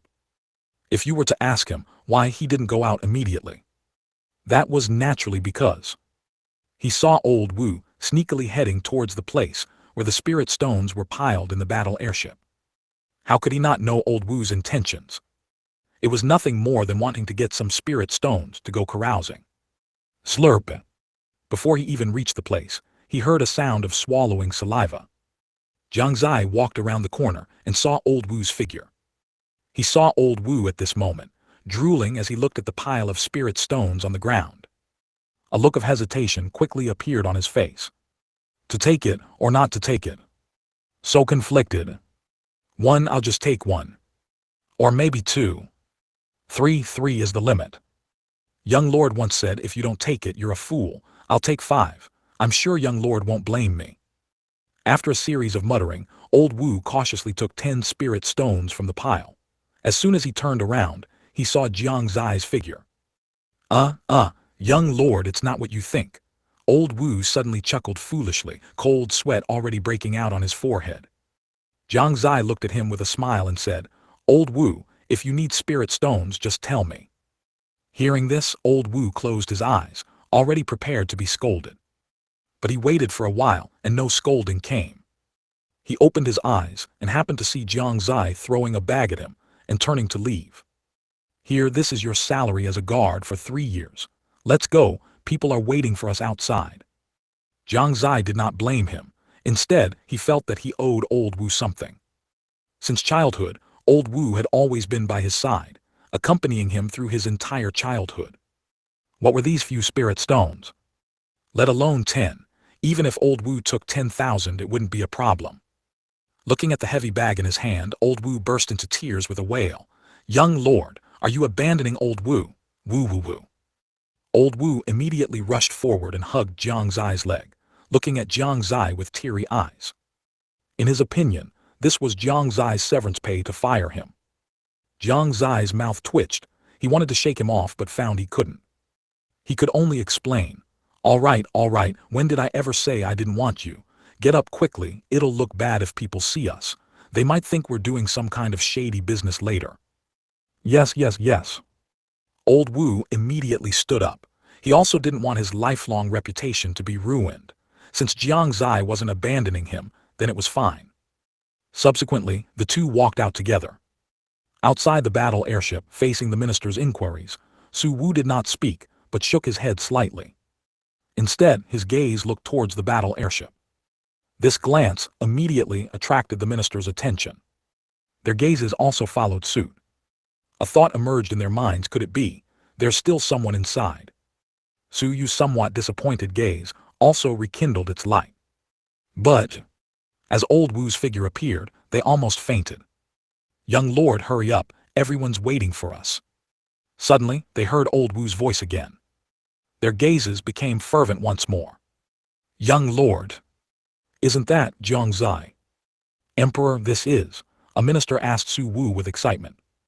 Su Wu nodded slightly. Whoosh. Instantly, all the ministers, including Su Yu, felt a shock in their hearts. He's here. The person they had been longing for had arrived. Crown Prince Su Zai, whom they had waited 3 years for, had returned. The ministers were excited, their eyes trembling, and their bodies couldn't help but tremble. Su Yu was also the same. It had been 3 years. Ever since he heard rumors about Jiang Xie, he had always looked forward to meeting Jiang Xie. But this wish had been delayed for 3 years, and had not been fulfilled. Now, was he finally going to meet this cousin whose strength and talent surpassed his own? Jiang Xie did not know. Outside the battle airship, besides the people who had returned with him and the ministers of Shengyuan Imperial Palace, there was also a cousin who admired him and had always wanted to meet him. When Jiang Xie stepped out of the battle airship, the cheers of the ministers also erupted simultaneously. Oh my God, it's really Crown Prince Su Zai. 3 years have passed. Crown Prince Su Zai seems to have changed quite a bit. With one move, he repelled the successors of 2 major forces from the southern border. Crown Prince Su Zai's strength has reached an unimaginable level. 3 years ago, the world knew that our Shengyuan Empire had 2 crown princes, Su Zai and Su Yu. Over the past 3 years, the name of Crown Prince Su Zai has gradually been forgotten. 3 years later, Crown Prince Su Zai reappeared, and his first move was a startling dragon. On Saint Province Continent, the strong are revered. Although Jiang Xie had caused quite a stir 3 years ago, and attracted a lot of attention. However, for 3 years, there had been no more rumors or sightings of him. People are forgetful, especially in this cultivator world, where geniuses emerge endlessly. However, this did not mean that he had been completely forgotten. At least, when his deeds were once again spread across St. Province Continent, many cultivators would suddenly recall. Isn't that Su Zai, who shone brightly in the St. Yuan assessment 3 years ago and crushed the geniuses of St. Province? Jiang Xie looked down, watching the excited and adoring expressions on everyone's faces. He suddenly felt a sense of unrivaled supremacy. The scenery seen by a strong person should be 10,000 times better than this, right? 289, Palace shaken. Jiang Xie let out a light gasp, spotting a young man who, while not an exact lookalike, clearly bore the features of a direct descendant of the Su family. A strange feeling suddenly arose within him. The void realm was trembling in waves. However, this trembling was so faint it was almost imperceptible. Only Jiang Xie could sense it, because the trembling originated from the Fanchen sword. His heart stirred. He looked towards the young man. Their gazes met at that moment. Jiang Xie began to ponder. The only other time the Fanchen sword had reacted unusually was when the heavenly Dao sword appeared. Could it be that he also possessed one of the 6 famous weapons? Combining this with all the information he had gathered, Jiang Xie arrived at a conclusion. Could this young man be Su Yu? His cousin? Good heavens, this would make it 3 famous weapons in one family. They would already account for half of the 6 famous weapons. How could anyone else possibly live? Is this warship also Crown Prince Su Zai's? It seems Crown Prince Su Zai had quite the harvest in the Kaiyuan secret realm. This is wonderful news for our Kaiyuan Empire. The ministers were inexplicably excited. At this moment Su Yu stepped forward, knowing Su Zai's current status in the Kaiyuan Empire, and said, Crown Prince Su Zai, I heard about your deeds 3 years ago. For 3 years I have always wanted to meet you, and now my wish has finally come true. Might I inquire if we could perhaps spar? He could feel the immense battle intent emanating from the wrathful soul spear. No one had expected Su Yu to suddenly propose a spar. Su Wu couldn't help but frown. He didn't want any animosity to arise between the 2 geniuses, nor did he want either of them to get injured. He did not approve of this spar. The ministers also exchanged glances, unsure of what to do. After all, both sides were the mainstays of the younger generation in the Kaiyuan Empire. They were the future foundation of the Kaiyuan Empire. Gu Shengxing's eyes lit up, not because he wanted to see Jiang Xie fight, but because he wanted to understand the power contained within the wrathful soul spear. Lin Yuanqui, who had intended to say a few words to Jiang Xie and then return to his sect, also stopped his steps at this moment. East Tower Yan Wufeng, Zhou Tao, and the 2 chief disciples all showed expressions of anticipation on their faces. They still wanted to see Jiang Xie's battle. Jai Yu's face showed no worry. She gazed at Jiang Xie with an infatuated expression, believing that Jiang Xie would surely win. Old Wu, on the other hand, quietly pulled out a small stool, preparing to watch the show. But no matter what, the final decision rested with Jiang Xie. Everyone's gaze focused on Jiang Xie. Jiang Xie smiled faintly. Was there even a choice to make? The Fanchen sword was already thirsting for action. This was not a battle to the death, nor was it a grand conflict but a simple spar. Perfect, he also wanted to experience the power of the wrathful soul spear. Without hesitation, he stood on the warship, a confident voice resounding in everyone's mind. All right. With that, Jiang Xie leaped. He descended from the warship. The warship also contracted, eventually disappearing from everyone's sight. Cousin Su Yu, please enlighten me. Jiang Xie walked up to Su Yu and extended a hand. Su Yu, also excited, grasped it. Crown Prince Su Zai, please enlighten me. Even though Su Wu didn't want them to spar, he still didn't speak. He could only think to himself, I'll have to keep a close eye on them later to make sure they don't get hurt. Then he turned to the crowd and said, everyone in that case, please move to the martial arts arena. In an instant, everyone vanished from their original spots. They wanted to grab a good position. Soon, within the imperial palace, a crowd of people could be seen rushing towards the martial arts arena. There were quite a few ministers present in this place. Their grand actions caused many bewildered ministers to step forward and inquire. "Brother, what on earth is going on? Don't you know? Crown Prince Su Zai has returned and is about to spar with Crown Prince Su Yu." "What? Crown Prince Su Yu is going to spar with Crown Prince Su Zai? You should have said so earlier." "There's such a thing. I'm not even putting on my pants. I'm going to find a good spot first." "Damn woman, did you hear what they're saying outside?" "I heard. What about it?" "If you heard, then why the hell aren't you getting off me? I'm going to watch the spar." "Damn it, who told me the spar was in the Imperial Palace Plaza?" For a time, numerous ministers and officials emerged from their residences and rushed towards the martial arts arena. On the other side, within the residences of the three imperial princes, soon 3 exclamations were heard. "What? Zier has returned from the Shengyuan secret realm, and he's going to spar with Yuer. Why the hell didn't anyone say anything sooner? I didn't even go to greet Imperial Father when he returned to the palace today. I truly deserve to die." "What? Those two are fighting? You little rascals, all of you get up. Go watch your 2 cousins spar. Learn well, watch well. If you don't learn anything, all of you go face the wall." At the same time, quite a few young men secretly slipped out of their residences. They gathered in an unmanned corner and began to discuss. "Big brother, what's the rush? Didn't you hear this huge commotion?" "I heard, but what's going on?" "I just overheard that Crown Prince Su Zai has returned, and he's about to spar with Crown Prince Su Yu." "What? Big brother, why didn't you say so sooner? Crown Prince Su Zai has actually returned." "Oh my goodness, is this news true? It's been 3 years. Crown Prince Su Zai has finally returned." "Yes, back then, Crown Prince Su Zai led us through the Shengyuan secret realm, ensuring not one of us died. Is this the chance to repay that kindness?" "Never mind that for now. Is the news of Crown Prince Su Zai sparring with Crown Prince Su Yu true?" "It should be true. My old man also went out." "Then why are we still standing here? Let's go." Instantly, another large group of young men rushed towards the martial arts arena. In the blink of an eye, the number of people heading to the martial arts arena increased severalfold. Almost all the officials in the imperial palace and their descendants had come. Dense crowds of people could be seen on several roads leading to the martial arts arena. Like a dark cloud pressing down, the momentum was immense. Outside, however, no one knew of the commotion happening within the imperial palace. After Su Wu arrived at the martial arts arena, he found the best viewing spot. The others were not to be outdone, and they too quickly occupied advantageous positions, silently awaiting the battle between Jiang Xie and Su Yu. Not long after, a tremor came from all directions.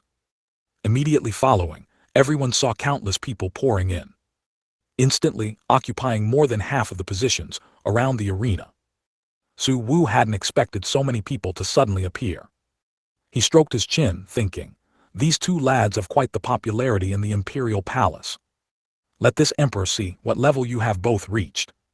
290, Jiang Xie versus Su Yu. People continuously poured in from all directions and quickly took their seats. A group of young figures also appeared from a certain direction. Upon seeing the figure on the arena, their eyes immediately lit up. "It's Crown Prince Su Zai. He really came back," they shouted excitedly. Among the youths, several figures exuded an aura that clearly surpassed the others. They were Su Han, Su Yu, and Su Peng. After 3 years, they were no longer the impulsive and easily angered youths they once were. Instead, they had become much more composed. But even so, seeing Jiang Xie again, their hearts couldn't help but surge with emotion. "Crown Prince Su Zai, he's finally back." "Oh." A quarter of an hour later, the entire area around the martial arts arena was filled with people. In the vast night, they showed no signs of fatigue. Instead, they were full of spirit. Every single gaze was fixed on the martial arts arena. On the martial arts arena, Jiang Xie and Su Yu stood facing each other. Auras surged between them, but neither made the first move. "Sovereign Su, who do you think will win between them?" Lin Yuanqui suddenly turned to Su Wu and asked from the spectator stands around the arena. As soon as he spoke, many people's gazes turned towards them. They all wanted to know, as they were both his grandsons, who would Su Wu ultimately support. Su Wu was silent for a moment.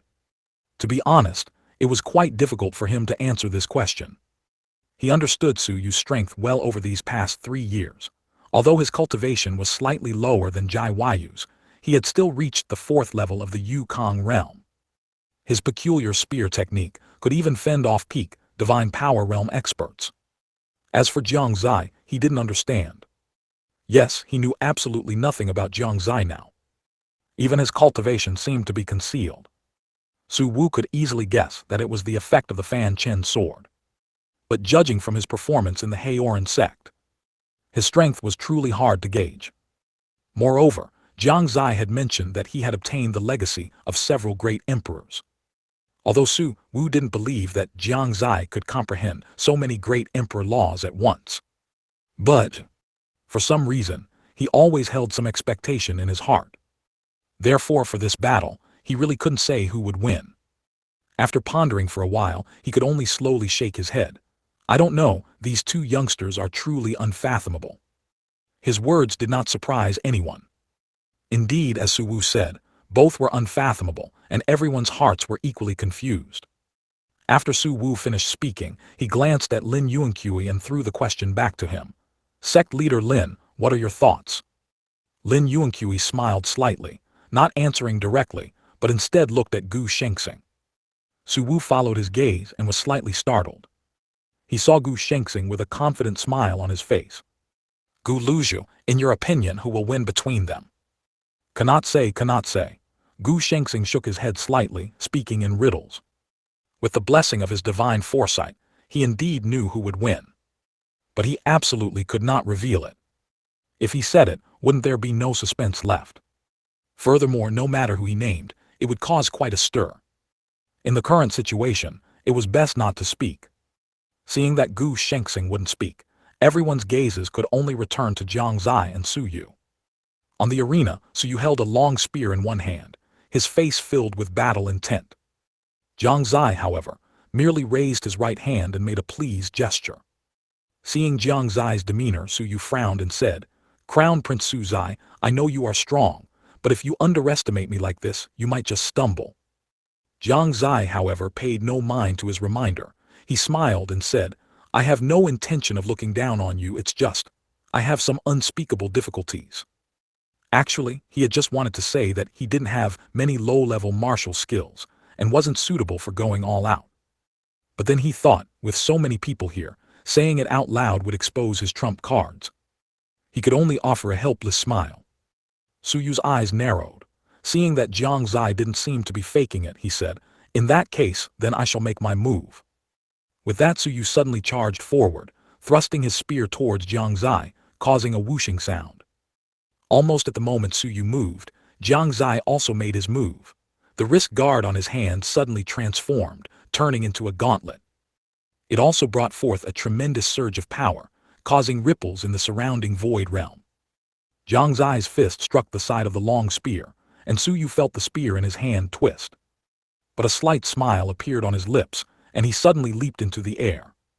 Roared! A tremendous dragon roar echoed. Su Yu stood in the air, and a dragon phantom swam around his long spear. This is the Imperial Holy Skill, Imperial Dragon Roar. Immediately, someone below the stage exclaimed in surprise. Following that, endless cries of shock erupted. I didn't expect young Lord Su Yu to have comprehended this martial skill. This martial skill has not been comprehended by anyone for thousands of years. It is rumored that the reason it couldn't be comprehended is that the Imperial Dragon Roar was incomplete. If young Lord Su Yu can comprehend it, doesn't that mean he completed the missing part of the Imperial Dragon Roar? If Su Yu had merely learned this holy skill, they might have been surprised, but not this surprised. A holy skill, even if it was only missing a corner, was not something ordinary people could complete. From this, one could see Su Yu's formidable prowess. Now, everyone's gaze was once again focused on Jiang Xie. How would Jiang Xie defend against this? Somewhere around the arena, Jiang Yu had a relaxed expression. She was not worried that Jiang Xie would lose.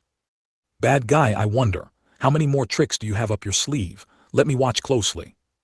In her heart, the most important thing was to observe Jiang Xie's strength and methods.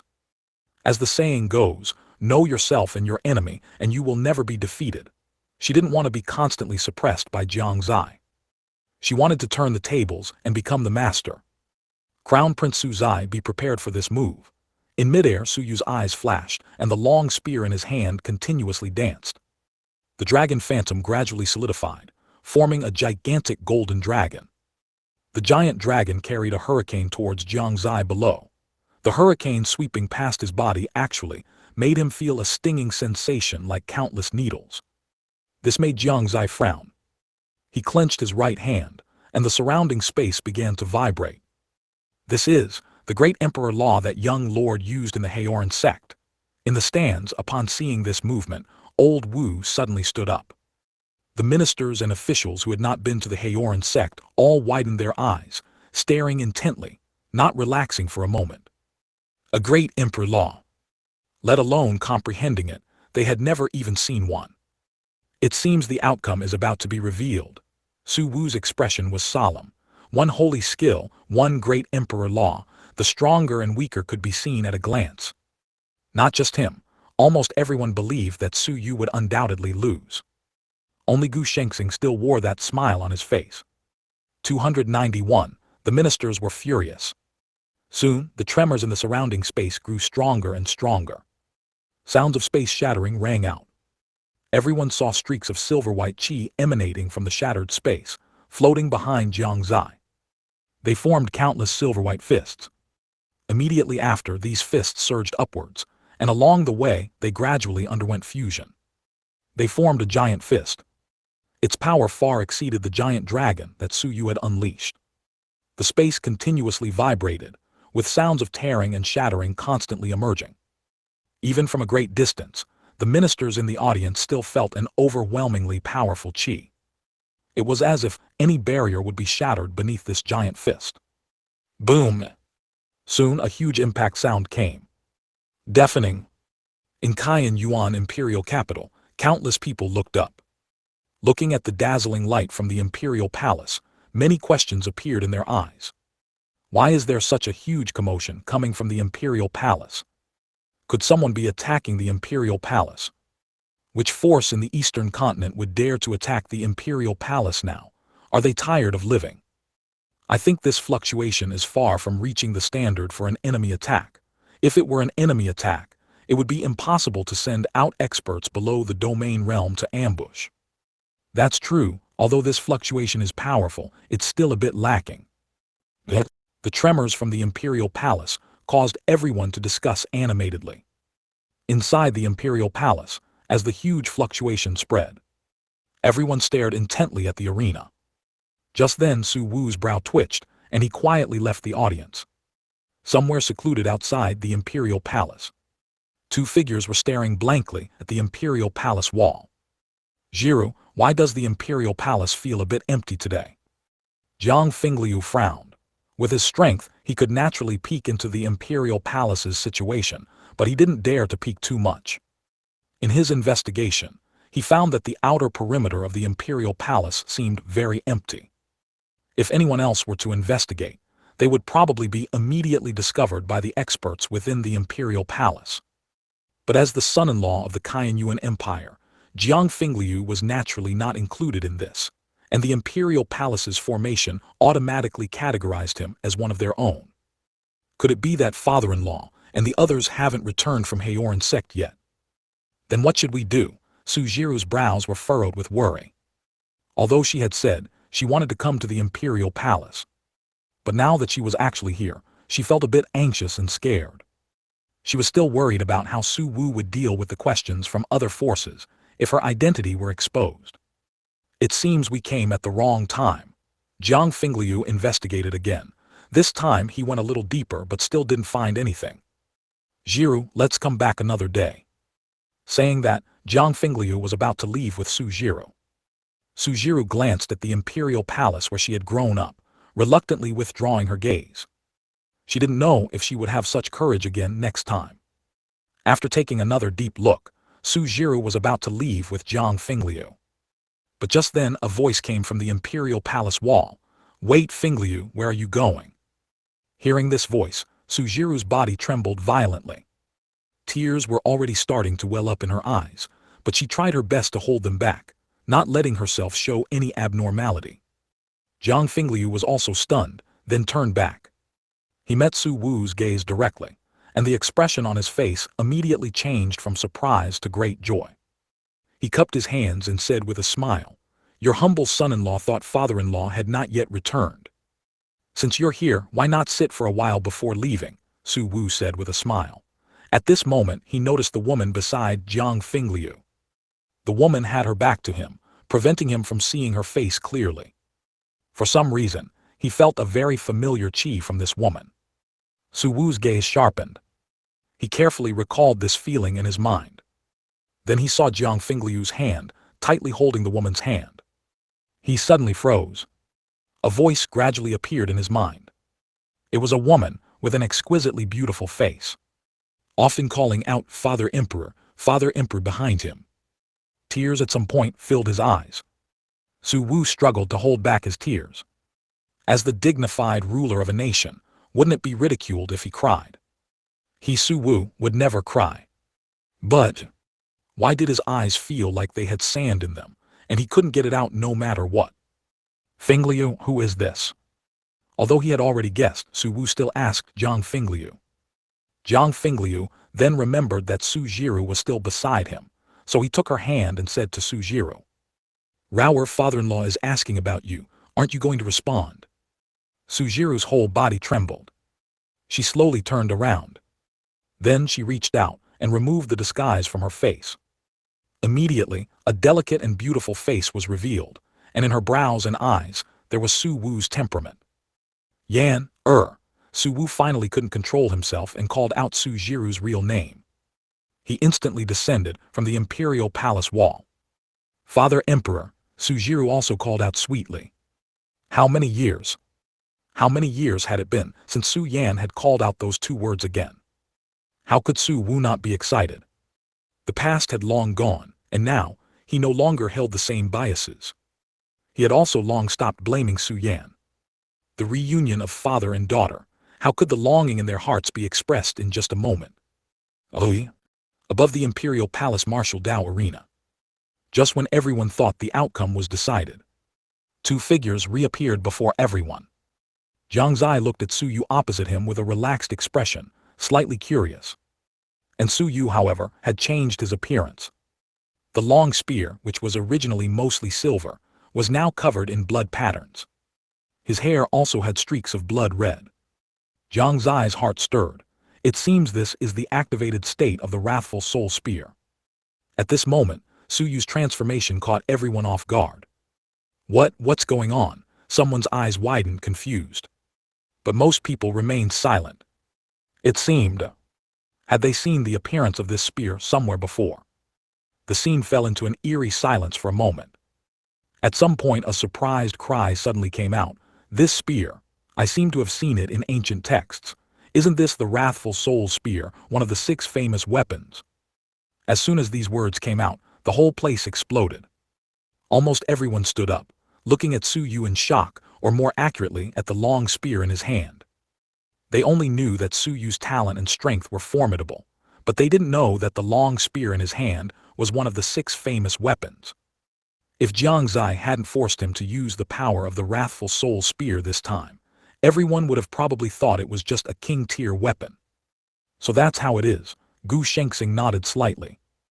Earlier, he had calculated that Jiang Xie should win this battle with a slight advantage, although Jiang Xie hadn't used his full strength. But he was still very curious about what methods Su Yu had. Now he understood. This Su family, a family with 2 famous weapons. Following Jiang Xie, it was worth it. What he didn't know was that Jiang Xie now had more than just one famous weapon. 292. The Illusion of the Mortal World. I never expected that Crown Prince Su Yu's long spear would be the wrathful soul spear, one of the 6 famous weapons. No wonder there are rumors that even divine power realm experts are no match for Crown Prince Su Yu. Then does that mean our Kaiyuan Empire already has 2 famous weapons? What's going on with the young disciples of our Kaiyuan Empire this generation? Crown Prince Su Zai has the Fanchen sword, and Crown Prince Su Yu has the Wrathful Soul Spear. It's hard for our Kaiyuan Empire not to rise. I just don't know how Crown Prince Su Zai will respond. It looks like Crown Prince Su Zai has no intention of using the Fanchen sword at all. In the stands around the arena, everyone was discussing animatedly. Su Yu had already activated the power of the Wrathful Soul Spear, but Jiang Xie still showed no reaction. "Cousin, are you sure you won't take out the Fanchen sword to fight me?" Su Yu asked with a puzzled expression. Even if he admired Jiang Xie, at this moment, he couldn't help but feel that he was underestimating his opponent. Jiang Xie shook his head slightly. It was just a sparring match. There was no need for such a grand display. Moreover, he also wanted to know what the ability of the Wrathful Soul Spear truly was. "Young miss, why isn't your husband taking out the Fanchen sword?" In a corner of the spectator stands, Xiao Zai asked Jai Waiyu in confusion. Jai Waiyu shook her head slightly. "I don't know either, but he might have a way to deal with it." Seeing that Jiang Xie showed no sign of using the Fanchen sword, Su Yu no longer hesitated. "Cousin, forgive me for this offense." The Wrathful Soul Spear instantly locked onto him. Jiang Zai's whole body trembled. In that instant he felt like he couldn't move. Not only that, but his consciousness was also gradually weakening. He was completely at the mercy of others. He seemed to understand the attack state of the Wrathful Soul Spear a little. In his line of sight, Su Yu's body had already begun to rush towards him. What's going on? Crown Prince Su Zai's state seems a bit off. Why does he seem to be immobilized? Could this be the formidable aspect of the Wrathful Soul Spear? How will Crown Prince Su Zai respond to this? It seems Crown Prince Su Zai was overconfident this time, and might fall at the hands of Crown Prince Su Yu. Jiang Zai's state caused everyone to start discussing animatedly again. On the arena, Su Yu slowly walked towards Jiang Xie. He seemed to have already seen victory. But this victory did not make him happy, because he knew that Jiang Xie had not used his full strength. Just then he noticed a strange light flash in Jiang Xie's eyes, then disappear. Immediately after, Su Yu found himself in an unfamiliar place. The Wrathful Soul Spear in his hand was also nowhere to be found. He was dressed in coarse linen clothes, standing in a crowded place, yet feeling incredibly unfamiliar. What's going on? Where is this? Su Yu was bewildered. He clearly remembered that he was fighting Jiang Xie just a second ago. Is it a dream? He frowned and began to walk without a direction. He didn't know where he was going, nor what lay ahead. It seemed as long as he kept walking, he would reach the end. And so he walked for a very, very long time. From youth to middle age, he crossed countless mountains and rivers, and visited countless small towns and cities. Finally, he grew tired and met a woman. They fell in love at first sight, and soon after they entered the halls of marriage. They lived a beautiful and happy life. Above the martial arts arena, everyone only saw Su Yu, who was originally walking towards Jiang Xie, suddenly stop. Then, several expressions appeared on his face. There was confusion, determination, bewilderment, and also a smile. What's wrong with Crown Prince Su Yu again? This sparring match is truly strange. It's one thing for Crown Prince Su Zai to stop moving, but Crown Prince Su Yu, who was about to win, also stopped moving. Looking at Crown Prince Su Yu's state, could it be that he's under an illusion? It's possible, but what rank of illusion could achieve such an effect? It seems this is Crown Prince Su Zai's method. On the arena, the two were now in a stalemate. Neither could do anything to the other. Jiang Xie was unable to move his entire body, and his consciousness was blurry. As for Su Yu, he had already fallen into the mortal world illusion. This was precisely the second great emperor law that Jiang Xie learned in the Kaiyuan secret realm: red dust myriad forms. It was also his first time using it on someone. The two remained in the stalemate. Everyone waited patiently. It wasn't until half an hour later that Jiang Xie felt the power that was restraining him gradually weaken. His consciousness also gradually recovered. Another quarter of an hour passed. Jiang Xie had completely returned to normal. And Su Yu also returned to his initial state. The Wrathful Soul Spear returned to its original form, but his consciousness had not yet recovered. He was still in the illusion. He moved. A gasp from the stands made everyone refocus their attention. Jiang Xie stretched his limbs and slowly exhaled a mouthful of turbid qi. Phew, I almost stumbled. Looking again, Suyu was still in the illusion. His eyes flashed again. Suyu jolted and snapped back to his senses. He first looked around in confusion, then reacted. His face was full of bitter smiles. As expected of cousin, I lost. He bowed slightly to Jiang Xie, and then stepped down from the arena. Thus this sparring match came to an end. Clap, clap, clap. A round of applause began to spread around. Lin Yuanqui stood up and praised. This sparring match between the two crown princes was truly spectacular. Indeed, this sparring match between the two crown princes was truly magnificent. I never expected that Crown Prince Su, you would give us such a huge surprise again. With the two crown princes in the Kaiyuan Empire, we will not fall behind others on the path of Dao competition. Waves of praise continuously emanated. Suyu then asked, cousin, what was that move just now? As soon as these words were spoken, the surrounding sounds disappeared. This was not only what Suyu wanted to know, but also what others wanted to know. Jiang Xie slowly jumped off the arena and said, a great emperor law. Suyu trembled all over and cupped his hands. So that's it, as expected of cousin. As soon as Jiang Xie stepped off the arena, Gu Shengxing and his group had already surrounded him. He immediately transmitted a message to Gu Shengxing. After we return to East Tower, give the order for a full member meeting tomorrow at noon. Yes, Tower Master, Gu Shengxing immediately replied seriously. Then he motioned for Yan Wufeng and the others to leave. Poor Yan Wufeng and the others had just wanted to greet Jiang Xie when they were pulled away by Gu Shengxing. Afterward, Lin Yuanqui also walked forward and slightly cupped his hands towards Jiang Xie. Crown Prince Su Zai, please inform Sovereign Su that I will be returning to Shengyuan Sect first. Jiang Xie nodded slightly and said, all right, Sect Leader Lin, take care. After speaking, he walked towards Jai Wayu. He had only walked halfway when he was surrounded by a group of ministers. Crown Prince Su Zai, may I ask what realm you have reached now? Crown Prince Su Zai, was that another great emperor law? Have you already comprehended two great emperor laws?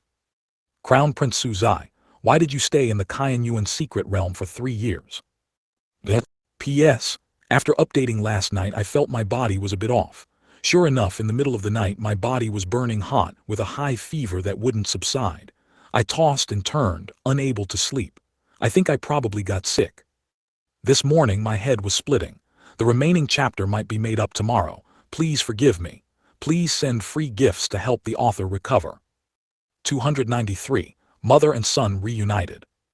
Having finally gotten rid of the minister's entanglement, Jiang Xie had barely taken 2 steps when he was stopped again by the 3 princes, who were also his 3 maternal uncles. Zier, 3 years unseen, your strength has improved so quickly. My heart is greatly comforted. Zier, if second brother were still alive, he would also be proud of you. Zier, how about you come to my residence sometime, and guide your cousin in cultivation? Jiang Xie spent some more time before he could send the 3 of them away. He thought to himself, surely there's nothing else now. He walked towards Jai Wayu with a slight smile.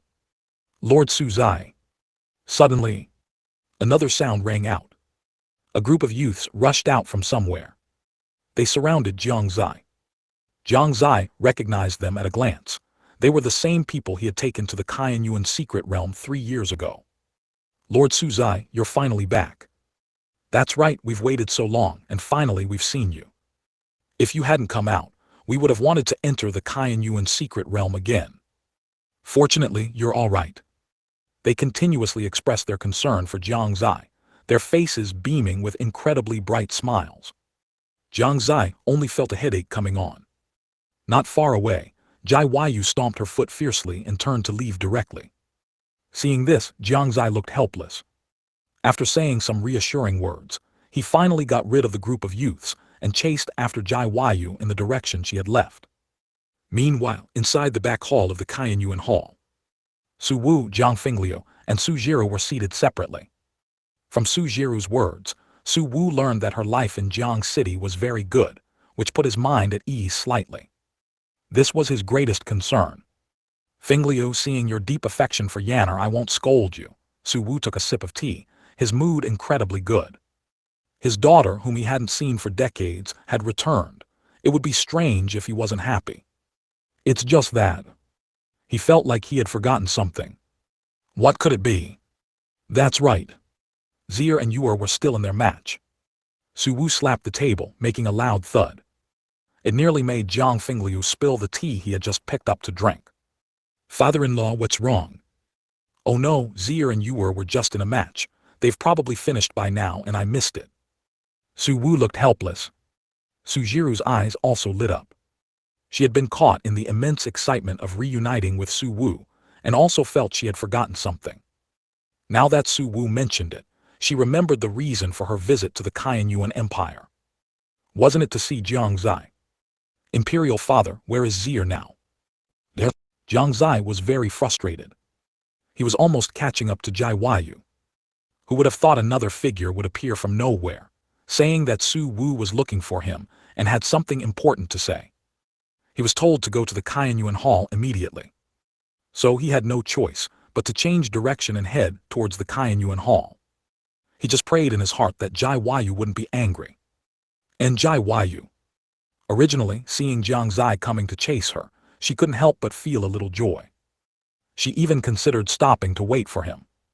But before she could be happy for long, Jiang Xie ran off again. For a moment she became anxious, feeling a mix of hope and fear. She couldn't help but wonder, why did he suddenly leave when he was almost by her side? Was it on purpose, or... After walking for only a short while, Jiang Xie arrived outside the Qianyuan Hall. Upon entering the hall, he immediately felt a familiar sensation. His heart stirred, he seemed to have thought of something. He couldn't help but quicken his pace. Passing through the front hall, he quickly entered a small path, and after the path was the back hall. Inside the back hall, Jiang Xie was carefully savoring the tea in his hand. Su Wu and Su Jiru, however, were chatting happily. However, Su Jiru would occasionally turn to look at the doorway. When footsteps sounded outside, Jiang Xie put down his tea, and Su Wu and Su Jiru stopped their conversation. Su Jiru stared intently at the doorway. Thump, thump, thump. The sound gradually drew closer. A shadow first appeared on the ground. Then, Jiang Xie's figure appeared before the three of them. Feeling that familiar presence, Jiang Xie was slightly stunned. Before he could react, he was embraced. Xie. Feeling the warmth from the body, and hearing the familiar voice, Jiang Xie's eyes instantly reddened. He softly called out, "Mother." He hadn't expected Su Jiru to come to the imperial capital from Jiang City. Thinking about it carefully, he hadn't seen Su Jiru for over 3 years. The same was true for Su Jiru. She was different from Jiang Xie. Jiang Xie at least occasionally came to the Qianyuan Imperial Palace. But she had only come once in decades. "Mother, why did you come too?" Jiang Xie asked excitedly. "Isn't your mother just missing you too much? It's been over 3 years since we last met, so I let her come since she wanted to," Jiang Xie said with a smile from the side. Su Wu didn't speak, but he also had a smile on his face. It was truly a family reunion. After a long hug, Su Jiru finally released Jiang Xie and cupped his face, examining him carefully. "Xie, you've grown up. If a few more years pass, I'm afraid mother won't even recognize you. What's going on with your hair? You've grown a lot taller, almost taller than your father. Xie, you're still the master of that Fanchen sword, aren't you? You should use that thing less. It shortens your lifespan." Looking at the chattering Su Jiru, Jiang Xie felt a wave of warmth. He had been away from home for over 3 years. Although he lived well here, it was never as good as home. Only by venturing out does one realize how precious a family reunion is. He said with a smile, "Mother, don't worry. No matter what I become, I'm still your son. As for this hair, there's a reason behind it. It's been 3 years, so of course I've grown taller. The Fanchen sword doesn't have much of an impact on me, mother. You don't need to worry." Jiang Xie patiently answered Su Jiru's questions one by one. Su Jiru smiled and pulled him to sit beside her. She then continued to examine him carefully. Taking this opportunity, Su Wu also asked, "Xie, who won the match between you and Yuer?" "Naturally it was me," Jiang Xie smiled and said, "but cousin Su Yu is also very strong. I almost lost. Oh, Zier almost lost even with the Fanchen sword. Su Wu became curious. Jiang Xie looked at him strangely and asked, Grandfather, you wouldn't happen to not know that cousin Su Yu's long spear is the Wrathful Soul Spear, one of the 6 famous weapons, would you? What? Su Wu was startled. Like the other ministers, he had only thought it was a king-tier weapon and never considered it to be one of the 6 famous weapons. Or rather, before the Wrathful Soul Spear changed, almost no one could recognize it. Yours long spear is the Wrathful Soul Spear. Su Wu's eyes were dazed for a moment. A tidal wave had already surged in his heart. This, having won Jiang Xie, was already good enough. And now there's another master of the Wrathful Soul Spear. This is the rhythm of heaven prospering the Shengyuan Empire. After the shock, he was ecstatic. This was simply incredibly exciting. If he didn't want to spend more time with his daughter, he would probably rush to find Su Yu right now. 294. Breakout. Jiang Xie's conversation with his parents lasted from evening until the next morning. It wasn't until the next morning that Jiang Fingliu and Su Jiru finally left. That night they learned many things. For instance, as Su Wu had mentioned, he had obtained the legacy of several great emperors. This news was quite a shock to both of them. At the same time, they felt immensely relieved. Since childhood, when they learned that Jiang Xie had no talent for cultivation, they had always worried about his future. They worried that Jiang Xie might feel inferior, or even become distorted in his mindset. But now, it seemed that all their worries had long since vanished. In addition, they also learned from Su Wu that Jiang Xie had single-handedly defeated the legacies of 2 major southern border powers within the Haoran Sect. His demeanor was incredibly dashing. Jiang Fingliu and Su Jiru were incredibly excited to hear about it. They even exclaimed, "Good, good, good," which made Jiang Xie feel a bit awkward. Finally, they told Jiang Xie some things about home. For example, that kid Jiang Yi, at some unknown time, had carved another statue of Jiang Xie out of wood and placed it by his bedside to worship every day. He would say things like, "Big brother has appeared, let him have a good meal." Jiang Xie had quite a headache about this. He wasn't even truly dead yet, and his younger brother was already worshipping him. The crucial part was, if he was going to worship, he should ask for something good. What kind of ghost asks for food? It must be said that Jiang Xie's early strategy of capturing his stomach was very successful. At that time, he only thought that he had no talent for cultivation, and that it would surely be difficult to move an inch on the Shengyuan Continent in the future. And Jiang Yi, with his extraordinary talent, was undoubtedly a good candidate for him to rely on in the future. That's why he resorted to such a desperate measure. Now it was good. He could cultivate, but that kid Jiang Yi couldn't let go of his love for food. Finally, Jiang Fingliu and Su Jiru gave Jiang Xie some more instructions before leaving. Su Wu also went to find Su Yu. Only then did Jiang Xie leave Qianyuan Hall and head towards Tianxin Pavilion. At this moment, inside Tianxin Pavilion, in the master bedroom, Jai Huayu had not slept all night. Her mood was also incredibly vexed. Last night, she thought Jiang Xie had just gone out for something, so she thought it would be fine to wait for him slowly in bed. But she waited all night and didn't see a single shadow of Jiang Xie. The more she thought about it, the angrier she became. Damn it, he didn't come back all night. Jai Huayu bit her skirt hem, wanting to give Jiang Xie a good beating. She had been looking forward to it so much. When they were in the Haoran Sect, Jiang Xie had finally shown some masculinity. Why did he become a coward as soon as he came back? She had endured long enough. In the courtyard of Tianxin Pavilion, in the small pavilion, Uncle Wu and Xiao Zai were enjoying tea. "Xiao Zai, why aren't you going to greet young miss today?" Uncle Wu took a sip of tea, feeling that it had a unique flavor. He recalled that 3 years ago, he didn't seem to like drinking tea. Why did he now feel that the tea tasted better, and better the more he drank it? Oh, that's right. It was because his longing for the young lord was too strong, and he remembered that the young lord often drank tea, so he thought of remembering him through objects. He didn't expect to fall in love with it. Xiao Zai also took a sip of tea, but after just one sip she frowned slightly. It wasn't fragrant or sweet, and it had a slightly bitter taste. She wondered why her brother-in-law and Uncle Wu both liked to drink this. Oh, young Miss seemed to have secretly drunk it a few times too. But it wasn't good to drink, was it? Why on earth was that? She was utterly puzzled. Regarding Uncle Wu's question, she said with a bitter expression, "Uncle Wu, how dare I go to young Miss's place now? I'm afraid I'll have to endure young Miss's wrath if I go in." "Oh, why?" Uncle Wu looked curious. Xiao Zai was a bit helpless. "Uncle Wu, you know that brother-in-law didn't come back last night, and young Miss is in a fit of rage right now." "Oh, is that so, haha?" Uncle Wu scratched his head subtly. Actually, he hadn't come back last night either. Instead, he had gone out to have some fun. So he didn't know if Jiang Xie had come back or not. He couldn't help but wonder, could it be, that the young lord also went out to carouse like him? His tilde. Thinking of this, Uncle Wu suddenly shivered. If this were true, and if young Miss found out, wouldn't all hell break loose? No, he must protect this secret with his life. Why are you two in the mood to drink tea here today?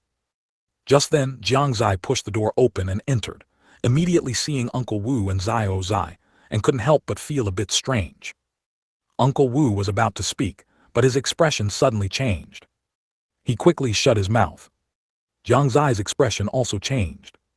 He saw an object full of killing intent suddenly shoot out from inside the hall, grazing Jiang Zai's face. It was firmly embedded in the courtyard wall. Jiang Xie turned his head to look, and it was a hairpin. Seeing this, Uncle Wu shrank his neck, and Xiao Zai hid behind Uncle Wu in fear. Jiang Xie also wiped the cold sweat from his forehead. The distance was really precise. However, before he could recover, a voice devoid of joy or sorrow came from inside the hall again. "Jiang Xie, get in here." His tilde, Jiang Xie shivered again. What was Jai Yu going crazy about? She was so gentle yesterday, why was she like this today?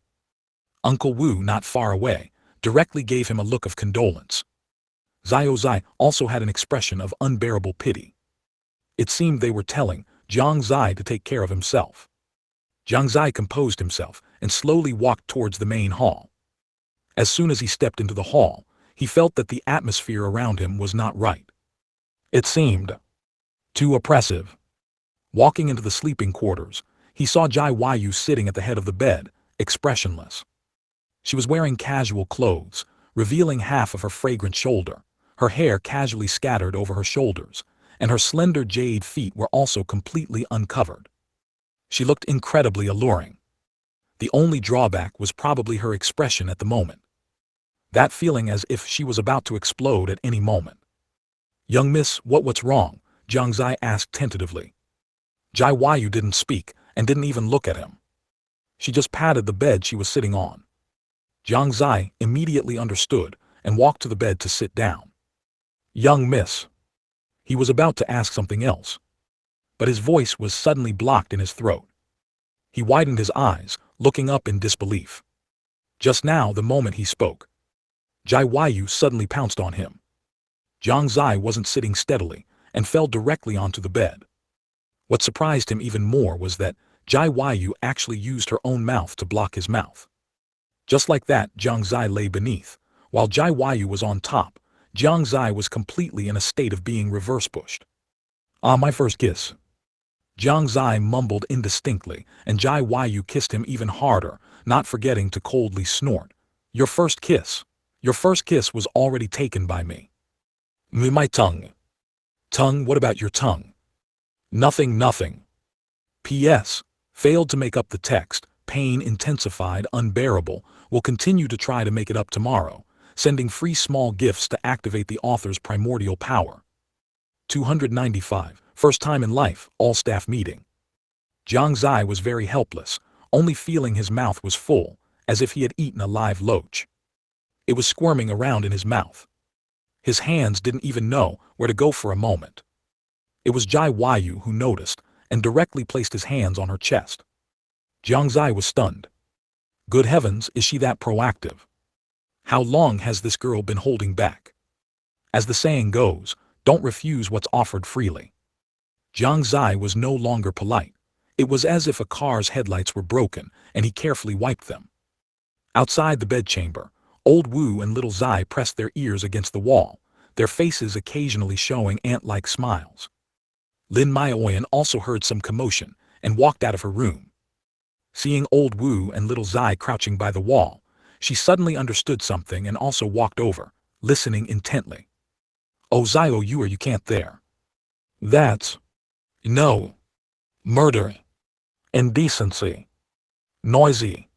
Jiang Xie immediately closed his mouth, wanting to cry but having no tears. What's going on? How did he completely become the receiver? He felt he couldn't go on like this. Just as Jai Yu was about to proceed to the next step, he roared, "Wait!" Jai Yu stopped what she was doing, glanced at him and said with killing intent, "What?" Jiang Xie's tone clearly weakened. "Nothing, just blocking the outside." After speaking, he set up a barrier with the Fanchen sword, isolating the inside from the outside. The three people eavesdropping outside suddenly couldn't hear any sound. "What's going on?" Old Wu frowned, looking puzzled. "Why is there no sound?" Little Zai also kept changing positions. Lin Maioyan thought for a moment and said, "It should have been blocked by young master." Let's disperse, let's disperse."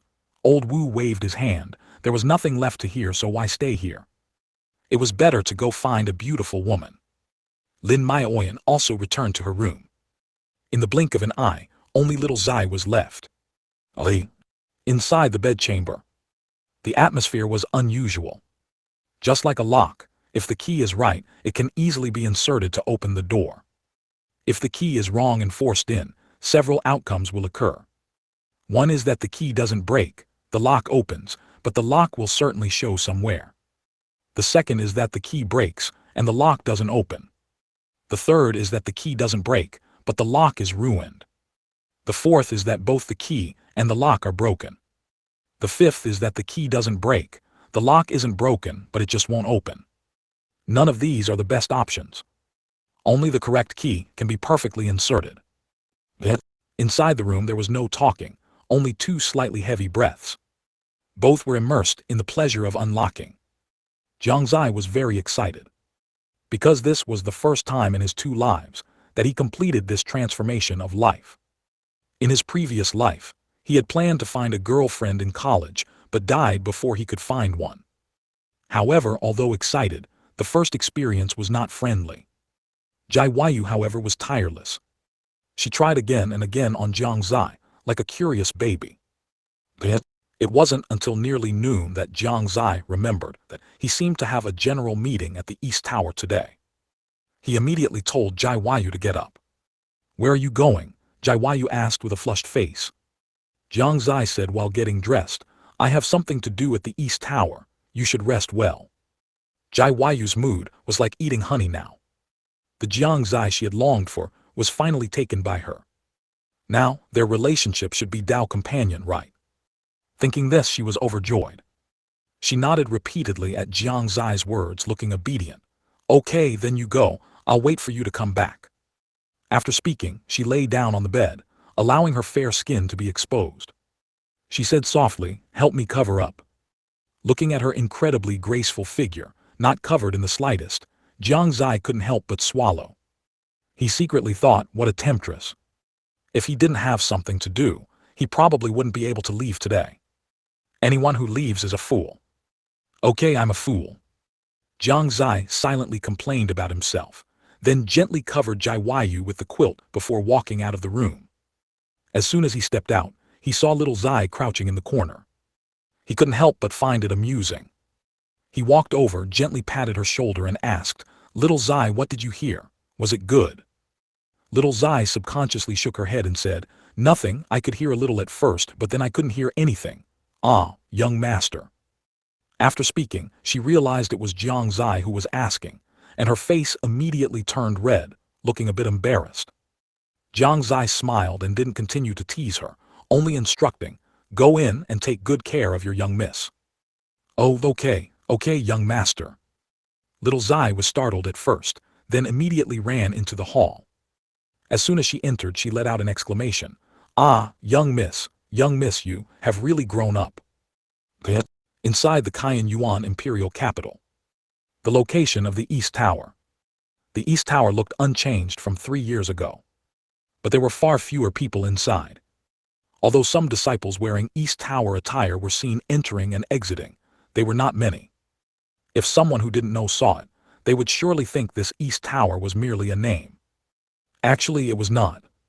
The East Tower in the Qianyuan imperial capital was no longer the main headquarters of the current East Tower. Instead, it had become an existence equivalent to an office for the East Tower within the Qianyuan Empire. Besides some elders and protectors left behind, there were only some disciples who came here for missions or had other matters, using it as a place to stay. Today, this East Tower was already closed before noon. And when Jiang Xie arrived here, looking at the tightly closed East Tower and sensing that it was empty inside, he was bewildered. What's going on? No one at the East Tower today. Didn't they say there would be a general meeting? Jiang Xie looked left and right, but he didn't see a single East Tower disciple. In desperation, he had no choice but to casually ask someone. The result he got was that the East Tower had moved. It moved. And he had no idea.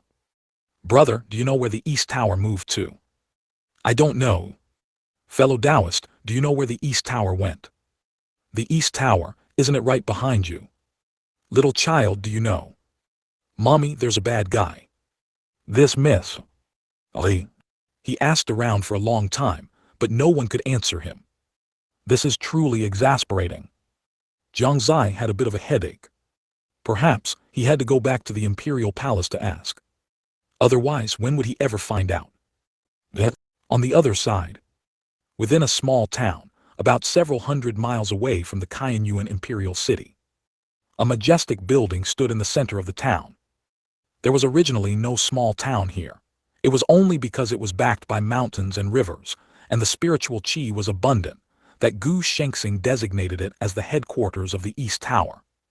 After recruiting many disciples, except for disciples whose families had some influence, all other disciples brought their families over.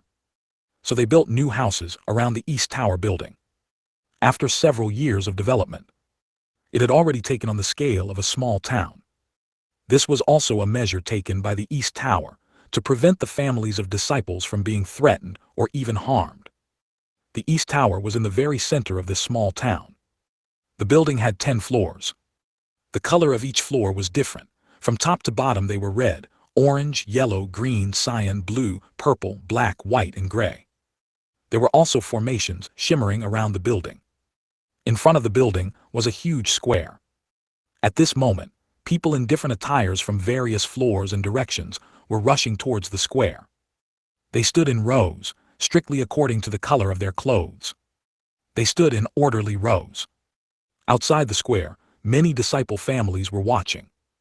What day is it today? Why is the East Tower making such a big commotion?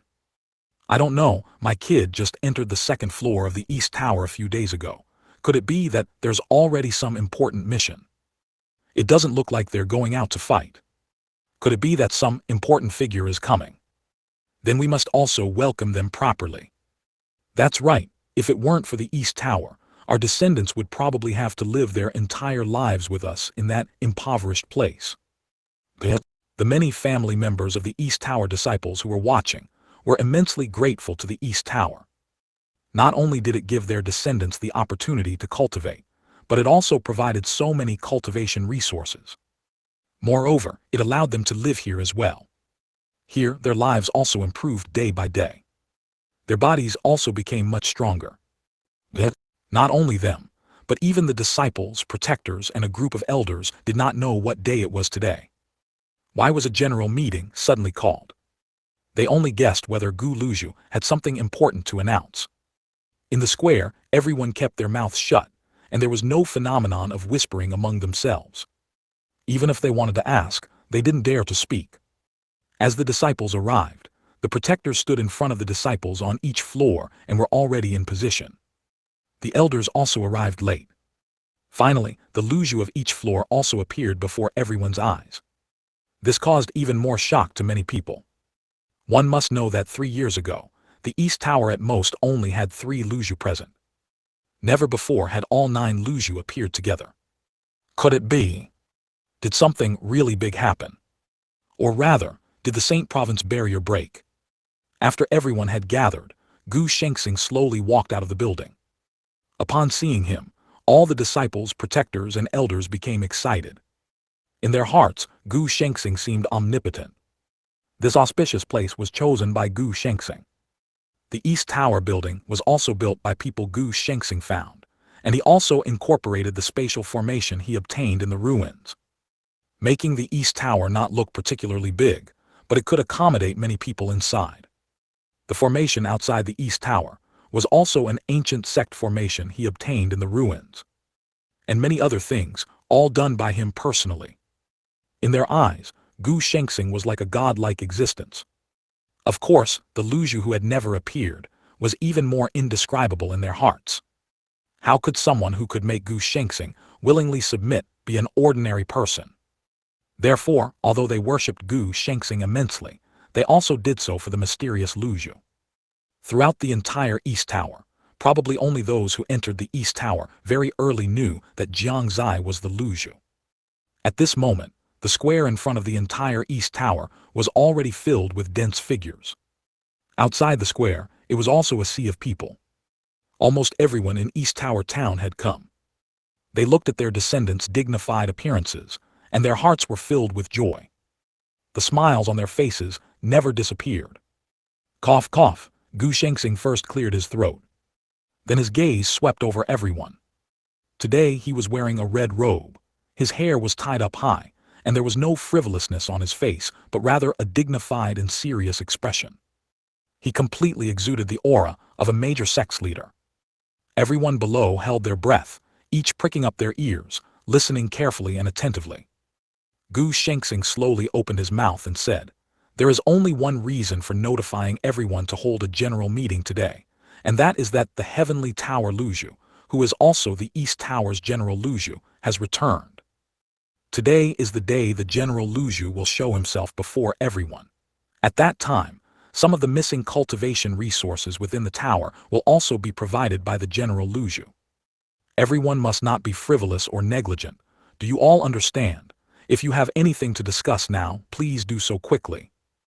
As soon as Gu Shengxing's words fell, a huge discussion erupted within the entire square. What? The General Luzhu has returned, and he's going to show himself. Really, the mysterious General Luzhu who hasn't appeared in the tower for 3 years is coming today. By the way, does anyone know who the General Luzhu is? I haven't heard any news for 3 years. I guess the Luzhu must be an unparalleled master. Naturally, he might even be a strong person beyond the law realm. The General Luzhu has many cultivation resources. Could he be a strong person from a reclusive force? Everyone began to guess the identity of the Luzhu. Some of them even asked Qin Feng and Yi Ling, the 2 old disciples. "Senior brother Qin, you were the earliest disciple to enter the East Tower. Have you ever seen the General Luzhu?" "Senior brother Yi, do you know who the General Luzhu is?" In response, Qin Feng and Yi Ling could only pretend not to hear. Revealing the suspense too early wouldn't be fun. They wanted to see what kind of expressions these people would have when they found out the General Luzhu was Senior Su Zai. The people on the outskirts of the square also stood up straight. Since the General Luzhu of the East Tower was coming, they naturally couldn't be lazy. They had to stand straight. It's just. As time gradually passed, it had already been half an hour past noon. They still hadn't seen any sign of the General Luzhu. This made them wonder if the General Luzhu had changed his mind at the last minute. Yan Wufeng and Zhou Tao and the others also looked puzzled. Why hadn't the Luzhu arrived yet? Their gazes unintentionally turned to Gu Shengxing.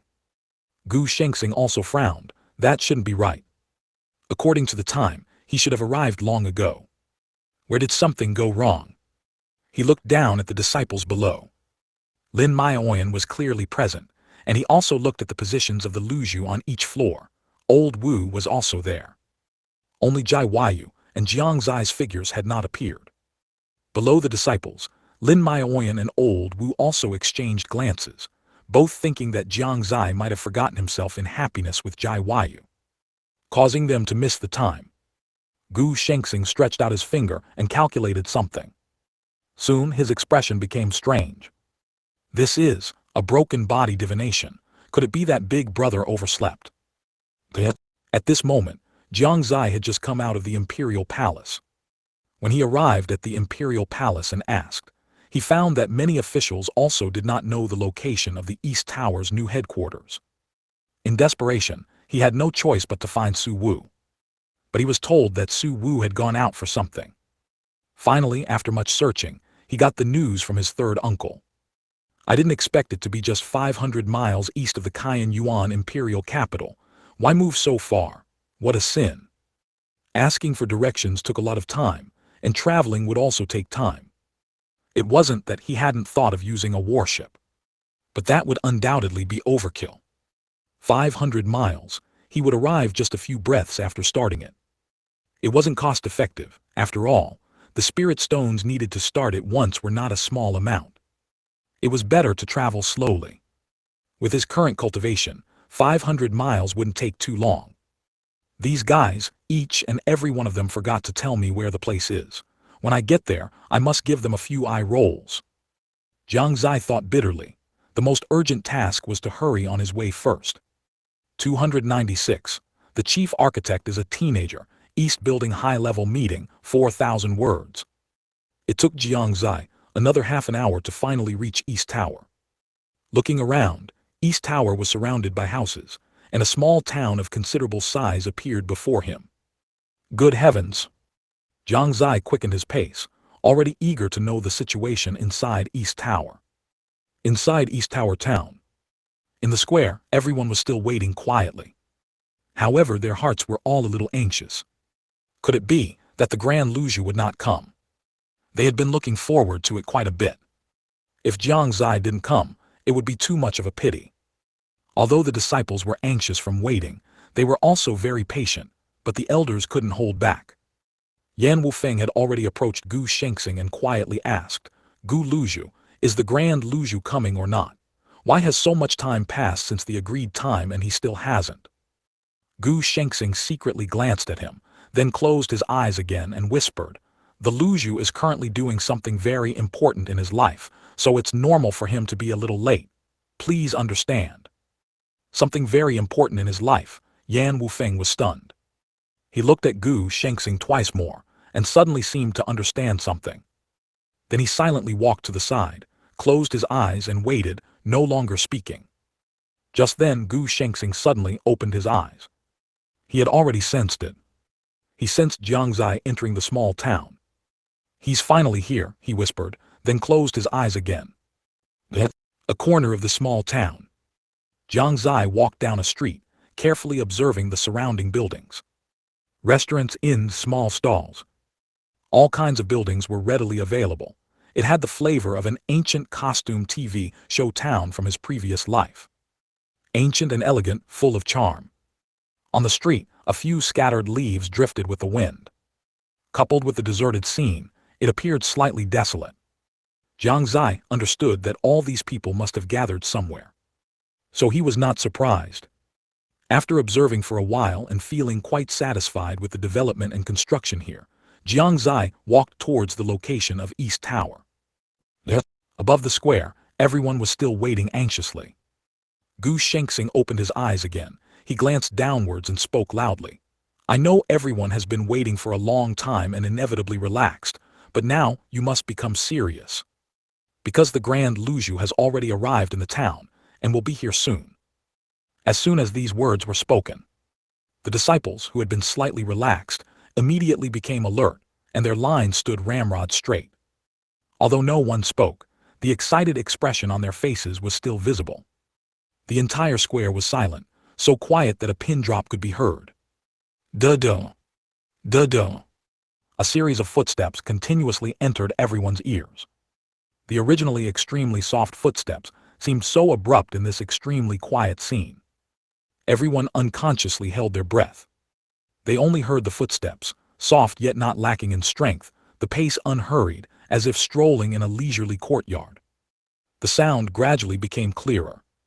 Their gazes involuntarily turned towards a certain direction. There was a small alley there.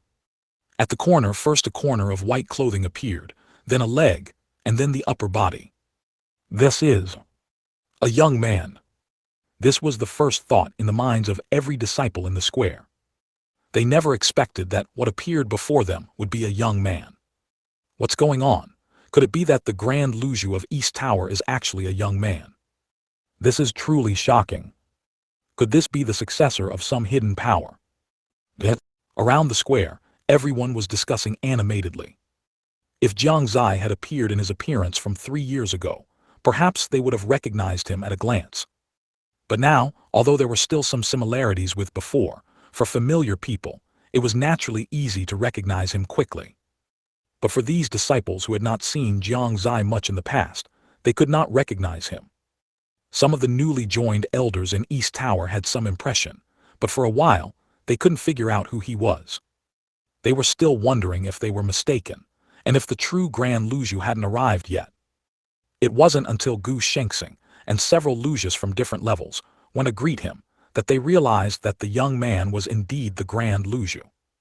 Gu Shengxing greets the Grand Luzhu. Yan Wufeng, Luzhu of East 7 Tower, greets the Grand Luzhu. Zhou Tao, Luzhu of East 6 Tower, greets the Grand Luzhu. Luzhu of East 5 Tower. In the blink of an eye, several powerful individuals knelt on one knee before Jiang Xie, showing immense respect. The other elders, protectors, and disciples were stunned for a moment, then quickly reacted, hurriedly kneeling on the ground and saying in unison, "All elders, protectors, disciples of East Tower greet the Grand Luzhu." The ordinary people around the square also respectfully shouted, "All the people of East Tower Town greet the Grand Luzhu." Very good, very good. Seeing so many people, Jiang Xie was very satisfied. He didn't expect East Tower to have reached such a scale in just 3 years. "Everyone please rise quickly," he told everyone to stand up first. Only then did he realize that they were all wearing East Tower's attire. Looking at himself, it seemed a bit irregular. So he took out the red attire representing the highest level of East Tower, the Heavenly Tower, in front of everyone. He put it on right there. Everyone then saw that the pattern of East Tower on the left chest of the attire was completely filled, with no blank spaces. This clearly indicated his identity. "Big brother, please go to the front." Gu Shengxing stood up and pointed to a small platform in front. Jiang Xie nodded slightly and slowly walked over. After standing on this small platform, he could see everyone present at a glance. He looked at everyone, and everyone looked at him. Jiang Xie suddenly smiled and said, "Are you all thinking right now, why is the Grand Luzhu of East Tower a young man? Are you very surprised by my identity, other than being the Grand Luzhu of East Tower? Actually, most of you should have heard my name. My name is Su Zai, the Crown Prince of Yuan Empire. Do you have any impression?" Silence. Not just ordinary silence. All the disciples and elders were stunned. Only the words, "Su Zai, Crown Prince of Yuan Empire," echoed in their minds.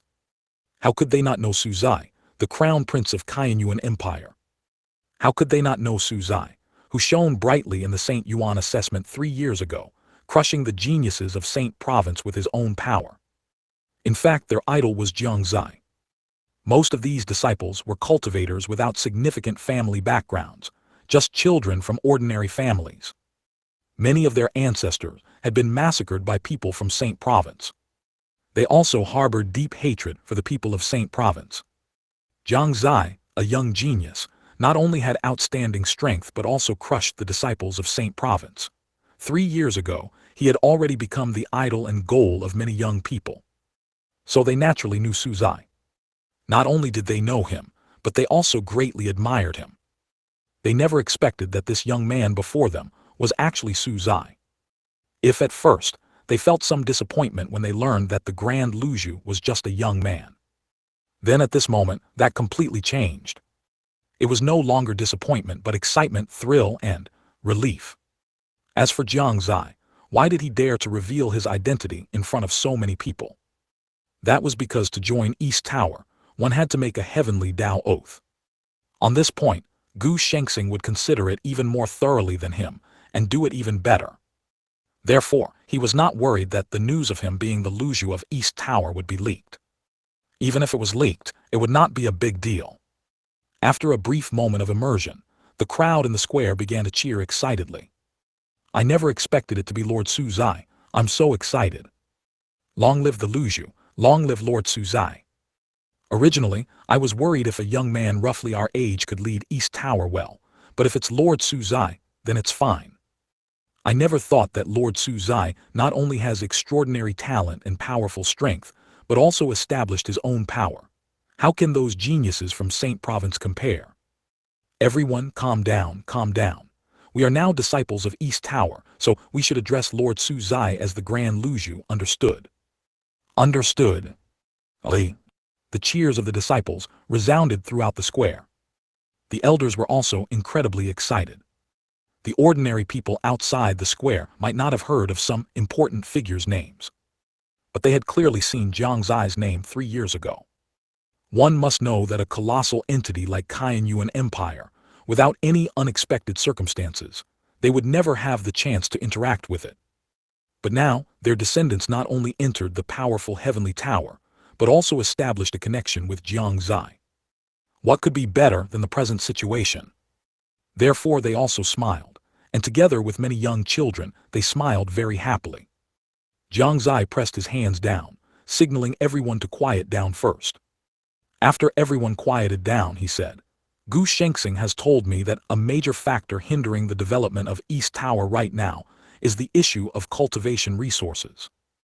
I have come today with 2 purposes. First, to let everyone get to know me, and second, to focus on solving the problem of cultivation resources. Now I believe everyone recognizes me. Next, it will be up to me and the other Luzhus to discuss the issue of cultivation resources. Now, everyone who should cultivate, and those who should do other things should do them. Specific measures and the issue of cultivation resources will be conveyed to everyone later. After Jiang Xie finished speaking, Gu Shengxing directly said to the crowd below, dismiss. Then he said to the Luzhus of each level, please, all Luzhus, follow me and the Grand Luzhu to the 10th floor of East Tower to discuss relevant matters. With that, he and Jiang Xie led the way towards East Tower. The other Luzhus quickly followed. Only a group of elders and disciples were left behind. They looked at each other, their eyes sparkling with envy. The 10th floor of East Tower was only accessible to Luzhu-level individuals from each floor. What was discussed, there were major affairs concerning East Tower. Over the past 3 years, Gu Shengxing had organized many such discussions. Every time they finished their discussions, it brought about a huge change for East Tower. The current East Tower had developed into its present form through these successive discussions. Jiang Xie told them to do whatever they needed to do, and Gu Shengxing told them to disperse. However, not a single person present left. They remained in place, waiting. Under such circumstances, how could they possibly leave? They wanted to know what kind of changes would occur this time. This seems to be the first time the Grand Luzhu has participated in a high-level discussion, right? It seems so. I wonder what new rules will emerge this time. I have a feeling that after this, the development of our East Tower will reach another level. I'm already looking forward to it. Ali. Only after entering East Tower did Jiang Xie discover that not only was there a formation outside East Tower, but there were also formations inside. The number of people each floor could accommodate was far greater than what appeared from the outside. And the entrance to a higher floor also had a formation. Those not corresponding to the floor simply couldn't go up. Of course, the Luzhus of each tower were not restricted. Soon, Jiang Xie and the group reached the 10th floor. The space on the 10th floor was significantly smaller than the lower floors. And there weren't many facilities. There were only a few rooms and a large hall inside. In the hall there was a very large rectangular table, entirely red, with chairs placed around it. Jiang Xie directly sat at the front of the table. Gu Shengxing sat opposite him, and the others took their seats in order. The meeting officially began. Little Gu, how many cultivation resources does East Tower currently have? Jiang Xie asked directly, getting straight to the point. Gu Shengxing didn't think and immediately said, Grand Luzhu, the current inventory of cultivation resources in East Tower is all here. Saying that, he took out a parchment scroll and handed it over. Jiang Xie took it and looked. He immediately understood that East Tower's current situation was indeed a bit grim. He even wondered how Gu Shengxing had managed to hold on until now. First, let's talk about medicinal pills. The inventory of medicinal pills in the tower was only about 100 bottles, and they were all medicinal pills below the third rank. Even at its peak, it was no more than a few thousand bottles, and the highest rank of medicinal pill was only fourth rank. Next, spirit stones. 3 years ago, he remembered having millions of spirit stones before entering the Shengyuan secret realm, and now it was still millions. As for cultivation techniques and martial skills, they were even scarcer. All cultivation techniques combined did not exceed 20 books. All martial skills combined did not exceed 70 books. How did you manage to hold on until now? Jiang Xie couldn't help but ask this question. Everyone looked at each other, and finally, Yan Wufeng spoke. Luzhu, you may not know, but in fact, Lord Gu takes us to places of opportunity to try our luck every so often. That's right, otherwise, with so many disciples, these few resources would not be able to meet the demand. Zhou Tao also sighed.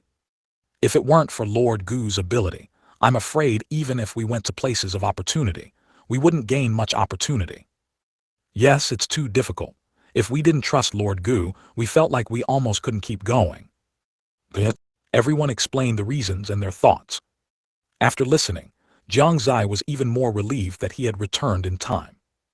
If he had been a year or two slower, let alone East Tower developing into a major power, whether East Tower could even exist would be a question.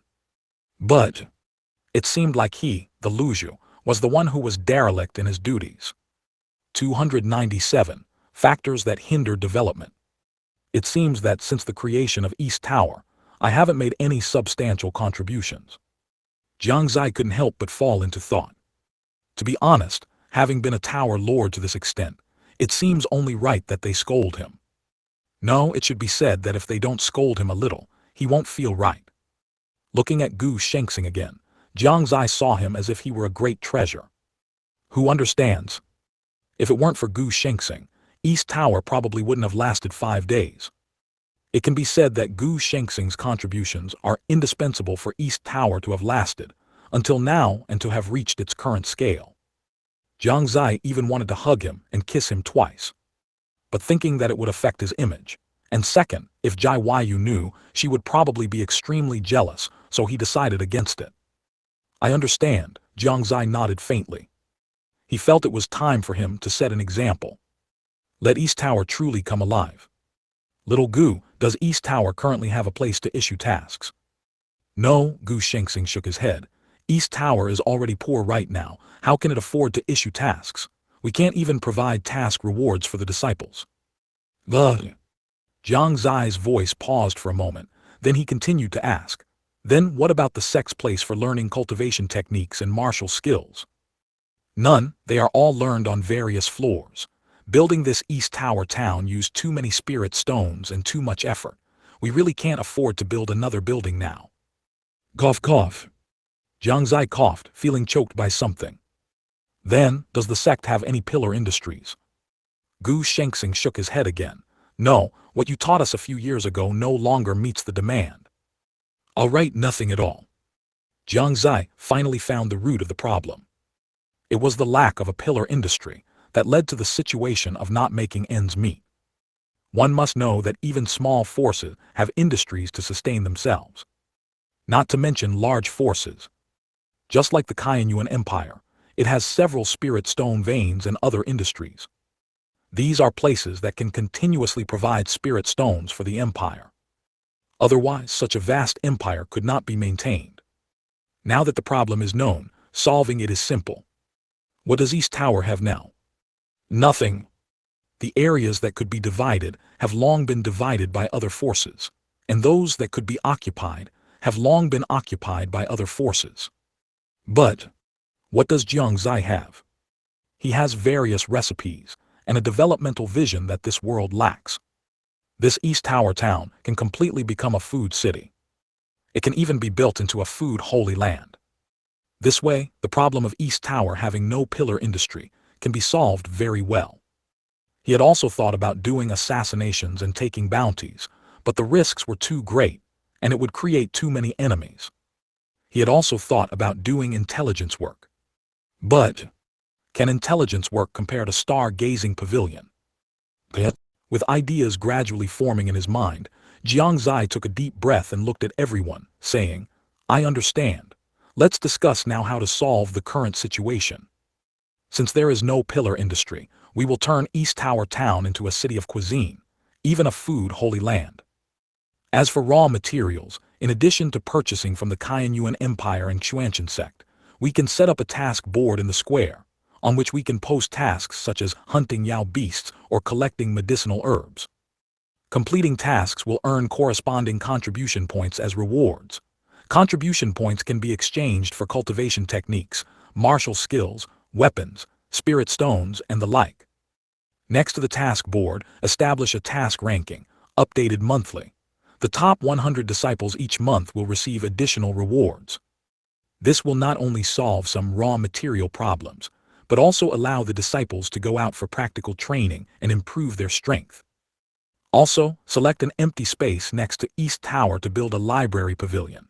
All martial skills and cultivation techniques will be placed in the library pavilion and can be exchanged with contribution points for corresponding cultivation techniques and martial skills.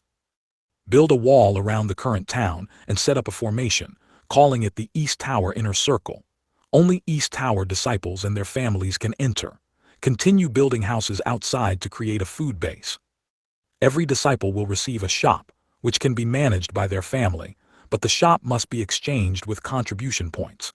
70% of the income generated will belong to East Tower, and 30% will belong to themselves. Food making will be taught within the tower, also requiring contribution points for exchange. Finally, spend a large sum of money to create momentum and establish East Tower Town's reputation as a food holy land. Jiang Xie immediately listed a series of measures. Everyone listened, looking bewildered. How was this a discussion? One person said it all. And he said it in such detail. After careful consideration, they were shocked to find that if it could really be implemented as he said, then the development of East Tower. It would be unimaginable. If possible, they even wanted to agree directly. But one huge problem remained unsolved. That is, where would the initial startup capital come from? Where would the cultivation resources come from? As long as these two problems were solved, the rest would not be problems. Everyone fell silent. It was Gu Shengxing who asked pointedly, "Lord Tower Master, where will the initial resources come from?" As soon as these words were spoken, everyone's gaze returned to Jiang Xie. Jiang Xie smiled slightly. For some reason, seeing his smile, everyone's mood suddenly calmed down a lot. Perhaps, the Tower Master really does have a solution. I knew you would ask this question. Jiang Xie stood up and slowly walked to the window. Looking down from the window, he could see many disciples still waiting in the square.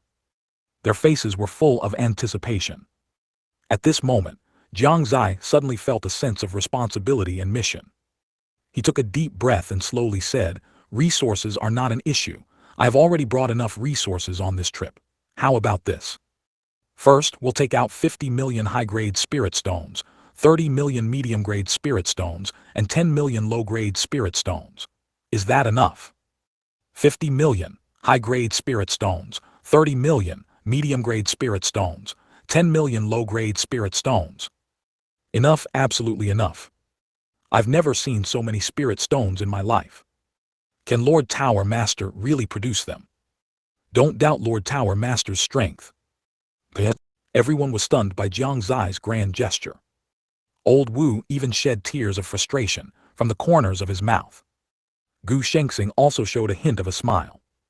However, this was just the appetizer. Compared to these things, spirit stones were still too low-end. What Jiang Xie said next was something they could hardly imagine. Cough cough. Jiang Xie habitually cleared his throat, then prepared to continue speaking. 298. Jiang Xie's big move. In addition to spirit stones, I will also provide 2,000 spiritual artifacts and 600 treasure artifacts as rewards that the disciples in the East Tower can exchange with their contribution points. Jiang Xie had thought carefully before making these decisions. The Shengyuan Great Emperor's spatial ring contained 3,000 spiritual artifacts, 1,000 treasure artifacts, and some king-tier weapons. He planned to give the remaining 1,000 spiritual artifacts to the Jiang family and the Qianyuan Empire, 500 to each side. They were already powerful, and forging spiritual artifacts was not difficult for them, so 500 should be enough. As for treasure artifacts, 200 for each side would also suffice. As for king-tier weapons, he had other arrangements. Of course, for him now, these were trivial matters. But for everyone in the East Tower, it was unprecedented. So many spiritual chi and treasure artifacts, if they were to be forged by others, would require at least tens of millions of spirit stones, not to mention a considerable amount of time. Compared to spirit stones, this was clearly more shocking to them. They even suspected that Jiang Xie had plundered some ancient sect. No one spoke. They were all processing the information they had just heard. However, Jiang Xie spoke again.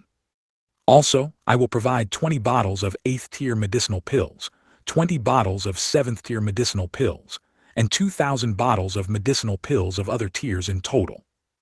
As for medicinal pills, the Qianyuan Great Emperor had left less than 80 bottles of 8th-tier medicinal pills. He had given 15 bottles to the Qianyuan Empire last time, so only 60-odd bottles remained. Now, taking out 20 more bottles meant only 40-odd bottles were left. He would then give a dozen more bottles to the Jiang family, keeping some for emergencies. There were less than 100 bottles of 7th-tier medicinal pills in total. He gave 20 bottles to the Qianyuan Empire, 20 to the East Tower, and another 20 to the Jiang family, leaving only 40 bottles. There were over 7,000 bottles of medicinal pills of other tiers in total. He had given 500 bottles to the Qianyuan Empire last time, and now he was taking out 2,000 more. After giving 500 to the Jiang family, over 4,000 bottles would remain. These would be saved for next time. This was Jiang Xie's current consideration. To be honest, if it weren't for the fact that everyone entering the East Tower had to swear a heavenly Tao oath, he would truly be reluctant to take out so much. But because they were all his own people, Jiang Xie was willing. After all, their development would not harm him. Little did he know the immense impact his words had on everyone present. 8th-tier medicinal pills, 7th-tier medicinal pills, and dozens of bottles at once. Medicinal pills of other tiers even amounted to 2,000 bottles combined. Even Gu Shengxing's hands were trembling under the table. This had far exceeded his expectations. If it could truly be realized, the East Tower would not be inferior to major forces in these aspects. Tower Master, did you rob an ancient sect? Song Su, who had been silent for a long time, couldn't help but ask. He felt that if he didn't ask, he would probably die of curiosity. Everyone else felt the same. At this moment, their hearts were being scratched by countless feathers, making them itch with anticipation. One by one, they looked on with expectant and curious expressions. Jiang Xie remained calm. He had long anticipated such a situation. After all, his words were too astonishing. Everyone present had sworn a heavenly Tao oath. So Jiang Xie wasn't worried. He revealed a wide smile and said, "Actually, I didn't rob an ancient sect, but I robbed an ancient great emperor." Boom! Jiang Xie's words were like a sudden clap of thunder. Everyone stood up. Shock was not enough to describe their feelings at this moment. They all gathered around Jiang Xie, breathing rapidly. "Tower Master, what you said, is it true? An ancient great emperor, that's an ancient great emperor. Such an existence could probably wipe us out with a single breath. Can an ancient great emperor also be robbed?" Everyone couldn't help but swallow, not because they craved something, but as an unconscious reaction after being shocked. Jiang Xie rubbed his nose. He felt he had said too much and scared them all. "Actually, I just obtained a great emperor's legacy." Great emperor legacy, hiss, how strong must that be? As expected of the Tower Master, we can't even imagine a great emperor legacy. I'm so envious. If only I could also obtain a great emperor legacy. Ha ha ha ha, with this, the development of our East Tower will definitely reach a higher level. It took a full 15 minutes for them to calm down from their shock. Afterward, Jiang Xie brought out the cultivation techniques and martial skills. Again, it shocked everyone so much that they almost couldn't breathe. Spirit stones, weapons, medicinal pills, cultivation techniques, martial skills. Everything that should be, there was mentioned. Jiang Xie also personally took out a spatial ring and handed it to everyone, letting them examine it one by one. Each person, after looking at it, would slump back into their seat, unable to recover for a long time. Finally, the spatial ring containing all the East Tower's resources was entrusted to Gu Shengxing for safekeeping. Afterward, Jiang Xie gave each of these top combatants of the East Tower an 8th-tier medicinal pill. Although it wasn't a medicinal pill for breakthrough, the effect of an 8th-tier medicinal pill was enough to raise their cultivation by 1 or 2 levels. And those cultivation techniques and martial skills could also elevate their strength to a higher level. Jiang Xie estimated that it wouldn't be long before there would be law realm experts within the East Tower. This meeting concluded perfectly. It was a great victory for Jiang Xie. Even after walking out of the 10th floor of the East Tower, the various tower masters had not fully recovered. With the matters resolved, Jiang Xie prepared to return to the Qianyuan Empire. Because when he inquired about the location of the East Tower, he received news that Su Wu had gone out to prepare for his coming-of-age ceremony. It was then that he remembered his own coming-of-age ceremony had not yet begun. He had been in this world for 18 years. It was time to formally introduce himself to the world. The first command given by the various tower masters of the East Tower after arriving at the plaza was to have the disciples, elders, and protectors of each floor return to their respective floors. Then, each tower master announced the various measures Jiang Xie had discussed, as well as the cultivation resources currently possessed by the East Tower. On this day, the East Tower disciples were in an uproar. Within less than 15 minutes of the announcement, deafening cheers erupted from within each tower. The enormous cheers spread throughout the entire small town, making many people living in the town quite curious. What was announced that could cause such a huge commotion? Then they saw East Tower disciples streaming out. One by one, they went to work on construction with high morale.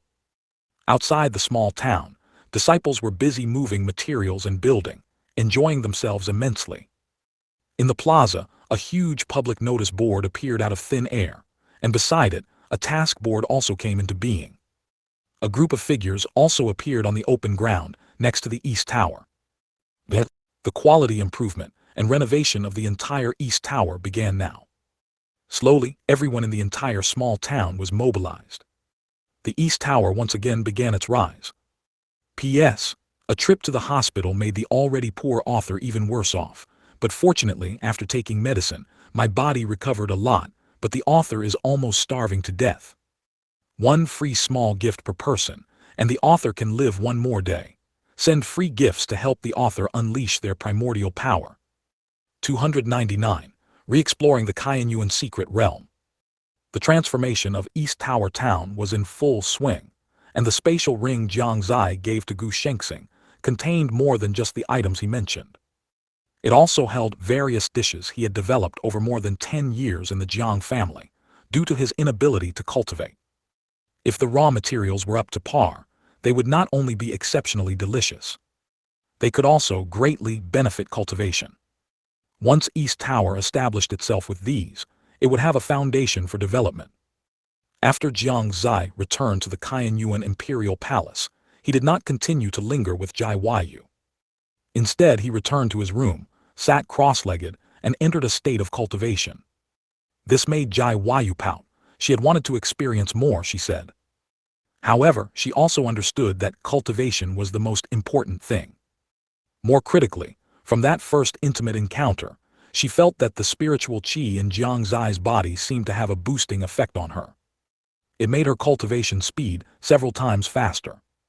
What she didn't know was that it was the effect of the yin attribute spiritual qi in Jiang Xie's body, which happened to align with hers.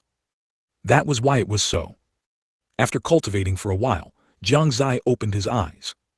It's been a few days since I came out of the Qianyuan secret realm. I wonder what realm that body has cultivated to now. Jiang Xie suddenly became curious. He closed his eyes again and immersed his consciousness into that body. Instantly, the aura of this body suddenly became much weaker, and most of its life force disappeared. It was as if it had entered a state of suspended animation. However, because of the Fanchen sword, no one outside noticed. Otherwise, Su Wu would probably have rushed over immediately to see why Jiang Xie's life force had suddenly dropped so much. Within the Shengyuan secret realm, on the platform above the heavenly stairway, a white-haired young man sat cross-legged. He was shirtless, revealing well-defined muscles that were strong but not bulky, a normal physique, not a muscle-bound strongman. The young man's eyes were tightly shut, and a heavy sword floated beside him. White spiritual qi continuously surged into his body from all directions. Waves of fluctuations also emanated from around his body. His cultivation had clearly reached the domain realm peak. He was just one step away from breaking through into the law realm. Suddenly, the young man's aura inexplicably grew stronger, and the sword beside him continuously hummed, as if welcoming its master's arrival. Not long after, Jiang Xie slowly opened his eyes, as it almost reached the law realm.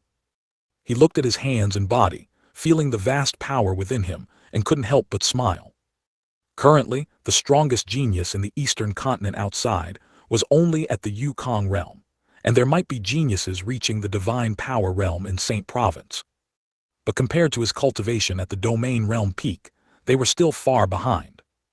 However, he could feel that after reaching this cultivation, this body's cultivation had encountered some obstruction. This feeling did not come from the body itself, but from the divine soul. He had split his divine soul into two. Although it was still controlled by the same consciousness, the divine soul was incomplete. This would affect subsequent cultivation. However, fortunately, even so, he could still cultivate and continuously accumulate. When the divine soul reunited in the future, his cultivation would also increase accordingly. Jiang Xie threw a punch, and a sonic boom erupted around his fist. The might of the domain realm was terrifyingly immense. He estimated that the strength of this body of his was far beyond what others at the same realm could compare to. Patting his body, Jiang Xie stood up and stretched his limbs, feeling no stiffness at all, as if it were natural. Very good, this body and my divine soul are perfectly integrated. He had originally been concerned that there might be an issue with low body-divine soul compatibility, leading to a disconnect between body movements and thoughts. Now it seemed he had worried too much.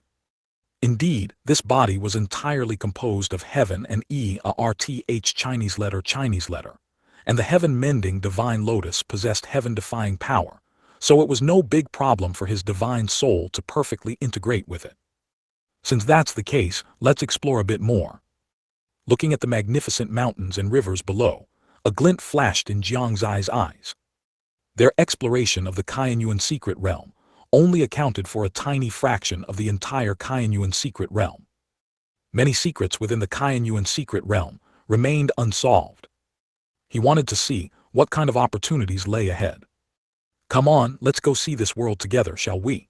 Jiang Xie looked at the heavenly Dao sword floating beside him and greeted with a smile. The heavenly Dao sword trembled for a while, seemingly responding to his words.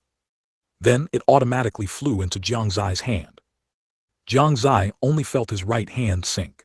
It was as if he was holding not a sword, but a great weapon as heavy as 1,000 pounds. This sword is actually so heavy. Jiang Xie was a little surprised. He found that if his other body were to hold this sword, it would definitely not be able to lift it. In fact, it could be said that among the geniuses outside, probably no one could lift this sword. Because the weight of this sword was not just in its physical mass. There was also a strange feeling. It was as if those without the proper talent could not bear its weight. Only then did Jiang Xie have time to carefully examine the heavenly Dao sword, which ranked first among the 6 famous weapons.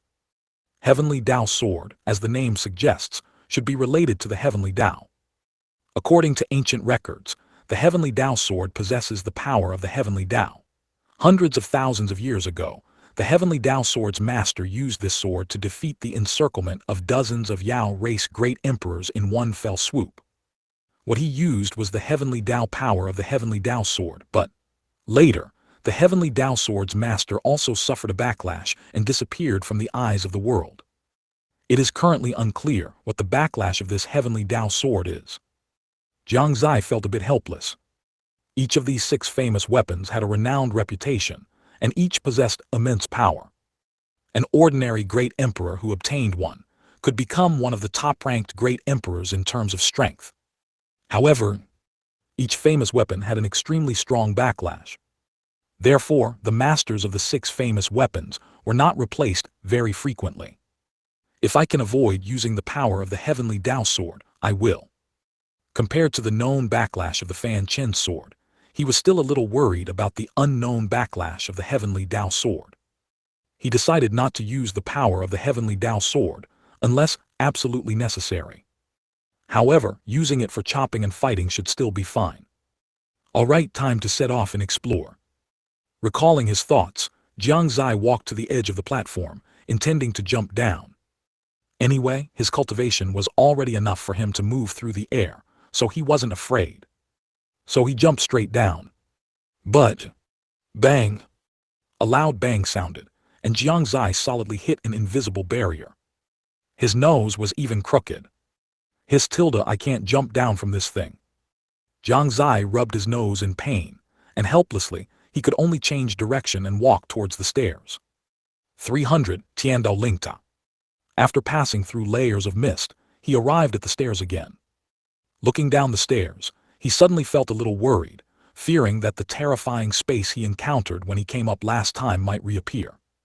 If it appeared again, he didn't know if his current body could withstand it.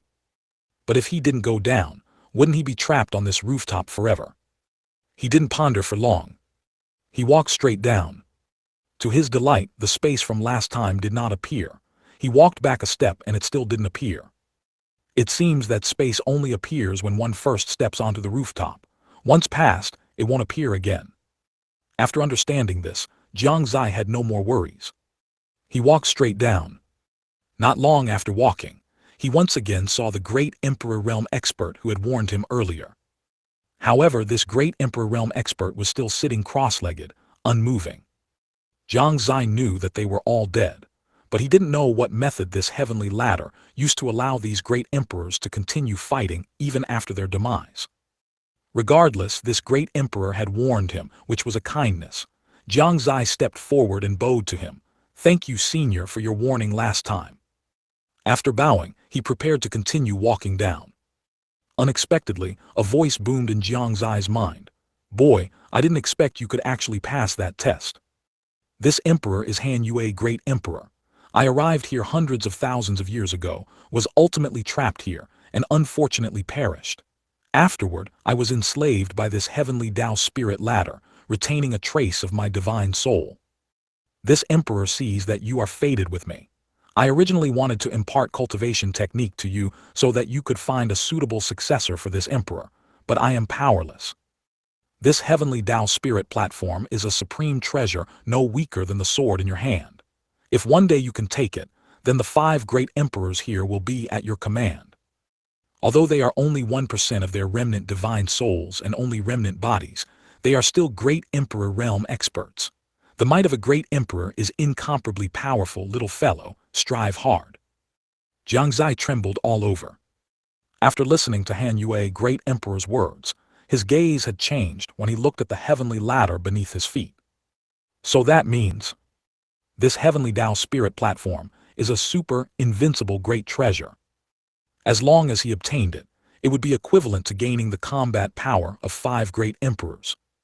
Just as Han Yue, Great Emperor, said, although these 5 great emperors could not exert even 1/10 or 1/20th of their power from when they were alive. But they were still great Emperor Realm experts. A great Emperor Realm expert merely standing there was a huge deterrent. Furthermore, even if they couldn't exert their full power, destroying 1 or 2 Saint Realm experts would still not be a big problem. Who tilde? Jiang Xie took a deep breath and once again bowed deeply to the cross-legged great emperor, sincerely saying, "Thank you, Senior, for your guidance. If Junior is fortunate enough to obtain this heavenly Dao spirit platform in the future, I will definitely help Senior find a suitable successor." After speaking, seeing no further response, Jiang Xie turned and continued walking downwards. Subsequently, he encountered several other great Emperor Realm experts one after another. He bowed deeply to each of them. Although he did not receive a response from them, Jiang Xie could clearly feel that his speed in descending the stairs increased significantly after he bowed. It took him over an hour to go from the rooftop to below the rooftop. The surroundings had transformed into a plain at some point. He casually sensed his surroundings and then continued eastward.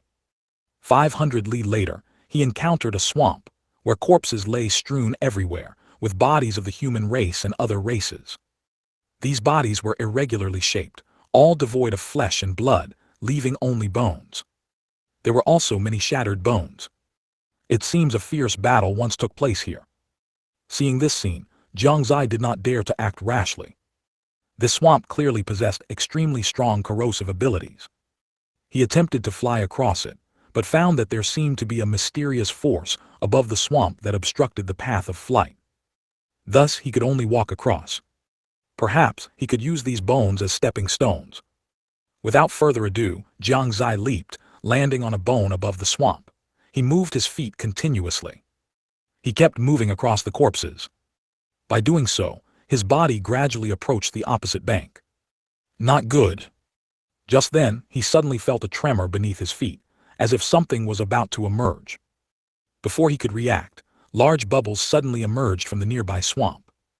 Immediately afterward, bone-only creatures, resembling wolves but not quite, leaped out from beneath the swamp. Their entire bodies, apart from bones, had only blue flames floating around them. Their eyes were also a mass of red flames.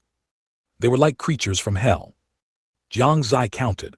There were about a dozen of them, and their strength didn't seem to be very strong. Of course, that was relative to his current body. If it were his body from the outside world, then it would be hard to say. He threw a punch, and the spiritual qi carrying yang power shot out from his fist. That power was dazzling beyond compare.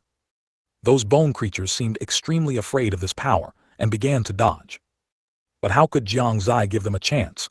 He continuously threw punches. Screams of agony constantly rang out. In less than a few breaths, most of those creatures were annihilated. Jiang Xie could feel that there was an even more powerful behemoth below. However, under the effect of his punches, the commotion below was slowly weakening. Clearly, whatever was below also didn't want to confront his extremely rigid and yang power directly. This saved him a lot of trouble. The path ahead became much easier. Jiang Xie crossed the swamp, and after walking for not long, he was blocked by a large mountain. This mountain. He sensed it, and found that this mountain was not something he could break through. There's even a Taoist temple here. Jiang Xie seemed to have discovered something extraordinary. There was actually a Taoist temple in a place like this. Could it be?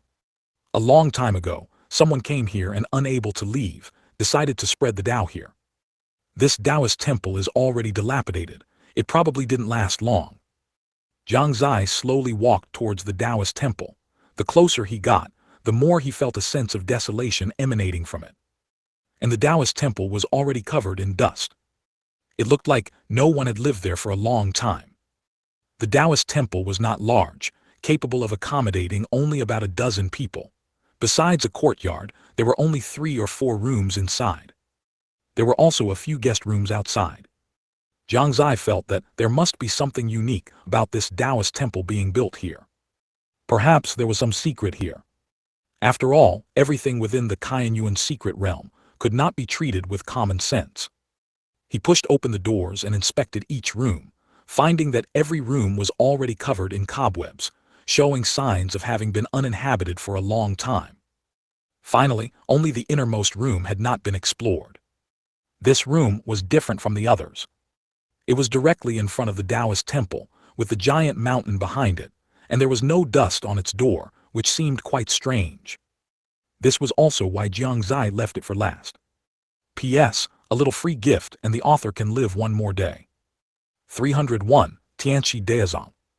It seems the secret is very likely hidden behind this room. Jiang Xie's gaze became solemn. He had to be careful. If a peerless devil head was suppressed behind it, he would be finished. Of course, there could also be a peerless opportunity.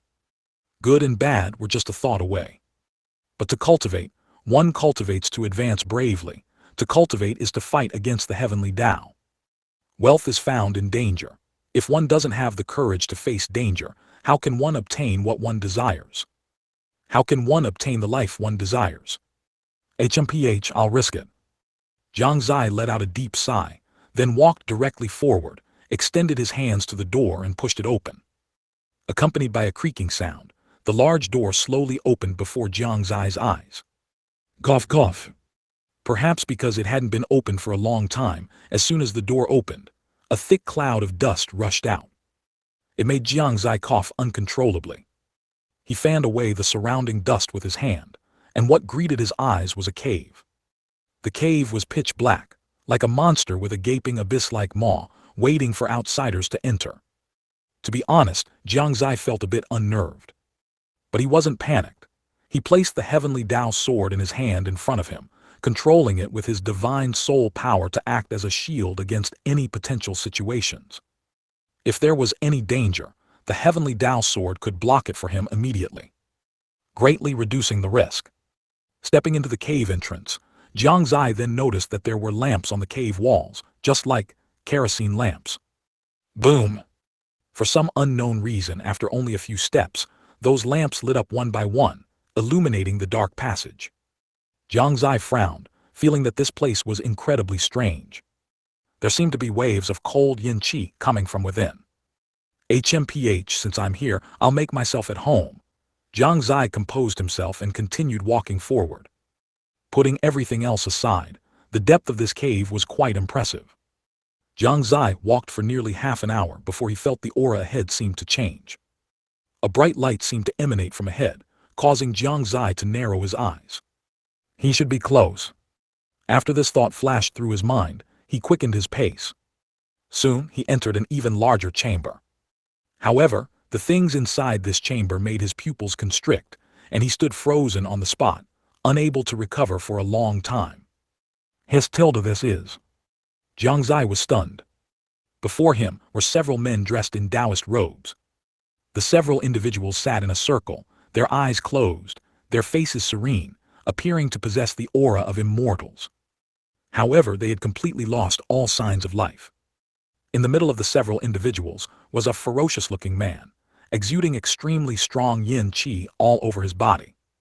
The man had red hair, a pale gray face, and 2 bloodstains extending from the corners of his eyes all the way to his neck. His entire body was also blue-purple. His hands were clawed, already reaching the chest of a Taoist-robed old man. Corpses mutated. Tusk, I didn't expect there to be a zombie here. After Jiang Xie reacted, he continuously observed. He found that the man resembled a zombie, with various talismans covering his body. Of course, Jiang Xie didn't believe that the zombies here were the same as those he had seen in movies in his previous life. The one here should be a powerful cultivator who, after death, was infected or stimulated by something, or perhaps cultivated some special cultivation technique. He had read about it in ancient texts. There was a cultivation technique, cultivated by evil path cultivators that was like this. Consciousness remained, but the physical body died. This method of cultivation required a huge price. If one's cultivation could not reach the great emperor realm, then one's consciousness would not last too long, and one would fall into a state of walking dead. Of course, there were also benefits. That was, the cultivation speed was very fast. Because they required less spiritual qi for cultivation, most of their cultivation involved absorbing death qi from corpses. Therefore, such cultivators generally appeared in places with many corpses. But as far as Jiang Xie knew, such cultivators had not appeared for tens of thousands of years. He didn't expect to see one in this Shengyuan secret realm. He just didn't know if this man was still alive, after being sealed for so long. Forget it, it's better not to mess with these talismans. Jiang Xie ultimately didn't dare to remove those talismans. Although an unknown number of years had passed, it would be troublesome if the zombie was still alive. He walked to the side and carefully observed the cave. The cave wasn't very large, and there were traces of battle everywhere on its walls. It was clear that these several Taoist-robed men had put in a lot of effort to subdue this zombie. Tiandao Sect. Arriving at a corner, next to a dilapidated small table, Jiang Xie saw this purple token. He held it in his hand, and a refreshing sensation spread throughout his body, actually making him feel a bit clearer. This is a good item. Jiang Xie quickly made his assessment. It's just that he had never seen this Tiandao sect in any ancient text. He frowned, and his peripheral vision suddenly caught sight of a sheepskin scroll tucked into the adjacent wall, covered in so much dust that it seemed to merge with the wall. Jiang Xie almost didn't notice it. He reached out and took it down. The large characters on it immediately caught his eye.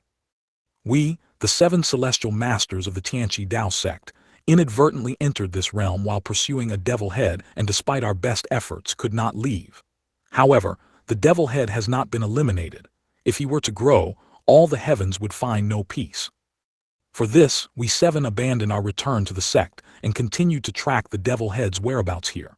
Ultimately, heaven did not fail those who put in effort. The devil head's whereabouts were once again detected by us, so we pursued him here and sealed him with our Tiandao sect's divine ability. Yet we could not immediately kill him, and could only establish a Taoist temple here. If one day, someone arrives here and finds that we have lost our life force, then the devil head should also have been subdued. To be able to find this place indicates a connection with our Tao sect. That purple token is the young sect master's token of our Tiandao sect. We hope that future generations will not lose it and will bring it back to the Tao sect. As a token of our gratitude, the cultivation method for the Tao sect's talisman Tao is offered as a gift. Additionally, our Tao sect's supreme treasure, the celestial master brush, is also here. If you can make it recognize you as its master, we have nothing more to say. If you cannot make it recognize you, we hope you will return it along with the token to the Tao sect. We, the 7 sons of the Tao sect, thank your excellency. After reading it, Jiang Xie finally understood. These were actually 7 celestial masters. Although he didn't know what cultivation realm a celestial master was, judging by those who held the title of celestial master in his previous life, their cultivation was probably not low. Of course, what he wanted to know more was the identity of this devil head, who required 7 celestial masters to seal him. According to the sheepskin scroll, this devil head should be dead. What if he's not dead? He somewhat wanted to unseal it, yet also somewhat didn't dare. After much deliberation, he still made a decision. Unseal it. Even if he wasn't dead, he would be half dead, at worst. He could just split him with a single sword strike using the power of the heavenly Tao sword. 302. Shapeshifting spiritual weapon. After making up his mind, Jiang Xie began to tear off the talismans on the man one by one. 1-2. He was extremely cautious, not daring to be negligent in the slightest. Thankfully, until the last one was torn off, no problems occurred. However, an extremely powerful aura emanated from his body, causing a huge fluctuation in the surroundings. Jiang Xie couldn't help but be thrown against the surrounding walls by this aura. If his physical body hadn't been strong, he would have been injured by that impact. My goodness, this power. Jiang Xie was somewhat shocked. He truly was a devil head, but he also breathed a slight sigh of relief. He was genuinely afraid that this guy, like in some Shengyuan novels, would still have a breath left and suddenly go crazy. Currently, it seemed the celestial masters were right. It's worth mentioning that after all the talismans were torn off, he discovered that the man in front of him, apart from his skin color looking like he was poisoned, and the 2 bloodstains on his face being a bit unsettling, had no major problems. After confirming repeatedly and meticulously checking his entire body to ensure the other party was dead, Jiang Xie unhesitatingly put his physical body into his spatial ring. The corpse of such a powerful individual was a good thing. It would be a waste not to take it. It was strange, but now he looked at the physical body of a powerful individual as if he had found a treasure. He thought that if he could refine it into a puppet one day, his combat power would greatly increase. The aura that this corpse had just unleashed was enough to send someone at domain realm peak flying.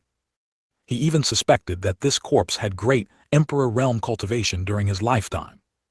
It was just that after being suppressed for a long time, his realm had fallen somewhat. After securing the physical body, Jiang Xie bowed to the 7 celestial masters. After bowing, he began to consider whether to take their 7 physical bodies with him. However, as soon as this thought appeared, he saw the 7 corpses turn into dust and scatter with the wind. This. Soon Jiang Xie understood. Presumably, when they suppressed that devil head, they paid too great a price, which led to their physical bodies dissipating as soon as the devil head was eliminated and the talismans were torn. Jiang Xie shook his head slightly and began to continue searching in the cave. The cultivation method of the talisman Dao and the celestial master brush had not yet been found. But the cave was only so big, and Jiang Xie searched everywhere but still couldn't find it. Could it be taken by others? Jiang Xie felt that this was not impossible. Since he hadn't found it, he could only leave. He was about to put away the sheepskin scroll when he let out a soft exclamation. On the back of the sheepskin scroll, he discovered many more characters. Upon seeing them, he immediately beamed with joy. It turned out that the cultivation method of the talisman Dao was on the back of this sheepskin scroll. It came without any effort. Jiang Xie smiled slightly, put away the sheepskin scroll and left the cave. La la la la la la. Before he even walked out of the cave, he heard a child's voice. La la la la.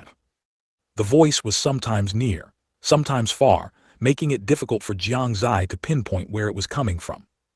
Suddenly, the figure of a small boy flashed past Jiang Xie. A small boy. How could there be a small boy in a place like this? Is it the celestial master brush? Jiang Xie was startled, and his body shot out like an arrow released from a bowstring. If it really was the celestial master brush, then it was a transformed spiritual artifact.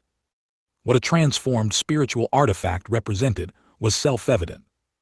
Even if it wasn't an emperor weapon, in some respects, it was even more precious than an emperor weapon. Jiang Xie quickly rushed out of the cave. He arrived in the courtyard of the Taoist temple. He had thought the celestial master brush had already run away. But unexpectedly, it was sitting on a stone step, swinging its little feet, seemingly waiting for him. Big brother, you have something frightening on you. The small boy's big eyes blinked, and his voice was milky and soft. Something frightening. Jiang Xie pondered for a moment and understood what it was. He pointed to the heavenly Dao sword beside him and asked, "Are you talking about it?" The small boy nodded. His gaze was fixed on the heavenly Dao sword beside Jiang Xie. If it weren't for the heavenly Dao sword, it wouldn't have been waiting here. It was precisely because it felt threatened that it didn't dare to act rashly. Jiang Xie, however, was overjoyed. If this celestial master brush were just an ordinary sacred artifact, or even an emperor weapon, he wouldn't have had the idea of claiming it for himself. After all, firstly, he wasn't a disciple of the Tiandao sect, and secondly, he might not necessarily gain its recognition. But now this celestial master brush was a transformed spiritual artifact. He had no choice but to have ideas. In fact, anyone who saw a transformed spiritual artifact would try to snatch it. Its rarity was no less than that of the 6 famous weapons. Jiang Xie guessed that perhaps due to the special nature of the Shengyuan secret realm, it had transformed by a stroke of opportunity. Regardless, this celestial master brush had already become a hot commodity. Little one, are you very afraid of it? Jiang Xie pointed at the heavenly Dao sword again and asked with a smile. The small boy nodded again. Jiang Xie then said, "If you follow me, you won't have to be afraid of it. If it bullies you, I can even help you teach it a lesson. How about it?" At this moment, he was like a bad uncle constantly tempting a child. The small boy tilted his head, looking at Jiang Xie for a moment, then at the heavenly Dao sword. He seemed to be thinking about something. Seeing that it couldn't make a decision, Jiang Xie had no choice but to take out the token and say, "Look, I am a successor of the Tiandao sect. Following me is the right thing to do." It seemed the token touched the small boy. After thinking for a while, the small boy slowly nodded. "Okay." Jiang Xie was excited inside, but he didn't show it on his face at all. Immediately, he signed the master recognition ceremony with the other party. It wasn't until the ceremony was completed that he burst out laughing. Watching Jiang Xie laugh wildly, the small boy slapped his head.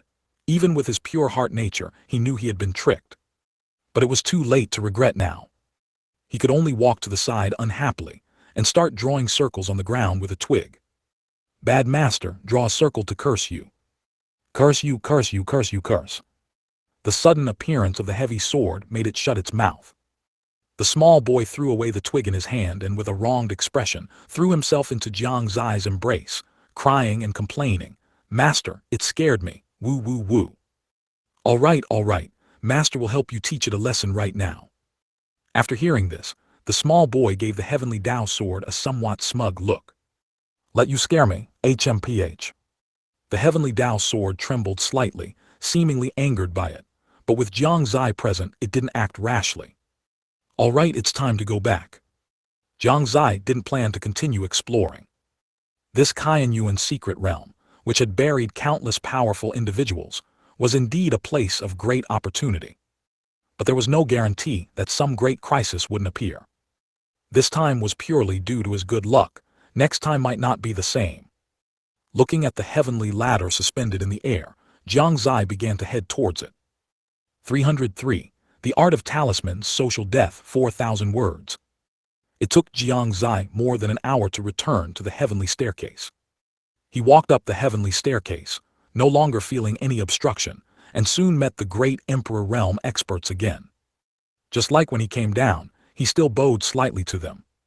Arriving on the heavenly platform, after passing through layers of mist, he came to a familiar place again. He sat down cross-legged once more. At this moment, he couldn't help but start thinking about a question. That was, how would he leave this Qianyuan secret realm when the time came? Although he temporarily had no intention of leaving, his previous physical body could leave entirely, because he had felt an exit at that time. But now he had no such feeling at all. "Forget it, since I'm here I'll make myself at home, there will always be a way." He should also take stock of his gains from this trip. Looking at the soft and cute little boy next to him, who was being chased and spanked by the heavenly Tao sword, Jiang Xie couldn't help but find it amusing.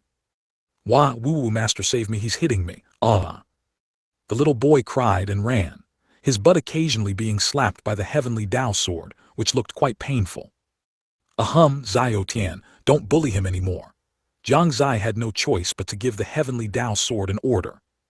After receiving the order, the heavenly Tao sword flew back to Jiang Xie's side. The little boy also covered his butt and came pitifully to the other side of Jiang Xie's body, glaring fiercely at the heavenly Tao sword from time to time. It decided that it would never leave Jiang Xie's side. This way, let's see if the heavenly Tao sword still dared to hit it. Jiang Xie looked at him and said, "Calling you Celestial Master Brush isn't very pleasant. How about calling you Erbai?" The little boy immediately shook his head when he heard this, although it didn't know what Erbai meant. But the instinctive reaction of a materialized spiritual artifact told it that this was absolutely not a good name. Of course, Jiang Xie was just joking. He thought carefully and truly didn't know what name would be good. He suddenly said seriously, "How about we just call you Erbai?" The little boy shook his head again, then pointed at the heavenly Tao sword. "Could it be that you like the name Xiao Tian?" It immediately nodded. "This is difficult to handle. If it's called Xiao Tian, then what should the heavenly Tao sword be called? Called Heavenly Tao, will Heavenly Tao not strike me with lightning? Forget it, just call it Heavenly Tao sword." Thus, the name Xiao Tian was given to the Celestial Master Brush. Afterward, Jiang Xie took out the sheepskin scroll again and carefully studied the Tao of Talisman on it. The more he read, the more shocked he became. According to some ancient records, the Tao of Talisman had disappeared for tens of thousands of years. Jiang Xie initially thought that the Tao of Talisman should be a minor Tao, which was why it disappeared in the long river of history. But when he looked at it, he realized that these talismans were not ordinary things. This was also a method of cultivation. Its rank divisions ranged from 1st to 9th rank talisman masters, and above that were Tao monarchs, celestial masters, and grand celestial masters. A 1st-rank talisman master could create 1st-rank talismans, whose power was similar to a body-tempering realm martial artist. A 2nd-rank talisman master was equivalent to a Ning Yuan realm cultivator. The rest followed suit. A celestial master was equivalent to a saint realm among cultivators, and the talismans created by a grand celestial master could contend with great emperor realm experts. More importantly, talismans were diverse, and in some sense much more numerous than martial skills. Therefore, talisman masters, to some extent, were also more powerful than ordinary cultivators. Of course, that was if they could protect their physical body. And the cultivation of talisman masters was also more difficult than that of ordinary cultivators. Talisman masters had relatively fragile physical bodies. They specialized in cultivating their divine soul. Creating talismans was extremely taxing on the divine soul. Of course, spiritual chi was also indispensable. All in all, without being engaged in close combat, talisman masters were stronger than martial artists at the same rank. However, the talismans created by talisman masters also had a drawback. That was, they could not be stored for a long time. The higher the rank of the talisman master, the longer the storage time of the talismans they created. Therefore, in addition to their fragile physical bodies, talisman masters had another weakness. They were not durable. In long battles, talisman masters were inferior to martial artists. A large part of the reason for the disappearance of the Tao of Talisman was not because it was too weak, but because it was too strong. According to the records in this sheepskin scroll, tens of thousands of years ago, there was a great emperor realm expert who also cultivated the Tao of Talisman, and had reached the rank of Grand Celestial Master. His strength was unrivaled throughout the entire Shengyuan Continent. No great emperor was his opponent. He dominated the Shengyuan Continent for tens of thousands of years. From then on, people finally realized the power of dual cultivation of martial arts and talismans. But to cultivate both to an extremely high realm, the difficulty was 100 times greater than breaking through to the great emperor realm in a single Tao. Later, another devil head cultivated both to the saint realm level. His strength had clearly become the strongest below the great emperor. The devil head committed evil everywhere, wantonly slaughtering cultivators to satisfy his selfish desires, forcibly abducting female cultivators for his pleasure, causing widespread devastation throughout the Shengyuan Continent. Finally, several great emperor realm experts took action and managed to eradicate him. This incident was the most significant reason for the disappearance of the Tao of Talisman. Just one saint realm required several great emperor realm experts to eradicate him. What if he had cultivated to the great emperor realm? What then? It was precisely because of this that the Tiandao sect on the Shengyuan Continent became the target of public condemnation. Ultimately, the Tiandao sect gradually declined. Seeing this, Jiang Xie sighed deeply. Just because they feared bad people would learn it, a great sect that had been passed down for untold years was destroyed. The cultivation world was just that cruel. It was like someone killing a person with a knife, but instead of dealing with the killer, they decided to deal with the knife manufacturer. From the records, it could be seen that the Tiandao sect had not perished at that time. But now, he could no longer find any records of the Tiandao sect in the ancient texts. This meant either the Tiandao sect had already perished, or the Tiandao sect had gone into hiding, or the Tiandao sect had gone to another plane. But no matter which one, it was not something he should be thinking about now. What he was thinking now was whether he could get started on this Tao of Talisman. Jiang Xie was deeply moved. Let's try. He could no longer suppress his restless heart. Jiang Xie placed the sheepskin scroll on the ground and, following the method described, condensed his divine soul power into his fingers. Then he quickly outlined a first-rank talisman recorded on the sheepskin scroll in the air. Each stroke was incredibly smooth. So smooth that Jiang Xie himself was surprised. It was as if he already knew how to do it. Soon, a first-rank explosive talisman was outlined by him. Jiang Xie's eyes lit up, and he quickly shot it out. Boom! An explosion sounded in the distance. The power wasn't great, but it made Jiang Xie incredibly excited. It actually succeeded. Talismans outlined directly in the air like this could not be preserved, and had to be shot out quickly. Jiang Xie hadn't expected to succeed on his first try. If it was so simple, why did the records on the sheepskin scroll say it was very difficult? Master, you were able to succeed so quickly entirely because of me. The celestial master Brush, who was beside him, couldn't stand it anymore and couldn't help but remind Jiang Xie. Jiang Xie was startled and looked at it. The little boy immediately raised his head. What's going on? Jiang Xie stared at it and asked. Zhao Tian seemed to have regained its confidence, walking back and forth beside him with an old-fashioned air. It just kept quiet, watching Jiang Xie frown. He waved his hand, and the heavenly Dao sword immediately understood, flying towards Zhao Tian. Zhao Tian was almost scared to pee when he saw this, and quickly said, "Master, no, you can't bear to hit a child, can you? I'll tell you then, Tilda." Only then did the heavenly Dao sword stop moving forward. Zhao Tian then began to speak. "Actually, Master, you don't have any talent for creating talismans at all." "Elaborate." "This Dao of talisman isn't something everyone can learn. It requires someone with exceptionally strong divine soul power to learn it. Master, you." Zhao Tian glanced at Jiang Xie, a hint of doubt flashing in its eyes. "Master, your physical body physique is absolutely unique in the world, but as for your divine soul power..." It didn't continue speaking. But even without it saying anything, Jiang Xie knew. There was nothing to be secretive about. Because what it said was indeed true. Because this physical body of his was undoubtedly forged from top-tier materials. As for the divine soul, even if it were complete, it would still be lacking a lot, let alone this incomplete one. "Then what do you mean by because of you?" Jiang Xie asked. "I am the celestial master brush, the treasure of the Tiandao sect, born for talisman crafting. And now, by a stroke of opportunity, I have materialized. My abilities have naturally ascended to a higher level.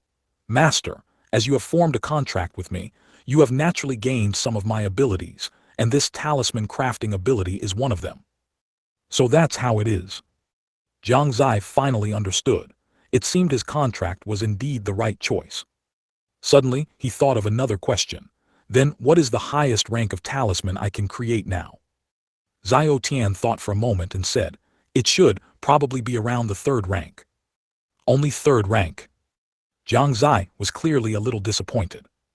"Master, don't look down on third rank. It takes decades for ordinary people to reach third rank, and even talented ones take at least a few years to reach it. Of course, if someone with stronger divine soul power signed a contract with me, it wouldn't be impossible to reach fifth rank." Jiang Xie nodded. It seemed he had thought too simply. Third rank wasn't bad either. This trip to the heart of the Qianyuan secret realm would end here. "All right, I'm going to start cultivating now, Zhao Tian. Don't run around. There are many things here that are not simple. Don't cause trouble, okay? Heavenly Dao sword, keep an eye on it." After speaking, Jiang Xie entered a cultivation state, and his divine soul fell into a deep sleep. Zhao Tian clearly sensed Jiang Xie's changes, and was particularly puzzled. It looked left and right around Jiang Xie, trying to figure something out. Unfortunately, it didn't find the reason for Jiang Xie's state, so it also sat down cross-legged and went to sleep. The entire heavenly platform fell silent once more. Inside Tangxin Pavilion, Jiang Xie's consciousness returned. The first thing he did upon opening his eyes was to check if his talisman crafting ability still worked here. He meticulously outlined in the air, relying on the memories in his mind. To his relief, he felt no awkwardness whatsoever. This meant it was possible. This time, he wasn't outlining a first-rank talisman, but a third-rank talisman, the invisibility talisman. As the name suggested, it granted invisibility. The moment the talisman was completed, Jiang Xie felt his divine soul being completely drained. An intense feeling of exhaustion swept through his entire body. Is the consumption of this third rank so immense? Jiang Xie took a deep breath, instantly understanding why talisman masters were not durable. This consumption was truly terrifying. With the talisman complete, Jiang Xie immediately used it on himself. Soon, even he himself couldn't see his physical body anymore. It was simply miraculous. To verify the effect of this third-rank talisman, and how long it could last, he resolutely walked towards Jai Wayu's sleeping quarters. Inside the sleeping quarters, Jai Wayu was in the midst of cultivating, but suddenly seemed to sense something. Her expression shifted slightly, and she silently exited her cultivation state. Although she couldn't see anything, she constantly felt as if something was peeking at her. This feeling of being spied upon was particularly unpleasant, but she didn't show it. Instead, she quietly released her divine soul. In front of Jai Wayu, Jiang Xie let out a strange JJ laugh, but didn't make any sound. Excellent. She didn't notice at all. What about this? Jiang Xie extended his hand and waved it in front of her. Right here. Jai Yu's eyes lit up. As Jiang Xie moved, her divine soul keenly captured the aura within. So it's you, Jiang Xie. Jai Yu's lips curved into a barely perceptible smile. Her expression also returned to normal. Jiang Xie was startled. Not long after he extended his hand, Jai Yu's eyes actually changed. It made him think he had been exposed. Good thing you scared me. Jiang Xie composed himself. His movements became even more cautious. At this moment, he still didn't know that he had already been locked onto by Jai Yu's divine soul. Fanchen's sword clearly understood Jai Yu's relationship with him, and did not give any feedback. Jiang Xie slowly approached Jai Yu's body, and gently sniffed her hair. He then gently lifted a few strands of her beautiful hair. Jai Yu showed no reaction. This made Jiang Xie even more excited. He began to constantly make various mischievous gestures in front of Jai Yu that he wouldn't dare to do normally, doing whatever was most amusing. He was clearly acting as if he had let loose his true nature. Jai Yu felt like she was holding back a lot of pain. Watching Jiang Xie's successive comical movements, she widened her eyes as if she had discovered a new continent. This startled Jiang Xie.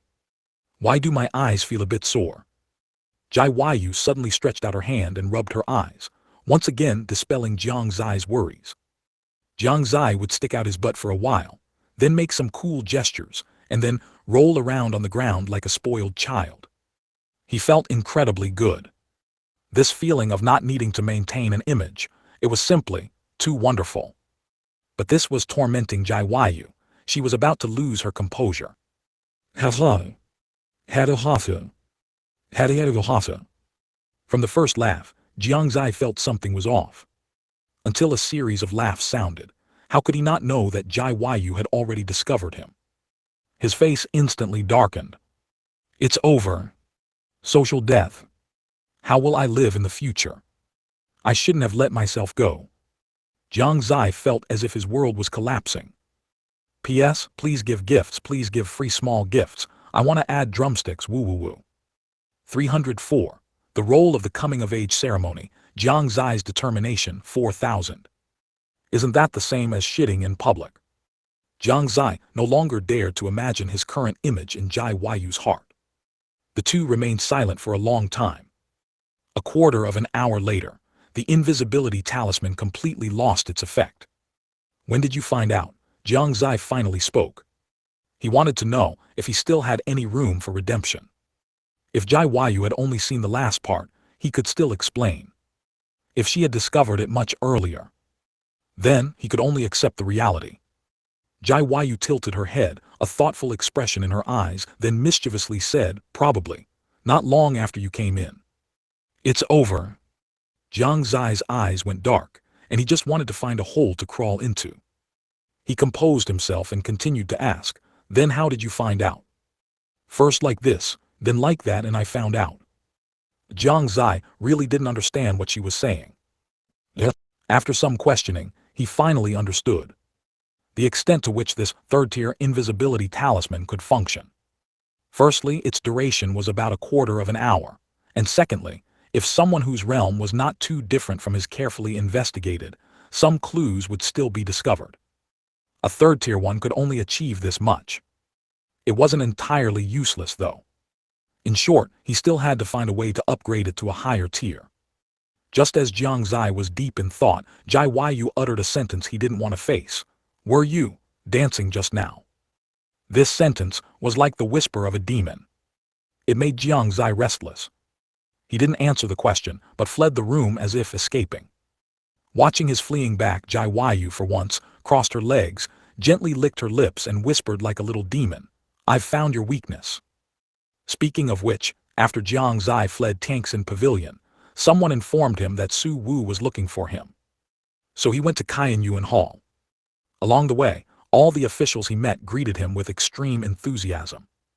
Jiang Xie could feel that ever since he defeated Su Yu, his prestige within the Qianyuan Empire had risen another level. He could guess that Su Wu was most likely looking for him, because of his coming-of-age ceremony.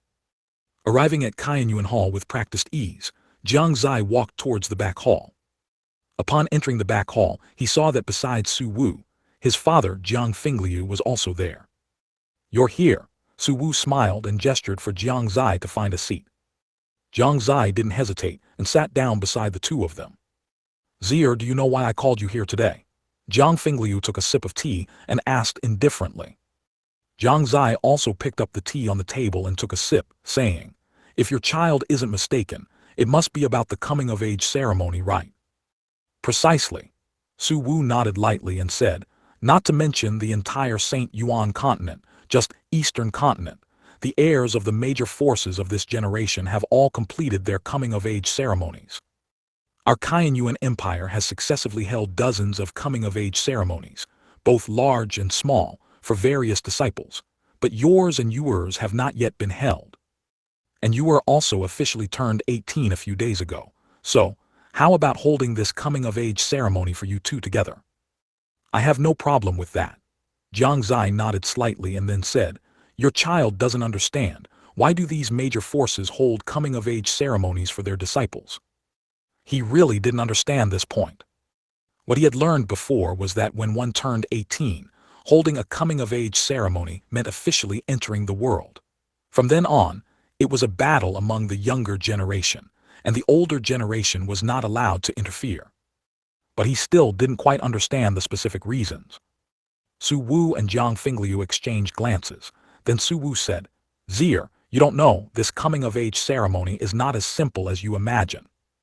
Coming-of-age ceremonies are also divided into several tiers. The lowest tier is not holding one, followed by casually holding one within the sect, informing the world, and ascending the altar to offer sacrifices to heaven." Sacrifice to heaven. Sacrifice to heaven means offering sacrifices to the heavenly Tao. Oh.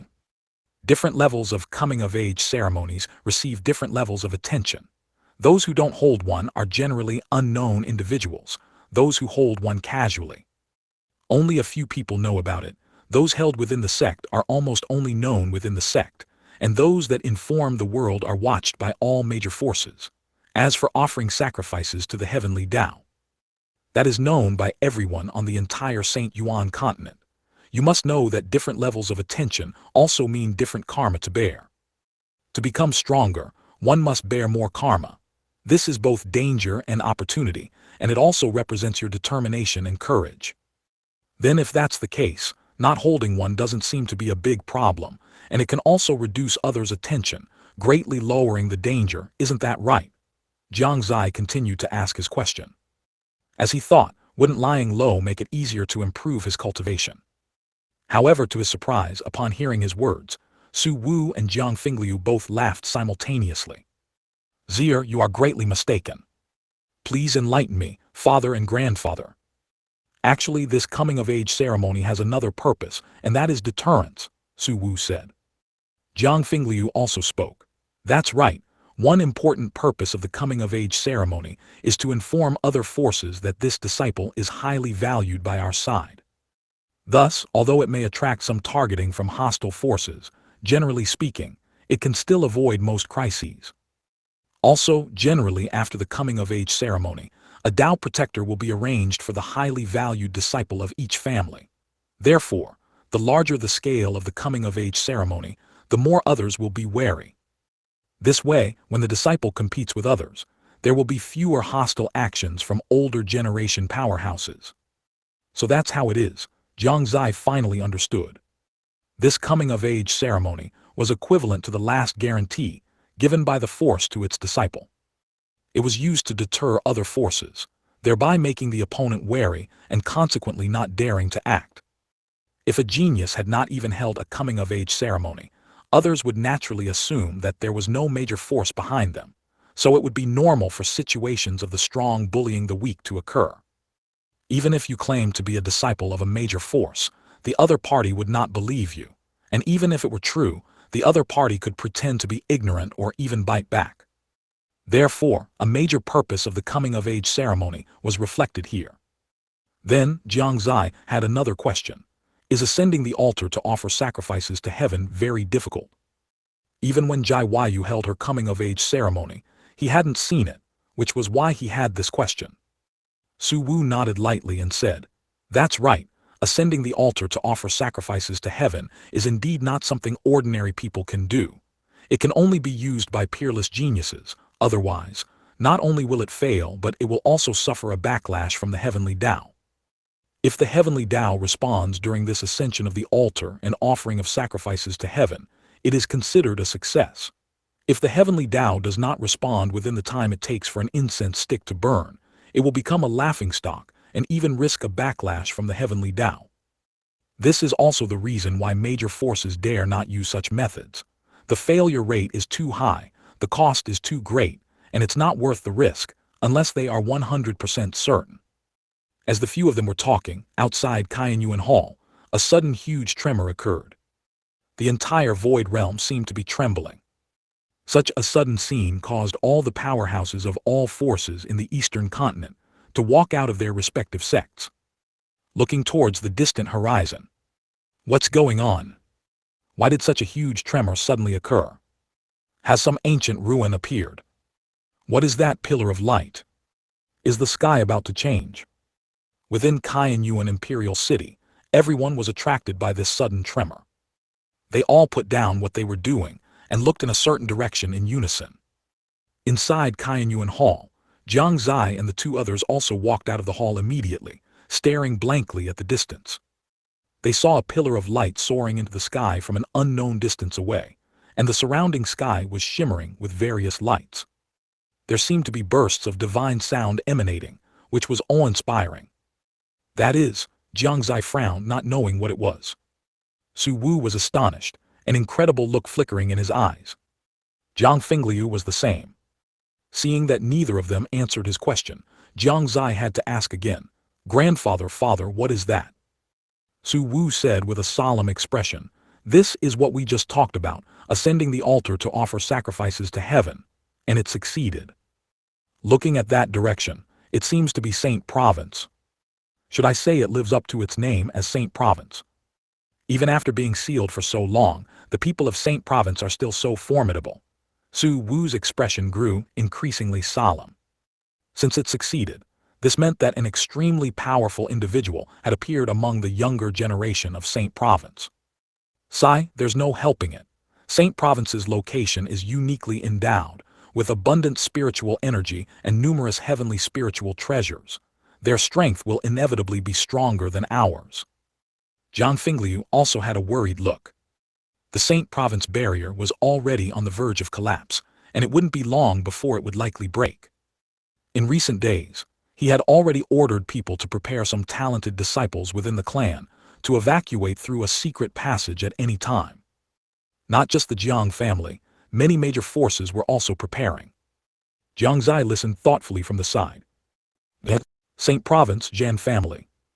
Today, the Zhan family was bustling with people, and forces from all over Saint Province had arrived. For no other reason, today was the coming-of-age ceremony for Jiang Xie, one of the candidates for the young clan chief of the Zhan family. The specifications used were the highest among coming-of-age ceremonies. Ascending the altar to offer sacrifices to heaven. Even in Saint Province, not many forces had such courage. But the Zhan family, or rather Jiang Xie, had this confidence. When everyone saw the celestial phenomenon descending, shock, disbelief, excitement, solemn expressions, and many other emotions appeared at this moment. Ha. I didn't expect that after so many years, another disciple of our Saint Province has successfully ascended the altar to offer sacrifices to heaven. The barrier is about to break, and with such a phenomenon, I suppose those forces outside must be scared witless. Ha. It's time to let everyone on the Shengyuan Continent see the power of our Saint Province disciples. I can almost imagine the expressions on those people's faces outside now. Ha. Congratulations, Clan Chief Zhan. This generation of young disciples is truly formidable. Tomorrow is the Saint's coming-of-age ceremony for the Haoran Sect. I wonder if he will also choose to ascend the altar to offer sacrifices to heaven after today's event. Compared to the excitement of the various forces in Saint Province, the forces in the other regions were not so happy. The success of the Saint Province disciple added another layer of gloom to their hearts. Saint Province, due to its abundant spiritual energy and numerous resources, was originally a place longed for by cultivators from all regions.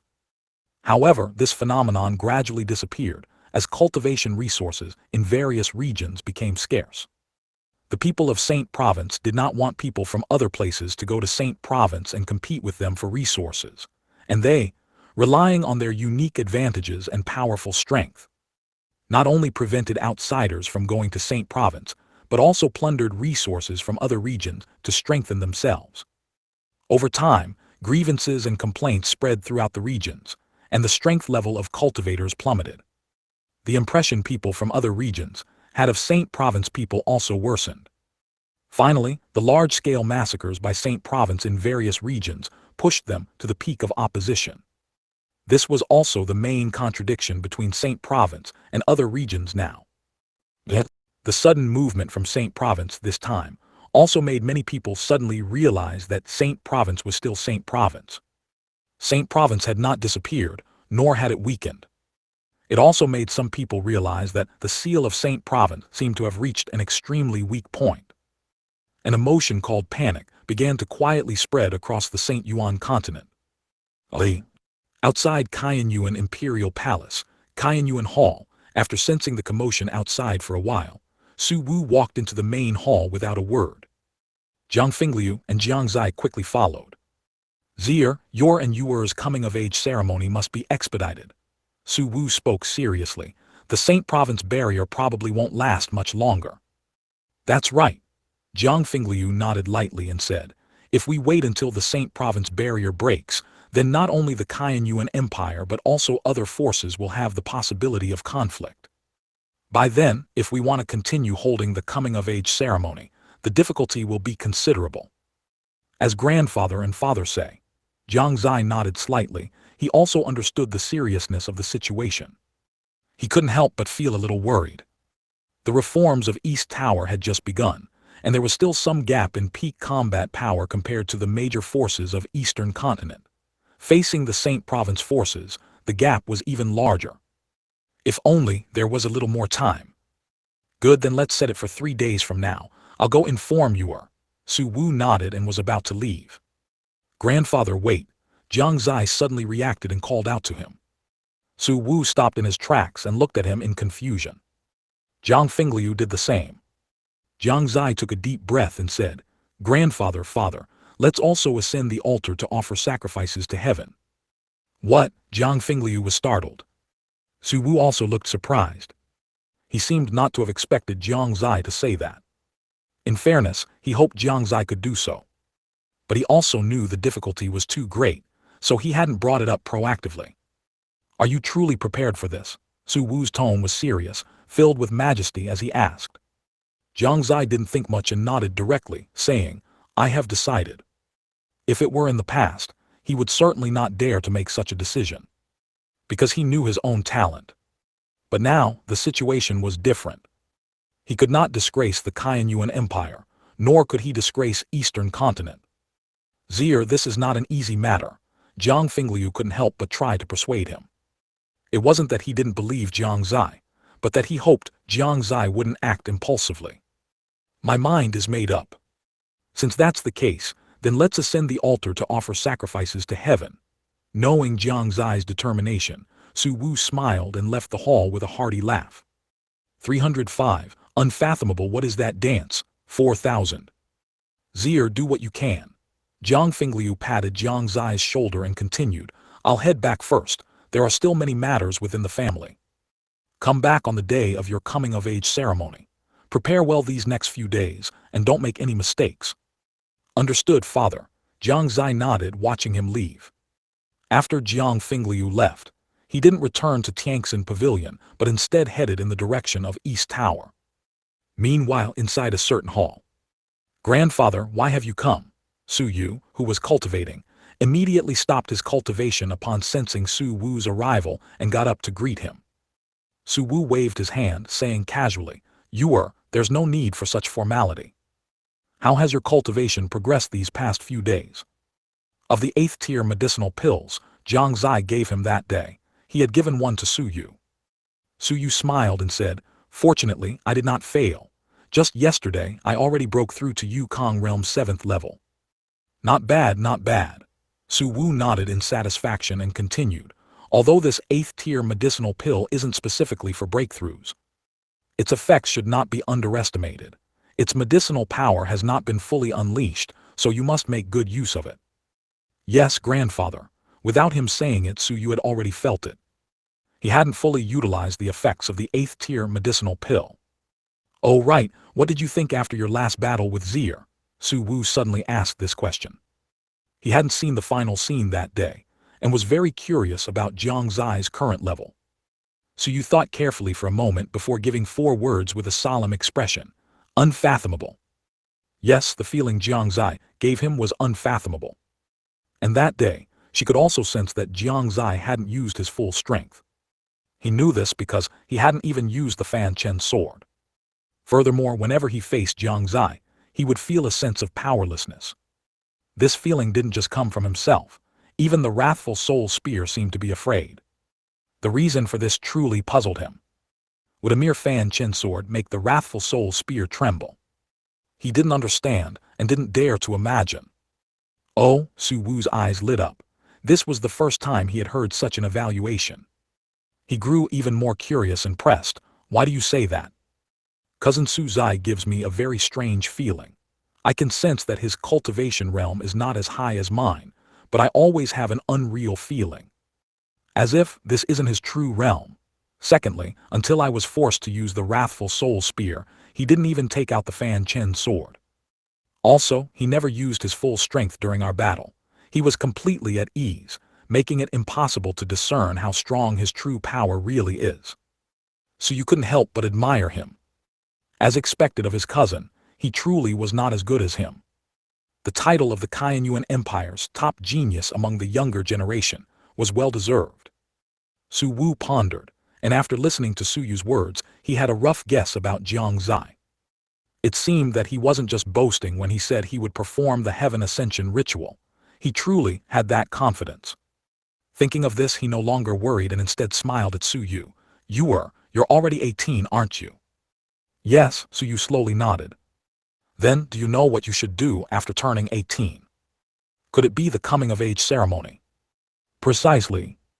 "Can't we not hold it?" Su Yu said, frowning. He only wanted to cultivate and didn't want to waste time on such matters. Su Wu smiled faintly, saying, "This time, you'll be having your coming-of-age ceremony with Xie. Not just one major power will be attending, which is a great opportunity to gain fame. Are you sure you don't want to go? Oh, and Xie is also going to perform the Heaven Ascension ritual." He knew what Su Yu's goal was: to make a name for himself, lead the Shengyuan Empire to its peak, and become the pride of the Su family. So could Su Yu refuse such an occasion? As expected, as soon as Su Wu finished speaking, Su Yu's eyes lit up. He quickly took a few steps forward, coming closer to Su Wu. He asked excitedly, "Grandfather, is what you said true?" "Of course it's true. Cousin Su Zai is really going to perform the Heaven Ascension ritual." Su Yu continued to ask, wide-eyed. Su Wu continued to nod. "Indeed." "Good, then I'll go." Su Yu's tone was firm and he added, "Grandfather, I also want to perform the Heaven Ascension ritual." "Nonsense." Su Wu glared at him, saying, "This Heaven Ascension ritual is not a game. If it succeeds, it's fine, but if it fails, it will have a huge impact on your body and cultivation." "I know," Su Yu did not back down. "This isn't a time for competitiveness or impulsive actions." "I know. Do you really want to do this?" "Yes." "Are you sure? There's no turning back in this world." "I'm sure." "Do you truly have this confidence?" "I am confident." "Are you really not going to change your mind?" "My mind is made up." Su Wu repeatedly confirmed his intentions. Su Yu also repeatedly affirmed them. This made Su Wu realize that perhaps he wasn't just acting on a whim. The two fell silent. Su Wu was carefully weighing the pros and cons in his mind and considering his decision. He looked at Su Yu for a moment, then frowned again. He wasn't looking down on Su Yu. Rather, he didn't want any accidents to happen. Frankly speaking, He wished all the disciples of the Shengyuan Empire would perform the heaven ascension ritual. However, imagination and reality still needed to be distinguished. The success rate was too low, it wasn't worth the risk. Su Yu was a genius seed of the Shengyuan Empire. If his talent were severely hampered because of a coming-of-age ceremony, it wouldn't be worth it no matter how you looked at it. Play it safe or take a gamble. These two options remained unresolved in Su Wu's mind. Su Yu also knew that Su Wu was thinking of him. However, he truly wasn't acting on a whim. He had the confidence and assurance that he could succeed. To show his determination, he once again firmly said, "Grandfather, believe in me." Seeing his determined gaze, Su Wu sighed softly in his heart. So be it, so be it. The children have grown up and have their own ideas. Since he wants to challenge it, then let him challenge it.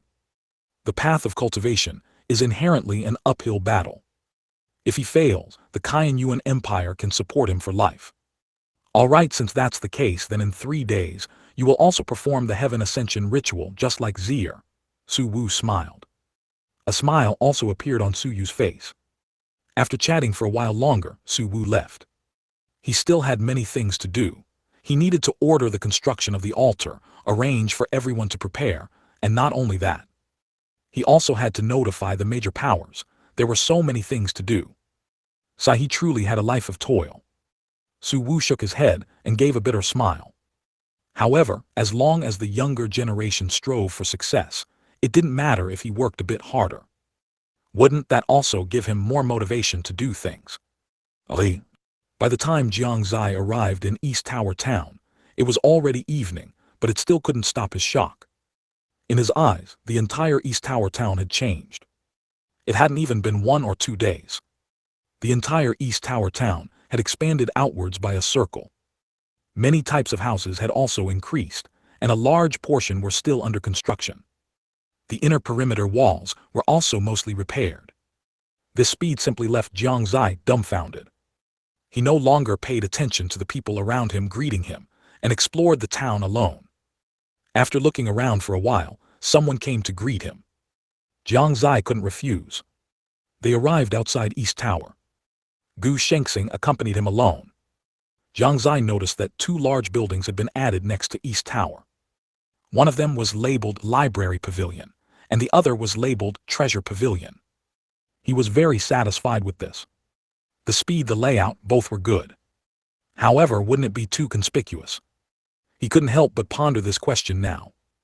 Gu Shengxing seemed to see his concern and explained, "Both the Library Pavilion and the Treasure Pavilion have formations set up, enough to withstand attacks from domain realm experts. And there are several domain realm experts permanently stationed in East Tower, so outsiders generally wouldn't dare to invade, let alone enter the Library Pavilion and Treasure Pavilion. Furthermore, outside East Tower Town, there is also an ancient sect formation that I obtained from ancient ruins, capable of withstanding sovereign Emperor Realm experts.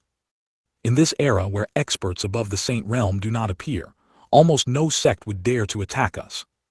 After listening, Jiang Xie finally relaxed. Not bad, you did very well." He didn't even know how to praise Gu Shengxing.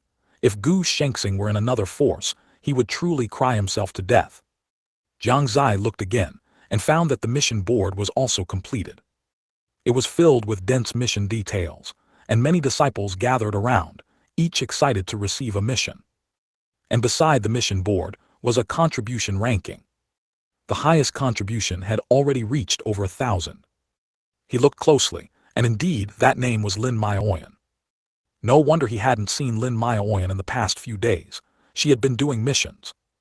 Not bad, this speed is beyond my expectations. Jiang Xie couldn't help but praise, feeling relieved with Gu Shengxing around. It should meet the initial requirements in a few more days. Gu Shengxing also had a smile on his face. As long as the funding issue was resolved, everything else was easy. "Oh right, help me with something." Jiang Xie suddenly remembered something and took out a spatial ring, handing it to Gu Shengxing. Gu Shengxing looked puzzled. "This is..." "Please give this to my father. I forgot to give it to him today." Jiang Xie was a bit embarrassed. He had forgotten about it several times. Jiang Fingliu probably wouldn't be back for another 3 days. The sooner he gave him these resources, the sooner the Jiang family's strength would increase. So he couldn't delay it any longer. Gu Shengxing nodded slightly. No problem, I'll go now. Thank you. After seeing Gu Shengxing off, Jiang Xie wandered around again, chatted with a few domain realm experts from East Tower, and then rushed back to the Imperial Palace. During this time, he had the people from East Tower notify Lin Maoyan and Uncle Wu to return to Tiangxin Pavilion.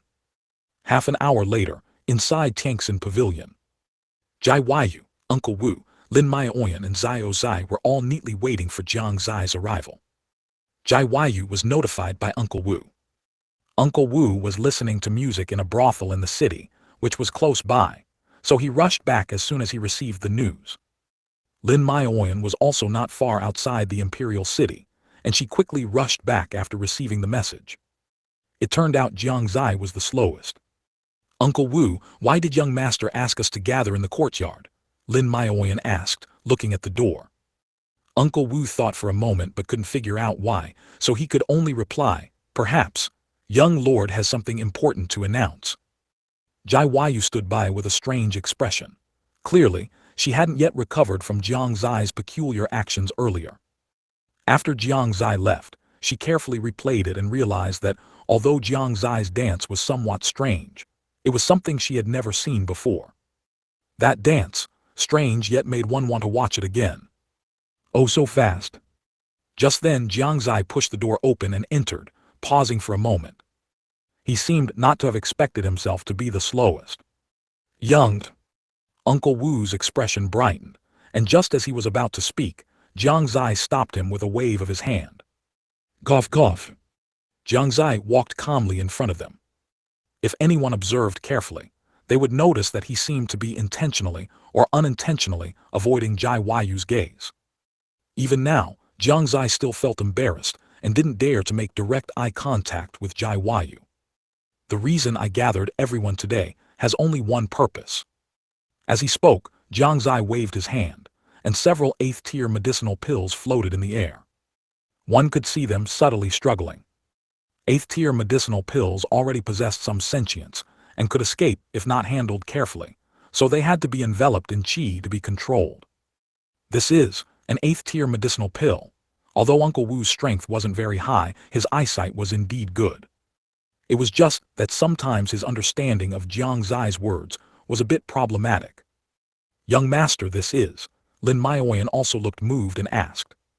Jai Weiyu didn't speak, but her gaze towards Jiang Zai was still very strange.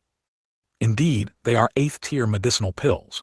The purpose of gathering you all today is to give you these medicinal pills. Jiang Zai specifically selected 8th-tier medicinal pills that suited them.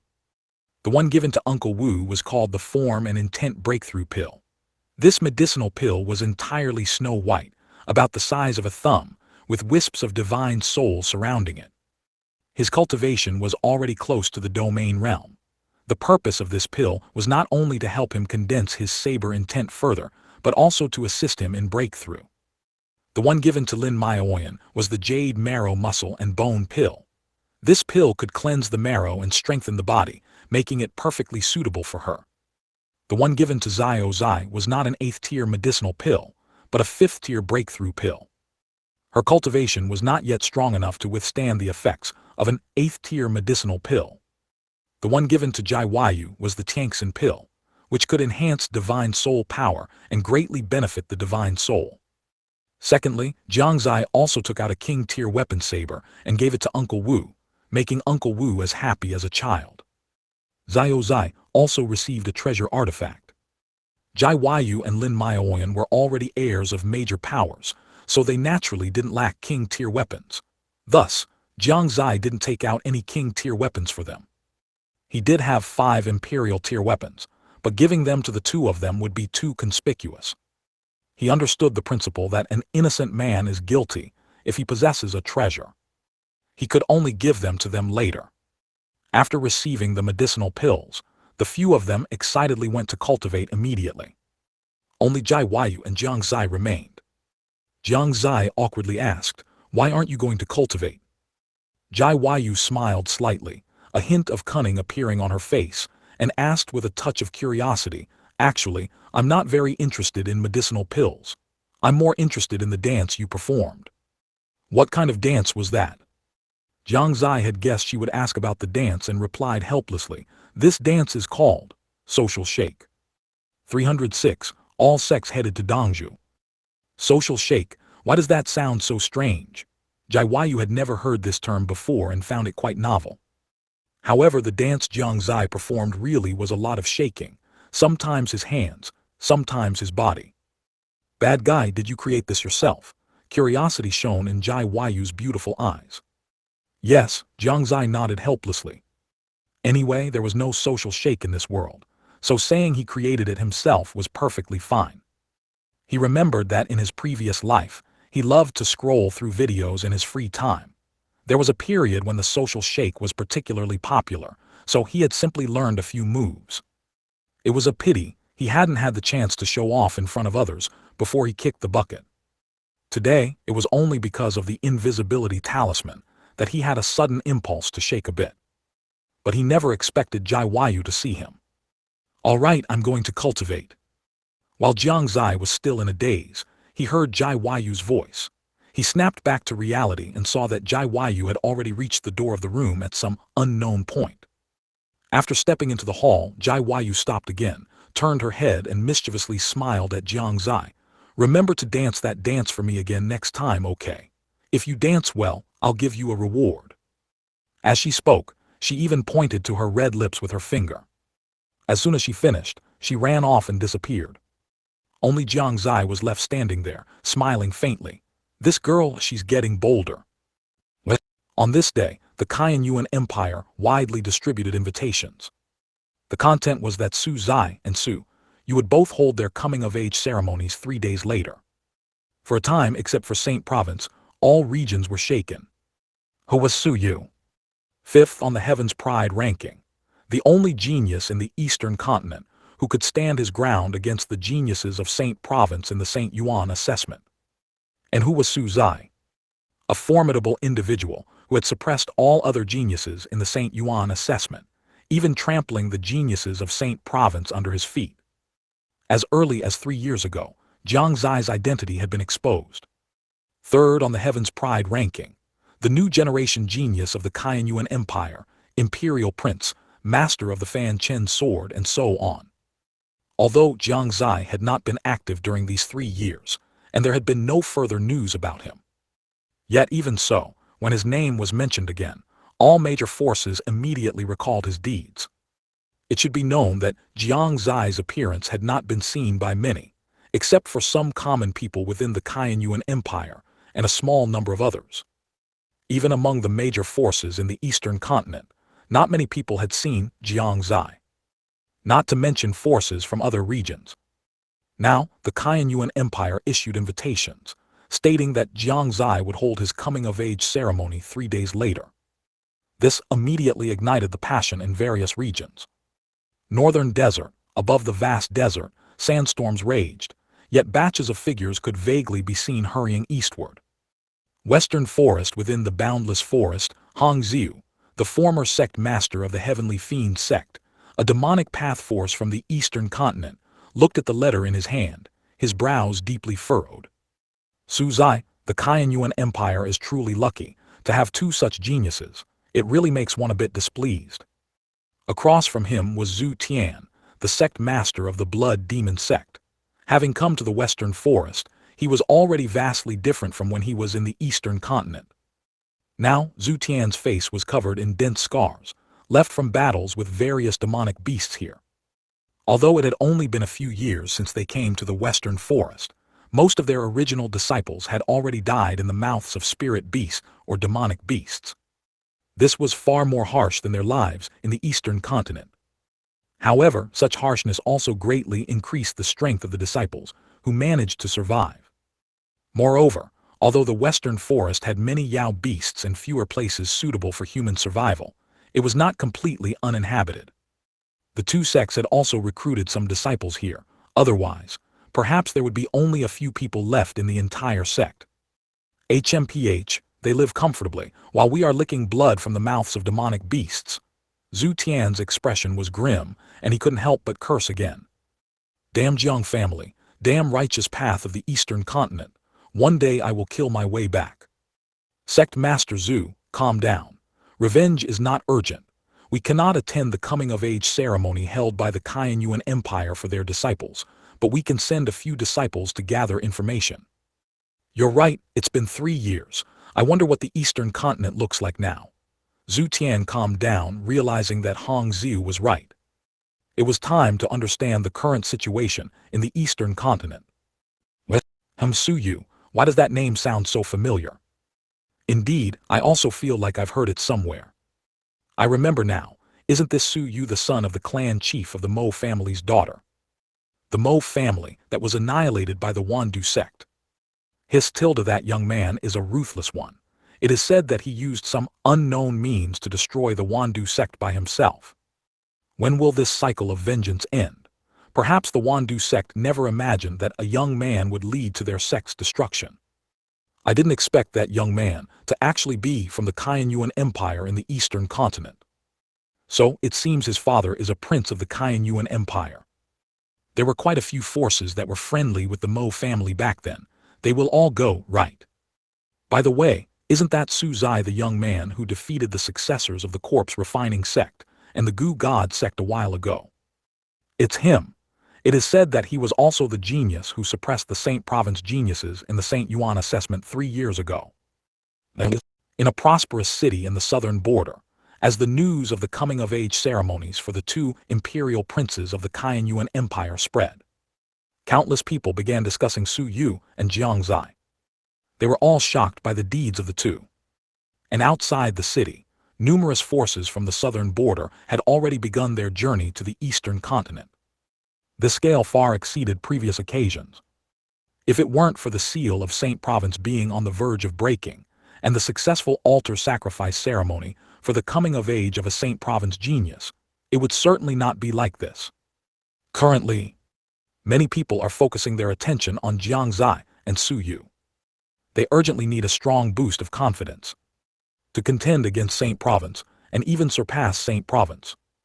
Given Su Yu and Jiang Xie's talent and strength, and holding their coming-of-age ceremonies simultaneously, many people can already guess that the coming-of-age ceremony held by the Shengyuan Empire, this time, will likely not be simple.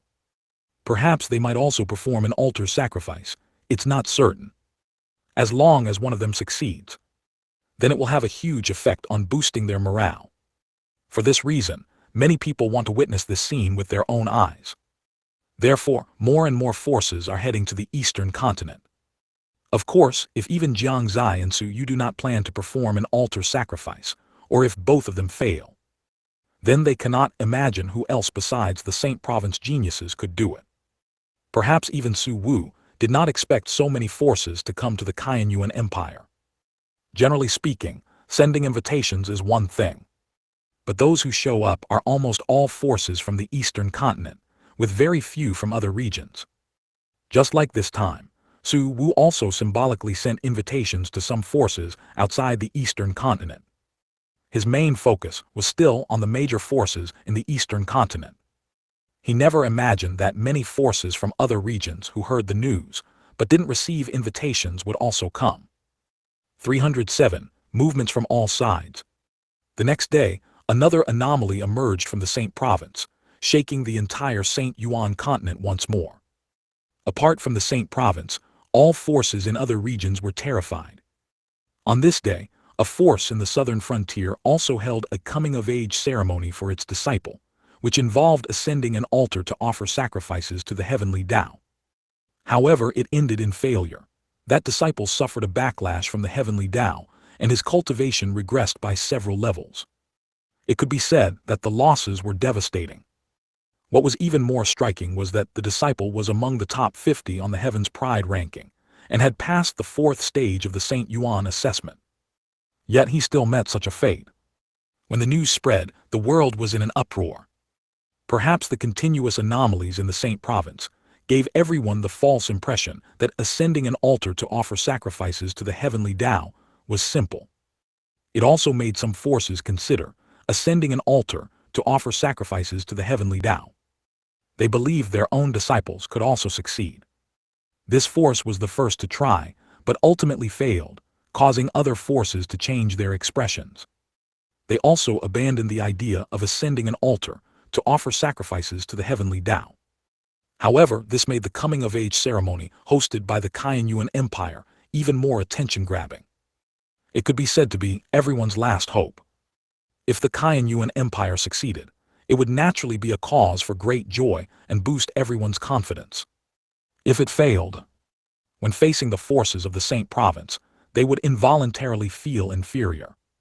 Thus, throughout the Shengyuan Continent, teams could be seen heading eastward. Their destination was the Shengyuan Empire. The various major forces in the eastern continent also reacted significantly. Inside the Jiang family, a family meeting was currently being held. In the Jiang family's deliberation hall, the various elders sat in order, with Jiang Fingliu in the main seat and Su Jiru beside him. Su Yun sat at the very end, listening in. The atmosphere in the hall was solemn and utterly silent. After a while, an elder finally spoke up, asking, "Family head, the Shengyuan Empire is holding a coming-of-age ceremony for its disciple, and our Jiang family has also received an invitation. Do we really have to go on this trip?" Family head, although our Jiang family has had no conflicts with righteous path forces in recent years, this does not mean that we are already a righteous path force. This coming-of-age ceremony held by the Shengyuan Empire is causing a huge stir. According to reliable sources, a large number of forces from outside the eastern continent are already rushing to the Shengyuan Empire. This time, the Shengyuan Empire is attracting more than just eastern continent forces.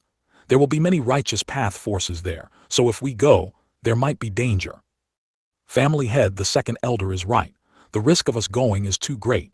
Please reconsider, family head. I, however, think this trip is worth taking. Our Jiang family has borne the label of a demonic path force for so many years, and it's not easy to finally have a turning point. Such a grand gathering must naturally be attended. This way, we can also become more familiar with those righteous path forces, which will help our Jiang family completely shed the reputation of a demonic path force. The Grand Elder's words are not without reason. If we are lucky, this move could completely rid our Jiang family of its demonic path force reputation. But there are also risks. If we are unlucky, we might clash with righteous path forces from outside the eastern continent, and then the situation would indeed be unfavorable for our Jiang family. In just a short moment, the elders of the Jiang family had already begun to argue. Jiang Fingliu listened calmly. Currently, the elders had only two main opinions. One was not to attend the coming-of-age ceremony hosted by the Shengyuan Empire, and the other was to attend the coming-of-age ceremony hosted by the Shengyuan Empire. In fact, whether to go or not, he had already made up his mind. This time, it wasn't someone else's coming-of-age ceremony, it was his own son's, and he was even going to ascend an altar to offer sacrifices to the heavenly Tao. How could he not go? It's just that even if he wanted to go, he couldn't show it too obviously. Sujiru was already secretly pinching the flesh at his waist. Jiang Fingliu endured the pain from his waist and said, feigning deep thought, "What the elders said is not without reason. Going has risks, but it is also an opportunity. This is indeed difficult to decide." Hearing his words, all the elders stopped arguing. The Grand Elder directly asked, "May I ask what insights the family head has?" Jiang Fingliu was silent for a moment before replying, "In my opinion, this trip is indeed a must, and there are several reasons for this. Firstly, the relationship between our Jiang family and the major righteous path forces in the eastern continent has eased in recent years, and going on this trip can further demonstrate our stance. Secondly, the Shengyuan Empire has sent an invitation. If we don't go, it would ultimately be disrespectful to them, and the impact would not be good. Thirdly, in recent years, the other demonic path forces in the eastern continent have already begun to distance themselves from us, and some have even developed hostility towards our Jiang family. If we neither align with the righteous path nor the demonic path, and are caught in the middle, wouldn't we be attacked from both sides? If both the righteous and demonic paths disregard us, the Jiang family will truly be in a difficult position." Jiang Fingliu spoke eloquently, pointing out the pros and cons one by one. Even Su Yun, who was sitting at the end, couldn't help but give him a thumbs up. His brother-in-law has good speaking skills. No wonder he managed to win over his elder sister. Sujiru's eyes were also filled with satisfaction. The elders fell silent. They carefully considered what Jiang Fingliu said, and found that it seemed to be true. Given this, it seems the Jiang family has no choice but to go. At this point, no one objected anymore. They all agreed with Jiang Fingliu's idea. This elder meeting of the Jiang family concluded here. Finally, Jiang Fingliu personally decided on the few individuals who would travel to the Kaiyuan Empire. He Sujiru, Su Yun, the fifth elder, and 2 family disciples, a total of 6 people. The other elders would remain to guard the Jiang family. Su Yun had also changed his appearance in the Jiang family, but his identity remained unchanged. Su Jiru's younger brother. Su Yu's coming-of-age ceremony would also be held at the same time, and he, who had not returned to the Kaiyuan Empire, did not want to miss his son's coming-of-age ceremony. It is worth mentioning that when Jiang Fingliu returned to the family head's residence, Jiang Yi somehow got the news. The first thing he asked Jiang Fingliu was whether he was going to some Kaiyuan Empire. Even though he denied it repeatedly, Jiang Yi simply didn't believe him and even clamored to go along. Ultimately, Jiang Fingliu couldn't refuse him and could only agree to take him along.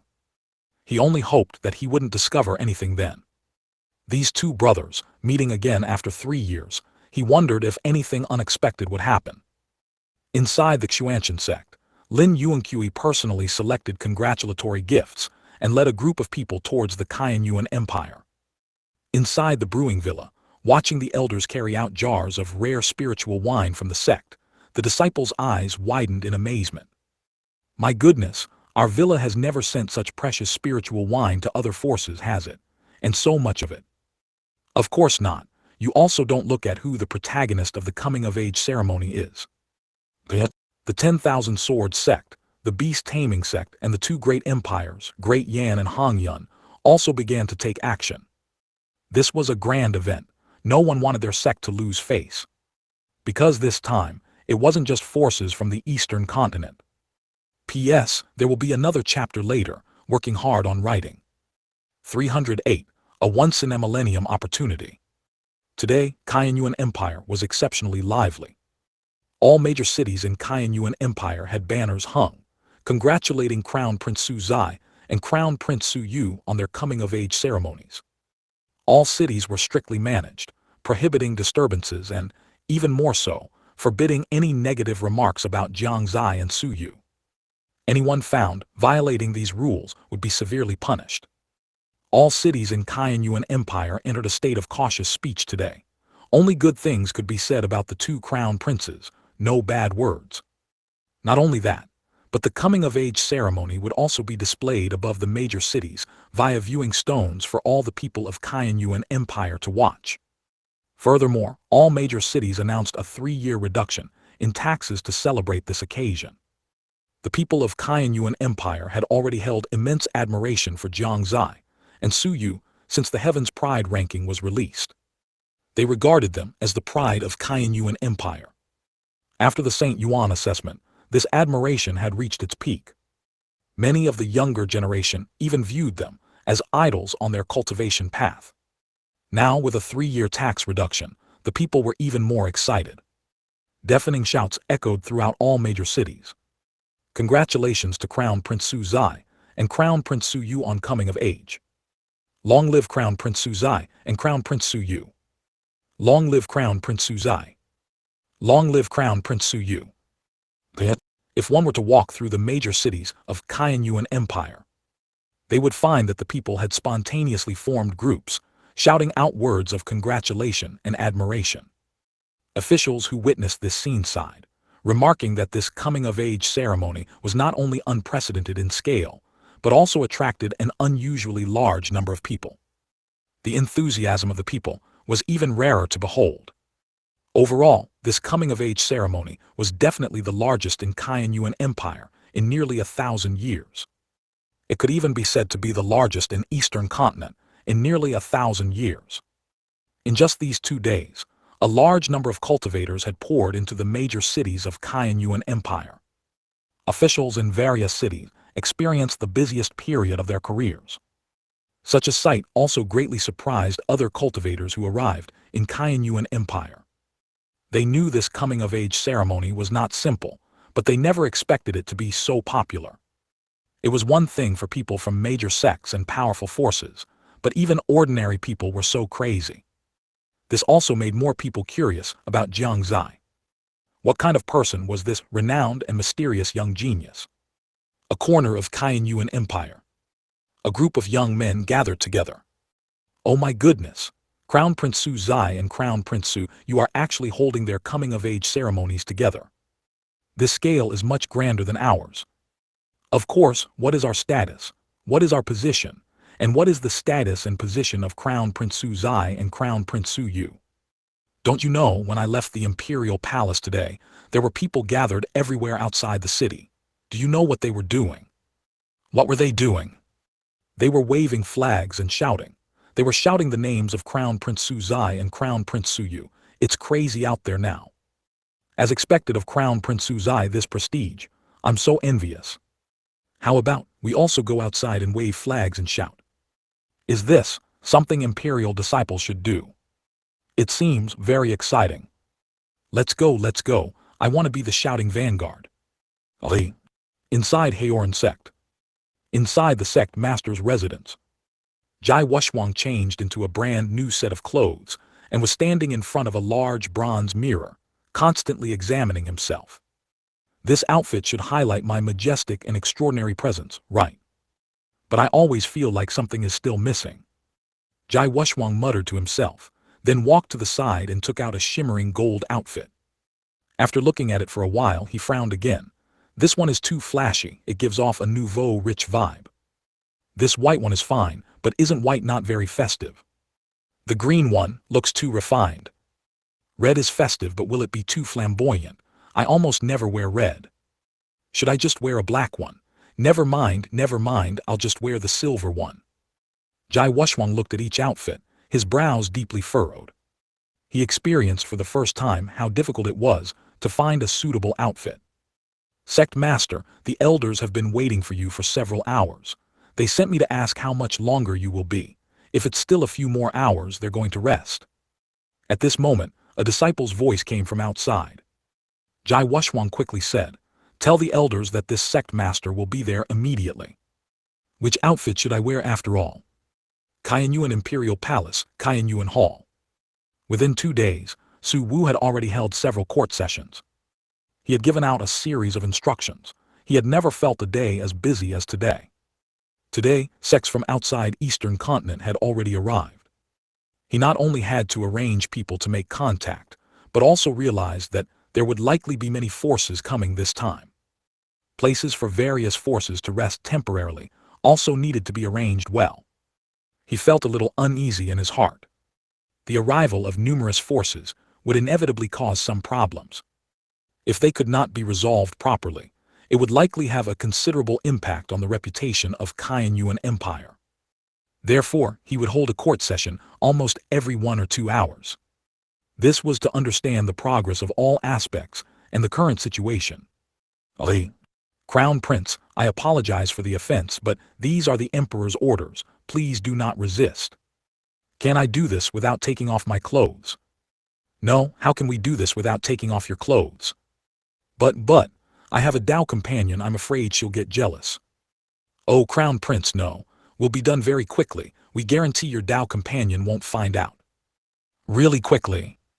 Really? All right then, you must be gentle. Don't touch me all over the place. Don't worry, Crown Prince. We'll leave after we're done. We won't touch you randomly. Ali. Outside Tangxin Pavilion. Several men dressed in servant attire were requesting Jiang Xie with troubled expressions. Jiang Xie did not know how much of a sensation his coming-of-age ceremony had caused outside. He only knew that he was very helpless right now. He didn't expect that he would also need to be measured for the clothes he would wear for the coming-of-age ceremony. The crucial thing was, even if he had to be measured, it was by several grown men. He had thought a few maidservants would come to measure him. The thought of several grown men touching him all over made him feel a wave of disgust. At the repeated requests of the men, Jiang Xie still agreed to let them measure him. Now that he thought about it, it was probably because Su Wu knew Jai Yu's personality, so he specifically sent men to measure him. Hey, why are you touching me? I apologize, Crown Prince, your physique is too good, I couldn't resist for a moment. Are you really not gay? Crown Prince, what is gay? Tell me the truth, are you eunuchs? I mean, do you have that thing down there? No. Damn it. P.S. Please, free little gifts. 309, things to do. Jiang Xie was really about to faint. What kind of feeling was it to have a group of eunuchs touching him all over? Fortunately, they only touched for a while before starting to work seriously. Actually, Jiang Xie thought his original clothes were fine, and there was no need to change them. However, Su Wu didn't give him a chance to object. He directly stated that the coming-of-age ceremony and offering sacrifices to heaven were not trivial matters and must be treated with utmost seriousness. At this point, Jiang Xie couldn't say anything more. In the southern border, within a hidden forest, surrounded by mountains, the raggedly dressed youth still wielded his wooden sword daily. Sweat had already profusely beaded on his forehead. Yet he remained tireless, wielding it again and again. After the youth swung his sword again, a sudden fit of coughing came from the small wooden house not far behind him. His expression immediately became anxious. He dropped the wooden sword in his hand and rushed towards the small wooden house. Inside the small wooden house, there was a wooden chair, and on the chair an old man was lying. Cough, cough. The old man coughed a few times. Although his face was somewhat ashen, his eyes radiated boundless vitality. Master, what's wrong with you? The youth's figure quickly rushed into the small wooden house, looking at the old man on the chair, his face filled with worry. It's nothing. The old man gently waved his hand. A rare smile appeared on his face. Zioku, how many years have you been with me? 10 years, the youth said without hesitation. Yes, 10 years have passed in the blink of an eye. A trace of reminiscence flashed in the old man's eyes. If Master is no longer here in the future, can you live by yourself? No, Master won't be gone. The youth's tone began to grow anxious, and he shook his head repeatedly. He didn't know how he would survive if his master were no longer there. That scene from 10 years ago felt like yesterday, vivid in his memory. On that day, a ragged, disheveled, and injured youth was being wantonly bullied in a city. Since he was 5, he had lived a nomadic life. He had struggled in various cities, suffered bullying, had his leg broken, and almost starved to death. On that day, he met the old man. The old man took the youth's hand and pulled him out of a hell-like life. The two cast long shadows in the setting sun. The conversation from that day still echoed in his ears. What's your name? I don't remember. Then how about I name you Li Buku? Good. From now on, you can call me Master. Okay, Master. The youth couldn't help but feel tearful. For some reason, he felt a sharp pain in his heart, as if something extremely important was about to be lost. This feeling made him lose the desire to practice his sword. Master, you'll be fine. Ha, the old man chuckled softly, his gaze drifting to an unknown place. After a while, he turned to Li Buku and said, Zioku, have you stayed here too long? Do you want to go out for a walk with Master? No, Li Buku immediately shook his head. He had a premonition that going out might lead to something he would regret deeply. One must know that his master had not left for 10 years. Suddenly wanting to go out now surely wasn't a good sign. At least that's what he thought. Master, I think it's quite good here. I can still stay here with Master and continue practicing my sword. Silly boy. The old man shook his head slightly and said again, Don't worry, this time we are going to attend a grand event. What grand event? The coming-of-age ceremony, about to be held in the Shengyuan Empire. Zioku, you are also 18 this year, aren't you? Yes. Since that's the case, you should also have a coming-of-age ceremony. Coincidentally, the Shengyuan Empire is holding one, so let's just borrow their venue. The old man said slowly, his face full of doting affection. Li Buku hesitated a little. But looking at the old man's doting expression, he couldn't bring himself to refuse. He could only say, Then Master, promise me, we'll come back immediately after it's done. All right, all right, all right. The old man laughed heartily and readily agreed. Li Buku felt a little relieved and nodded. Then I'll go with Master. The old man's face still held a smile. But in his heart he sighed softly. Silly child, Master also wants to come back. But some things must be done. Even if I don't do this, my time is almost up. Master can only accompany you this far. Saint Province, let's remain silent for a while longer. On this day, an old man and a youth walked out of the deep mountains of the southern border. At this moment, the old man no longer appeared as frail as he did on the chair. His back was straight, and he walked with powerful strides. His scattered hair had been tidied, and the weak expression on his face was gone. His chi was erratic, giving him a mysterious and unfathomable aura. Beside him, the youth had changed into a brand new outfit. The clothes were entirely dark blue, with occasional white embellishments. This made the youth appear to possess a refined demeanor, neither as ostentatious as the children of prominent families, nor as shabby as impoverished disciples. These clothes were handmade by the old man, and had never been taken out until today. Not only that, but the youth also held a sword in his arms. The sword seemed to have not been unsheathed for a long time, looking somewhat old. If outsiders saw them, they would probably only think the two were loose cultivators traveling around. The two walked eastward, gradually fading into the distance. On the third day, the atmosphere throughout the Kainyuan Empire had reached its peak. The number of people parading and cheering in the major cities grew larger and larger.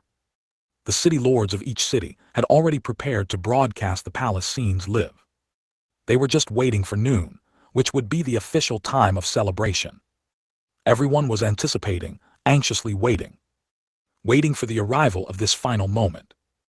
On this day, a large number of forces poured into the Eastern Continent.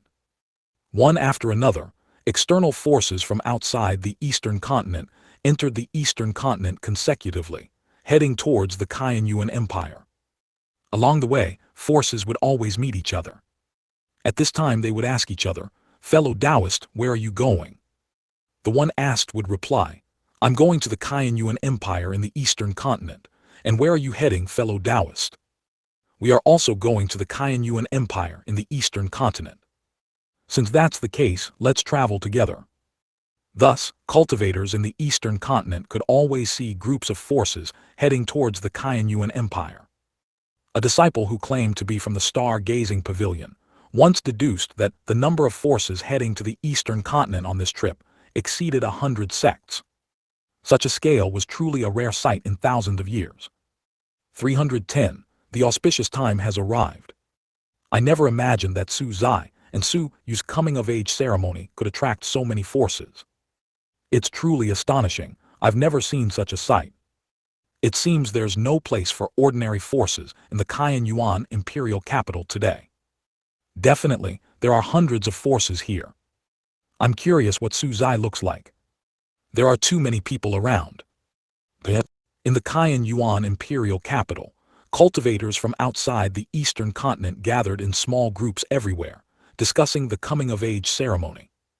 The scene before them would shock anyone who witnessed it. Various forces continuously entered the Kainyuan imperial capital, making the originally spacious capital instantly crowded. After the major forces from the Eastern Continent arrived, their eyes nearly popped out at the sight of the dense crowd of forces.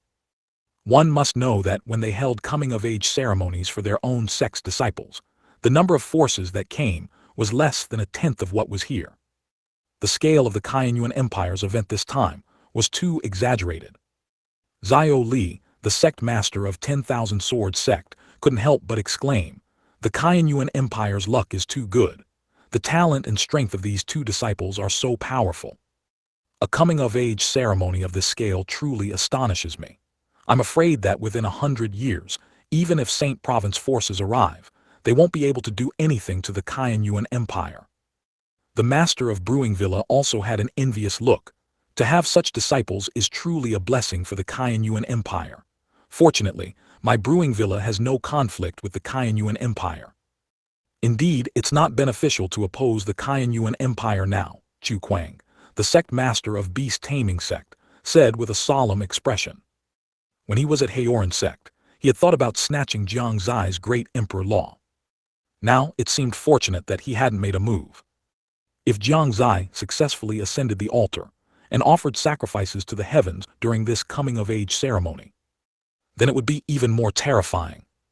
The emperors of the Great Yan Empire and Red Cloud Empire did not speak, but their expressions were not very good. Their eyes even held deep worry. The Qianyuan Empire's strength was increasing day by day, forcing them to start taking precautions to prevent the Qianyuan Empire from suddenly sending troops against them. When Jai Wushwang led a group of elders and disciples to arrive, he saw the bustling crowd in the Qianyuan imperial capital and felt that there were at least dozens of domain realm experts among them. He was also stunned. He had not expected so many people to come. It far exceeded their imagination. "Father, why are there so many people here?" In another direction, Jiang Xie stared dumbfounded at the scene before him. He had never seen so many people. "Is this the Qianyuan imperial capital? It's truly fun." Jiang Fingliu was already stunned in place, unsure what to say. However, he couldn't help but feel a little proud. This was his son.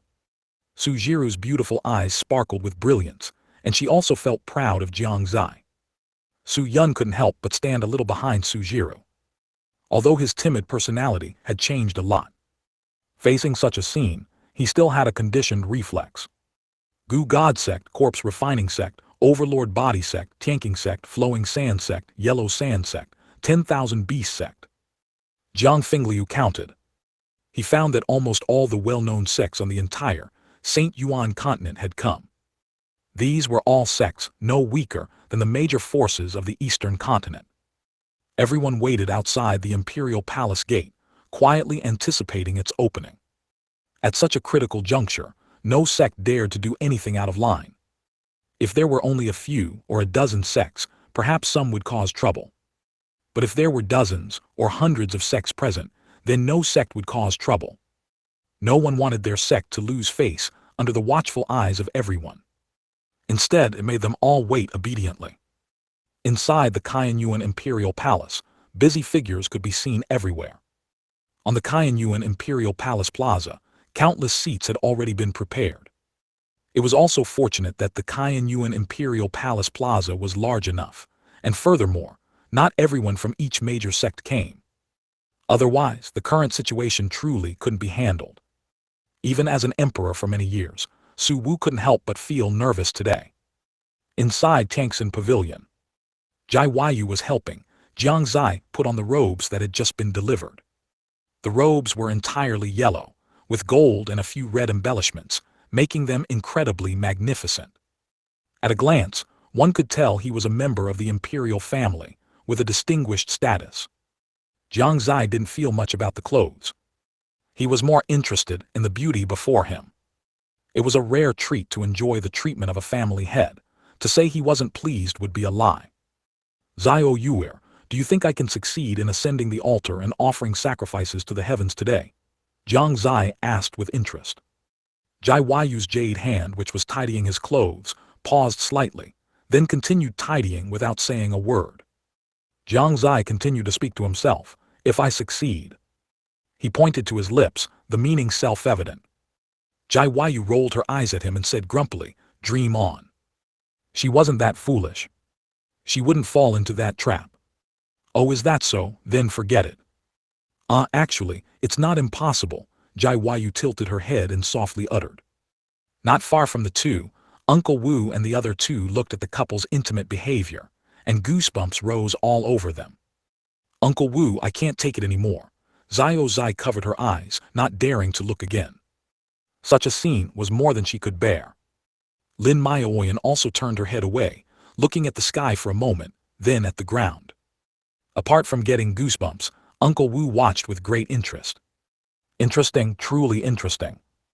As he spoke, he took out the Young Lord's Quotations Compendium, which he hadn't taken out in a long time, and began to read.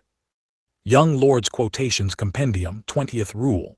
Confidence, when used in the right circumstances, can have unexpected effects. Excellent, excellent, so that's what it means. Uncle Wu's eyes gleamed. Jiang Xie had vividly taught him another lesson, allowing him to understand its meaning.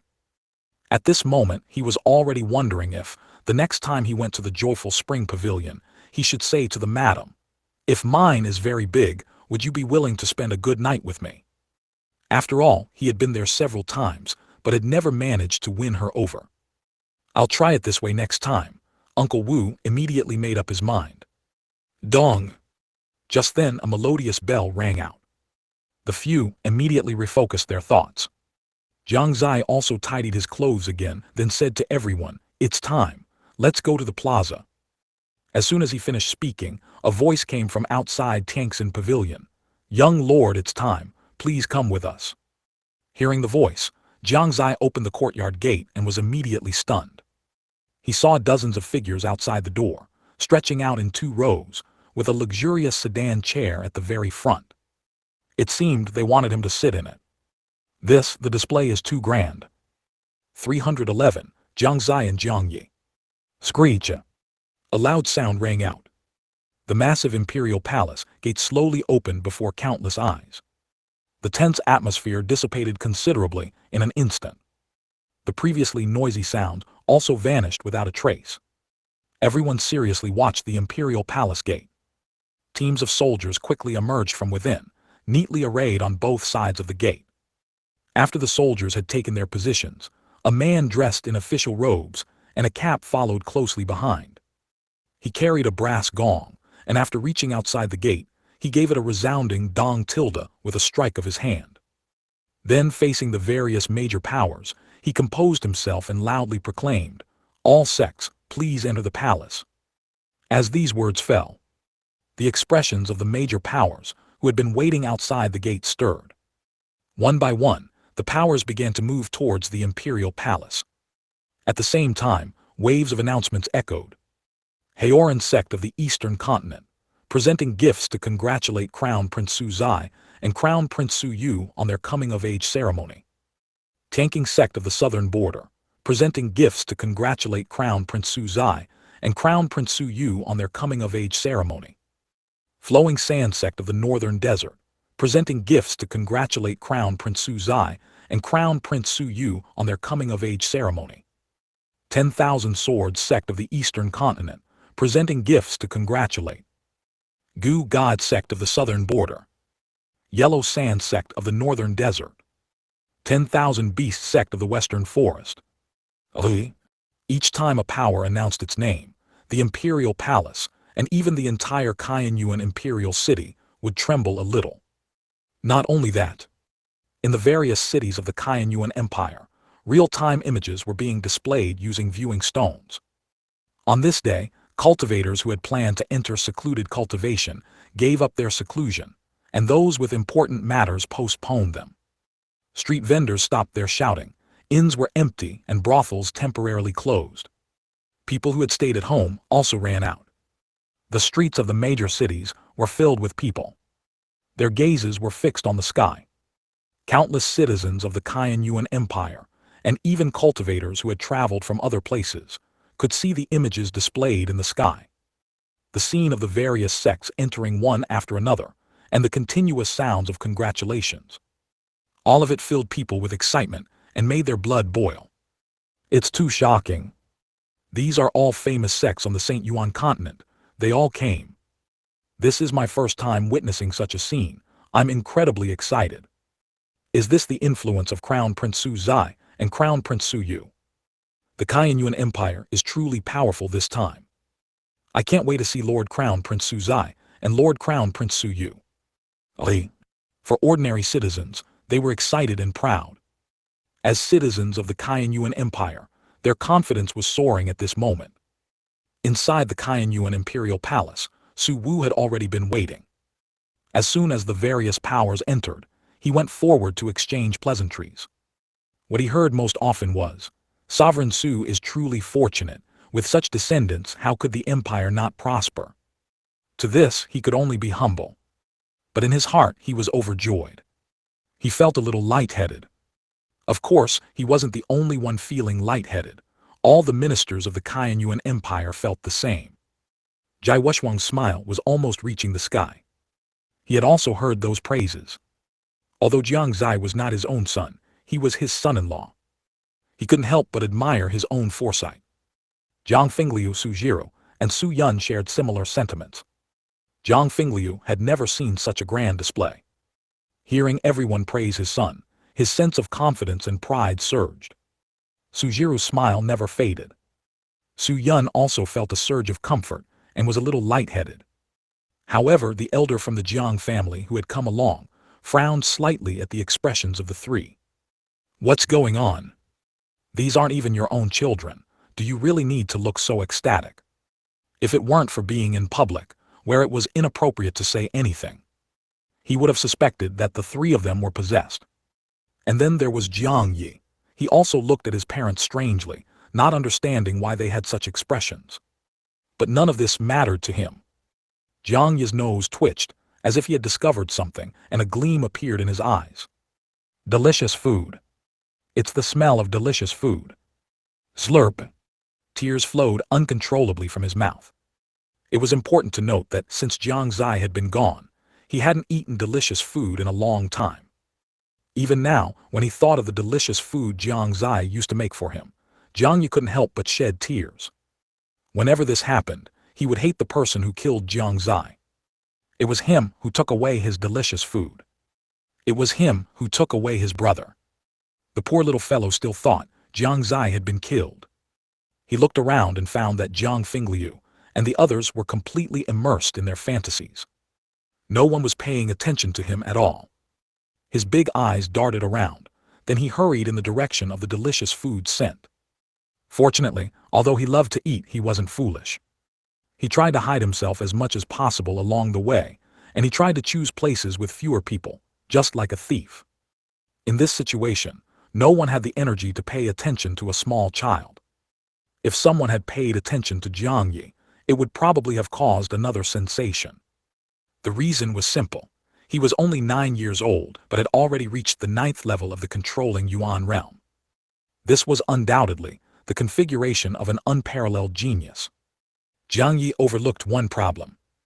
That was, he didn't know the way here. He was originally looking for food, but walking around, he got lost instead. He looked around, there was no one in sight. He no longer knew where he was.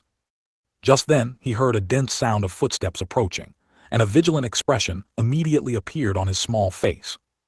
Soon, a group of people appeared before him. They were arranged in 2 rows, carrying an exquisite and luxurious sedan chair with an imposing aura. This scene left Jiang Yi stunned. He just stood there blankly, forgetting to leave.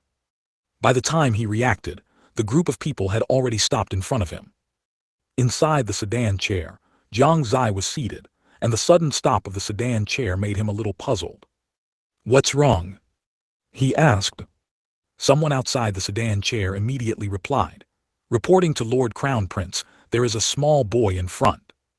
Those servants also dared not act rashly, because they had seen Jiang Yi's cultivation. At such an age to have such cultivation, he was certainly no simple person. Moreover, at this critical juncture, countless powers had come to the imperial palace. What if the other party was a disciple of some major power, or the descendant of some powerful expert? So they dared not scold him, and could only leave it to Jiang Xie to decide. "Small boy." Jiang Xie frowned. How could there be a small boy blocking his way? "P.S. I've been coughing for over 10 days and it hasn't gotten better. Now, every time I cough, I feel a metallic taste, my nose is blocked, and my head is starting to feel a bit dizzy again. It seems I'll have to go to the hospital again tomorrow. If there's no update later, the other chapter can only be made up tomorrow." 312. A large-scale family reunion event.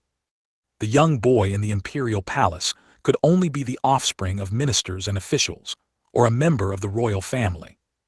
These people outside had no reason not to know who the other party was, right? Did he have to step in himself? Jiang Xie was a little surprised. But to avoid delay, he could only lift the curtain from the sedan chair and look outside. At that glance, he was instantly stunned. How come this child looked a little familiar? Jiang Xie hadn't reacted for a moment. After a few breaths, a flash of inspiration struck his mind, and a smile unconsciously appeared on the corner of his mouth. Isn't this his younger brother? Well, he's grown a lot in the few years since they last met, and he doesn't look as foolish anymore. Why is he still chubby? Huh, how is his cultivation level? Jiang Xie couldn't help but gasp. Jiang Xie's cultivation level was too outrageous. He was already at the peak of the controlling Yuan realm at only 9 years old. One must know, when he was 9, he was still in the body-tempering realm. Even the geniuses of the Eastern Continent in the same age group were only in the Ning Yuan realm at 9 years old. If this continues for a few more years, what will happen? He'll soon be in the soul-forging realm, and above that is the Yukong realm, not far from their cultivation levels. Sometimes Jiang Xie truly envied his younger brother's talent. It was simply outrageous. Fortunately, he was his own brother. Otherwise, he would be envious to the point of his eyes turning bloodshot. It's just that. This kid, it's one thing for him to come to the imperial palace, but he's even running around wildly inside the imperial palace. What if he encounters bad people? He really needs a lesson. Jiang Xie also didn't expect his younger brother to come. Even more, he didn't expect to meet him here. He withdrew the smile from his face and said sternly, "Little brother, whose child are you? Why are you here alone?" Jiang Xie also came back to his senses, looked at the sedan chair, and saw a handsome face. Although it was his first time seeing him. But for some reason, he felt a sense of familiarity from him. So he replied, "I am the young Master Jiang of the Jiang family." As he spoke, he puffed out his chest. If he had said this a few years ago, these servants would probably have been scared half to death and immediately notified the adults. But now, besides being slightly surprised, they had no other reaction. Young Master Jiang, Jiang Xie's expression was a little strange. Yes, now that he was considered a dead man in the Jiang family, it was normal for the young Master Jiang to be replaced. Jiang Xie continued to ask, "Then why did you come here?" Jiang Xie's face was a little embarrassed and even more difficult to articulate. He felt that saying he wanted to eat was too embarrassing. Jiang Xie, however, saw through his thoughts at a glance and said, "Are you looking for food?" "How did you know?" Jiang Xie's eyes widened, seemingly not expecting him to guess so accurately. "Young lord, time is almost up." Just as Jiang Xie was about to say something more, someone next to him reminded him, and he nodded slightly. He said to the few people behind him, "Two of you, take him to the imperial kitchen for something to eat. Remember to treat him well." As early as 3 years ago, the dishes in the imperial kitchen within the imperial palace had already been changed to the dishes from the East Tower. "Yes, young lord," 2 men stepped out of the procession. They respectfully led Jiang Xie towards the imperial kitchen. Jiang Xie only knew there was good food, so he followed along. During this process, he would occasionally turn back and look at Jiang Xie a few times. He always felt as if he had seen him somewhere before. After walking for a while, Jiang Xie suddenly stopped. He turned back and stared intently at Jiang Xie. "What's wrong?" Jiang Xie asked. "You look like someone I know," Jiang Xie suddenly said very seriously. Jiang Xie's expression shifted and he continued to ask, "Oh, who is that?" "Like my elder brother," Jiang Xie vaguely had this feeling. "Your elder brother," Jiang Xie smiled. Indeed, he was his elder brother. However, it was not yet time to admit it, so he could only say, "Is that so? Then it seems your elder brother must be very similar to me. By the way, aren't you going to eat?" "Ah, let's go, I want to eat delicious food." Jiang Xie suddenly remembered something and quickly urged the 2 people beside him. Saliva was already drooling from the corner of his mouth. Only after his figure disappeared from sight did Jiang Xie shake his head slightly. This kid, his gluttonous habit hasn't changed at all. "Let's go, continue on our way." Ali. On the other side, Suyu, like Jiang Xie, sat in a sedan chair carried by several people. Inside the Imperial Palace Plaza, it was already filled with dense crowds. The stronger the force, the closer its position was. Inside the plaza, powerhouses from various sects either conversed with acquaintances, closed their eyes in meditation, or took the opportunity to instruct their disciples. But they all had one thing in common: every so often they would look to the opposite side. They had just waited for the gates to open, and now they were waiting for the 2 to appear. However, as everyone looked around, They did not see the location for the altar ceremony, at least not an altar.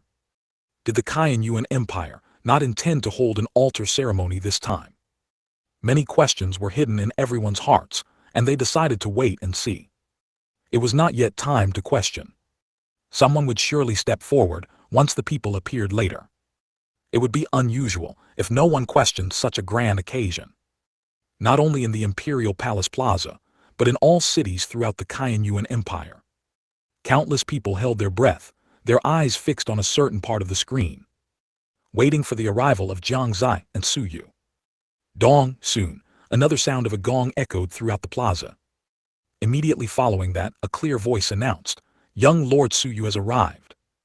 As soon as the voice fell, the expressions of the people from various sects changed slightly. But they remained relatively calm. They had already seen Suyu in the St. Yuan assessment footage 3 years ago, so they weren't overly curious. What they were truly curious about was Jiang Xie. However, there was one person in the plaza who was exceptionally excited. That was Su Yun. Since separating from Suyu 3 years ago, besides seeing him once in the St. Yuan assessment footage, he had never seen his son again. Excitement was inevitable. But his excitement made one person feel strange. Su Wu had been observing everyone's expressions, and when he saw Su Yun, he felt a sense of familiarity. Seeing him so excited at this moment, with the joy on his face impossible to hide, he couldn't help but feel suspicious. Why had he never seen this guy in the Jiang family? And he gave him such a familiar feeling, and was so excited about Yuer's arrival. Could it be? Su Wu's expression shifted, and he already had a guess in his heart. A touch of emotion subtly appeared on his face. Could it be that he was his cowardly and headstrong youngest son, who wanted to travel abroad but was useless? If he wasn't currently unable to leave, he would probably go over to confirm it immediately. Su Yun naturally noticed Su Wu's gaze. To be honest, the moment he saw Su Wu, his heart was also excited. The reason he didn't acknowledge him was because he felt it wasn't a good time for a reunion. He had originally come to the Shengyuan Empire with the intention of visiting home, and being discovered was within his expectations. As long as Su Yu didn't discover him, it would be fine. 313, what do you think? Soon, under everyone's gaze, a sedan chair carried by 7 or 8 people came into view. The sedan chair slowly moved to the front of the square and stopped. Immediately after, Su Yu reached out and pulled open the curtain, slowly stepping out from inside. He wore a yellow long robe, adorned with some gold and red. His hair was neatly tied up, with a golden hair crown atop his head. He had sharp features, a refined and handsome appearance, and fair skin, looking every bit like a noble young master. Is this Su Yu? He has indeed matured a lot compared to 3 years ago. It is said that Crown Prince Su Yu's cultivation has already reached the Yukong realm 4th layer. His cultivation cannot be said to be low. Fellow Taoist, you've mistaken this. Look closely at his cultivation. How is this Yukong realm 4th layer? It's clearly Yukong realm 7th layer. It's really true. At such an age, he already has Yukong realm 7th layer cultivation.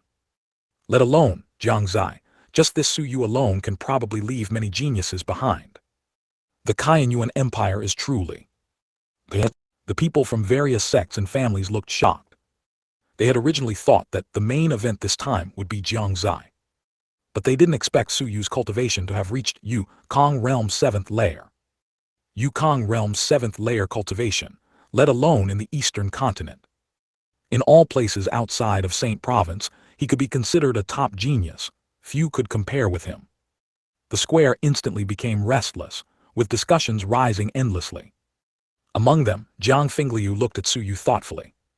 He had met Su Yu a while ago and knew that his cultivation was indeed Yukong realm 4th layer at that time. In just a few short days, he had advanced 3 layers. Recalling the spatial ring that Gu Shengxing from the East Tower had sent yesterday, he seemed to understand something. It must all be because of Jiang Xie. Speaking of which, he was also startled when he received that spatial ring yesterday. Inside, there were not only 8th grade medicinal pills, but also numerous weapons. These were all things that could genuinely enhance the family's strength. His first reaction at the time was to refuse. Such a large sum of cultivation resources would likely empty the East Tower's coffers. He knew that the East Tower was Jiang Xie's force, so he naturally wouldn't allow such a thing to happen. However, Gu Shengxing repeatedly emphasized that this was given to him by Jiang Xie, and that the East Tower also had some. And thinking that Jiang Xie had stayed in the Qianyuan secret realm for so long, and that Gu Shengxing had no reason to lie to him, he reluctantly accepted it. Xie, was your experience in the Qianyuan secret realm truly as you described? Zhang Fingliu felt that Jiang Xie seemed to have many other secrets. He only hoped that these secrets posed no danger to him. After Su Yu arrived, he walked to Su Wu's side and stood quietly. The discussions below continued. Dong! Another gong sound came. Everyone immediately stopped speaking, their gazes uniformly directed towards a certain direction, their eyes revealing a hint of anticipation. Are we finally going to meet this mysterious Crown Prince Suzai? I wonder what he will look like. Many people muttered in their hearts, feeling as if something they had long anticipated was about to appear before them. Just like before, a sedan chair carried by several people appeared before everyone. As soon as this sedan chair emerged, many people even stood up in eagerness. Especially the forces already at the back. If not for fear of being attacked by other forces, they would probably have flown up to see. Within the various cities of the Qianyuan Empire, this sedan chair also appeared on the screens. At this moment, the citizens in all cities held their breath. Their eyes revealed various emotions such as anticipation, excitement, nervousness, and trepidation. The entire Qianyuan Empire seemed to fall silent at this moment. At this time, Jiang Xie was the focus of everyone's attention. Perhaps he himself didn't realize that even without making a public appearance, he had already gained considerable fame throughout the Shengyuan Continent. With various titles bestowed upon him, he had long become a leader among the younger generation. He also became one of the most mysterious geniuses in the entire Shengyuan Continent. The servants carried the sedan chair, slowly moving to the front of the square, then respectfully placed it down. A slender hand reached out from behind the sedan chair, pulled open the front curtain, and then a figure emerged. Like Su Yu, he also wore a yellow robe, adorned with gold and red. The difference was that the man who emerged was even more handsome than Su Yu. His star-like eyes were like lightning, and his brows were like swords. On his high ponytail was a purple gold hair crown. His light purple hair made him stand out. The wicked smile on the corner of his mouth gave people a sense of nonchalance. His slender figure, extraordinary temperament, and the confident aura emanating from his entire being. Every aspect impacted everyone's eyes. Even Su Wu couldn't help but stare in a daze. He felt as if he had never seen such a handsome and distinguished person. Below there was silence. The various cities throughout the Qianyuan Empire were silent. Jiang Xie just stood there quietly, and he had already stunned everyone. At some unknown point, after an unknown amount of time, a murmur finally came from the square. This Suzai. Immediately after, one voice after another kept rising. He truly is like an immortal. So Crown Prince Suzai looks like this, he's simply too handsome. His hair is actually purplish gray. Is this the one who crushed the geniuses of Saint Province? I declare that my idol is Crown Prince Suzai. I can't see through his cultivation. Nonsense, Crown Prince Suzai is the master of the Fanchen sword. With the Fanchen sword concealing his chi, it would be strange if you could see through it. That's a pity. On the square, continuous voices rose, and everyone was extremely excited. Is this Lord Suzai? He truly lives up to his reputation as our Qianyuan Empire's young genius.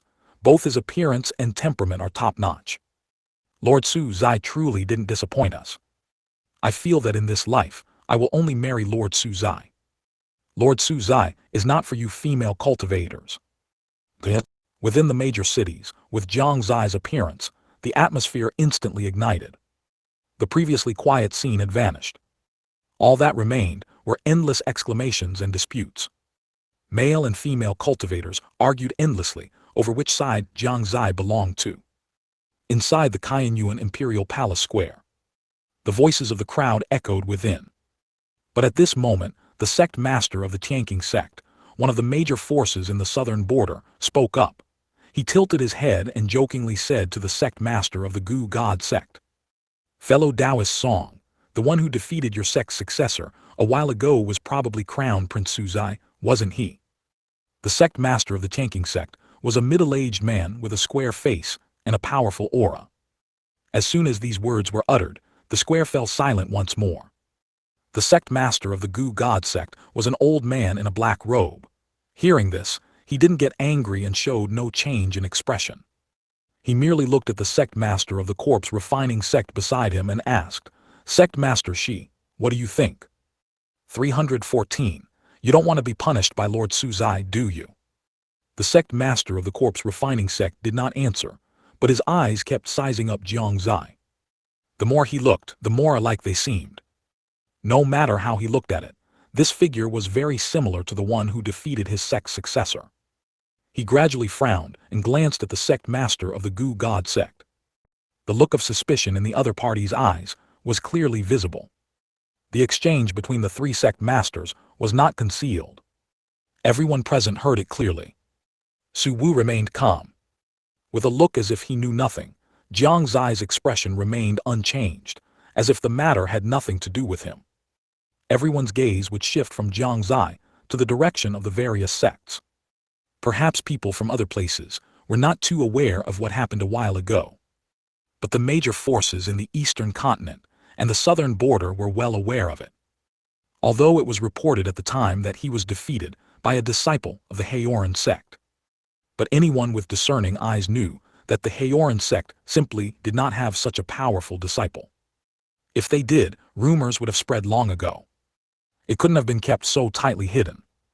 Therefore, the identity of the young man who defeated the successors of the two sects became the subject of speculation among the various sects in the southern border. As for the eastern continent, from the moment they knew that Jiang Xie had appeared, they had already realized that it was Jiang Xie who defeated the successors of the two southern border sects that day. Only Jiang Xie had the strength and an extraordinary relationship with the Haoran Sect. Suspicion, there was definitely suspicion. But Jiang Xie didn't care. Below, looking at Jiang Xie, Su Jiru had a look of satisfaction. But she always felt as if she had forgotten something. After careful recollection, she remembered that she seemed not to have seen Jiang Yi. Her expression suddenly changed, and she quickly nudged Jiang Fingliu beside her, transmitting, "Fingliu, where is Jiang Yi?" "Jiang Yi." Jiang Fingliu turned his head, frowning as he asked, "Did we bring him?" At this moment, he had completely forgotten about Jiang Yi. "Didn't bring him?" Su Jiru frowned upon hearing his reply. Why did she seem to remember bringing Jiang Yi along? She asked somewhat uncertainly, "Did we really not bring Jiang Yi?" "It must be true. How could I let Jiang Yi come?" Jiang Fingliu answered without thinking. His mind was completely on Jiang Xie's coming-of-age ceremony, and he had no time to care about Jiang Yi. It was all Jiang Yi's fault for having such a low sense of presence throughout the journey. Su Jiru was still uneasy, so she nudged Su Yun on the other side and asked, "Zio Yun, have you seen Jiang Yi?" "Jiang Yi, did he come?" Su Yun, whose mind was entirely on Su Yu, also asked with a puzzled expression. "Did I remember wrong?" Su Jiru muttered, but she always felt that something wasn't quite right. So she asked the fifth elder not far away, "Fifth elder, have you seen Jiang Yi?" "Jiang Yi." The fifth elder opened his drowsy eyes and subconsciously shook his head. To be honest, he was almost asleep. This coming-of-age ceremony was completely uninteresting to him. The two geniuses were not from his own family, so looking at them would only lead to envy and jealousy. It was better not to look. With this mindset from the very beginning, the fifth elder's thoughts had already drifted far away. He was thinking, what would the Jiang family be like now if Jiang Xie hadn't died a few years ago? What would Jiang Xie be like now? Perhaps he would be the same age as Su Zai. He believed that with Jiang Xie's intelligence, even if his cultivation talent was low, he would definitely be able to make a name for himself. It's just a pity Jiang Xie died. Every time he thought of this, he felt a pang of sadness. He had watched Jiang Xie grow up too. He didn't understand. He didn't understand why Jiang Fingliu and Su Jiru seemed to have forgotten Jiang Xie's existence in just a few short years. That was clearly their child. Sometimes he would even wonder if Jiang Xie was picked up by the two of them. How could parents recover so quickly from the pain of losing a child? Even they, the elders, hadn't fully recovered from it. Sujiro finally felt relieved now. If all three said there was no problem, then there was no problem. Perhaps she had remembered it wrong. So she continued to watch, her face once again showing a doting smile. Meanwhile, in the imperial kitchen of the Shengyuan Empire, a chubby little fellow was feasting. His slightly plump little face was covered in food. Woo woo woo, it's so delicious, so delicious. How can there be such delicious food? Heaven, this Shengyuan Empire is heaven. I've decided I'm not going back. Woo woo woo, this is delicious, that's delicious too. Brother, this is brother's flavor. Damn it, who stole brother's unique skill? Jiang Xie was devouring the food in front of him like a whirlwind. And from time to time, he would let out exclamations of surprise. In these foods, he not only tasted deliciousness, but also his brother's flavor. For him, who hadn't had a good meal for several years, it was like entering heaven. Any food in front of him could be finished in no more than 3 breaths. This was a hardship for the chef responsible for cooking in the imperial kitchen. He was now sweating profusely, working overtime. Oh my goodness, where did you invite this little ancestor from? This appetite, this speed. You do it if you want, I'm not doing it.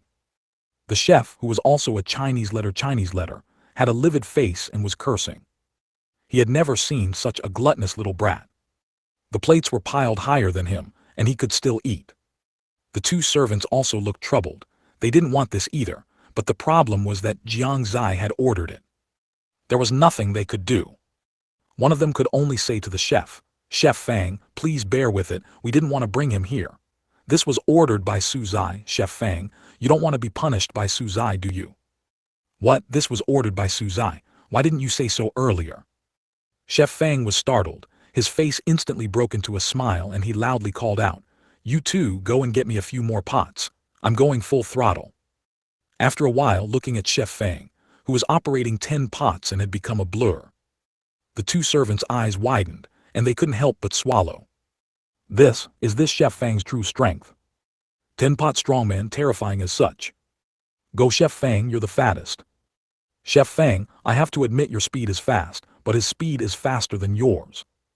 Jiang, eat slowly, Chef Fang's lips are already turning purple. If you eat any faster, he'll probably die of exhaustion.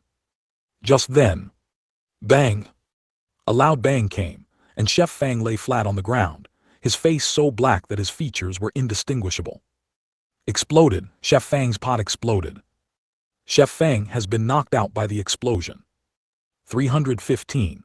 Ascending the altar to offer sacrifices to heaven. Gulp tilde. Not long after, Jiang Xie let out a long, satisfied burp. He glanced at Chef Fang lying on the ground, frowned and said, "I still wanted to ask how these dishes were made. I always feel Big Brother's presence." "Forget it, I'm full, I'm sleepy, time to sleep." With that he also lay down, right on top of Chef Fang. He completely treated Chef Fang as a human cushion.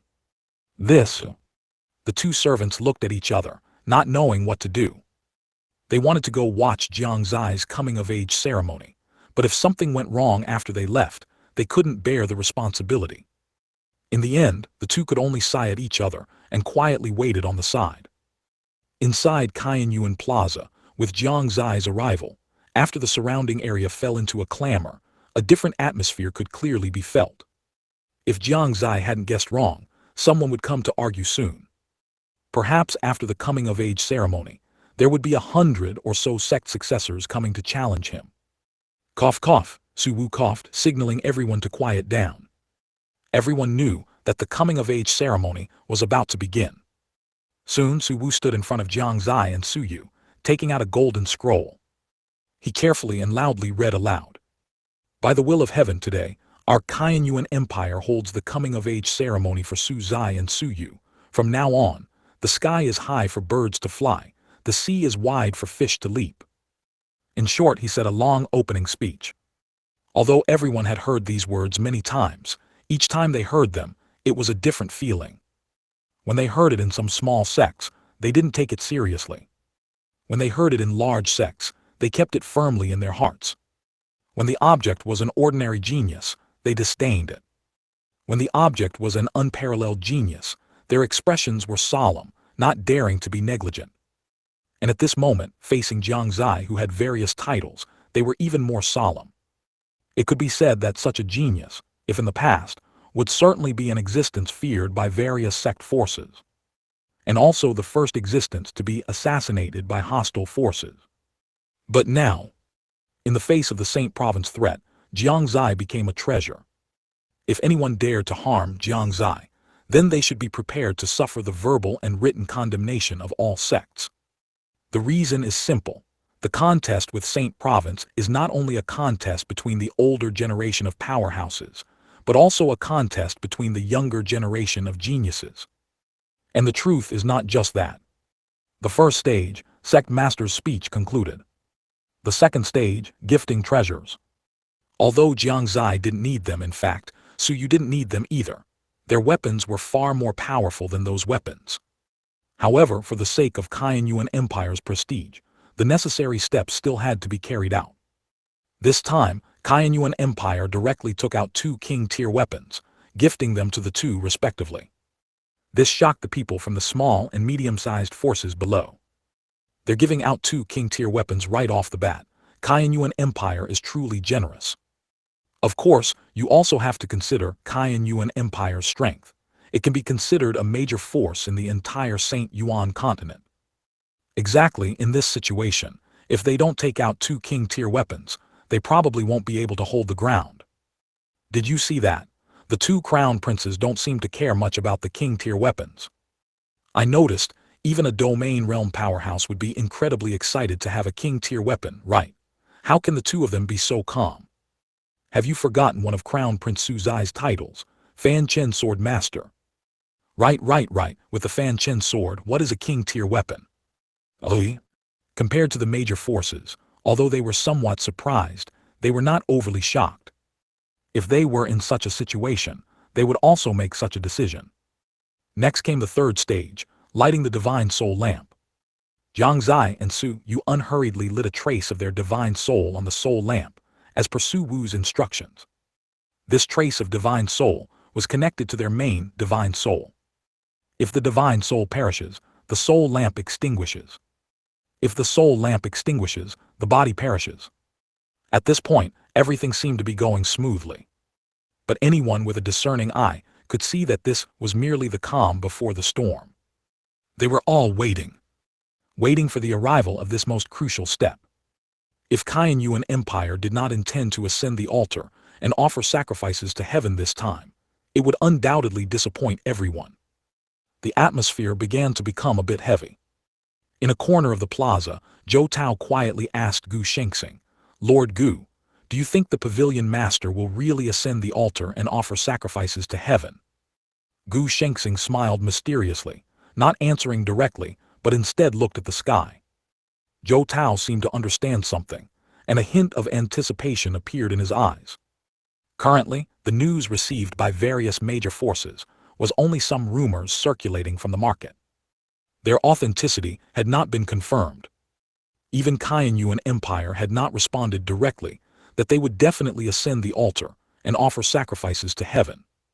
Aside from a few individuals, such as Jiang Fingliu and Jai Wuxuang, no one else dared to definitively say that Yuan Empire would certainly ascend the altar and offer sacrifices to heaven. At this moment, the entire scene quieted down again. Everyone held their breath, staring nervously at Su Wu and the 2 others in front. Even the sect masters of those major forces slightly narrowed their eyes. In various cities, everyone also quietly watched, a hint of nervousness revealing in their eyes. Everyone knew. If Yuan Empire's coming-of-age ceremony this time was truly going to involve ascending the altar and offering sacrifices to heaven, then it would be announced at this moment.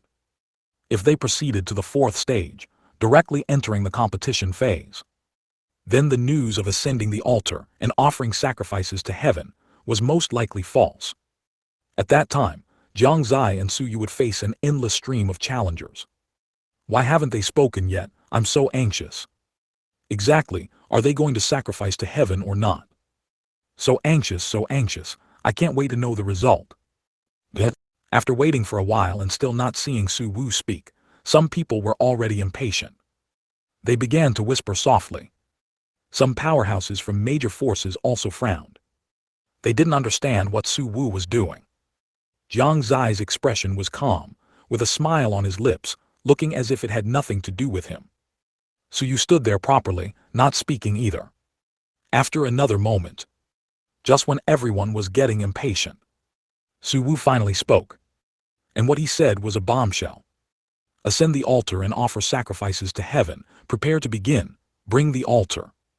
Su Wu shouted loudly. It was like a thunderclap exploding in everyone's ears, making their heads feel a bit dizzy. Before everyone could react, they saw two teams of people, each with 3 or 4 individuals. They were each carrying an altar, flying from afar. At this moment, everyone's gaze was fixed upon them. Ascending the altar and offering sacrifices to heaven, it was true. Soon, the 2 altars firmly landed in front of the plaza, right in front of Jiang Xie and Su Yu. After a moment of Chinese letter, the entire plaza erupted. You've reached the end of the book.